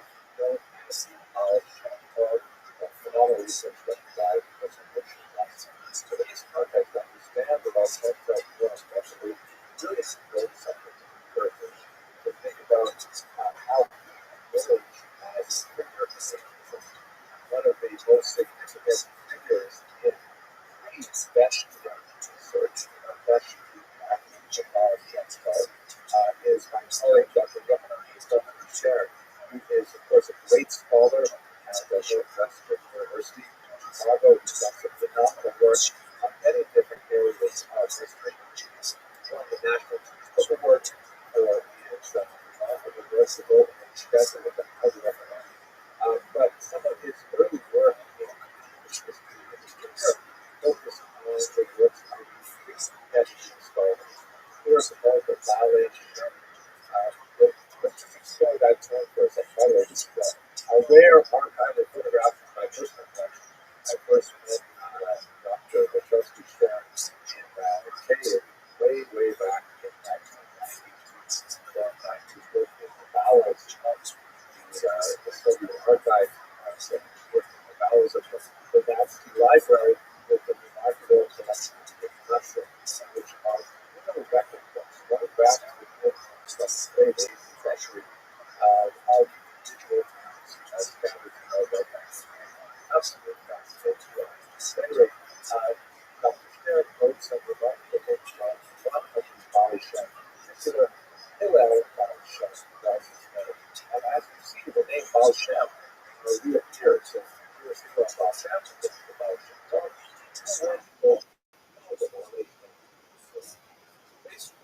The word Shem means name, and Baal Shem means the master of the name. This is a rabbinic euphemism for an amulet maker. Amulet. As we saw earlier, for example, the amulet I showed you from the Roman and Irish. Amulets are very old tradition. Some very discussions of the Aramaic and these are basically, small, kind of like material cultural exhibits of pragmatic practical duties of where people would go to a rabbi, a wonderful sort of catalyst, and say, Rabbi, I'm having such a difficult time, a seeking child, I'm having such a difficult time getting my livelihood together, I'm having such a difficult time trying to date, I'm really about my health, whatever really concerns you. And one of the extraordinary remedies, which again has a legitimate intellectual roots in the tradition, so it is something which is right for us and appropriate is the rabbi or the rabbi is going to write a small scroll or a slip of paper, some kind of so when we look like a magical incantation, and we have many examples of the Aramaic principles in Babylonia, and we have small devices. In fact, probably the earliest actual text in the original writing of the biblical passage is what is labeled that is in 7th century Israel. I was discovered as a very small little piece of these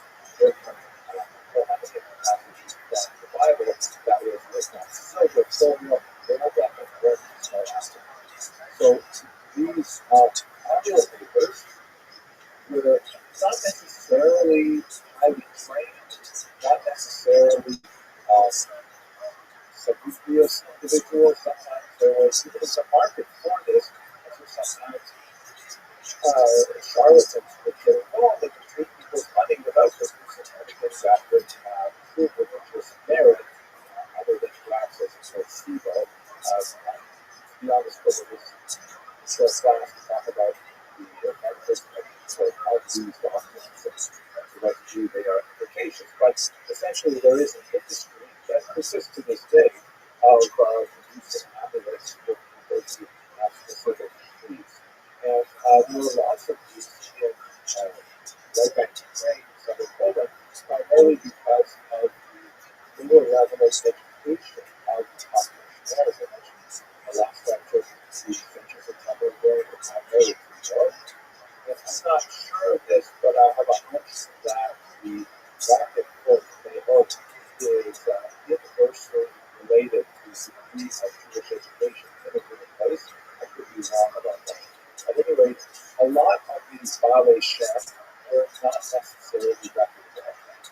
And that's why Rabbi Eliezer, who was also noted for his wonder working practices, was known as the ballet chef of the master of good name being a name of God, or the master of the name who is good, as opposed to all of those other ballet chefs who are not so remarkable. The ballet chef was the backdrop for the importance of this unusual work who managed to bring together as a charismatic individual a circle of disciples who follow him and his innovative passages, which described prior to prior lecture. And this was essentially the nucleus of the modern computer. It also had a lot of relationship with book culture, because while they may have lacked some of the more formal company training, literacy was proceeding apace in this area, and with the Hasidic movement came some early publications that had a very dramatic impact on literature. The whole transition from a short culture to more of a formal culture. You see this in the work of Hillel Basha, who himself refused to be published in his lifetime, despite his massive writings, which remains in the United States. So the Hasidic movement largely spread, not so much through Israel Ben Eliezer, the Baal Shem Tov himself, but rather one of his most important disciples, Rabbi Dov Ber of Leipzig, known as the body of Leipzig. He had 5 to 6 students who were, as you can see from this remarkable work that was done by Atlas and Cassius and published by Princeton, his followers spread throughout the world. The Maggid Method represents the institutionalization of Hasidic teachings in 5 highly distinct schools led by his disciples, but remarkable impact largely focused in his activities. One of those disciples was the Alter Rebbe, who we discussed earlier, Rabbi Shlomo Zalman Messiahi, who was the founder of the Chabad movement, and in keeping with his approach into the culture, he authored the Tanya, which is but the idea that these rabbis really thought of themselves as kind of a rebellious movement, they certainly knew they were engaged in something that was kind of a little energetic and was rapidly changing, but they also began to think of themselves as a movement, as kind of like something which is really coalescing around embodied ideas and practices that are distinct in a useful manner from traditional Judaism when they began to be approached. So ironically, just like the traditionalists received their self-definition as opponents of Islam from the emergency of Hasidic movement, the Hasidic movement itself really derived a tremendous amount of self-definition from that opposition. So they kind of learned to draw the lines that separate them, and that helps them focus their own energies. This is what is all about. That opposition primarily comes from the circle of the great methodologists, what exactly were the Nastasia opposed to? What exactly was their problem with Nazism? So let's have a look at several aspects of that application. The first is that the Hasidics were organizing separate prayer groups. Part of the reason for this was the less rigorous degree of scrupulosity that was applied to the prayer times as defined by Jewish law, particularly by the established orientation. This explains for a second. In traditional Judaism, there are three main prayers in the weekdays: Shabbat, Hamad, the morning prayer, after the evening prayer, and the rabbis of the Talmud practice a very good statement discussing the Talmud is trying to eliminate what exactly are those times. When is morning? When is afternoon? When is evening? When we schedule these prayers. So the Lithuanians, the Nastasia, tend to have a fairly rigorous definition, a fairly defined definition of the window of opportunity to represent particular morning prayer. The Hasidim, however, argued that what's more important, the adherence to those details, which, by the way, particularly as we move further north into Europe, the higher level of gratitude really changes the times in which those morning prayers will be decided. You really want to drag yourself into this kind of a summertime to be really super true. So if you drag yourself in where you're not even able to utter these words without any contemplation of what it means, perhaps it's more valuable to God to, wake up refreshed, to spend a little time in contemplation, maybe even eat a little breakfast to revive yourself, and then go to synagogue and pray like your mensch, like a human being.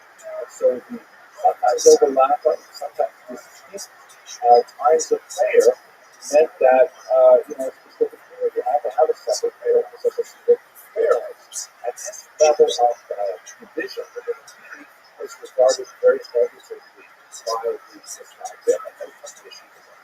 And so related to that is sometimes you're just ignoring the mandate prayer times. By the way, Hasidim counter, of course, that we're not ignoring the regular prayer times. What we're doing is we're making sure that the minimum requirement of certain prayers, like the Shema prayer, are actually required and actually recited even if the mandated time. But the fuller prayer is really only recited perhaps a little bit later than the traditional time, but it's recited with a lot of attention to the God.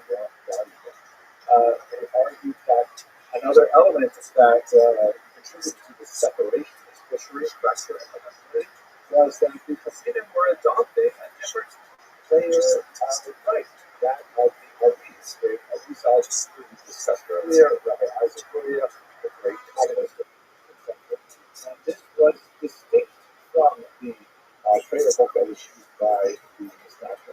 Again, if you were a Martian, I don't have a time. Ask someone, can you please explain what's the Nastasia, and you show them, these certain parts of the book, but show up the regular singer and the lead singer, I'm going to say, well, it's not like there's a huge amount of difference here. The percentage of words that are different, they're in different places. I'm guessing single-digit percentages. If it's really that huge a difference, then it's supposed to be the margin. Parenting, right? That's it does show that. But it's not going to have an issue with the Hasidim, unfortunately, the right code. So it's more significant an issue. But by the way, I'm not going to make a big deal out of this, but then see what really did even look at economic all of these shifts and how that had implications for the revenue streams that were generated by the Jewish population more significantly different those streams of growth. Moving those traditional rabbis may have this position there as a result of driving Polish government or exposed to this charismatic, popular Hasidic rabbi to see this position by popular sense of the. So one of those most taxed issues was slaughtered.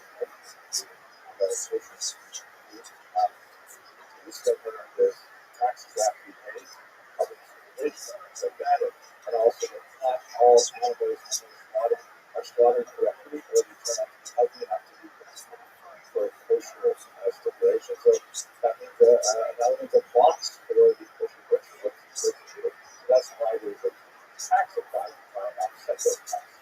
So the Hasidim and the Mishnah differ on a fairly fine point of Jewish law regarding the sharpness of the blade that's used to slaughter the animal. If it is too dull, then it requires the slaughterer to forcibly push on the animal's neck with more pressure than is appropriate, and that causes the animal more pain.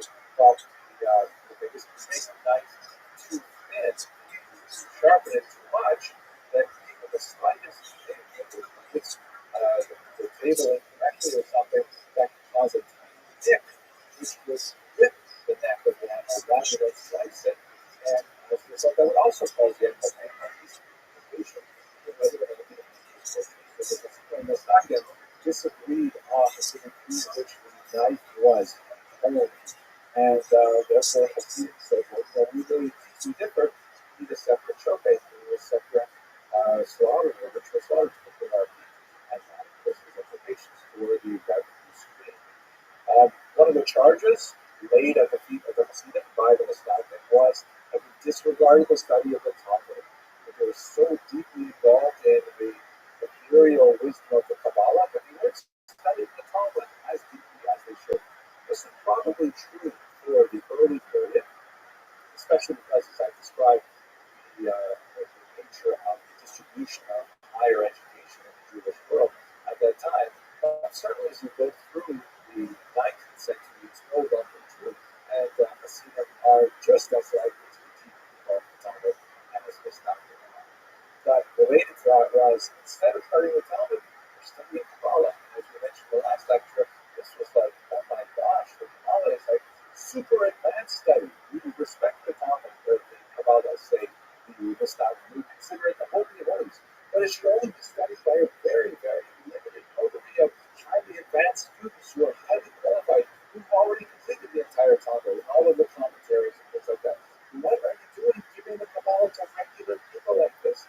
Even in kind of like popularized versions like the Tanya, which took esoteric doctrines of the Zohar and elsewhere, and then sort of digested them in a much easier format for popular readers.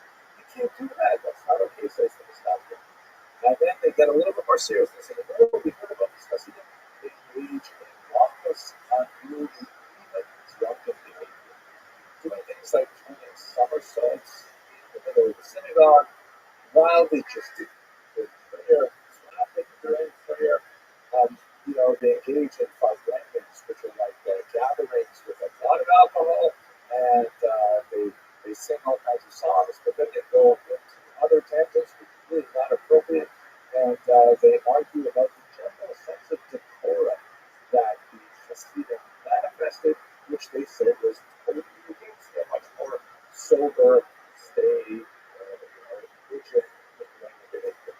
It's kind of interesting to look at Hasidim and Mishnah today because they kind of borrowed from each other. Hasidic prayer today is certainly, with some exceptions, there are certain groups that they definitely have some other unusual practices, but most Hasidim pray today with a lot of the discipline that the Mishnah were cherishing, and a lot of Mishnah, on the other hand, can also chuckle and bow back and forth with great violence and intention. That was probably an influence of the Hasidic movement back in the 19th century. So they really borrowed from each other quite a bit. Finally, one of the most nasty charges was that they were breaking laws, they were not following halacha, introduced a variety of things, big and small, and even they were following teachings of Shabbat. Kind of interesting that usually charges are laid out in a similar order like this, which goes from things which are much more objective and easy to quantify to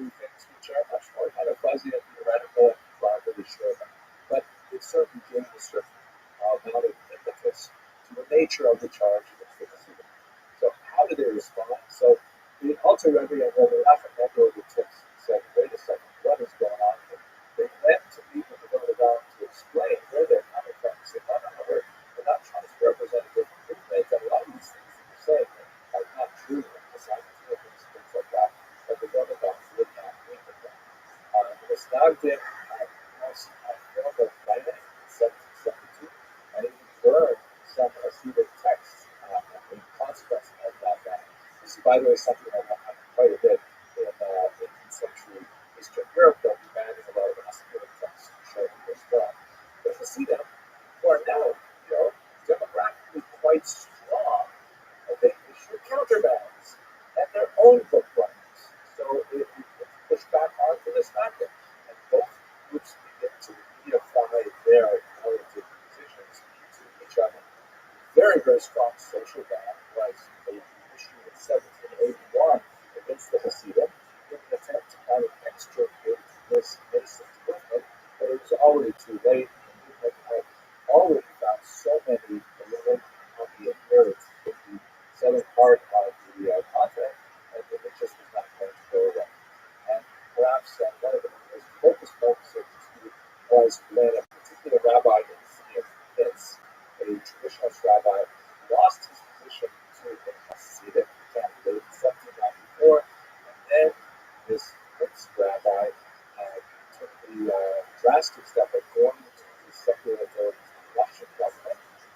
We shall discuss the implications of that shortly, and said that the Hasidim are essentially rebels not only against the traditionalist Jewish community, but by extension against the state. They represented a disruptive element in Russian society writ large, and they had to be controlled. As a result, the Alter Rebbe was arrested and interrogated. He was ultimately released, which forms one of the many release from prison holidays that we will have in the Hasidic tradition. But by this point, the movement had really bifurcated from the Misnagdim and the difficulty to repair relations, although that would be coming through these several decades.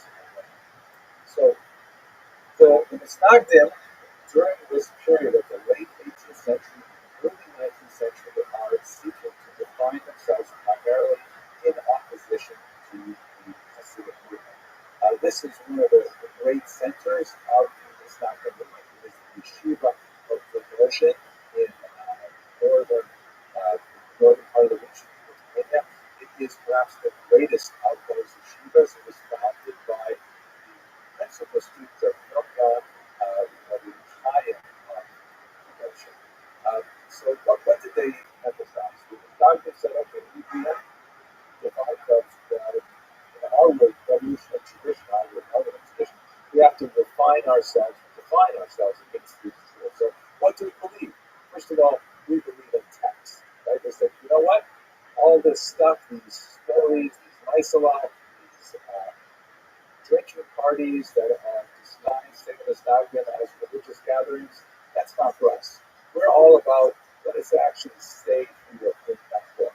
So tremendous amount of emphasis devoted to re-emphasis and re-energizing the emphasis on the Talmud itself, on its commentators, and so on. So really huge commitment to the text. And in fact, in common parlance, when a Litvak says that someone says a Dvar Torah, an interpretation of some Torah passage, and it's kind of like sort of stretched, then people might say, well, that's not a little bit deceiving. Meaning, it's not really true, it's kind of like invented, it may be clever, but it's not the real deal. What does it actually say? That's what we want to know. That's kind of like a more of a Lithuanian cultural organization. The Talmud in particular is elevated as the text bar none of the Lithuanian tradition. But that does not mean, and this is not something new, this is kind of a reinforcement of something which is true prior, but it receives even more emphasis, much more strength. Things like children are taught the Talmud earlier, are expected to reach higher levels of Talmudic study as a result of this cultural orientation set. And that doesn't mean that the Kabbalah is ignored. As I mentioned, of course, the Lithuanians revere the Kabbalah. So they say, okay, yes to Kabbalah, but very, very carefully. And in one of the most fascinating books of the Misnagdim tradition, something that really affected my life deeply, Rabbi writes this book, the Nefesh HaChaim, the soul of life. His first name, of course, is Chaim, so it's also the soul of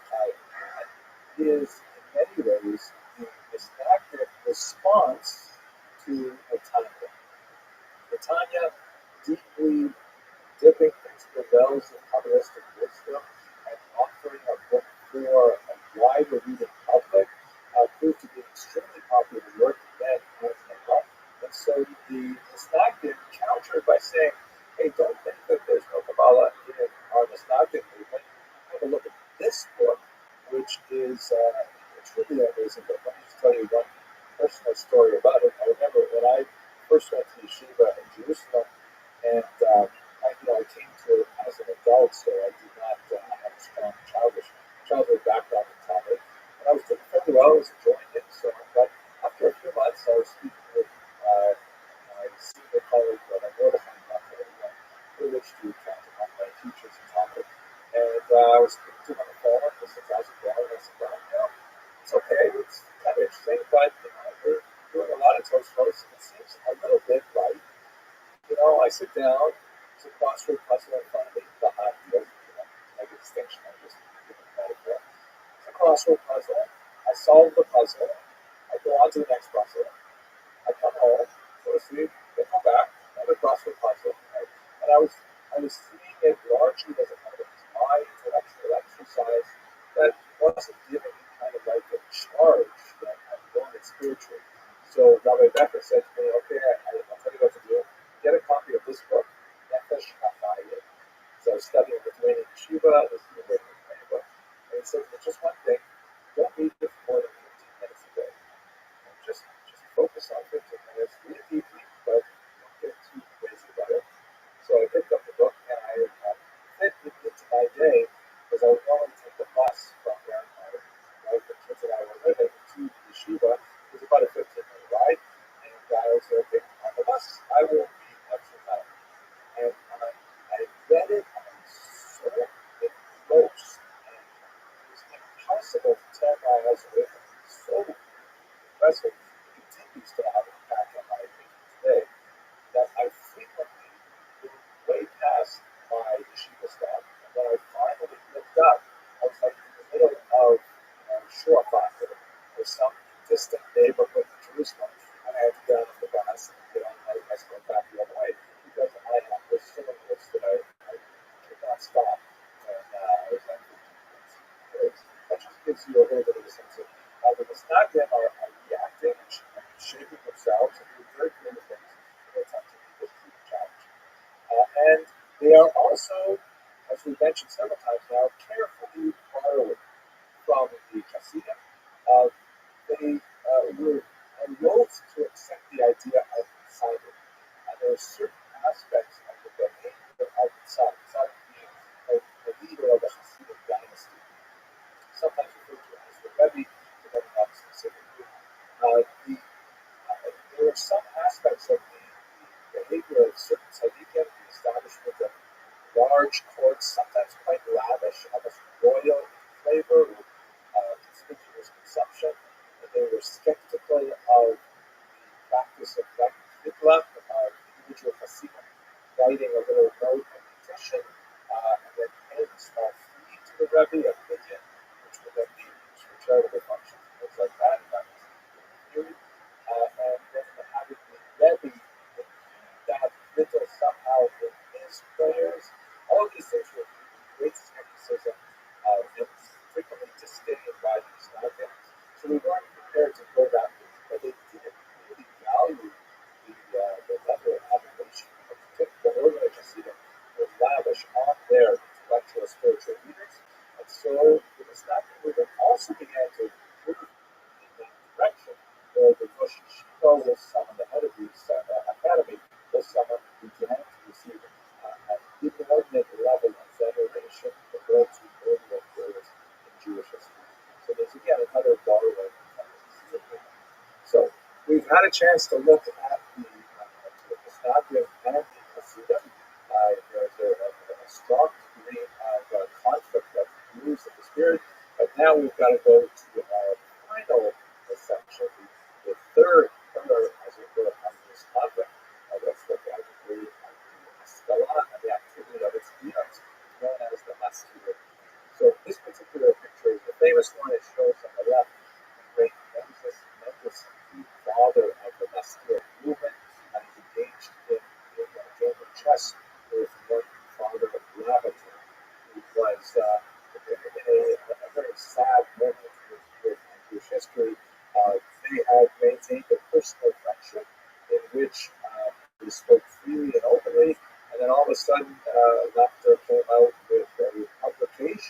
had scandalized the 18th century, saying that Moses Mendelssohn has basically indicated to me that if he had his way, he would abandon key elements of Judaism and maybe even convert to Christianity.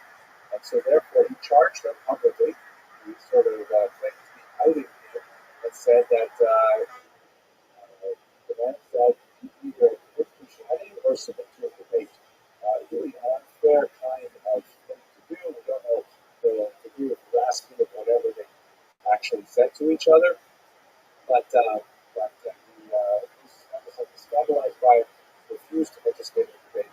He later wrote some very sophisticated works, including his keyword Jerusalem, which is a definition and repudiation of Bottom's charges. So much so that, to figure out the background, uh, what's his name? If I remember correctly, wrote a dramatic work called The Three Rings, I think that was called, in which Mendelssohn was lightly disguised as a wise king who somehow managed to mediate between the three great things. But let us go to the historical roots of that scholar. We got to go back further again to some elements of Jewish thought that I think really can be traced quite directly to an earthquake that occurred in Ferrara, in northern Italy in the mid-1570s, where one figure named Rosaria de Rossi, who was basically a editor, a newspaper in the age of publishing, not especially proud scholar at that time, but there was this horrific earthquake in this town of Ferrara that required all of its population to decamp from the ruined city, which was still being affected by aftershocks, and live for a period of time in the fields outside the city. Outside these fields, a lot of populations that didn't have a lot of time for open-ended conversation suddenly came into enforced contact with one another, and Rossi had some remarkable meetings with some Christian monks. And in that context, he learned a lot of really cool things. He was able to identify that they had access to the letter of Aristeas, which he was able to identify, really some phenomenal things.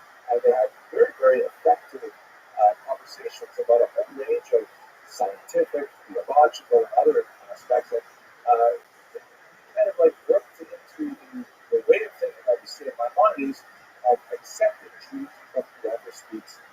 He came out then with a great book called Neo Menai, which is in many ways the first really masculine book that advocates for a greater appreciation for what non-Jewish culture has to offer. And this truly proved to be an extremely influential book. Um, Then we have to add to it the Portuguese Jewish diaspora, which we discussed in the previous lecture. Jews who had already been soaked in Christian intellectual traditions and had ipso facto a kind of flexible view of identity and of varying perspectives. And when they finally reclaim their Judaism in their far-flung diaspora, they bring a very different ways of thinking to both the old world and to the virtual new world where there are a lot of Portuguese Jews living as well. So by the time you get to the 18th century, you have figures like Moses Mendelssohn, who personally he represents kind of like a formative liminal figure between two periods. He himself was scrupulously observant. He was a halachic Jew in the full sense of the term, and never deviated from what we would call today, the term is anachronistic, but he never deviated from Orthodox status. However, he managed to attain unprecedented heights in enlightenment culture in Germany.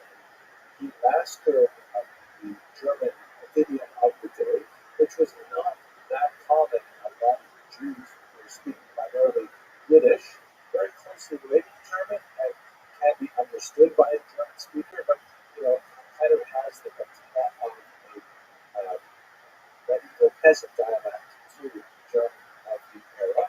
And not only that, he mastered the level where he was actually able to engage in high-level literary discussions. Engaged with Emmanuel literary essay competition in which Mendelssohn fared actually very well, and he was regarded as something of an anomaly. But here was a Jew, which Christian society largely regarded as being backward, primitive, and having very little cultural merit, but he was able to really contribute to the highest levels of European culture of the day. And so he was widely regarded and celebrated by German liberals in particular, adherents of the Enlightenment tradition. And one of his principal arguments, both in his own person and in his writings, was that the artificial boundaries and limitations that are placed on Ashkenazi Jews in Germany should be lifted. The term that would be used for this is emancipation. That's an American term that's widely used in historical literature today. It isn't really emancipation like freedom from slavery, because Jews were hardly slaves at this time, but they were laboring under a huge body of varying restrictions, some of which were quite anti-Semitic in nature, restrictions on residency, restrictions on what fields they could enter, economically, restrictions on higher education, and numerous, sometimes humiliating restrictions like the requirement to take a special oath because if they were called to court, their word was not accepted. They had to have a special, special text, sometimes with humiliating rituals and unravel. And so Mendelssohn argued that all of these things are backward and irrelevant and should be dispensed with. For our purposes, it's really focusing on the question of engagement with larger society and intellectual exchange. He argued that Jews should be accepted into the intellectual streams of discourse of this era, and that was his principle expressed over as a veteran. Now, as it progressed, many of his followers would not accept the bargain that they remain in the traditional Orthodox lifestyle and still be accepted by general society, and they argued for greater adaptations to the Western society, which included jettisoning of Jewish beliefs. One of the principal proponents of that approach would be Solomon Minor, a fascinating individual who left behind a really entertaining autobiography. In many ways, he was Mendelssohn's peer in terms of his mastery of German idiom.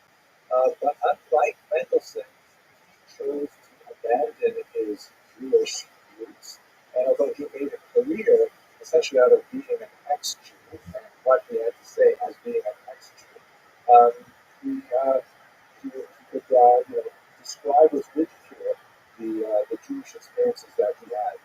And when he was a youth, he was quite a bit of an intellectual seeker. So he actually spent time in the Hasidic court of the Maggid of Mezrich himself.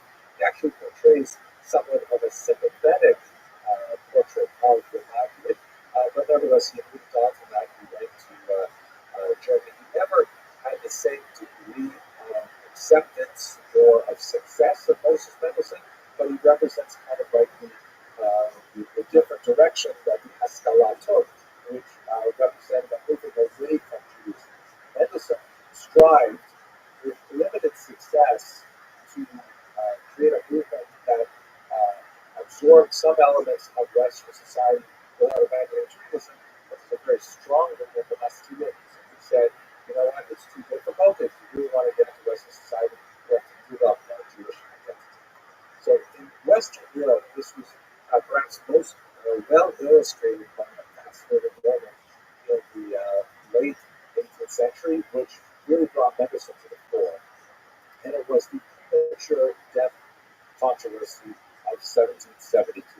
Basically, a number of figures, including a rather unusual non-Jewish individual and a very masculine, and I have a separate lecture on this, so if you're curious, go have a look at my YouTube channel for the premature death controversy, and you'll see that we'll discuss that. Approached the local Duke Friedrich of Mecklenburg-Schwerin and said, there's a horrible problem. people are being declared dead and buried before they're actually deceased. And Duke said, that's terrible. Are you kidding? I can only imagine the horrible fear that would result from such a thing. And he said, it's the worst out of the Jews, because the Jews have this custom, which is observed to this day, that it's considered disrespectful to allow a body to remain in state longer than necessary. And rapid burial in Israel, for example, within 24 hours is considered the norm. Is much more preferable, largely from a philosophical and Kabbalistic region, because the rapid decomposition of the body is believed to be associated with the process of atonement and spiritual kindness to the body to bury it as soon as possible.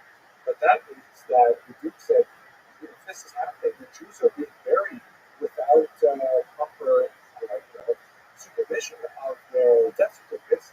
He therefore made a public health decree that not bury their dead until they wait 3 days from the moment of expiration. So they've got to wait 72 hours before they're dead. By the way, the image that we looked at here is part of a whole host of really unusual devices that were sold not only in Europe in the 18th century, but into America throughout the 19th century, of like emergency signal that you're not dead devices, like this coffin that shows on the left a man lying in this coffin in some kind of deep coma. But when he wakes up, as you see in the picture on the right, he squeezes with a bulb, and his flag goes up, and other versions there's a string, and he can ring a bell, and people will be alerted to the fact that, hey, there's someone who was prematurely buried and maybe waiting for that. So the Jewish community turned to Moses Mendelssohn and said, you've got to help us out here. They also turned, by the way, to the Yaakov. There's a tradition that Rabbi Yaakov said, you know what, I think you're better off going with Moses Mendelssohn in this regard. Moses Mendelssohn wrote a document that convinced the Duke to modify his position. And so there was a temporary reprieve from that particular decree. But Mendelssohn then wrote back privately to the petitioners and said, I did this for you. I'm not a God. I'm glad to hear that. But listen, the truth is, it's not such a bad decree. I mean, the risks to public health of premature burial was pretty awful. And he pointed out that Jews had historically practiced a kind of delayed burial, as you see in one of these catacombs. This is from being shot in northern Israel, but we have them in Europe as well, in Italy, for example, where Jews would practice kind of like shelf burial, and then in some cases they would actually return to collect the bones after decomposition occurred and rebury it, reinter it in a family crypt. There's lots of ways in which Jews practice burial. You don't have to necessarily do this 72-hour thing or this 24-hour thing. And he pointed to science and the Torah, the history of Torah, a tradition, to say that, we actually got it done this time, but I'm not sure we should really be interfering with other things like this. We should be more engaged in civic society. We should be, part of Germany itself. Even if they don't recognize us as proper Germans yet, we should demonstrate to them that we can be proper Germans. Now, sometimes, perhaps in the vein of Solomon Lyman, this went really far. One of Mendelssohn's students, David Friedland, was shown here, in their long struggle to receive emancipation in Germany, which, by the way, in France was delivered almost immediately. 1789 was the revolution, and then by 1791, Jews were emancipated. There's obviously a lot to say about how effective that was, given the Dreyfus Trail 100 years later, but I don't know how much that was still in Germany. David Friedlander said, you know what? The truth is, all of these things that you're saying, Moses Mendelssohn, are totally true, but the Germans are not going to accept us until we do something for them. And so he actually advocated the so-called dry baptism. Why don't we just, we don't really believe it. Why don't we just go along and convert to some form of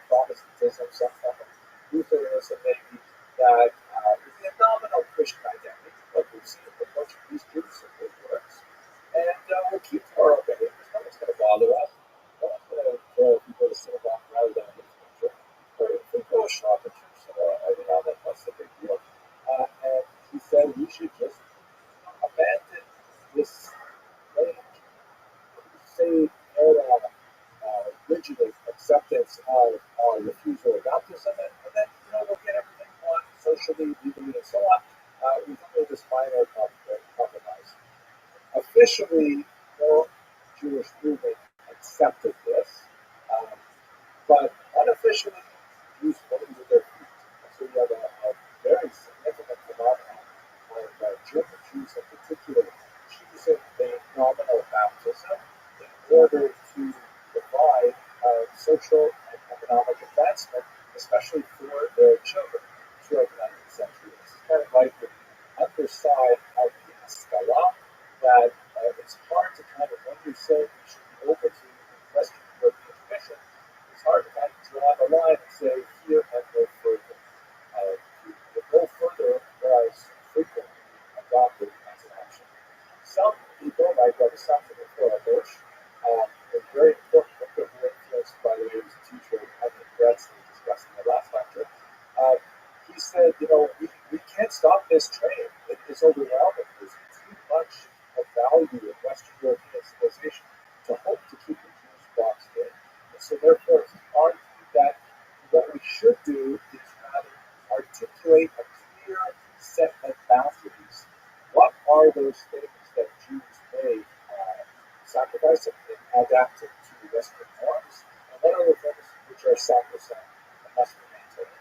And so he actually developed a form of what would later be called modern orthodoxy, meaning it was both modern, Western European and Asian society and so on, but at the same time it was orthodox, keeping fast to the core tenets and mandatory behaviors of Judaism, carefully shaving off those practices which were felt to be customary in nature, historically determined, and of little theological value, but steadfastly defended those elements which were nevertheless mandatory for Jews. By the way, many felt in the era that Samson Rabbi was looked a little bit too modern with this image, so you'll see versions of the same picture where he has a much more healthy kind of like, that's really an Orthodox view of it. That's basically what's happening in Western Europe. Right? The Ashkenazim of Western Europe are having difficulty finding that space where they can maintain their Jewish identity without completely submitting, sometimes in very slavish way, to European norms, including worship. And a smaller group, and sometimes with great internal dissent, separated from the larger group and saying, no, we have to maintain something like the that was defined by a virtuous principle. In Eastern Europe, we have a rather different phenomenon. Let us not forget, as we discussed in the last lecture, very big difference in population density of Jews in Eastern Europe. In Western Europe, it's a fairly thin number. You can see lots of yellow numbers here, which is 1 to 4% Jewish population. But as you move to the east, you're seeing 5, 10, more than 15% Jewish population. That big purple area there in Mongolia, Bessarabia, is really the heartland of the Hasidic region, especially in northern Hungary too. You can see purple over there. So the dynamics of the Haskalah shake out very differently as medicine's ideas move to the east. There's also a huge difference in the political context. Whereas in Germany, where a bunch of Haskalah activity was happening, there was the potential that Jews might be accepted. There was a strong movement of liberal Christians who advocated for that. Christian Willem von Dahl, for example, who said that, when we're treating Jews not really appropriate, we should move forward with this. So there was political possibility for a significant advance of Jews, kind of like a carrot just dangling in front of their eyes. There was a lot in German culture that these Hasidic Jews revered. The poetry of Goethe, or Schiller, the music of Beethoven, the philosophy of so many figures, Hegel and Kant and others. So they said, you know what? There's a lot to choose from in German culture. So they were very attracted to it. The Haskalah was deeply attractive. And of course, the linguistic community Yiddish and German, there was not such a big chasm for Jews to jump over. In Russia, on the other hand, very different. Politically, forget about it. We're talking about the SARS, which was, I'm generalizing, but in the 19th century, really quite repressive. Jews were still regarded actually as foreigners. They were, they would not participate in the Russian dialogue, the people of the area, and there was an automatic statement made. There were possibility of serious change. In fact, that change would only happen in the 20th century. The restriction of Jews to the Pale of Settlement in the late 18th century that would become quite onerous in the 19th century. Well, there was a very different, hostile attitude in Russia in comparison to the Western world. Culturally, the Jews were not as thrilled with Russian culture as they were with German culture. Russian culture in the 18th century, in comparison to Western culture, German culture, was no comparison. It didn't have the same literary heft as the Germans could have gone into the 19th century. It's true that Russians could really search forward in the 19th century. People like Tolstoy and Pushkin and Turgenev and Dostoevsky, but at this period there was less attraction in Russian literature for Jews. And linguistically, Yiddish and Russian are much further apart. It's true that Jews mastered enough Russian for minimal contacts that needed for business, but also let's not forget that Russian is not even the dominant language except in the cities. In the countryside, it's all Polish, Ukrainian, Lithuanian, Belarusian, and those are the languages in which Jews find some utility in terms of day-to-day communication. So this is far less, kind of like attraction Russian as much as to the Russian environment in those contexts. Whereas in Western Europe, the consequence of much assimilation, outright conversion to Christianity and abandonment of Judaism, in the Eastern part, they see the value of some of those ideas, but they develop culturally themselves.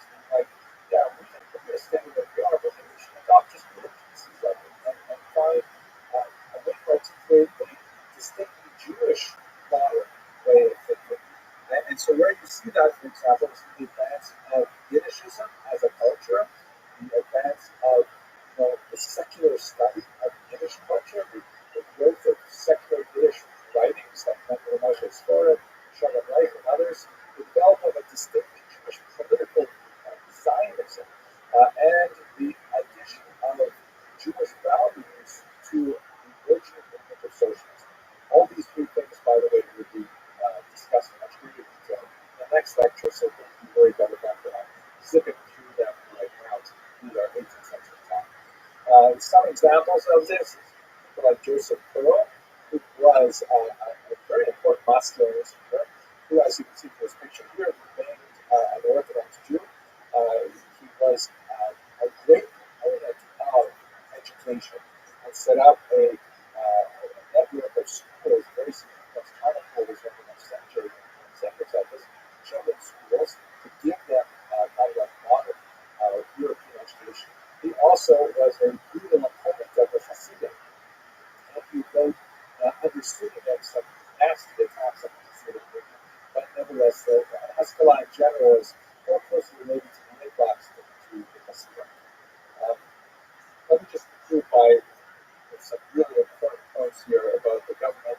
I may go a couple of minutes over, I apologize, but I want to bring us to your conclusion. In Russia and Eastern Europe, I mentioned the horrific nature of persecution at the time. That was the first in particular. This is the period who witnessed the first, who emerged as a leader immediately after the assassination of his father in a border rebellion, the Centrist rebellion. He adopted a policy of autocracy in Russia, which meant that Jews were to be forced to fit into the of Russian society. It was not an easy thing at all. There were several policies that were first adopted, including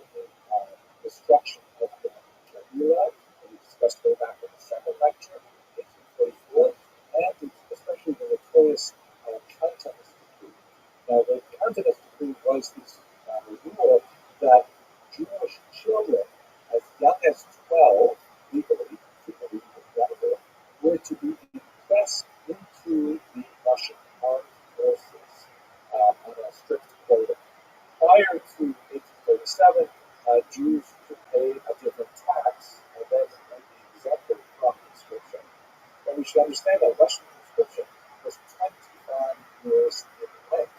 This was essentially a lifetime commitment. The 25 years would not be Jewish child was impressed at 12, they would have to spend 6 years in a mandatory training camp called a canton, it's a region, but they were in these regions. It says the term cantonista. They would spend 6 years in these training camps, and then they would spend 25 years in the army, and that was basically say goodbye to your son. You would never see them again because they would be lost in exile.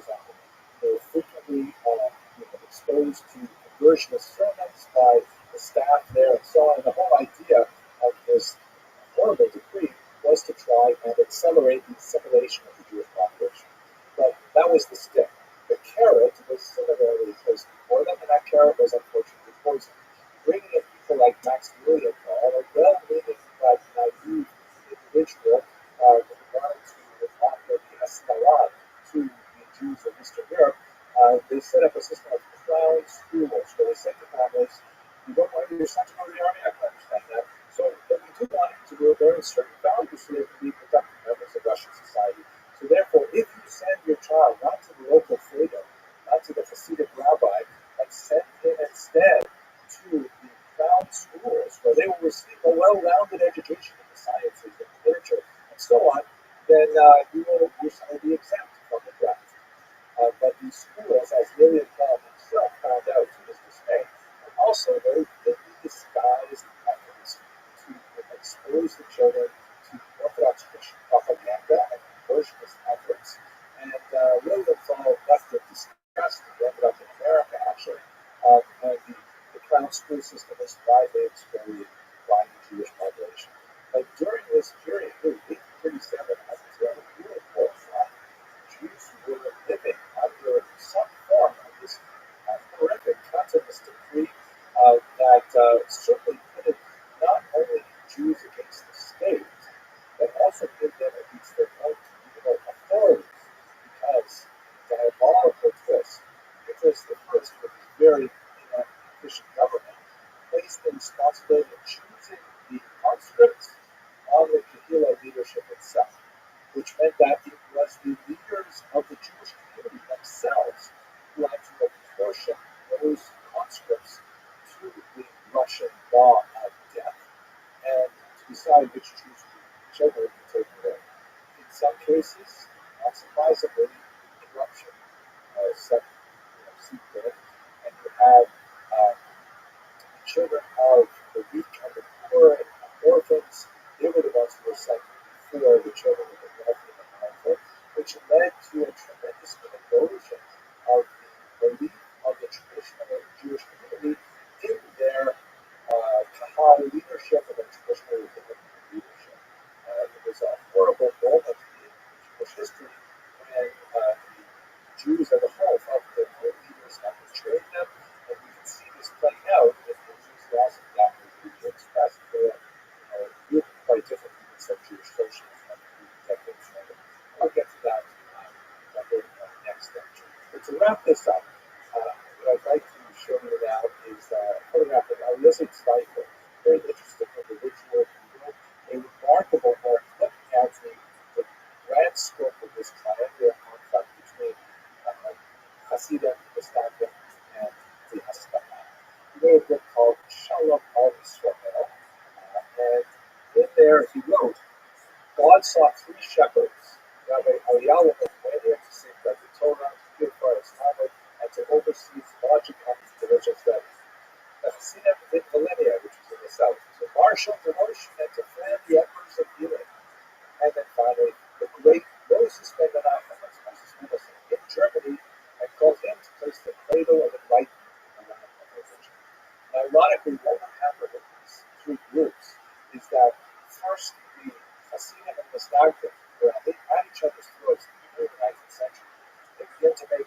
cause when they realized that the Haskalah, movement from the West, represents a far greater threat to the values that they hold in common, that they begin to dampen their own concerns against the Haskalah.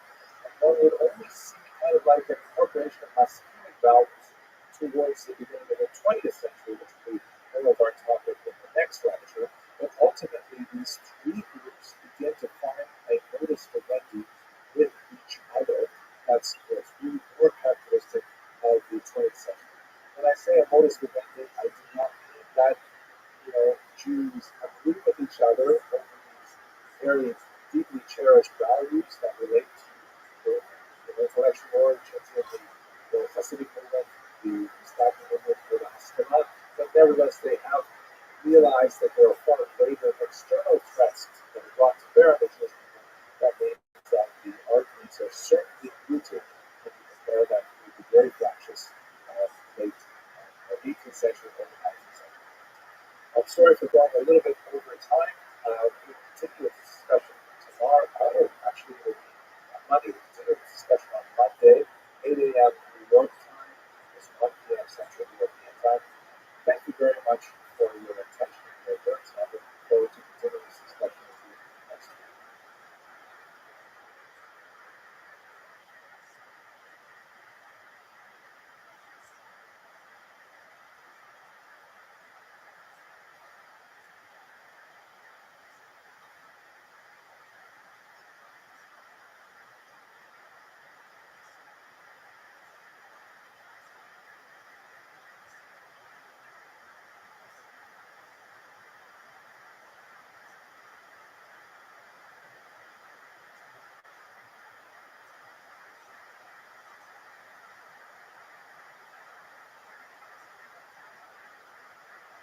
Today we're going to look at the 19th century in particular, kind of like the long 19th century, which begins with the emancipation of Jews in France in 1791, and then we're going to move forward right up until the early 20th century, so the long 19th century, to kind of the phrase that was coined by ROTHSCHILD. So, first of all, what do we mean when we say emancipation? This is kind of like an unusual term.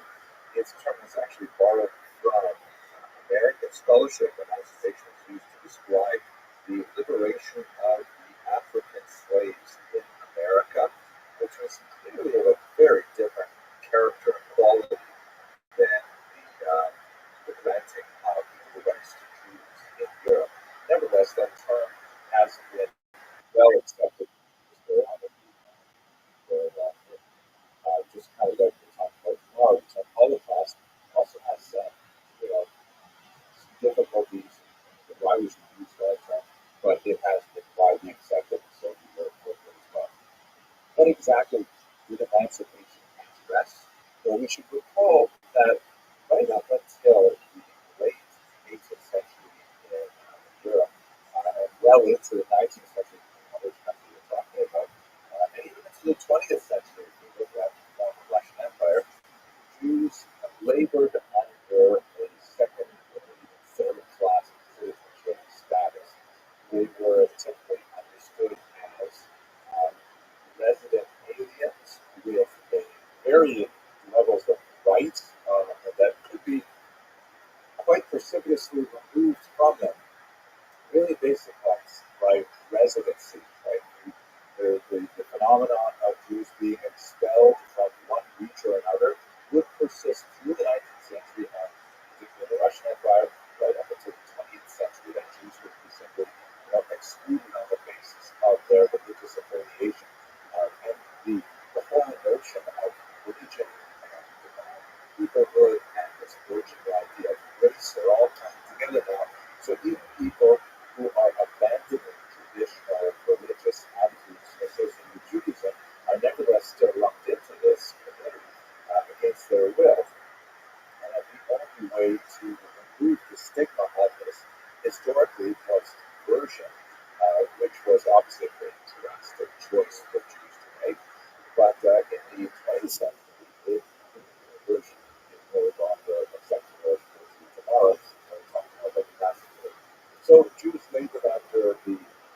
tenuous situation in much of Ashkenaz, both in the traditional Rhineland region and also in the much larger expanded region of Eastern Europe, where their residency rights could be taken away at any time.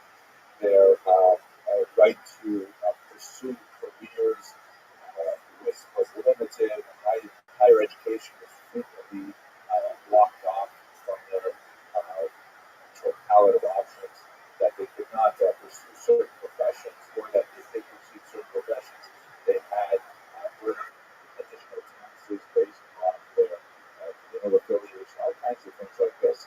So all of this changed quite dramatically in France in the Revolutionary period. This image that you see here dates from 1806, you can see, and it refers a little bit later than the period that we're going to talk about first. But I love starting with this image because you see Napoleon, who is portraying some kind of like Caesar-like figure, and he is raising up the fallen Judaism. Various biblical type figures, including one of the very distinctive kind for the ROTHSCHILD images at all. And the Judaism is kind of like this hopeful woman who's been knocked on her rear by the force of events, and she's holding onto the two tablets of the law, and the menorah from the temple is in the background. Far off in the background, you see the desert, and Napoleon is holding in his right hand, what is it, Moses-like, another set of tablets. One tablet is the law. So what does he say there? The law given to Moses. He's holding up the law given to Moses, and he's raising up from a fallen status. So in many circles, doing the good in life of himself as being the one who finally gave Jews the rights they deserve in society, and Jews were very happy to encourage that kind of image, as we shall see, because it reflected well on them as if they were deserving of this elevation to equal status.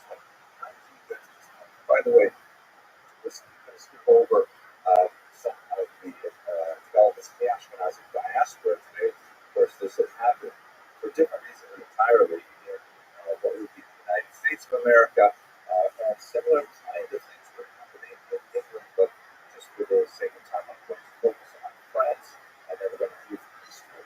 So France, of course, had this dramatic revolution in 1789, which was founded on this brilliant new idea, very enlightenment-oriented, of the equality of all people living in France. They issued this very important document, the Declaration of the Rights of Man and Citizen. And I translate that very carefully because later it was proposed by a woman named Rabbi. This, if you used gender-specific language in this text, shouldn't say the rights of humans and citizens. And of course, the word citizen can be defined either in French. And they thought it said, no, we're just talking about men. And so we're not formally included in the rights of man and citizen at this time. But within those parameters, at any rate, there was this basic idea that all French men were theoretically equal before the law and had certain rights as opposed to merely responsibilities as subjects. So the Jews essentially said in 1789, hey, ROTHSCHILD, what's wrong with us? We should also have the same kind of rights. Why should we be excluded on the basis of our religious affiliation, especially because the early revolution would have a very strong anti-clerical attitude, that they would actually be moving away from the theistic understanding of the work of art. At any rate, they proposed this rights of man and what about us? Let's think about the problem that France had in facing this question. There were really two major concentrations of Jews in France in the 18th century. There was this concentration to the south, somewhat smaller, of largely Sephardic Jews. It actually continued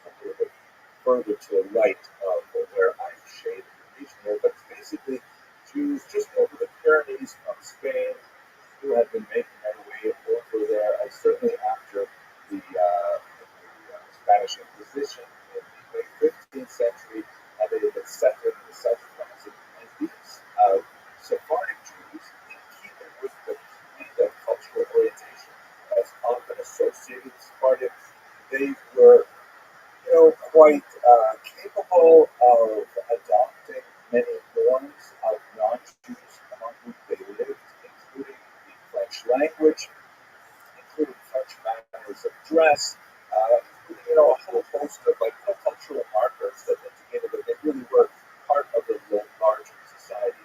And so when the question came before the French legislature, they were a little bit quicker to extend emancipation to these Jews. In fact, it happened in 1790, within the first year after the revolution itself. They confirmed, yes, the Sephardic Jews are Frenchmen, so we will include them in the rights and the privileges of emancipation. Much more difficult is the far more concentrated and larger population of Jews living in the region, which would be called Alsace-Lorraine, where you have all of these Ashkenazic Jews, right, are protagonists. Unlike the Sephardim, they were different from the French and German. Linguistically, their predominant language remained Yiddish, although they had some fluency in French, of course, particularly for business purposes.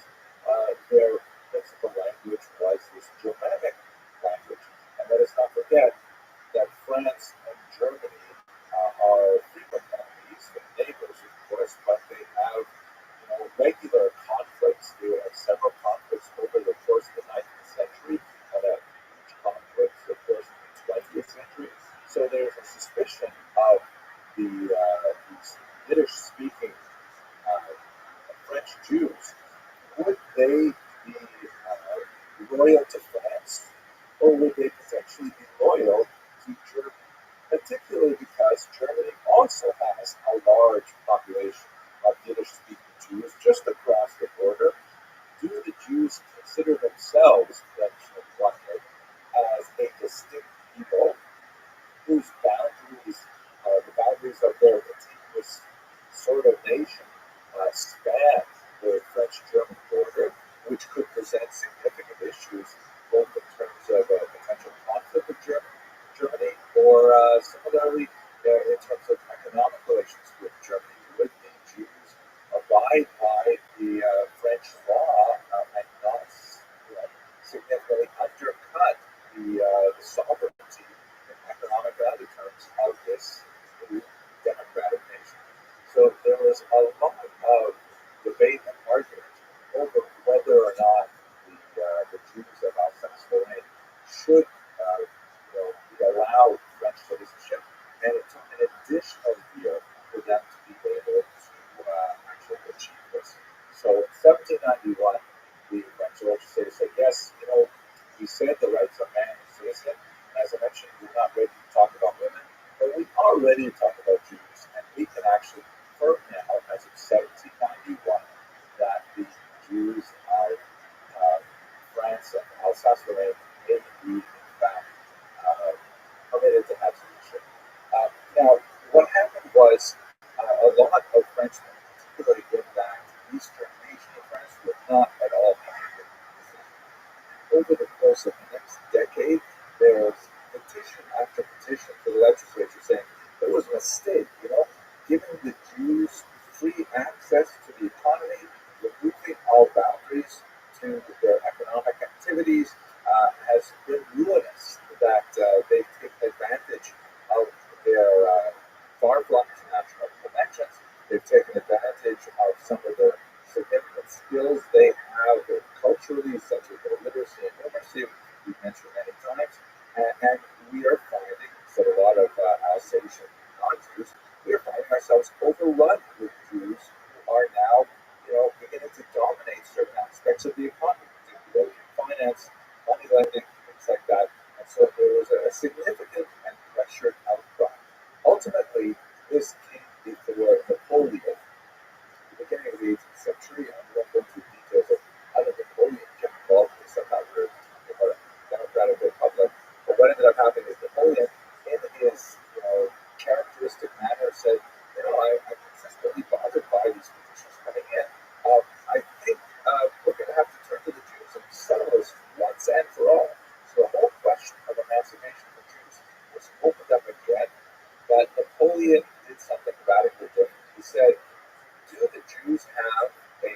representative body that asks them some really basic questions about who they are and what they want. And his advisors indicate that I guess they have this thing called the Sanhedrin. And he said, I remember that. And I said, yeah, the only thing is it hasn't met in like 2,000 years. The Sanhedrin was a great assembly of 71 judges that would decide all the important cases way back in the ancient period when the Jews still were sovereign in their own land and very latest under Roman domination. So he said, well, no problem, je suis Napoleon, I am Napoleon, let us reconvene with the great Sanhedrin.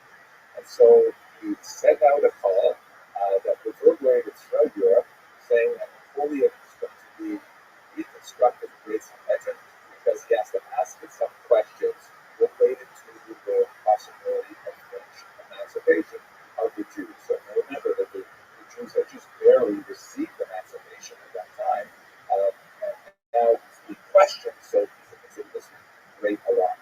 There was a tremendous amount of enthusiasm, particularly among circles of the Muscovite, who said that finally we're going to get a chance here to really demonstrate our potential for the larger state, and in fact we will be able to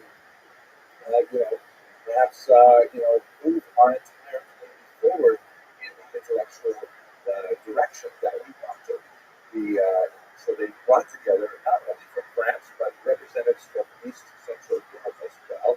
This assembly, which was initially called the Assembly of Notables, and at its head was this man, the Venerable Rabbi David Sitzman. Now, a lot of rabbinical authorities eschewed the Assembly of Notables and later the Great Sanhedrin. They felt that it was somehow blasphemous. Like, how is it? This is not the Sanhedrin. This is not how the judges are appointed. And look at these other guys who are joining it. These musky leaders, people who barely believe in traditional observance of the Torah, and they're going to be our representatives. And so there was a significant boycott, particularly from the more right-wing elements, right-wing religiously of the Jewish community of Europe. But David Sitzheim, who was a very respected scholar, he's written a major commentary on Mishnah, for example. He was, kind of like a little bit of a tremendous gravitas, and his decision to participate elevated him to the president. He got this amazing hat. I mean, I wish I could wear a hat like this, but I don't think I can carry it off. And he served as the president of this organization. Basically, they met in the early 19th century, and Napoleon had 12 basic questions. And Sitzheim, together with this Assembly of Notables, had to draft responses to them. The questions were quite fascinating. The questions essentially, altogether, they were really trying to drill down to one question, which was, hey Jews, do you consider yourselves French or something else? Do you consider yourselves allied with France, true sons of France, willing to defend France? By the way, at that point, when the question was read out loud, the minutes of the assembly notice say they all stood up and cried out, "Jusqu'à la mort," to our deaths. Of course, we would have been friends. But the questions led to some really interesting kind of things that look like tangents, but were really basically the same question. Like, for example, Napoleon was very interested in Jewish marriage law. Would Jews consider marrying non-Jews, for example? And of course, in Jewish law, this is forbidden. But in the Assembly of Notables, where most Jews, they realized that Napoleon wouldn't like an answer that no, it was forbidden to marry non-Jews, which of course was not quite so much in the 18th century, but would be happening at a large scale throughout the 19th and into the 20th century. So they sort of said, well, we have traditionally dissuaded Jews from marrying non-Jews, but, and then they really kind of twist themselves into pretzel to say, but if it happens, we don't really interfere, and that's really what Napoleon also wanted to know. Do the Jews have their own police force? In other words, will they subject themselves to French law, or will French law be subordinated to Jewish law? And as we saw when we talked about the middle structure of the law, this is a real question, like, which law is primary? In Eastern Europe, where the community was very large, it was not really that big a question because the government was not especially interested in getting into the minutiae of the behavior of individual Jews. And most of the areas in which they would be concerned, they were very simple areas that were certainly covered by Jewish law the same way. But here, Napoleon is developing a modern state, and will be dealing with individuals on an individual level rather than a communal level. And so he was very concerned, if the state imposed a particular rule or law, the Jews follow it if it contradicts the Torah and the ways interpreted by the rabbis. So the Assembly of Notables understood exactly what Napoleon was getting at with all of these questions, and they provided for him an answer which satisfied him on all these areas. Perhaps the most significant response focused on a basic principle in traditional Talmudic law, the notion of dina, imamuta, dina, meaning the law of the state is the law. This is a discussion that was advanced by the great Rabbi Shmuel in Babylonia, in Talmud, where Jews were a minority in Babylonia. And there was a long discussion in Talmud of what if the state imposes laws that are, not included in the Torah and in the Talmudic discussion. Do we have to follow those laws? And he basically ruled, we've got to follow the laws of the land. It's a complicated discussion. What happens if the law of the land is wicked and imposes a law that contradicts the Torah? I'm not going to go into that intellectual pursuit, but for our purposes today, the Assembly of Notables essentially offered Napoleon the answers he wanted. Napoleon said, fine, I'm going to confirm the decisions of 1790 and 1791. Jews are definitely emancipated. We're not taking that back at all.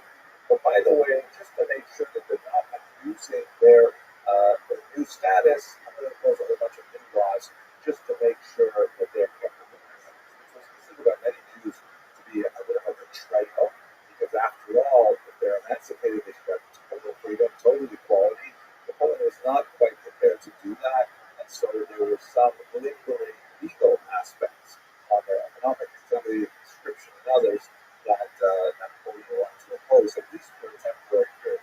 But bottom line for our purposes, it was a huge leap forward, because here was a confirmation of the French idea of emancipated Jews, which would echo throughout East Central Europe over the next 2 centuries. For their part, the Jews were just delighted with this, and especially those elements of the Haskalah.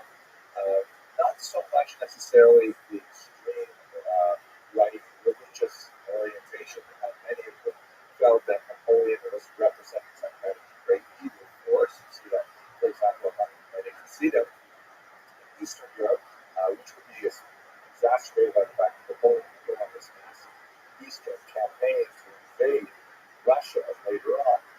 But some Jews actually viewed this as the beginning of the Messianic era, and they looked to his name, Bonaparte, which can be translated into Hebrew as daylight Torah, good portion, which is understood as a reference, perhaps, to the coming Messiah. Here's a medallion that was coined by Jews to celebrate the granting of emancipation to the French Jews. You can see on the left, of course, says an emperor and King Napoleon. And this is like a big change from the original republic that was established in 1709. And on the right, amazingly, you put the figure of Moses, who was kind of like crouching down in an almost servile fashion, tentatively reaching up to receive the 10 commandments from none other than Napoleon. Now, this is among these astonishing images. It's a medallion that it actually portrays Napoleon in a godlike fashion, the great lawgiver presenting the law finally to the Jews. It boggles my mind that people would actually use this thing how appropriate, but nevertheless, as those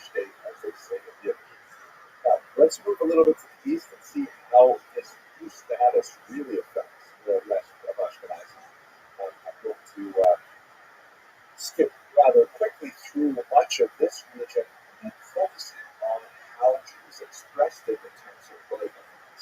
So here's an image of the great Kaiser Joseph II, who was especially associated with the similar kind of emancipation that was happening in the Austro-Hungarian Empire, particularly the patent of toleration that was issued in 1782. And it was different from French emancipation of Jews in many respects. It did not go as far as the French example by formally declaring Jews citizens. Rather, as the name implies, the Patent of Tolerance formally agreed to permanent status of Jews as tolerated within the nation. So all kinds of rules that Jews were habitually nervous about, like residency status and like conferred privileges to study certain subjects in higher education or engage in certain practices, while the mildly discriminatory limitations were placed on them because of their Jewish status, nevertheless, the states had formally, you don't have to worry about these things, we are going to keep them permanent. And this is extremely important to understand because Jews as a minority often flourish in environments in which they suffer from moderate to mild discrimination as long as they can depend on the consistency and legitimacy of the rule of law in that state.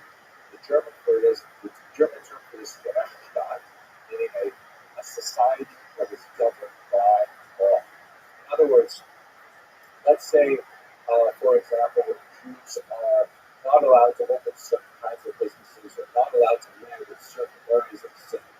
So that mild discrimination is actually, in a way, good for the Jewish community because it provides a little bit of kind of like a forced inward focus that Jews know that they are not the same as everybody else, and so therefore endogamy is encouraged, marriage within the community is encouraged, communal self-help is encouraged because they realize they can't depend on the state for welfare type handouts and things like that.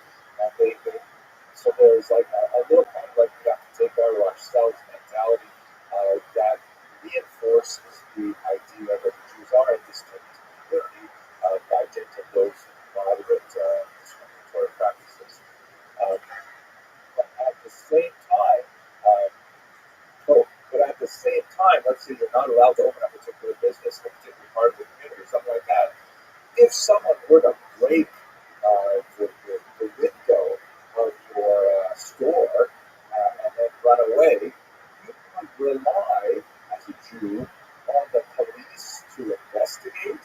And if they caught the criminal, then he would be tried and would be sentenced, and he would be eligible to receive compensation.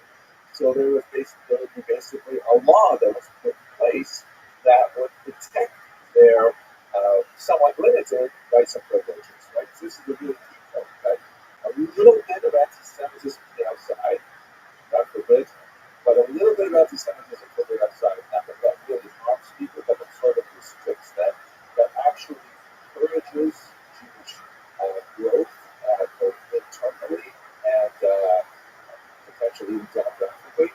And at the same time, it only works though if there is a Rechtsstaat that guarantees that everything else is fixed.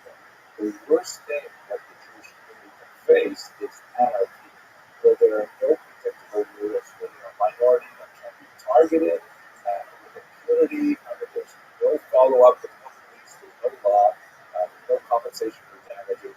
That's really the worst fear of the Jews, like any minority. So essentially what's happening in East Central Europe was much more the model of, the Jews have lived here a very long time. We're not ready to open up our society like those crazy French people are. But we are definitely committed to living in peace with this Jewish minority, which was perfectly acceptable for a large number of Jews living in places like the Austro-Hungarian Empire. But the idea of French equality was really quite tempting for large swaths of the population at large. And so you will have, over the course of the 19th century, a lot of liberal struggles to try to bring that system of government to East Central Europe. Then a major revolution in 1848 that points in that direction turns out to fail. And so during this time, the Jews are kind of buffeted by sudden spells of liberalism, followed by contractions of conservatism. And over the course of the 19th century, they're struggling with, is society going to liberate us like France? Are they going to continue to tolerate us like Austria-Hungary? Or are we going to be subject to the anarchy of the socialist revolution? Significant worry for Jews overall. But the trend as a whole moves towards emancipation, moves towards the idea of giving Jews equal rights with all the other members of society. And ultimately, that's what happened. By the end of the 19th century, Jews were emancipated throughout the entire region of East Central Europe. Only Russia maintained that strict distinction between Russian citizens and Jewish subjects, as we should continue in the second lecture. This back and forth of what's going to happen to the Jews in East Central Europe had interesting implications for the Jewish community. Among German Jews, those who were committed to the idea of achieving emancipation began to experiment with internal reforms. We just began to touch on these last week, but here's when you have the development of what would be later called denominations within Judaism. The Reform movement, which is called the liberal movement at this time in the early 19th century, said, essentially one of the reasons why we are struggling to receive emancipation is because we're perceived as being so different from regular Germans. If we would just adopt things like those Sephardic Jews in southern France to show that we are good Germans too, then emancipation will be extended to us. So the liberal movement was much more prepared to adopt the changes in Jewish religious practice. Synagogue architecture was changed to be more church-like. Mixed seating of men and women was introduced. The liturgy was significantly edited to remove, for example, yearning for Zion, the idea that Jews are ultimately in exile in Germany was considered inappropriate because, after all, the only emancipated people who intend to live there for their home, but emancipated travelers. So references to Zion were removed from the liturgy because it was seen as a kind of a two-way loyalty that was unacceptable. Go on and on with the various changes. One of the most significant ones was the linguistic in nature. Should Jews continue to pray in Hebrew, a language foreign to the vast majority of Germans, or should they move towards German language worship so that, if a typical non-Jewish German were to walk into a synagogue, he or she would understand basically what is going on. So in the 1840s, when the Reform movement moved significantly towards using German, the movement called the historical positivist movement, now called essentially conservative Judaism, it's a little different, but that's the term used in America, basically led by a man named Zacharias Frankel, said, that's too much already. And so a splinter group from the Reform movement broke off and said, we do believe in reforming Judaism, but at a far slower pace. And so we have now three distinct orientations of Judaism very active in Germany. You have the traditionalists who would be called Orthodox for some time, but they're probably known as Aufgläubige, the old believers who are essentially retaining medieval traditions. And then you have the very large grassroots movements of liberal Jews, aka Reform Jews, who are willing to see changes in Judaism in order to adapt to German sensibilities. And then finally, you have the conservative movement, which was saying we believe in the basic tenets of changing Judaism to adapt to modernity, but not as fast as our Reform colleagues. There's much more to say about this, but I want to concentrate more on politics than on revolutionary arguments. Now, related to these changes, there was significant backlash developing, particularly in Germany, against the German Jewish advances for emancipation.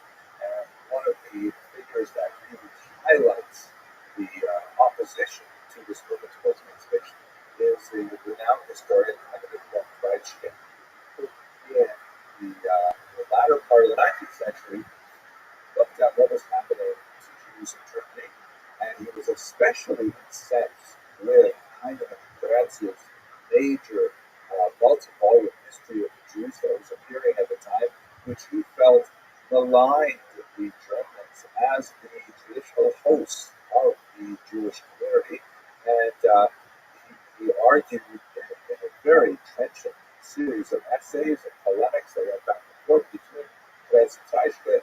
He said famously, "Die Juden sind unsere Bünde." The Jews are our misfortune. That if we had, if we had, sort of granted them the limited rights that we did in the medieval period and left it there, that would be fine.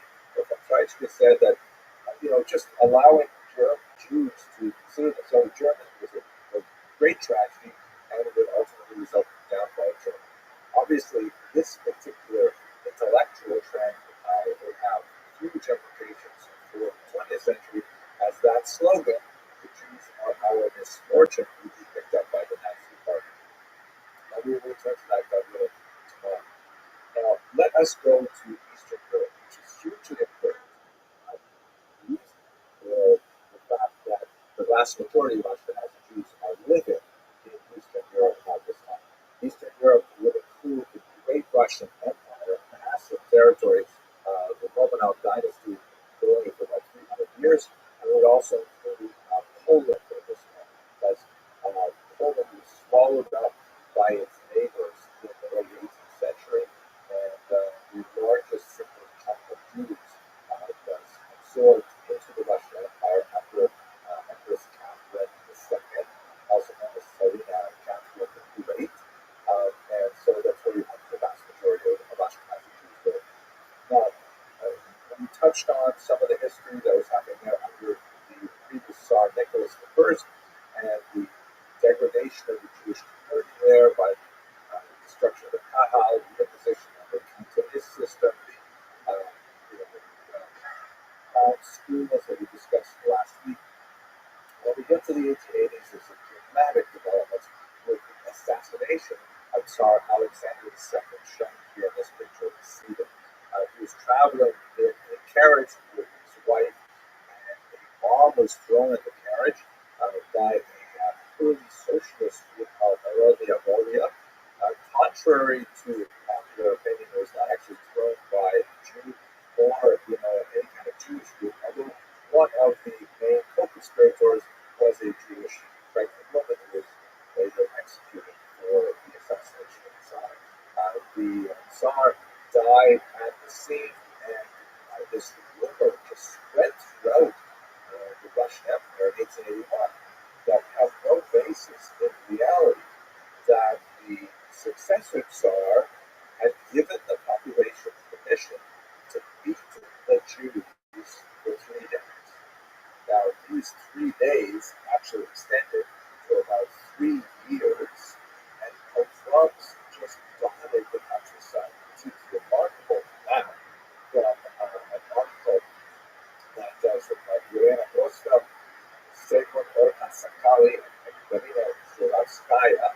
I'll show you some other graphs from that particular article that just gives you a sense of the scope of these pogroms that seem to be entirely out of the control of the Russian Empire completely. And in fact, one of the revelations in historiography in the 20th century in particular is that for a long time it was believed that the Russian Empire actually orchestrated these pogroms.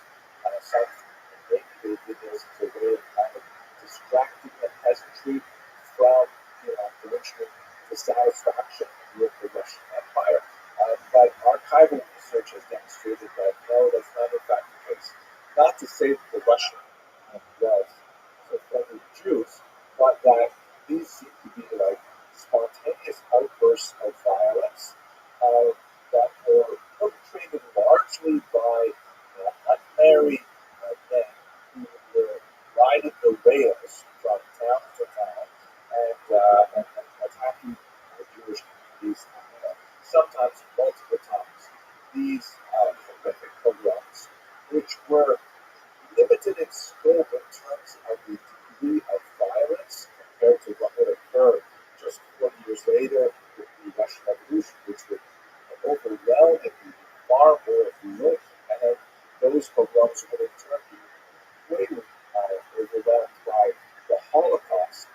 Nevertheless, these pogroms had a major impact on the Jewish self-image, and as a result, Jews in the Russian Empire said, you know what, enough of this. We have to do something radically different. I'm going to show you the 5 distinct strategies that Jews adopted. Before I move on, let's just have a quick look at the map. You'll see that the red line that sort of overlaps the modern boundaries that are shown there. That's the map of the Pale of settlement at its greatest extent. The Pale of settlement represented the region in which Jews were legally allowed to reside under Russian authority. There were Jews who were allowed to reside outside of Russia proper, but they were exceptional Jews, either there because of some special skill that they could offer the Russian government, like doctors or major financiers, things like that, or, as you can see down in the Baltic coast in Latvia, these were the veterans who had gone through the continent system and were allowed, upon their release from their 25-year military service, to reside anywhere they want. So many of them formed these unusual communities in Latvia and Estonia. But the vast over, it's also possible Jews were living illegally in some places. Actually, a fairly large number of Jews living illegally in Kiev, for example, Kiev, which was actually legally closed to Jews for hundreds of years. So that's the Pale of settlement, and most of these actually not Jews live. I want to point out 4 charts from this remarkable research that appeared in 2019. One of the things fascinating here are the pogroms. So here, take a look at this, which shows the number of pogroms that occurred during the late 19th and early 20th century. You can see this huge wave of pogroms in 1881, which are larger in extent and number, but not nearly as vicious as murderous as the wave of pogroms. And there's a significant wave in 1903-05, and then a terrible wave in 1917 to 1920, which smaller in number, but much larger in terms of its victims. Murder was much more common in the late times. Now, the authors of that article correlate these pogroms with crop failures. As you can see, that there is definitely some correlation, but there are many, many years where there were crop failures where there were no pogroms.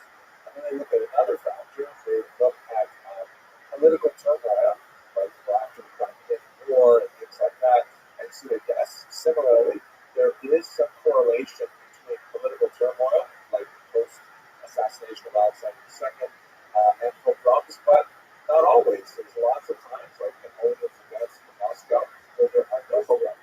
However, really, you include both of those variables, and you say, well, what happened in those years when you had both political turmoil and crop failure? And there you go, pogroms. So that's a very clear graphic representation of how economic reversals and political upheavals equals pogroms in the Russian Empire. GUINNESS strategies. Now, what Jews decided to do about this? So one of the things that really changed as a result of the 1881 pogroms was that Jews began to question the traditional leadership in a very big way. The traditional leadership was hugely harmed by the Cantonist decrees that we discussed last week. The Kehillah was not nearly as trusted. Traditional rabbinical authority lost a lot of their authority to a rapidly secularizing Jewish society. And so Jews said after 1881, we are no longer going to accept the situation as is. We they're going to adopt one of these five strategies. These are the five ideas that they articulated, and I'll explain to them how they describe the Jewish perspective. The first theory was, or the first decision was perhaps the most traditional. Let's leave. There is no room for Jews in Russia anymore. In fact, this is a very, very massive immigration from the Taylor settlement, as shown here in this map, from 1881 to the fall of the Russian Empire in 1817. 1.75 million Jews moved to the United States. That number will increase by about another quarter million. 70,000 going to Canada, where they heard there was going to be some really good universal health insurance, things like that.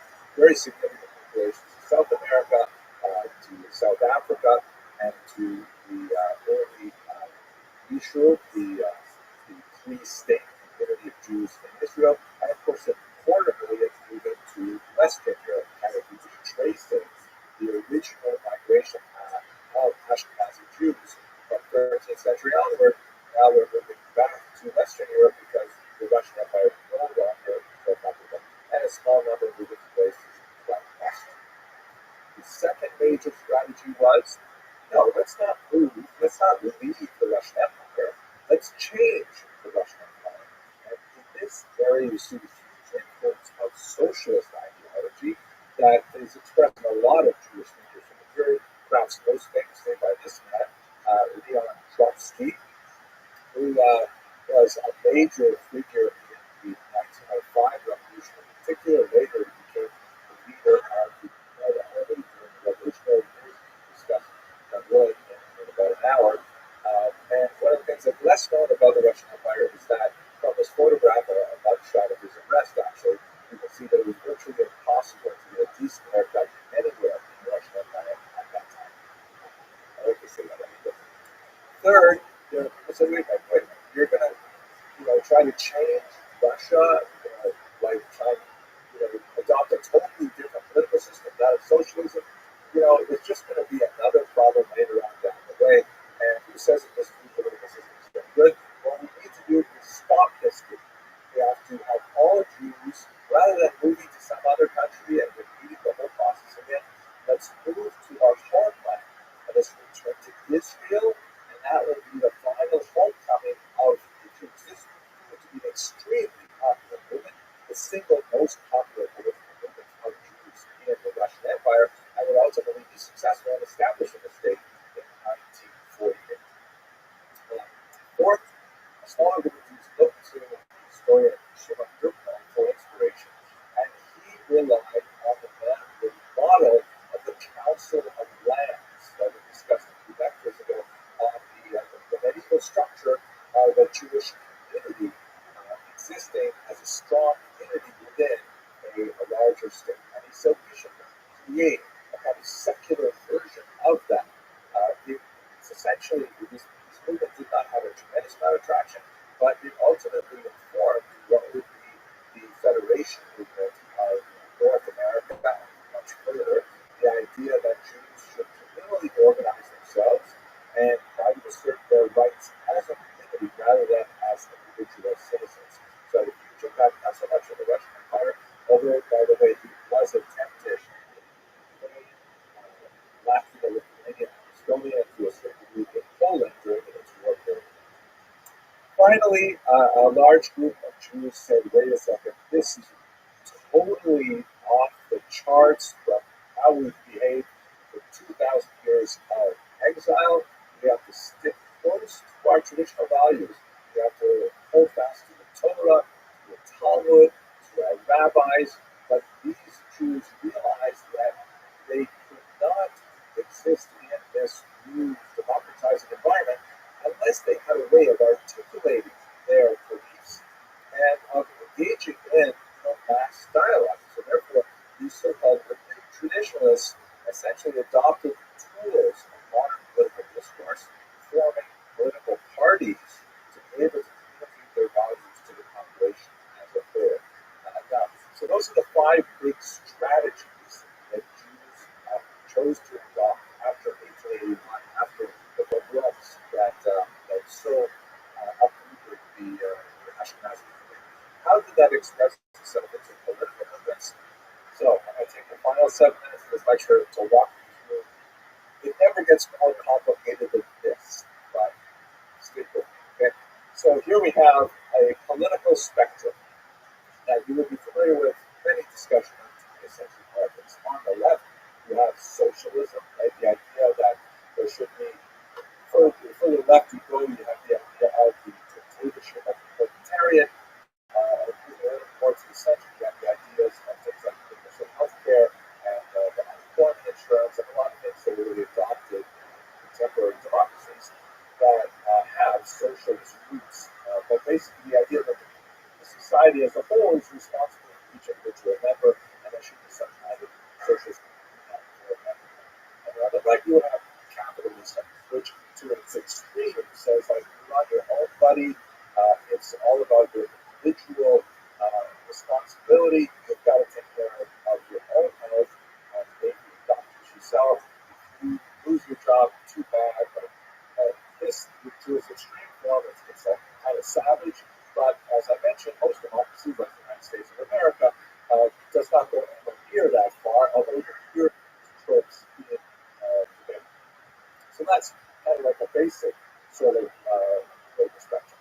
Among Jews, it is considered a more complicated because while you also have this socialist and capitalist debate among Jews, you also have a y-axis in which you have a conflict between those Jews who believe in political activity here, which is called the Shidor, here, in this place, meaning in the diaspora, in Russia, with France, with Germany. This is where we have to engage in politics. And there are others who say, no, it's be dark over there in Israel. Meaning, don't bother investing in politics in the land where you were born, because we all have to return ultimately to the land of Israel. So why waste your energy focusing on political activity when you're just basically a traveler, you're transient? Okay, thousands of years you've been living there, but you're going to go to Israel. So that's a huge debate. Do you invest here? Do you invest there in Israel? So where the political parties fall out, and when I say political parties, they're really movements. Sometimes they are clandestine, illegal movements because the Russian Empire forbade them from existing, but nevertheless they were formed. You can place them within these four quadrants. Here on the lower left, the major party that was close to both socialist values and very stringent fairness, your type, if you want to change Russia, don't give us any pipe dreams about Israel, the Middle East, that's ridiculous for all of your Russia. This would be a good one. The fourth is essentially, it was a social democrat party, which was the same organization from which the much larger Bolshevik and even Bolshevik parties had affiliation. So they believe very much in socialist values, a collection of property, and things like that. But it was conducted, as they said in the society, with the Yiddish language, specifically directed to Jews to convince them to adopt what would later become a kind of a communist worldview. Communism is sort of the most extreme form of this socialist expression, but it's on the same spectrum. Then if we move over to the right, what you have groups who say we should invest in this country, but we should essentially not change the economy. That would be the Vereinigte Party, led by the Spanish Brooklyn, who essentially, as we said in the last slide, was closely associated with what would be the Federation. We should not change too much, just focus on changing the Jewish community and its structure, and that was essentially his platform. It was not a very popular platform, even though it had very strong ideological roots and it may be adopted by some Jews and others. Of course, you have the Zionists who said we should have a general Zionist, I should say, there are many flavors of Zionism. The Allgemeine Zionists, the regular Zionists, the general Zionists, believe that let's all go to Israel. Let's not get too involved in like specific economic political discussions. Let's just get to Israel. And of course, the leader of that was Herzl, who was the founder of non-political communism. Some debate over contemporary characters, but basically he's from the most famous popular. There are some who are more extreme who felt that we've got to go to Israel, we've got to be capitalist, but you know what? We've got to adopt adopt a really stringent reliance on ourselves. We cannot rely, as Herzl would, on its state of European countries with well wishers in the non-Jewish world. We've got to really do it ourselves, even if it means violence. So you have the revisionist movement led by Vladimir Jabotinsky, shown here, and this would eventually become the roots of the very right-wing parties in U.S. Knesset as well. And then finally, not actually from movies in terms of this, but finally, if you look to the quadrant where they should develop Israel as the direction for Jewish settlement, and it should be really a shame if we just went to Israel and created another capitalist country. It should be socialist. So in socialist Zionists, so-called Moalei Zion, perhaps most some of them, the workers of Zion, establish a network of kibbutzim, which are essentially kind of like neo-communist ashrams, where the Jews were living according to communist values, and they adapted them considerably over the course of the 20th century, but highly experimental structures of communal living and things like that.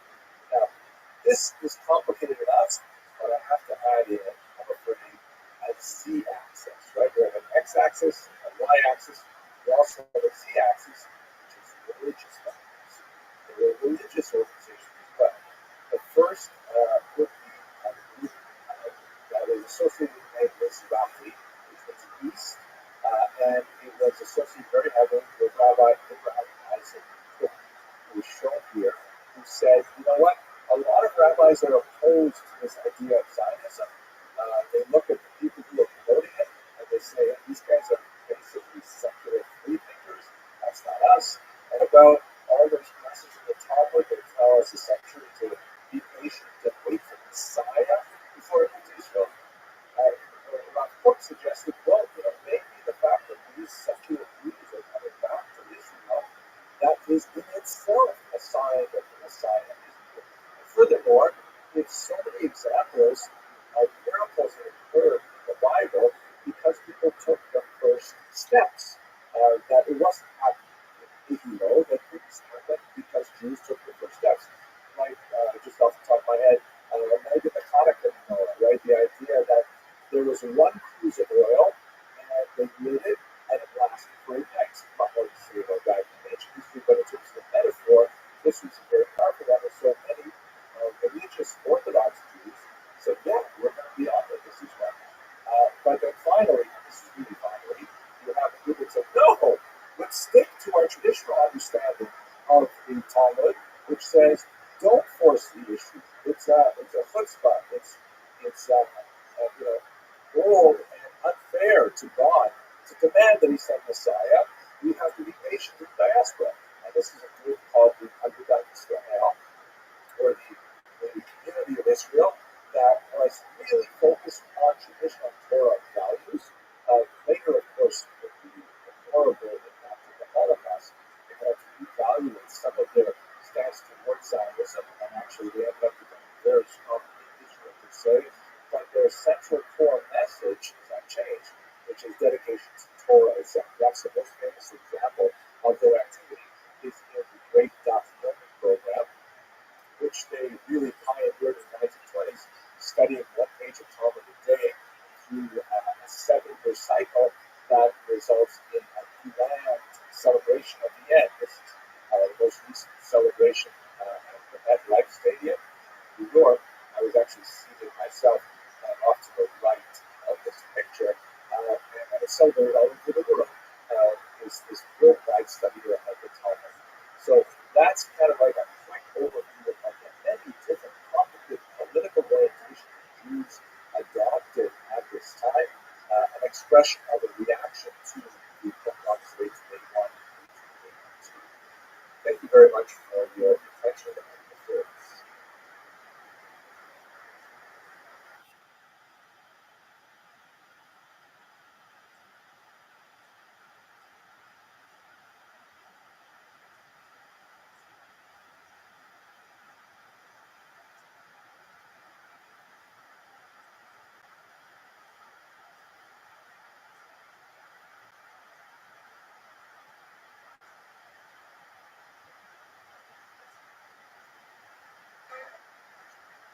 Okay, hello everyone. I hope you're are doing well. At this point, that we've had kind of like a general overview of the expression of political opinion among Jews for a snapshot of time, really from 1897 to 1912. We should go on to understand how this was filtered through the experience of the Jews of Ashkenaz in the 20th century. I'd like to focus the next hour specifically on the Soviet experience, which we learned was significant, demographically certainly the largest chunk of Jews in Ashkenaz's territory, or the descendants of the Ashkenaz Jews from the Rhineland in Eastern European territory. That'll be that will occupy us for the next hour. Let us begin first with the fall of the Russian Empire. So, if you look at this map here, these two maps actually, you'll see on the left, this is what East Central Europe would look like before World War I. You can see that it's dominated by three major empires: the German Empire, the Austro-Hungarian Empire, and the Russian Empire. And that big sort of like puzzle piece sticking out to the left is Poland, Poland. And then just a few years later, all of a sudden, it's radically changed. As you can see on the right-hand side, the map is completely unrecognizable. You have the German Empire is significantly shrunk. There's a section called East Prussia, which is actually the wrong color in this map. It should be the same color as Germany, but it's got a land bridge that separates it from Germany proper. That land bridge is actually a new country, Poland, which had not been seen on them since the late 18th century. So all of a sudden, Poland is back, and it's taking up quite a bit of territory. It actually will have a very large proportion of non-ethnic Poles living within its boundary. And to contrast that, where is Austria-Hungary? That empire is dismantled significantly. There are tiny remnants of the Austro-Hungarian Empire in a country called Austria and its neighboring country, Hungary, but they are just a tiny fraction of its original size when it was into a monarchy. Now, all of a sudden, the majority of the former citizens of Austria-Hungary find themselves in totally different countries. A couple of them are actually completely new countries. Like, for example, Czechoslovakia, which is now the Czech Republic and Slovakia, that represents a totally new country that took the northern part of Austria-Hungary to exist. Romania has significantly expanded, and look at this, Yugoslavia, the South Slav, a totally new country that takes up quite a bit of the old Austria-Hungarian Empire, and also encompasses Serbia, and it's just things have changed so dramatically. And all of these things are going to be extremely important tomorrow morning when we look at the Holocaust, because, of course, the Germans and the Australians and the Hungarians, for slightly different reasons, the Italians, they are all practicing a form of revisionism. They want to revise the peace treaties that created these new countries immediately after World War I. But that will be a topic for tomorrow. For now, I'd like you to look at the very edge of the map on the right side of the screen, where you see Russia has disappeared, and they've labeled this map not entirely correctly. Belarus, Russia, and Ukraine, but really is referring to the new Soviet Union, which ultimately would be created from 15 actually, constituent republics. One of them would be Ukrainian SSR, the other would be Belarus SSR, but basically the old Russian Empire has disappeared. So that's what we're going to look at first. What happened to the Jews of this region when the Russian Empire disappeared? So there's really two revolutions that removed Russia from the map. The first one occurred in February of 1917. The second one occurred in October of 1917. Ironically, they're referred to in Russian historiography as the February and especially the October revolutions. But if you were standing where I am right now in New York, time the revolution happened, they would have been referred to as the March Revolution and the November Revolution, respectively. The reason for this is because one of the usual quirks of the Roman Empire was that they relied on the Julian calendar rather than the Gregorian calendar then used in the West. And it was literally using a year every century, I believe, since they had the switch. So they were 11 years, they were 11 days behind the Western calendar. Russia was quite literally behind the West chronologically. It was only later in 1918, I think, that the communists said, okay, let's use the same calendar as the West, and that's how we are synchronized today. But back then, they were actually distinct. So the first revolution occurred in February, and it seemed to have started from a food riot. Let us recall that World War I has been going on now for 3 years, right? It erupts in 1914. It was the first really major global conflict involving forces from all over the world, literally, and Russia is involved, but they are not doing very well. They lose almost immediately a massive amount of territory to German forces that's cut off on the western front for Russia, and they don't seem to be able to gain those back. Ultimately, the fact that these regions were behind German lines would contribute to their ability to establish independence after World War I, because Russia is not able to assert its control over holding to the Baltic states, for example. So they're not doing well. They're outfitting their soldiers extremely poorly. Soldiers are unmotivated, finding that they don't have enough to eat, they don't have enough clothing to wear in the winter, that famously or infamously, they were not even properly equipped for the war. One of the infamous quotes, I'm not sure if it's apocryphal, but it certainly captures the mood, that Russian soldiers were told to use their bayonets first, meaning to use the knives that were mounted to the end of their rifles to fight first, because they had a lack of ammunition and they couldn't afford to waste it by shooting at the enemy. So even if they had to physically get close enough to the enemy to use a bayonet, while their enemies, the Germans, are well supplied and can use bullets for a lot longer than it takes for the Russian soldier to approach. So they were really doing very poorly.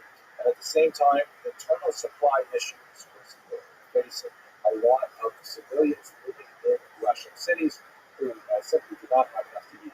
So on International Women's Day, there was a food riot that erupted when apparently a woman in the city of Petrograd, Peter's city, named after the patron saint of Peter the Great.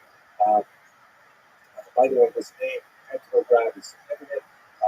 It used to be called St. Petersburg after St. Peter, the patron saint of Peter the Great, the Tsar, and then the word Berg is a German name for a city, so therefore during World War I, to be more patriotic, they named it Petrograd without being a Russian suffix in the city, so it didn't have the German ending. Where I grew up in northern Ontario, there was actually a town, an Indian village, pre-Indian, that was called Swastika. And during World War II, they decided to rename it, and it was called Churchill for a few years, very patriotic name. And then after World War II, it went back to Swastika, because that was a word in the language. At any rate, so they named it Petrograd, and then the communists would later name it Leningrad, and after the fall of the Soviet Union, it returned to its original name, St. Petersburg, which is the name it uses today. But anyway, in what was called Petrograd, a woman took a brick and threw it through a bakery window because everyone was starving and hungry. This erupted into a great riot and ultimately got out of control, and the Tsar himself was arrested, and suddenly, without really understanding how this happened, the Romanov dynasty fell. That was the end of the Russian Empire, almost in the blink of an eye. What was established in its wake was a provisional government, which was run by this man, Alexander Zelensky. And the main challenge of the provisional government was that it wanted to establish a permanent government. They still had to figure out what they would do. It's still ongoing. war, associated war. For the time being, they decided to stay in the war, but they had to try and pull together a representative body to allow citizens of the Russian Empire to vote on their future.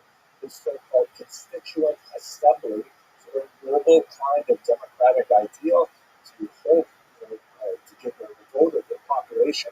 It turned out to be their downfall because while they were, slowly, laboriously creating this constituent assembly, the much more nimble, smaller, and unscrupulous Bolsheviks were able to outmaneuver them, and ultimately they would take over the Constituent Assembly before it could be properly seated and declare a totally new government in October. But during this brief interim between February and October, as Kerensky was trying to pull together this Constituent Assembly, what the most important things he did was, the very first decision, actually, was to destroy the foundations, the legal foundation of the Pale of Settlement. Here you can see it in kind of like in the brighter white color against the gray. The Pale of Settlement, the restrictions on Jewish citizenship, restrictions on Jewish residency were abolished by the provisional government, which made it, a great. It was heroic in the eyes of many Jews, although it was very short-lived. Here, by the way, is a period map from 1901, which gives you a sense of the relative populations of Jews, the concentration of Jews in the several the provinces of the Pale of Settlement. You see a very strong concentration, more than 17% in the eastern part of Poland, in the central part of Poland, part of Warsaw, very strong concentrations in the region of Lithuania and in right bank Ukraine. That is the right bank of the Dnieper River, the eastern part of the African linguistic territory. Far smaller concentrations as you go further to the east. So what happens after the February Revolution is this map, Vladimir Lenin, the driving force behind the Bolshevik movement, organizes local councils in factories, in villages, and elsewhere. They were called Soviets, which means councils. And with their support, he storms the Constituent Assembly with an armed force, declares it disbanded in favor of all power to the Soviets, and proclaims what would eventually become the Union of Soviet Socialist Republics, the first communist state in Europe, and a bold new experiment in attempting to establish this form of government in Europe. The notion that supported Lenin's popularity was the idea that this new, totally new, radically new form of government would ultimately cleanse Russia of its various corruptive elements, including the monarchy, including the church, who's very, very anti-clerical, anti-church, anti-religious in general, as we shall see, and also its capitalists. You can see at the bottom of this image that literally shows Lenin cleaning up the globe, because then he felt that once communism started in Russia, it would eventually expand to fill the entire globe. This is really at the heart of the confrontation between the United States with its mission of democracy, that the United States believed that democracy would eventually conquer all regions of the globe, and the Soviets felt equally aggressively that communism would actually be the dominant political modality of the entire globe. At the very bottom of the globe here, you see the capitalist. He probably looks familiar to you as a monopoly man figure. A monopoly man that was in the Sparky Brothers game is based on a traditional iconic idea of the ultimate capitalist with the waistcoat and the top hat, and here the bag of money, somewhat one-time, rather more appealing in the board game version, but it was the same kind of thing. This is often used, by the way,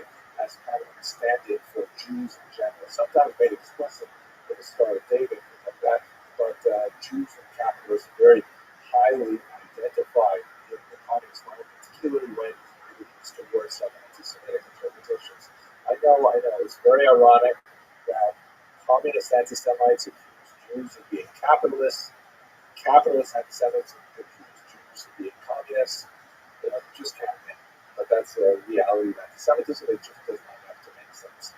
Here is some propaganda directed against the communist movement by the white Russians. The white Russians, there's two different definitions of this term. The term Belarus literally means white Russia, and it's a region of the former Russian Empire, now the USSR.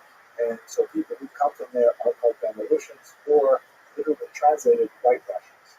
But in the context of the revolutionary movement, the communists were associated with the color red, like the Reds or the Soviets. And so those forces that opposed the communists, sometimes either openly monarchist, wishing to bring back the Tsar, sometimes a little bit more moderate, wishing to bring some kind of provisional government sort of idea. They were called the whites, to contrast them with the reds. Has nothing to do with the territory of Belarus specifically, with no political orientation. So the whites and the reds were engaged in a very ferocious civil war, along with many other combatants, as we shall see shortly. And the whites were perhaps most notorious for their propaganda, some of which was explicitly anti-Semitic. So this particular example compares the early communists to Aztec priests performing a human sacrifice. The human sacrifice is supposed to represent some kind of monarchic figure there, and it's being sacrificed in the Holy Mother Russia. It's being sacrificed before the altar upon which Karl Marx sits, right, the founder of socialism, and it is labeled international, right, the Communist International, the Socialist International, meaning the whole idea of communism that was organized in an international group. Russia was about to be sacrificed, a human sacrifice towards this idea. The various figures you can see, they're labeled at the top in Russian. Lenin, of course, the central figure in the white red robe. Right next to him, the butcher, is Trotsky. Remember, Trotsky is Jewish. Trotsky is all along with actually a few other figures here. And Trotsky is also especially feared by the whites because he is leading very effectively the Red Army. Ultimately, the whites will be defeated by Trotsky's army.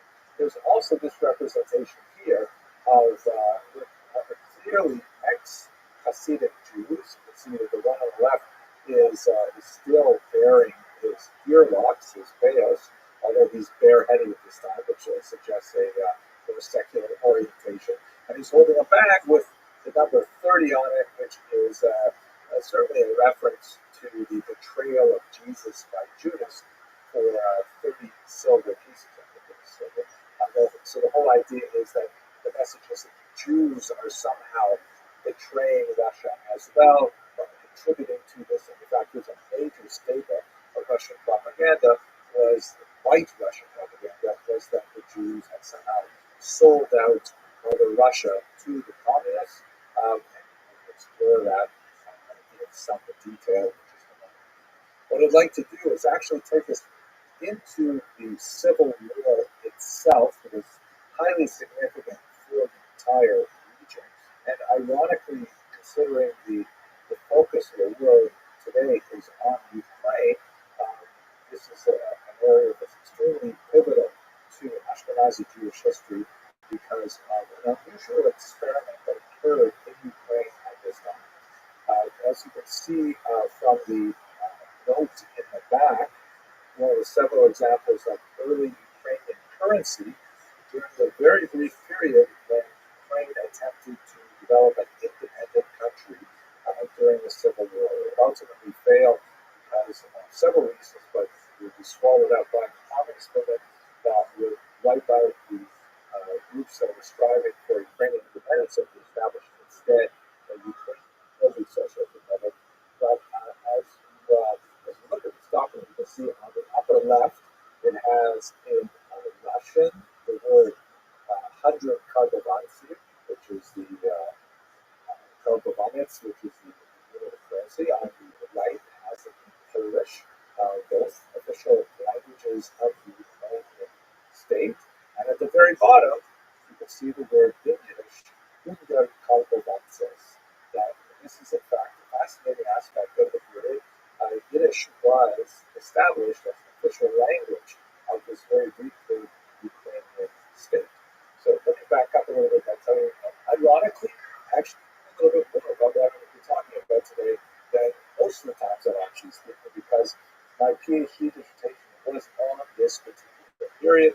You can see here, it was published by Harvard, A Prayer for the Government of Ukrainian Jews in Revolutionary Times, 1917 to 1920, because I specifically looked at this very unusual rapprochement between Jews and Ukrainians, who you would think would have some, very negative history, some baggage that has to be dealt with before they could effectively influence rapprochement.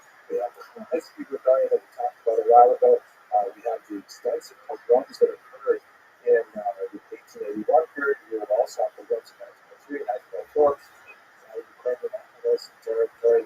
How is it possible they were able to cooperate on the creation of a state? And in fact, this happened. It's the Ukrainian translation that I heard just a little while ago in Taik, to have it being available to the Ukrainian public as well.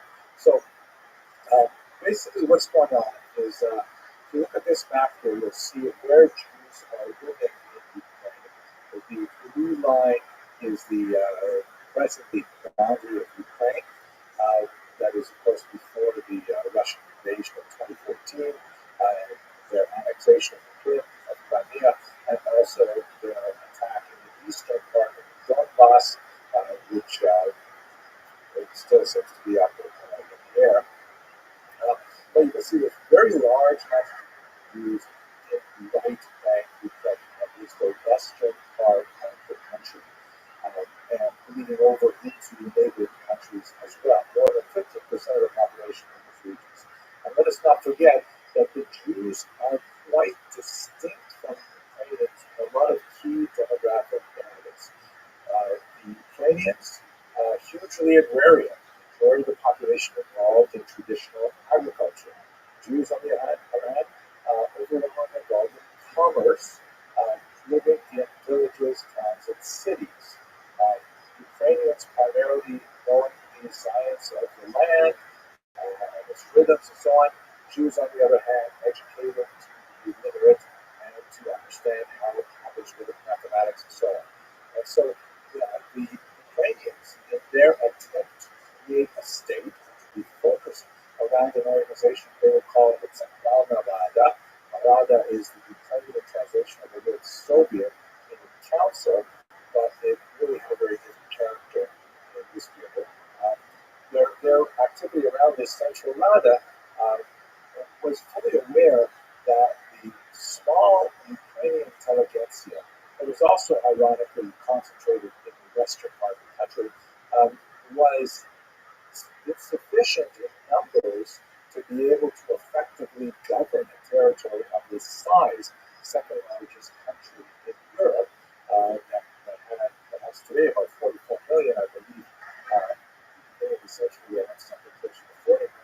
But it's a massive territory. How are you going to be able to manage it?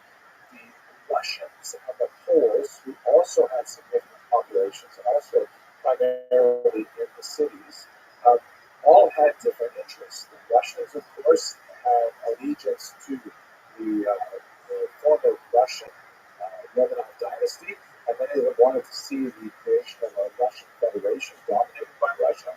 And the Poles, of course, were struggling to create their own country to the north out of the ruins of World War I. They had reasons not to be so necessarily loyal to this version of the Ukrainian state. The Jews, on the other hand, had no other loyalties that were that was automatically attached to them, and it stood to reason that many of them would see the benefit and specifically associated their energies with this new nascent state and helping it to thrive and grow. And so, to the surprise of many observers, the dominant Jewish Ukrainian belief, which can be measured in several ways, actually was was in favor of this new Ukrainian development, which had promised many communal rights to Jews. Just to give you an example of one document that illustrates those promises and the difficulty they had in creating them. As I mentioned, Yiddish became an official language of this nascent Ukrainian state. But how do you actually run a government with Yiddish when the government itself is barely able to write anything in Ukrainian, its first language? So here's one typical document that I discovered in my archival research. It's a letter to the Jewish community of Rabbi. And if you look at you'll see it's obviously written in two different scripts here. There is a typewritten Ukrainian script, but if you look carefully at it, you'll see that many letters are actually handwritten into the document. And that's because the Ukrainian language has an alphabet which is similar but not identical to the Russian alphabet. They're both Cyrillic languages, but there are some letters that Ukrainians have that Russians don't have, and vice versa. They also pronounce certain letters differently as well. One of the letters that's missing in the Russian alphabet is the letter that we would recognize as the letter I in the Roman alphabet, or I with an umlaut, with two dots instead of one.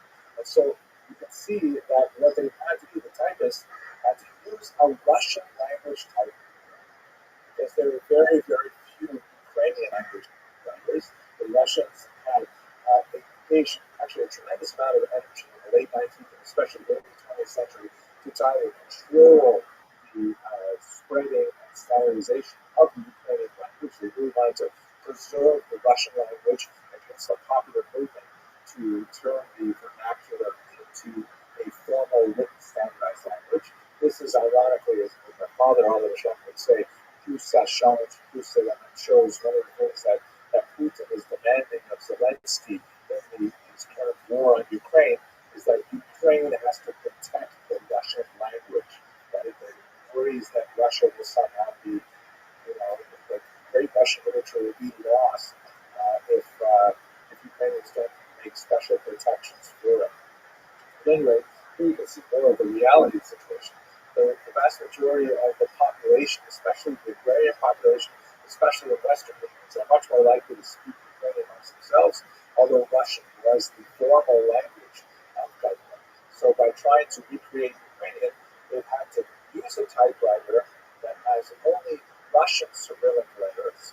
And every time they come to the Ukrainian letter I, or the I with the umlaut, they have to leave a blank space. And then afterwards, the typist has to pull the paper out of the machine and write in the letters directly with the pen. By the way, I'm assuming that everyone watching this video or attending this class is old enough to remember what a typewriter looked like.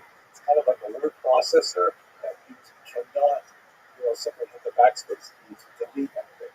Whatever you type once is actually printed onto paper, and you can't take it off unless you use some kind of physical device like literally a white paint.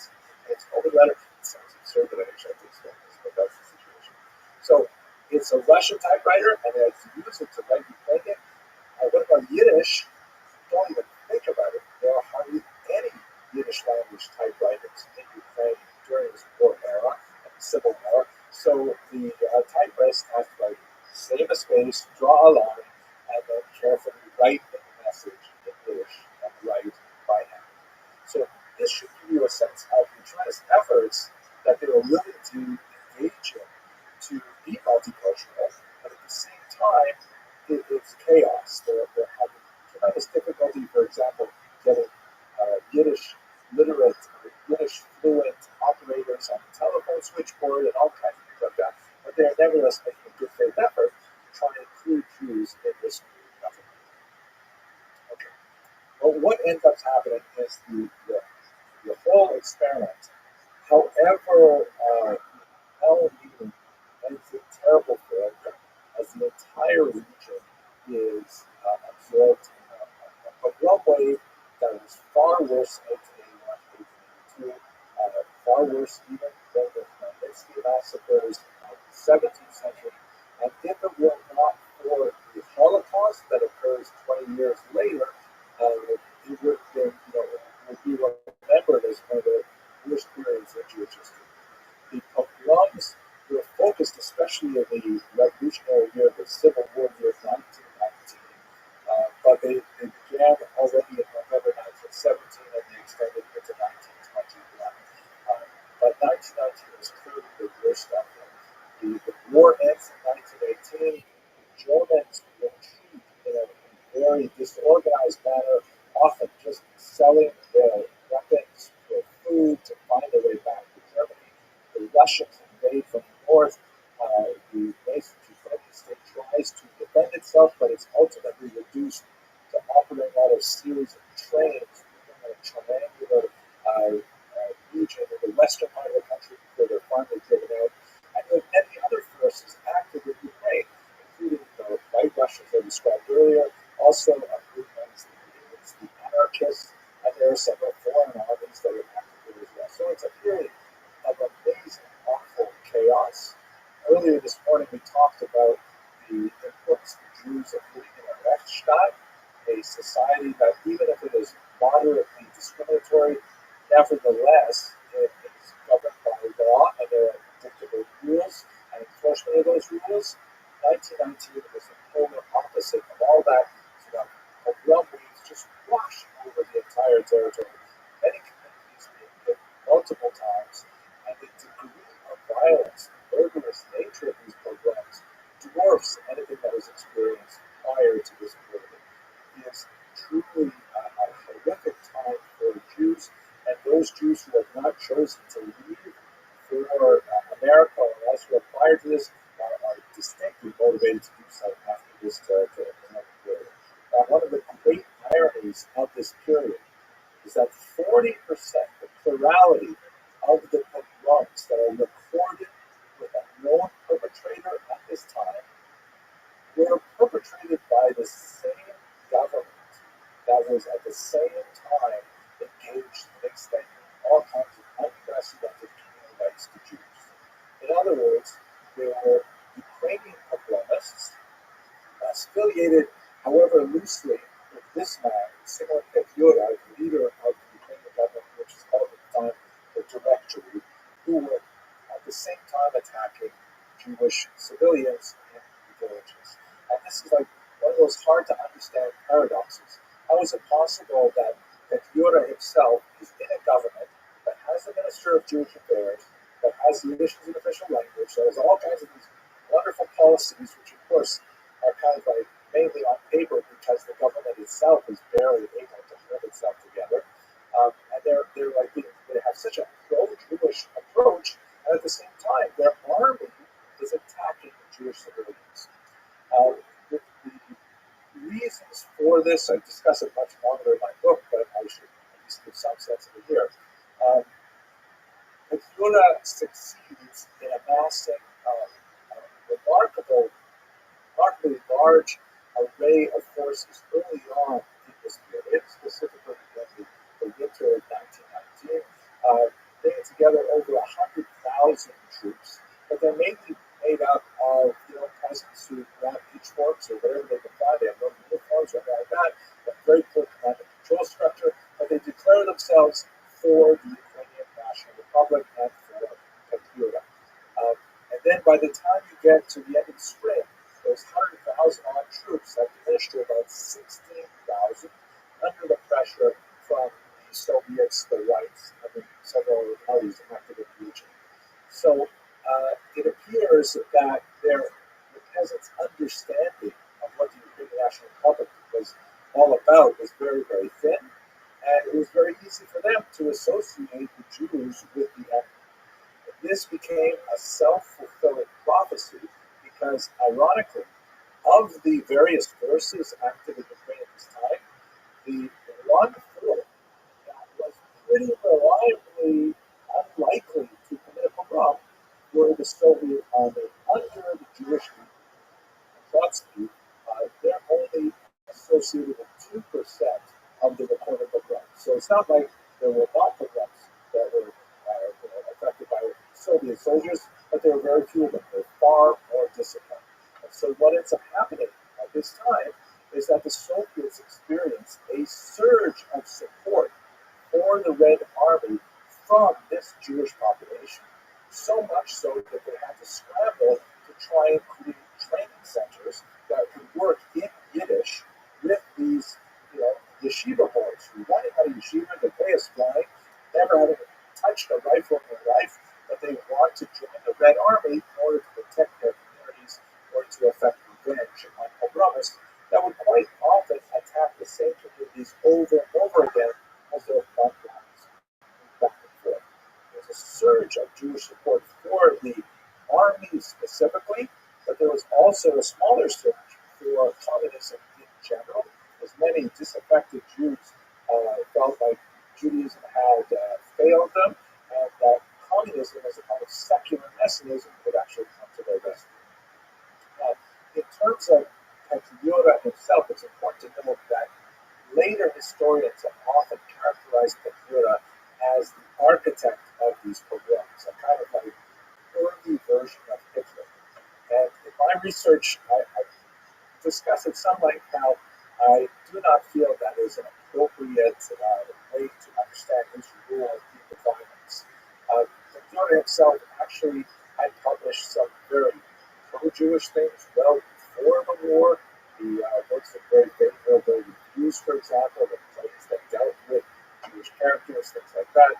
And it seemed really out of character for him to do that. Moreover, during the war, as Ukrainian apologists will often point out, he published all kinds of decrees forbidding pogroms and promising to punish any who violated those rules, things like that. But what ended up happening was he was assassinated in 1926, and in a dramatic trial that occurred in Paris, the image of him as the designer of the pogroms emerged. The story behind his assassination is really quite dramatic. The man shown in this photograph standing on the left, his name is Schwarzbart, and basically at this time in 1926, the Ukrainian National Republic has lost its bid for statehood, and the key figures in the government, including Petriora, have fled to the west. He's living in Paris. Petriora walks out of a cafe one morning on the Rue Racine, and this Schwarzbart walks up to him and says to him, "Monsieur Petriora, are you Mr. Petriora?" And he says, "Oui." And Schwarzbart takes out a gun and shoots him dead on the spot. He is arrested and put on trial, but in a brilliant legal move, his defense argues that he was acting out of revenge for the pogroms that had affected the Jews in Ukraine. That Schwarzbart should be viewed, argued his defense, as an avenger of Jewish pride, and rather than making a trial about Schwarzbart, who was actually, an assassin in the open, killed in cold blood on the street, the trial became one of Petriora and of his role in the pogroms, and it hinged on whether or not Petriora was guilty of previous pogrom incidents. And as I've argued in my book, but I'll state it very briefly here, I do not feel that calling Petriora the architect of the pogroms is historically valid. I do believe that Petriora chose to remain silent on a key period of several weeks in the spring of 1919, and he failed to take a rapid action to condemn the pogroms early on, and this allowed the impression to spread throughout Ukrainian troops that in fact the pogroms were, if not tolerated, then perhaps even condoned. And this was the key culpability that Petriora bears. In my humble opinion, it's not one of commission. It's highly unlikely that he actually ordered anyone to commit a pogrom. It does not make sense. There are some historians who point to documentation that would say that, but that documentation is actually not being found. I would say that his culpability rests in one omission, that he failed to take the actions necessary of the titular head of his government, however fragile, for fear of losing the loyalty of his troops. this allowed the pogroms to expand and to wreak such havoc on the Jewish population. At any rate, just to finish the story with Schwarzbard, he was exonerated. Under French law, he was required to pay damages to the widow of Noah, and so he was fined one flat, incredibly insulting, slap on the wrist for killing her. But Jews worldwide celebrated this as a huge victory of finally being able to stand up to mete out vengeance against someone who is responsible for the pogroms. Even if that responsibility was highly attenuated and was focused perhaps in a different direction by the trial, nevertheless, that's the ultimate result. But if we return to the period of discussion of 1919, we should recall that 40% of the pogroms were in fact perpetrated by Ukrainian troops, and the whole enterprise in ROTHSCHILD ended in miserable failure. And many Jews saw the Red Army in a far more effective control on the violence, and so therefore support for the Red Army. So by 1920, the Ukrainian experiment in statehood ends in failure. Its leaders are mainly exiled to the West, and Ukraine is now absorbed within the Soviet Union. And Ukraine, at this point, constitutes the biggest single concentration of Jews in the Soviet Union, because Jews who live in Polish regions and Lithuanian regions are now living in independent Poland and Lithuania, and to a certain degree Latvia as well. So Ukraine has a hugely important role in understanding Russian as a culture in the Soviet Union. So what does the Soviet Union do about Jews? So we should recall that at this time there is a lot of flux going on in the new country known as the Soviet Union. They go through a period which they call war communism, which lasts until 1920. It overlaps the Civil War, and it is a period where the communists try desperately to bring this overwhelmingly agrarian society rapidly into a communist future, which, Karl Marx, when he outlined his vision of the march towards the progress that he called communism, he really didn't anticipate that would happen in a state that was largely pre-industrial. So they have a really difficult time trying to make these backward agrarian communities behave like modern technological industrial communist states. And so they decide to back off, and they adopt a new program called the New Economic Policy, or NEP. And this is sort of like a toning down of the rapid collectivization of agriculture and things like that. And that used to be the breathing room that a lot of people need to begin to rebuild the economy after 4 years of World War and 2 years of Civil War. So there's also a tremendous change at the top of the political establishment. Lenin, who described as the mastermind behind the communist revolution, has a stroke. And the last 2 years of his life, he's debilitated. So that leaves a kind of a gap, a vacuum of power, which both Trotsky and Stalin and other people in the far end are all jockeying to take advantage of. Ultimately, the winner would be Stalin, as we shall see, but for now, we should talk about the Jewish aspect of it.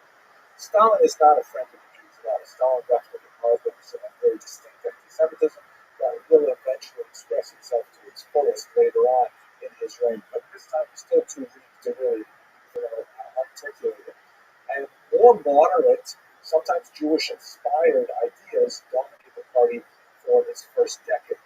They establish something called ROTHSCHILD, which is a Russian acronym for the Jewish.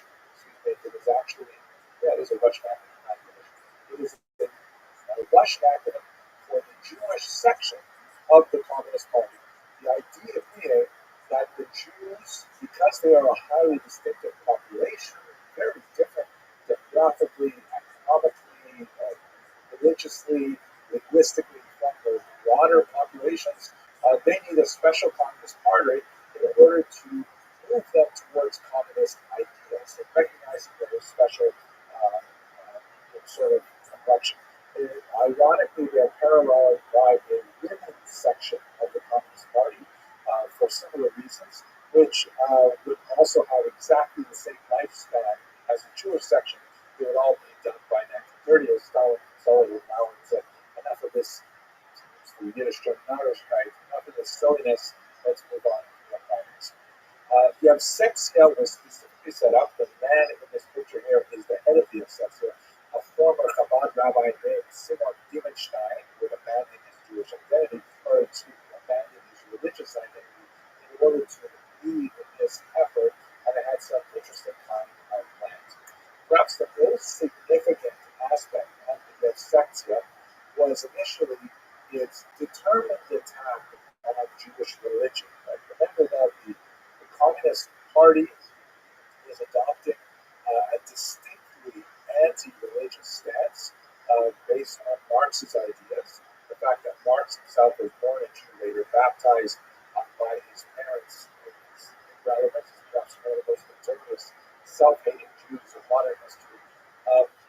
The whole idea of religion in the Marxist, socialist, and communist mind is that it is an opiate of the masses. It is a drug that keeps people stupid.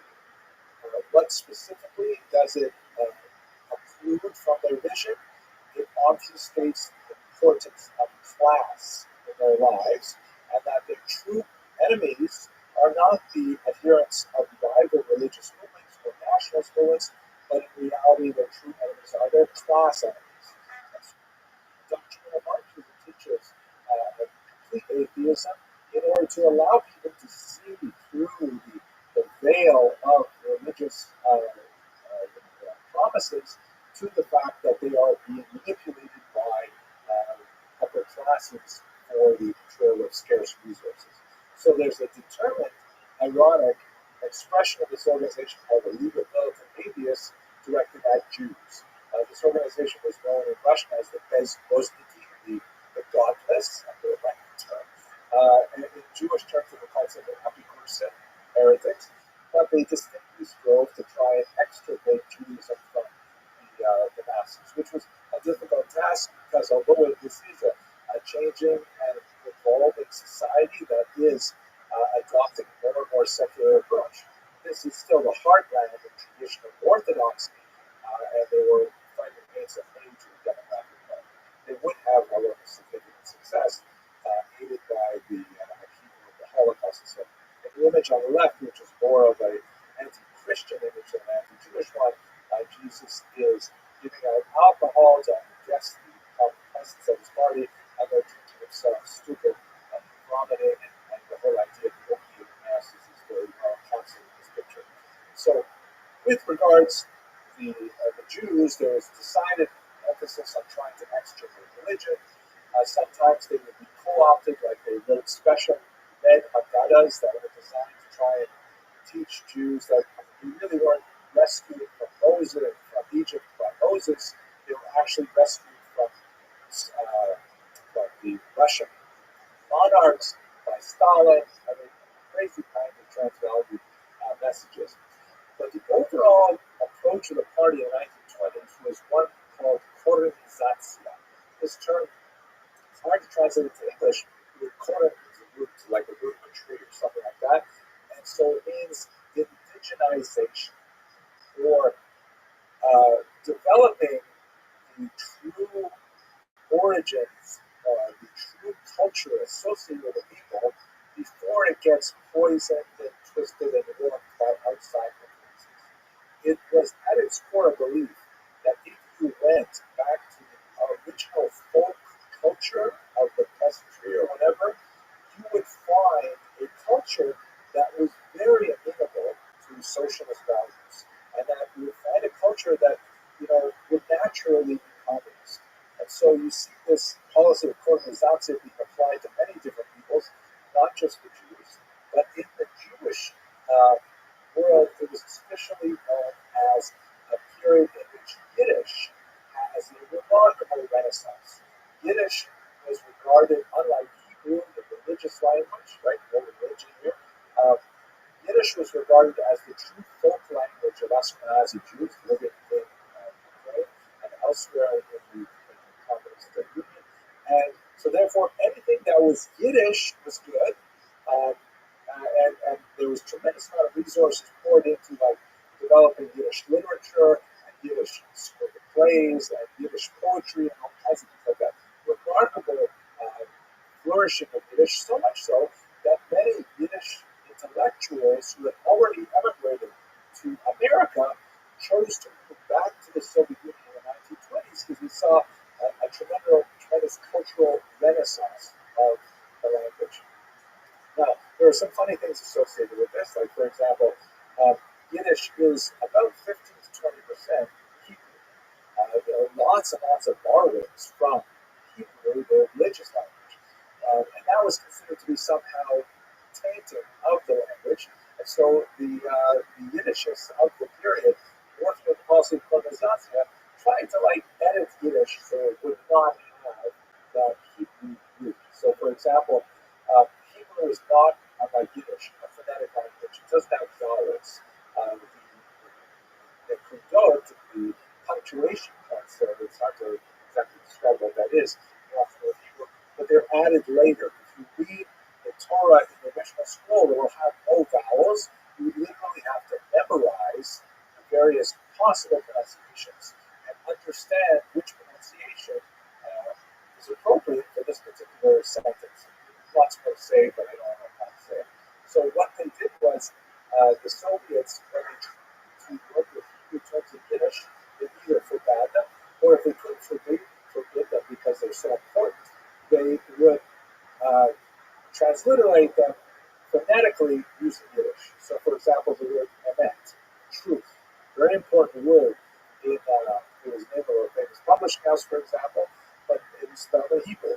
So they respelled it instead of Aleph, Mem, Taf, they respelled it Ayin, Mem, Ayin, Samach, which is pronounced MS in Yiddish, and is completely unrecognizable to a Hebrew reader unless they are aware of the bizarre transcription change.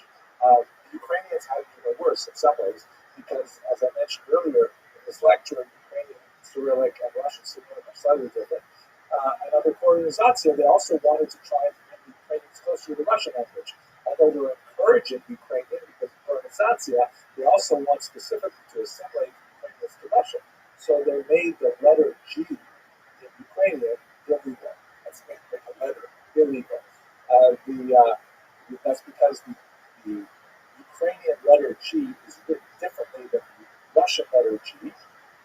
And Ukrainians have a different letter called the letter H in English, which is pronounced in Russian like a letter G. And it's complicated. But I think it's so ironic because if you look at this book here, this is the cover of the Chabad Siddur, the Chabad prayer book, and it is in a Hebrew Russian translation.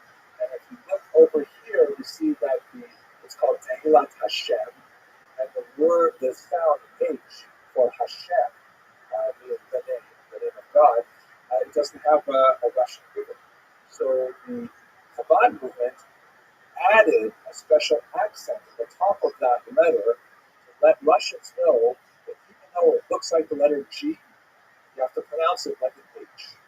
So it's a little accent they've added. So ironically, the Russians try to take a letter away from the Ukrainian alphabet. Jews instead add a letter to the Russian alphabet. That's kind of fun. They also, at this time, towards the end of this period, even attempt to replace the popularity of Zionism with a bizarre experiment, something called Birobidzhan, which is declared a homeland for the Jews, a Jewish autonomous oblast located way out in the far east, not too far from the Chinese border and the Pacific Ocean.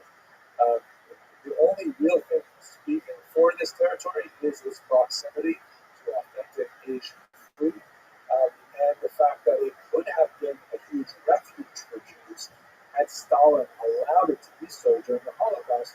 But of course, that was not Stalin's thinking. And although it became officially Jewish Autonomous Oblast with Yiddish as its official language and for a time the center of publishing and culture, nevertheless, it was not successful in saving the many hundreds of thousands of Jews who could have used it as a refuge during the war.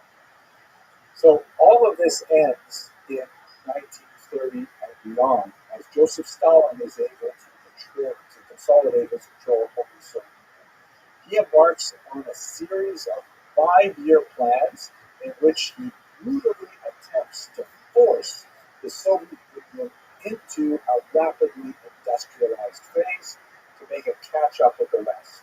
Among the incredible tragedies associated with this is the Ukraine Holodomor, the what's called in English perhaps the terror famine, an artificial famine that was occasioned by Stalinist policies related to his aggressive push for industrialization that killed literally millions of people in Ukraine. There is still some doubt as to the true scope of it, but 3 to 4 million is considered a very low estimate. It could easily have exceeded 6 million people. It is a remarkable phenomenon that is not nearly as well studied as the Holocaust, but it had a searing impact on Ukrainian memory. And the fact that one of the key figures behind the implementation of Ukrainian policies, Stalinist policies in Ukraine, was a Jewish communist named Nazar Kaganovich, certainly did not help the overall impression of Jews, as we shall see tomorrow when we return to the Holocaust. But it turns out that in the later part of the 1930s, the Soviet Union was this terrible phase of the purges, which I won't go into detail now, but the Jews, like all Soviets, were caught up in this bitterly, and it was a period of great horrors for the larger population. But at this point, I've got to end for my hour. Tomorrow, we're going to look really at the implications of the Soviet popularity among Jews in the so-called Demarche lands, the region that would be between Nazi Germany and Stalin's Soviet Union, and we'll see how that plays out. Thank you very much for your endurance and your attention, and I look forward to seeing you tomorrow morning.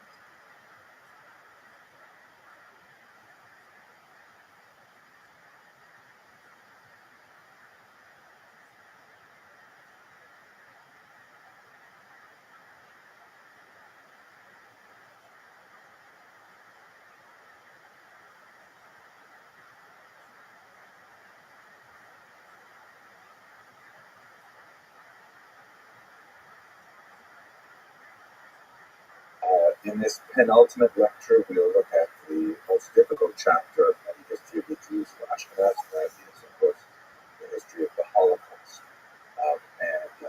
Thankfully, it is the penultimate chapter because we have 1 year lecture after the break, in which we're going to look at post-Holocaust Ashkenaz.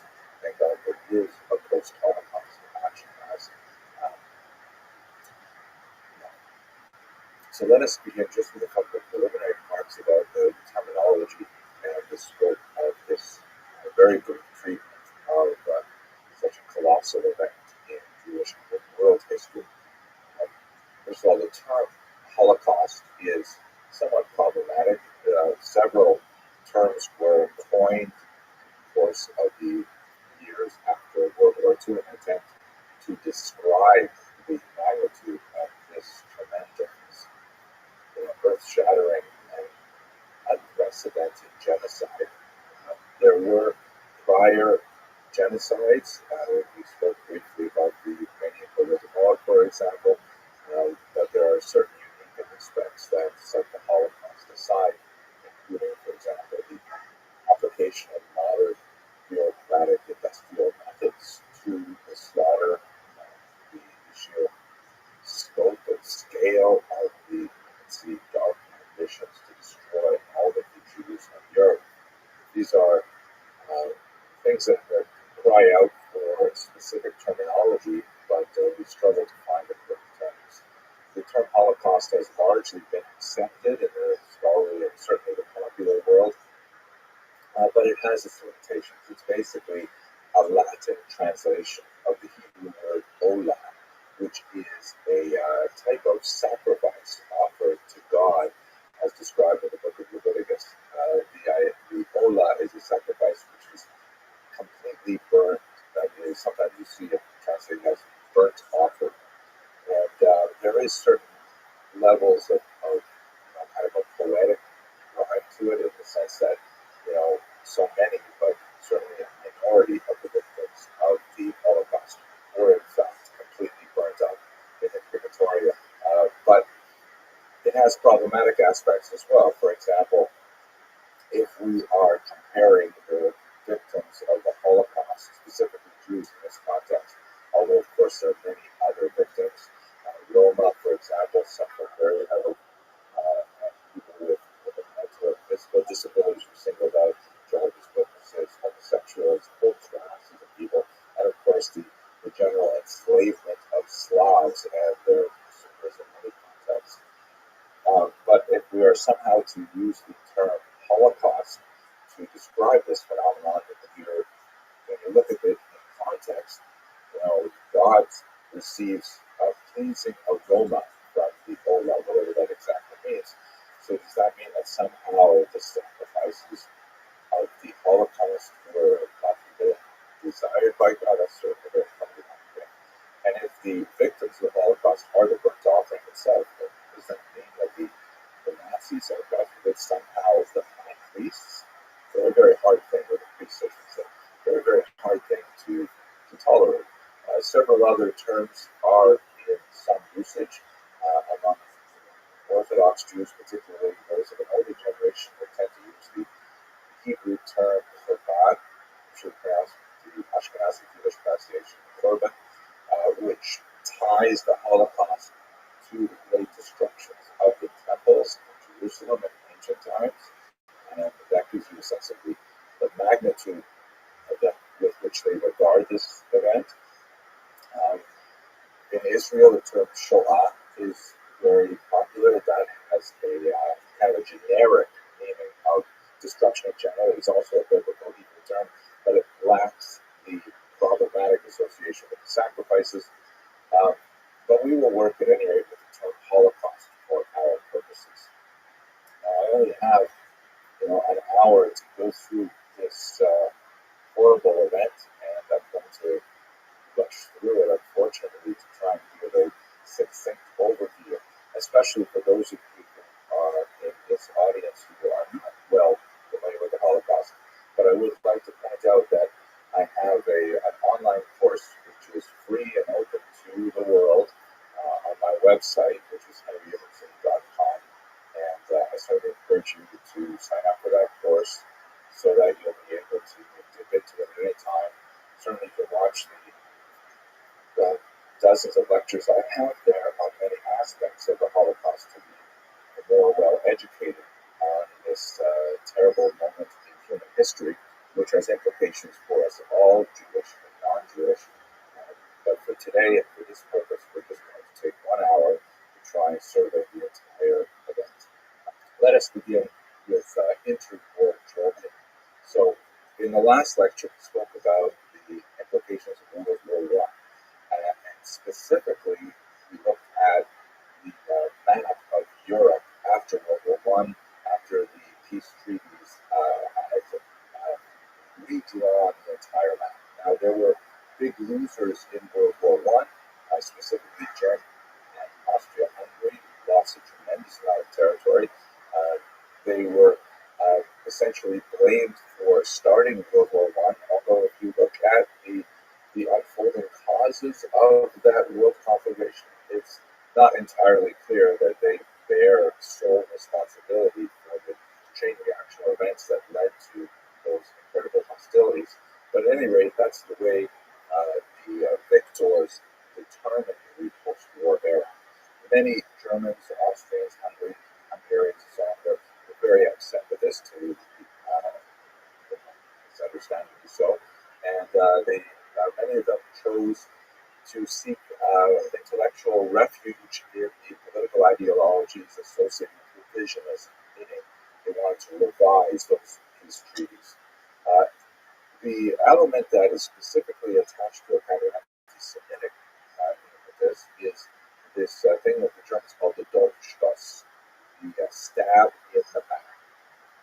Basically, the argument went that the German troops and their allied forces were actually doing fairly well in the war. It had bogged down nevertheless, they really did control a much larger amount of territory than they started with when the war broke out. And then because of internal weakness and war weariness within their countries, that according to those who advanced this theory really point to Jewish agitators and communist agitators in some cases, they prematurely surrendered and they left their soldiers behind in the field. This is the basic idea of the Durchstoß, the betrayal from within, a stab in the back. You can see in this Austrian propaganda from the period that really encapsulates the mood of the era. On the left is the lantern-jawed, determined Austrian soldier, steely-eyed gaze as he bravely defends the front from any attackers. But unbeknownst to him, there's these dark storm clouds that gather, and this grotesque woman with a strange kind of French-style hat. And in case you miss the iconographic elements of the large nose and the thick lips and the four locks, the payos on the sides of the head, there's a Star of David on the hat, so you might make a mistake. And she stabs him in the back, betraying the entire country and allowing the enemies to overrun the border. So that's the idea of the Durchstoß. And this resentment over the anti-war movement really consumed a lot of the Axis powers at the time, and ultimately contributed to Hitler's rise to power, which is a fascinating topic itself, but it takes us a little bit further away from our focus on the Jews of Ashkenaz. So I refer you once again to a totally free and open to the global community course on the Holocaust. Here's another example, Austria in the early post-war period. It's an election campaign poster, and you can see it says, actually, a piece that's cut off the top that says you should vote for a particular party. And it says German Christians and save Austria. You see also here, it uses the term Deutsche German, and in this context doesn't mean of the nation of Germany. It means those who participate in the larger culture of Germanness, which, of course, Austria and Germany share, and that will contribute to Austria's eventual joining with Germany in the Anschluss. But looking at the iconography, you see that there's the Austrian eagle there, and it's being strangled by this strange worm-like constrictor snake that is clearly identified as the Jew with the hooked nose, the thick lips, the payos, it's a trope for the era, a yarmulke, in case you're not sure, and smiling as Austria is choked by this Jewish influence.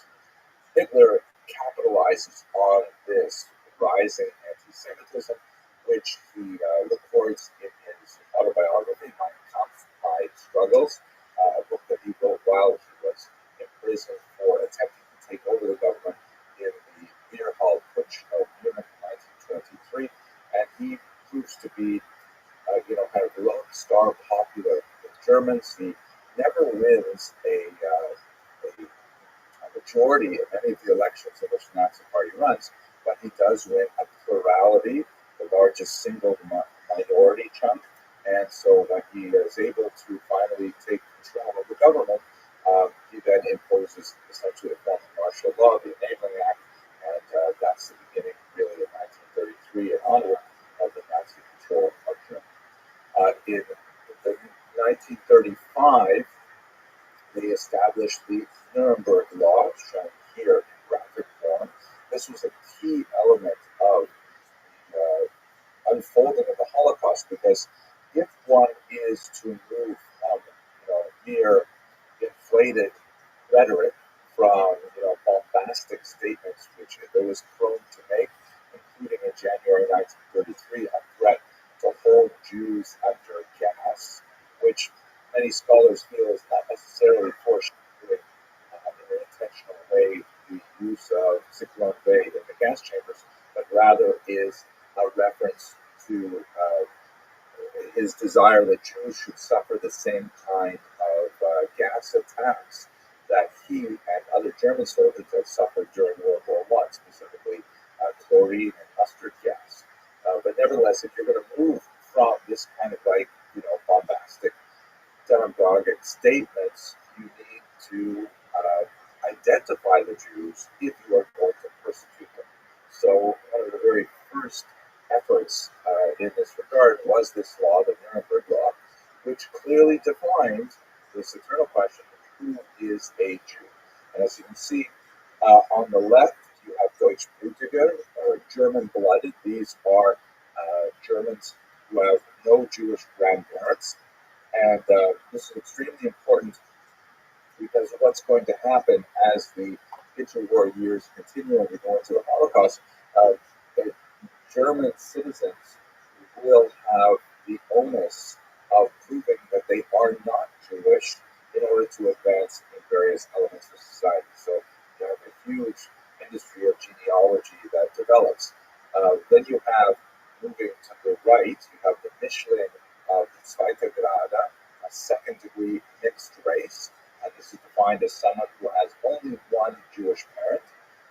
In Jewish law, the maternal line has a special consideration that if one's mother is Jewish, one is Jewish. And this goes back, of course, all the way through the maternal line. But the Nazis didn't care about that. They were working with this quasi-scientific, new racist ideology in which it didn't matter whether it was paternal or maternal. The Mischling of the Erste Grade, the first-degree mixed race, is someone who has two Jewish grandparents. And then as soon as you get to the point where you have a person with three Jewish grandparents, that's called a Jew. You can see it labeled in the second from the right and the right-hand column with four Jewish grandparents. Those are Jews.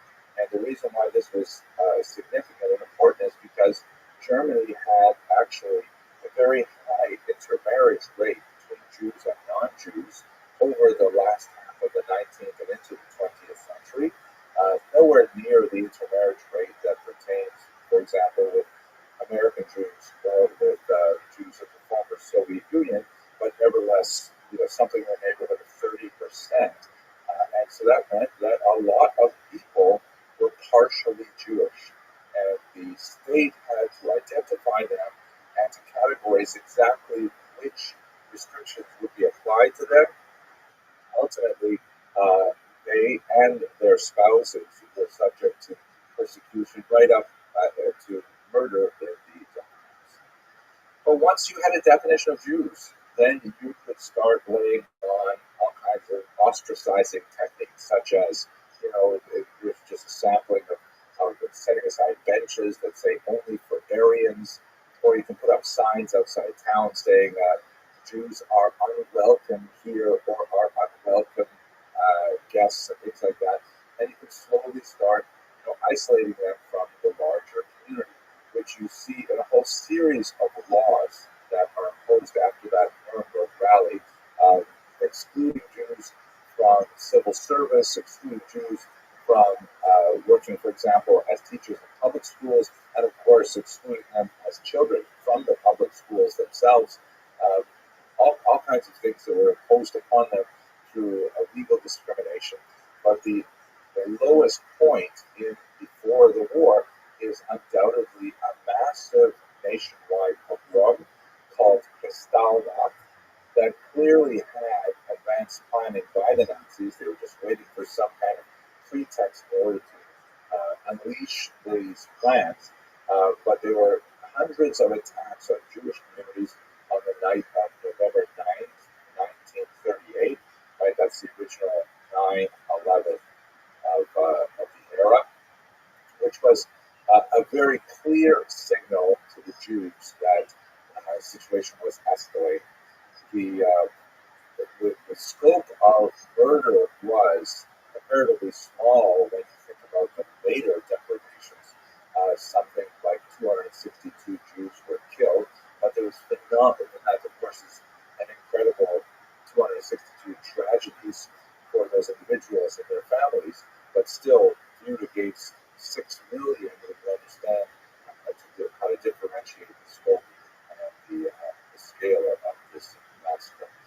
Tremendous property damage. The reason it's referred to as Kristallnacht, which means, the night of crystal, or really the night of broken glass, refers to the tremendous number of shop windows that were broken as the rioters went through the towns, led by some of the hooligans or elements in the Nazi Party. There was, literally glass all over the streets, littering the streets, and so that's why they required that particular thing. This signaled to Jews, without any doubt, if there were any questions beforehand, that they had to leave Germany. And as you can see from this map, about 100,000 of the 500,000 Jews living in Germany at the time managed to flee before 1937, before Kristallnacht. The great challenge, however, was that most nations had been closing their doors to immigration over the late 1920s and into 1930s, and it was very difficult for Jews to gain visas to be able to actually immigrate to some other safe climate. One of the most terrifying examples is the voyage of the St. Louis, or St. Louis, which was a boat carrying Jewish refugees at this time from Germany to Cuba. And from Cuba, as was the custom at that time, there was a brief window where people could get transit visas to Cuba, and then once they were in Cuba, they would attempt to immigrate typically to the United States or to South America, or some might even stay in Cuba. But the United States objected to this ship, which was not even going to land on its shores, and it was moored off the coast of Miami Beach for weeks as diplomats wrangled over it. Ultimately, the St. Louis was sent back to Europe with all of its passengers, most of whom were killed in the Holocaust. So, terrible, terrible period, one upon which we should really reflect as we have such a massive displacement of refugees in the Russian attack on Ukraine. Now, the war actually breaks out September 1st, 1939. One of the key diplomatic events that makes the war possible is a secret pact called the Molotov-Ribbentrop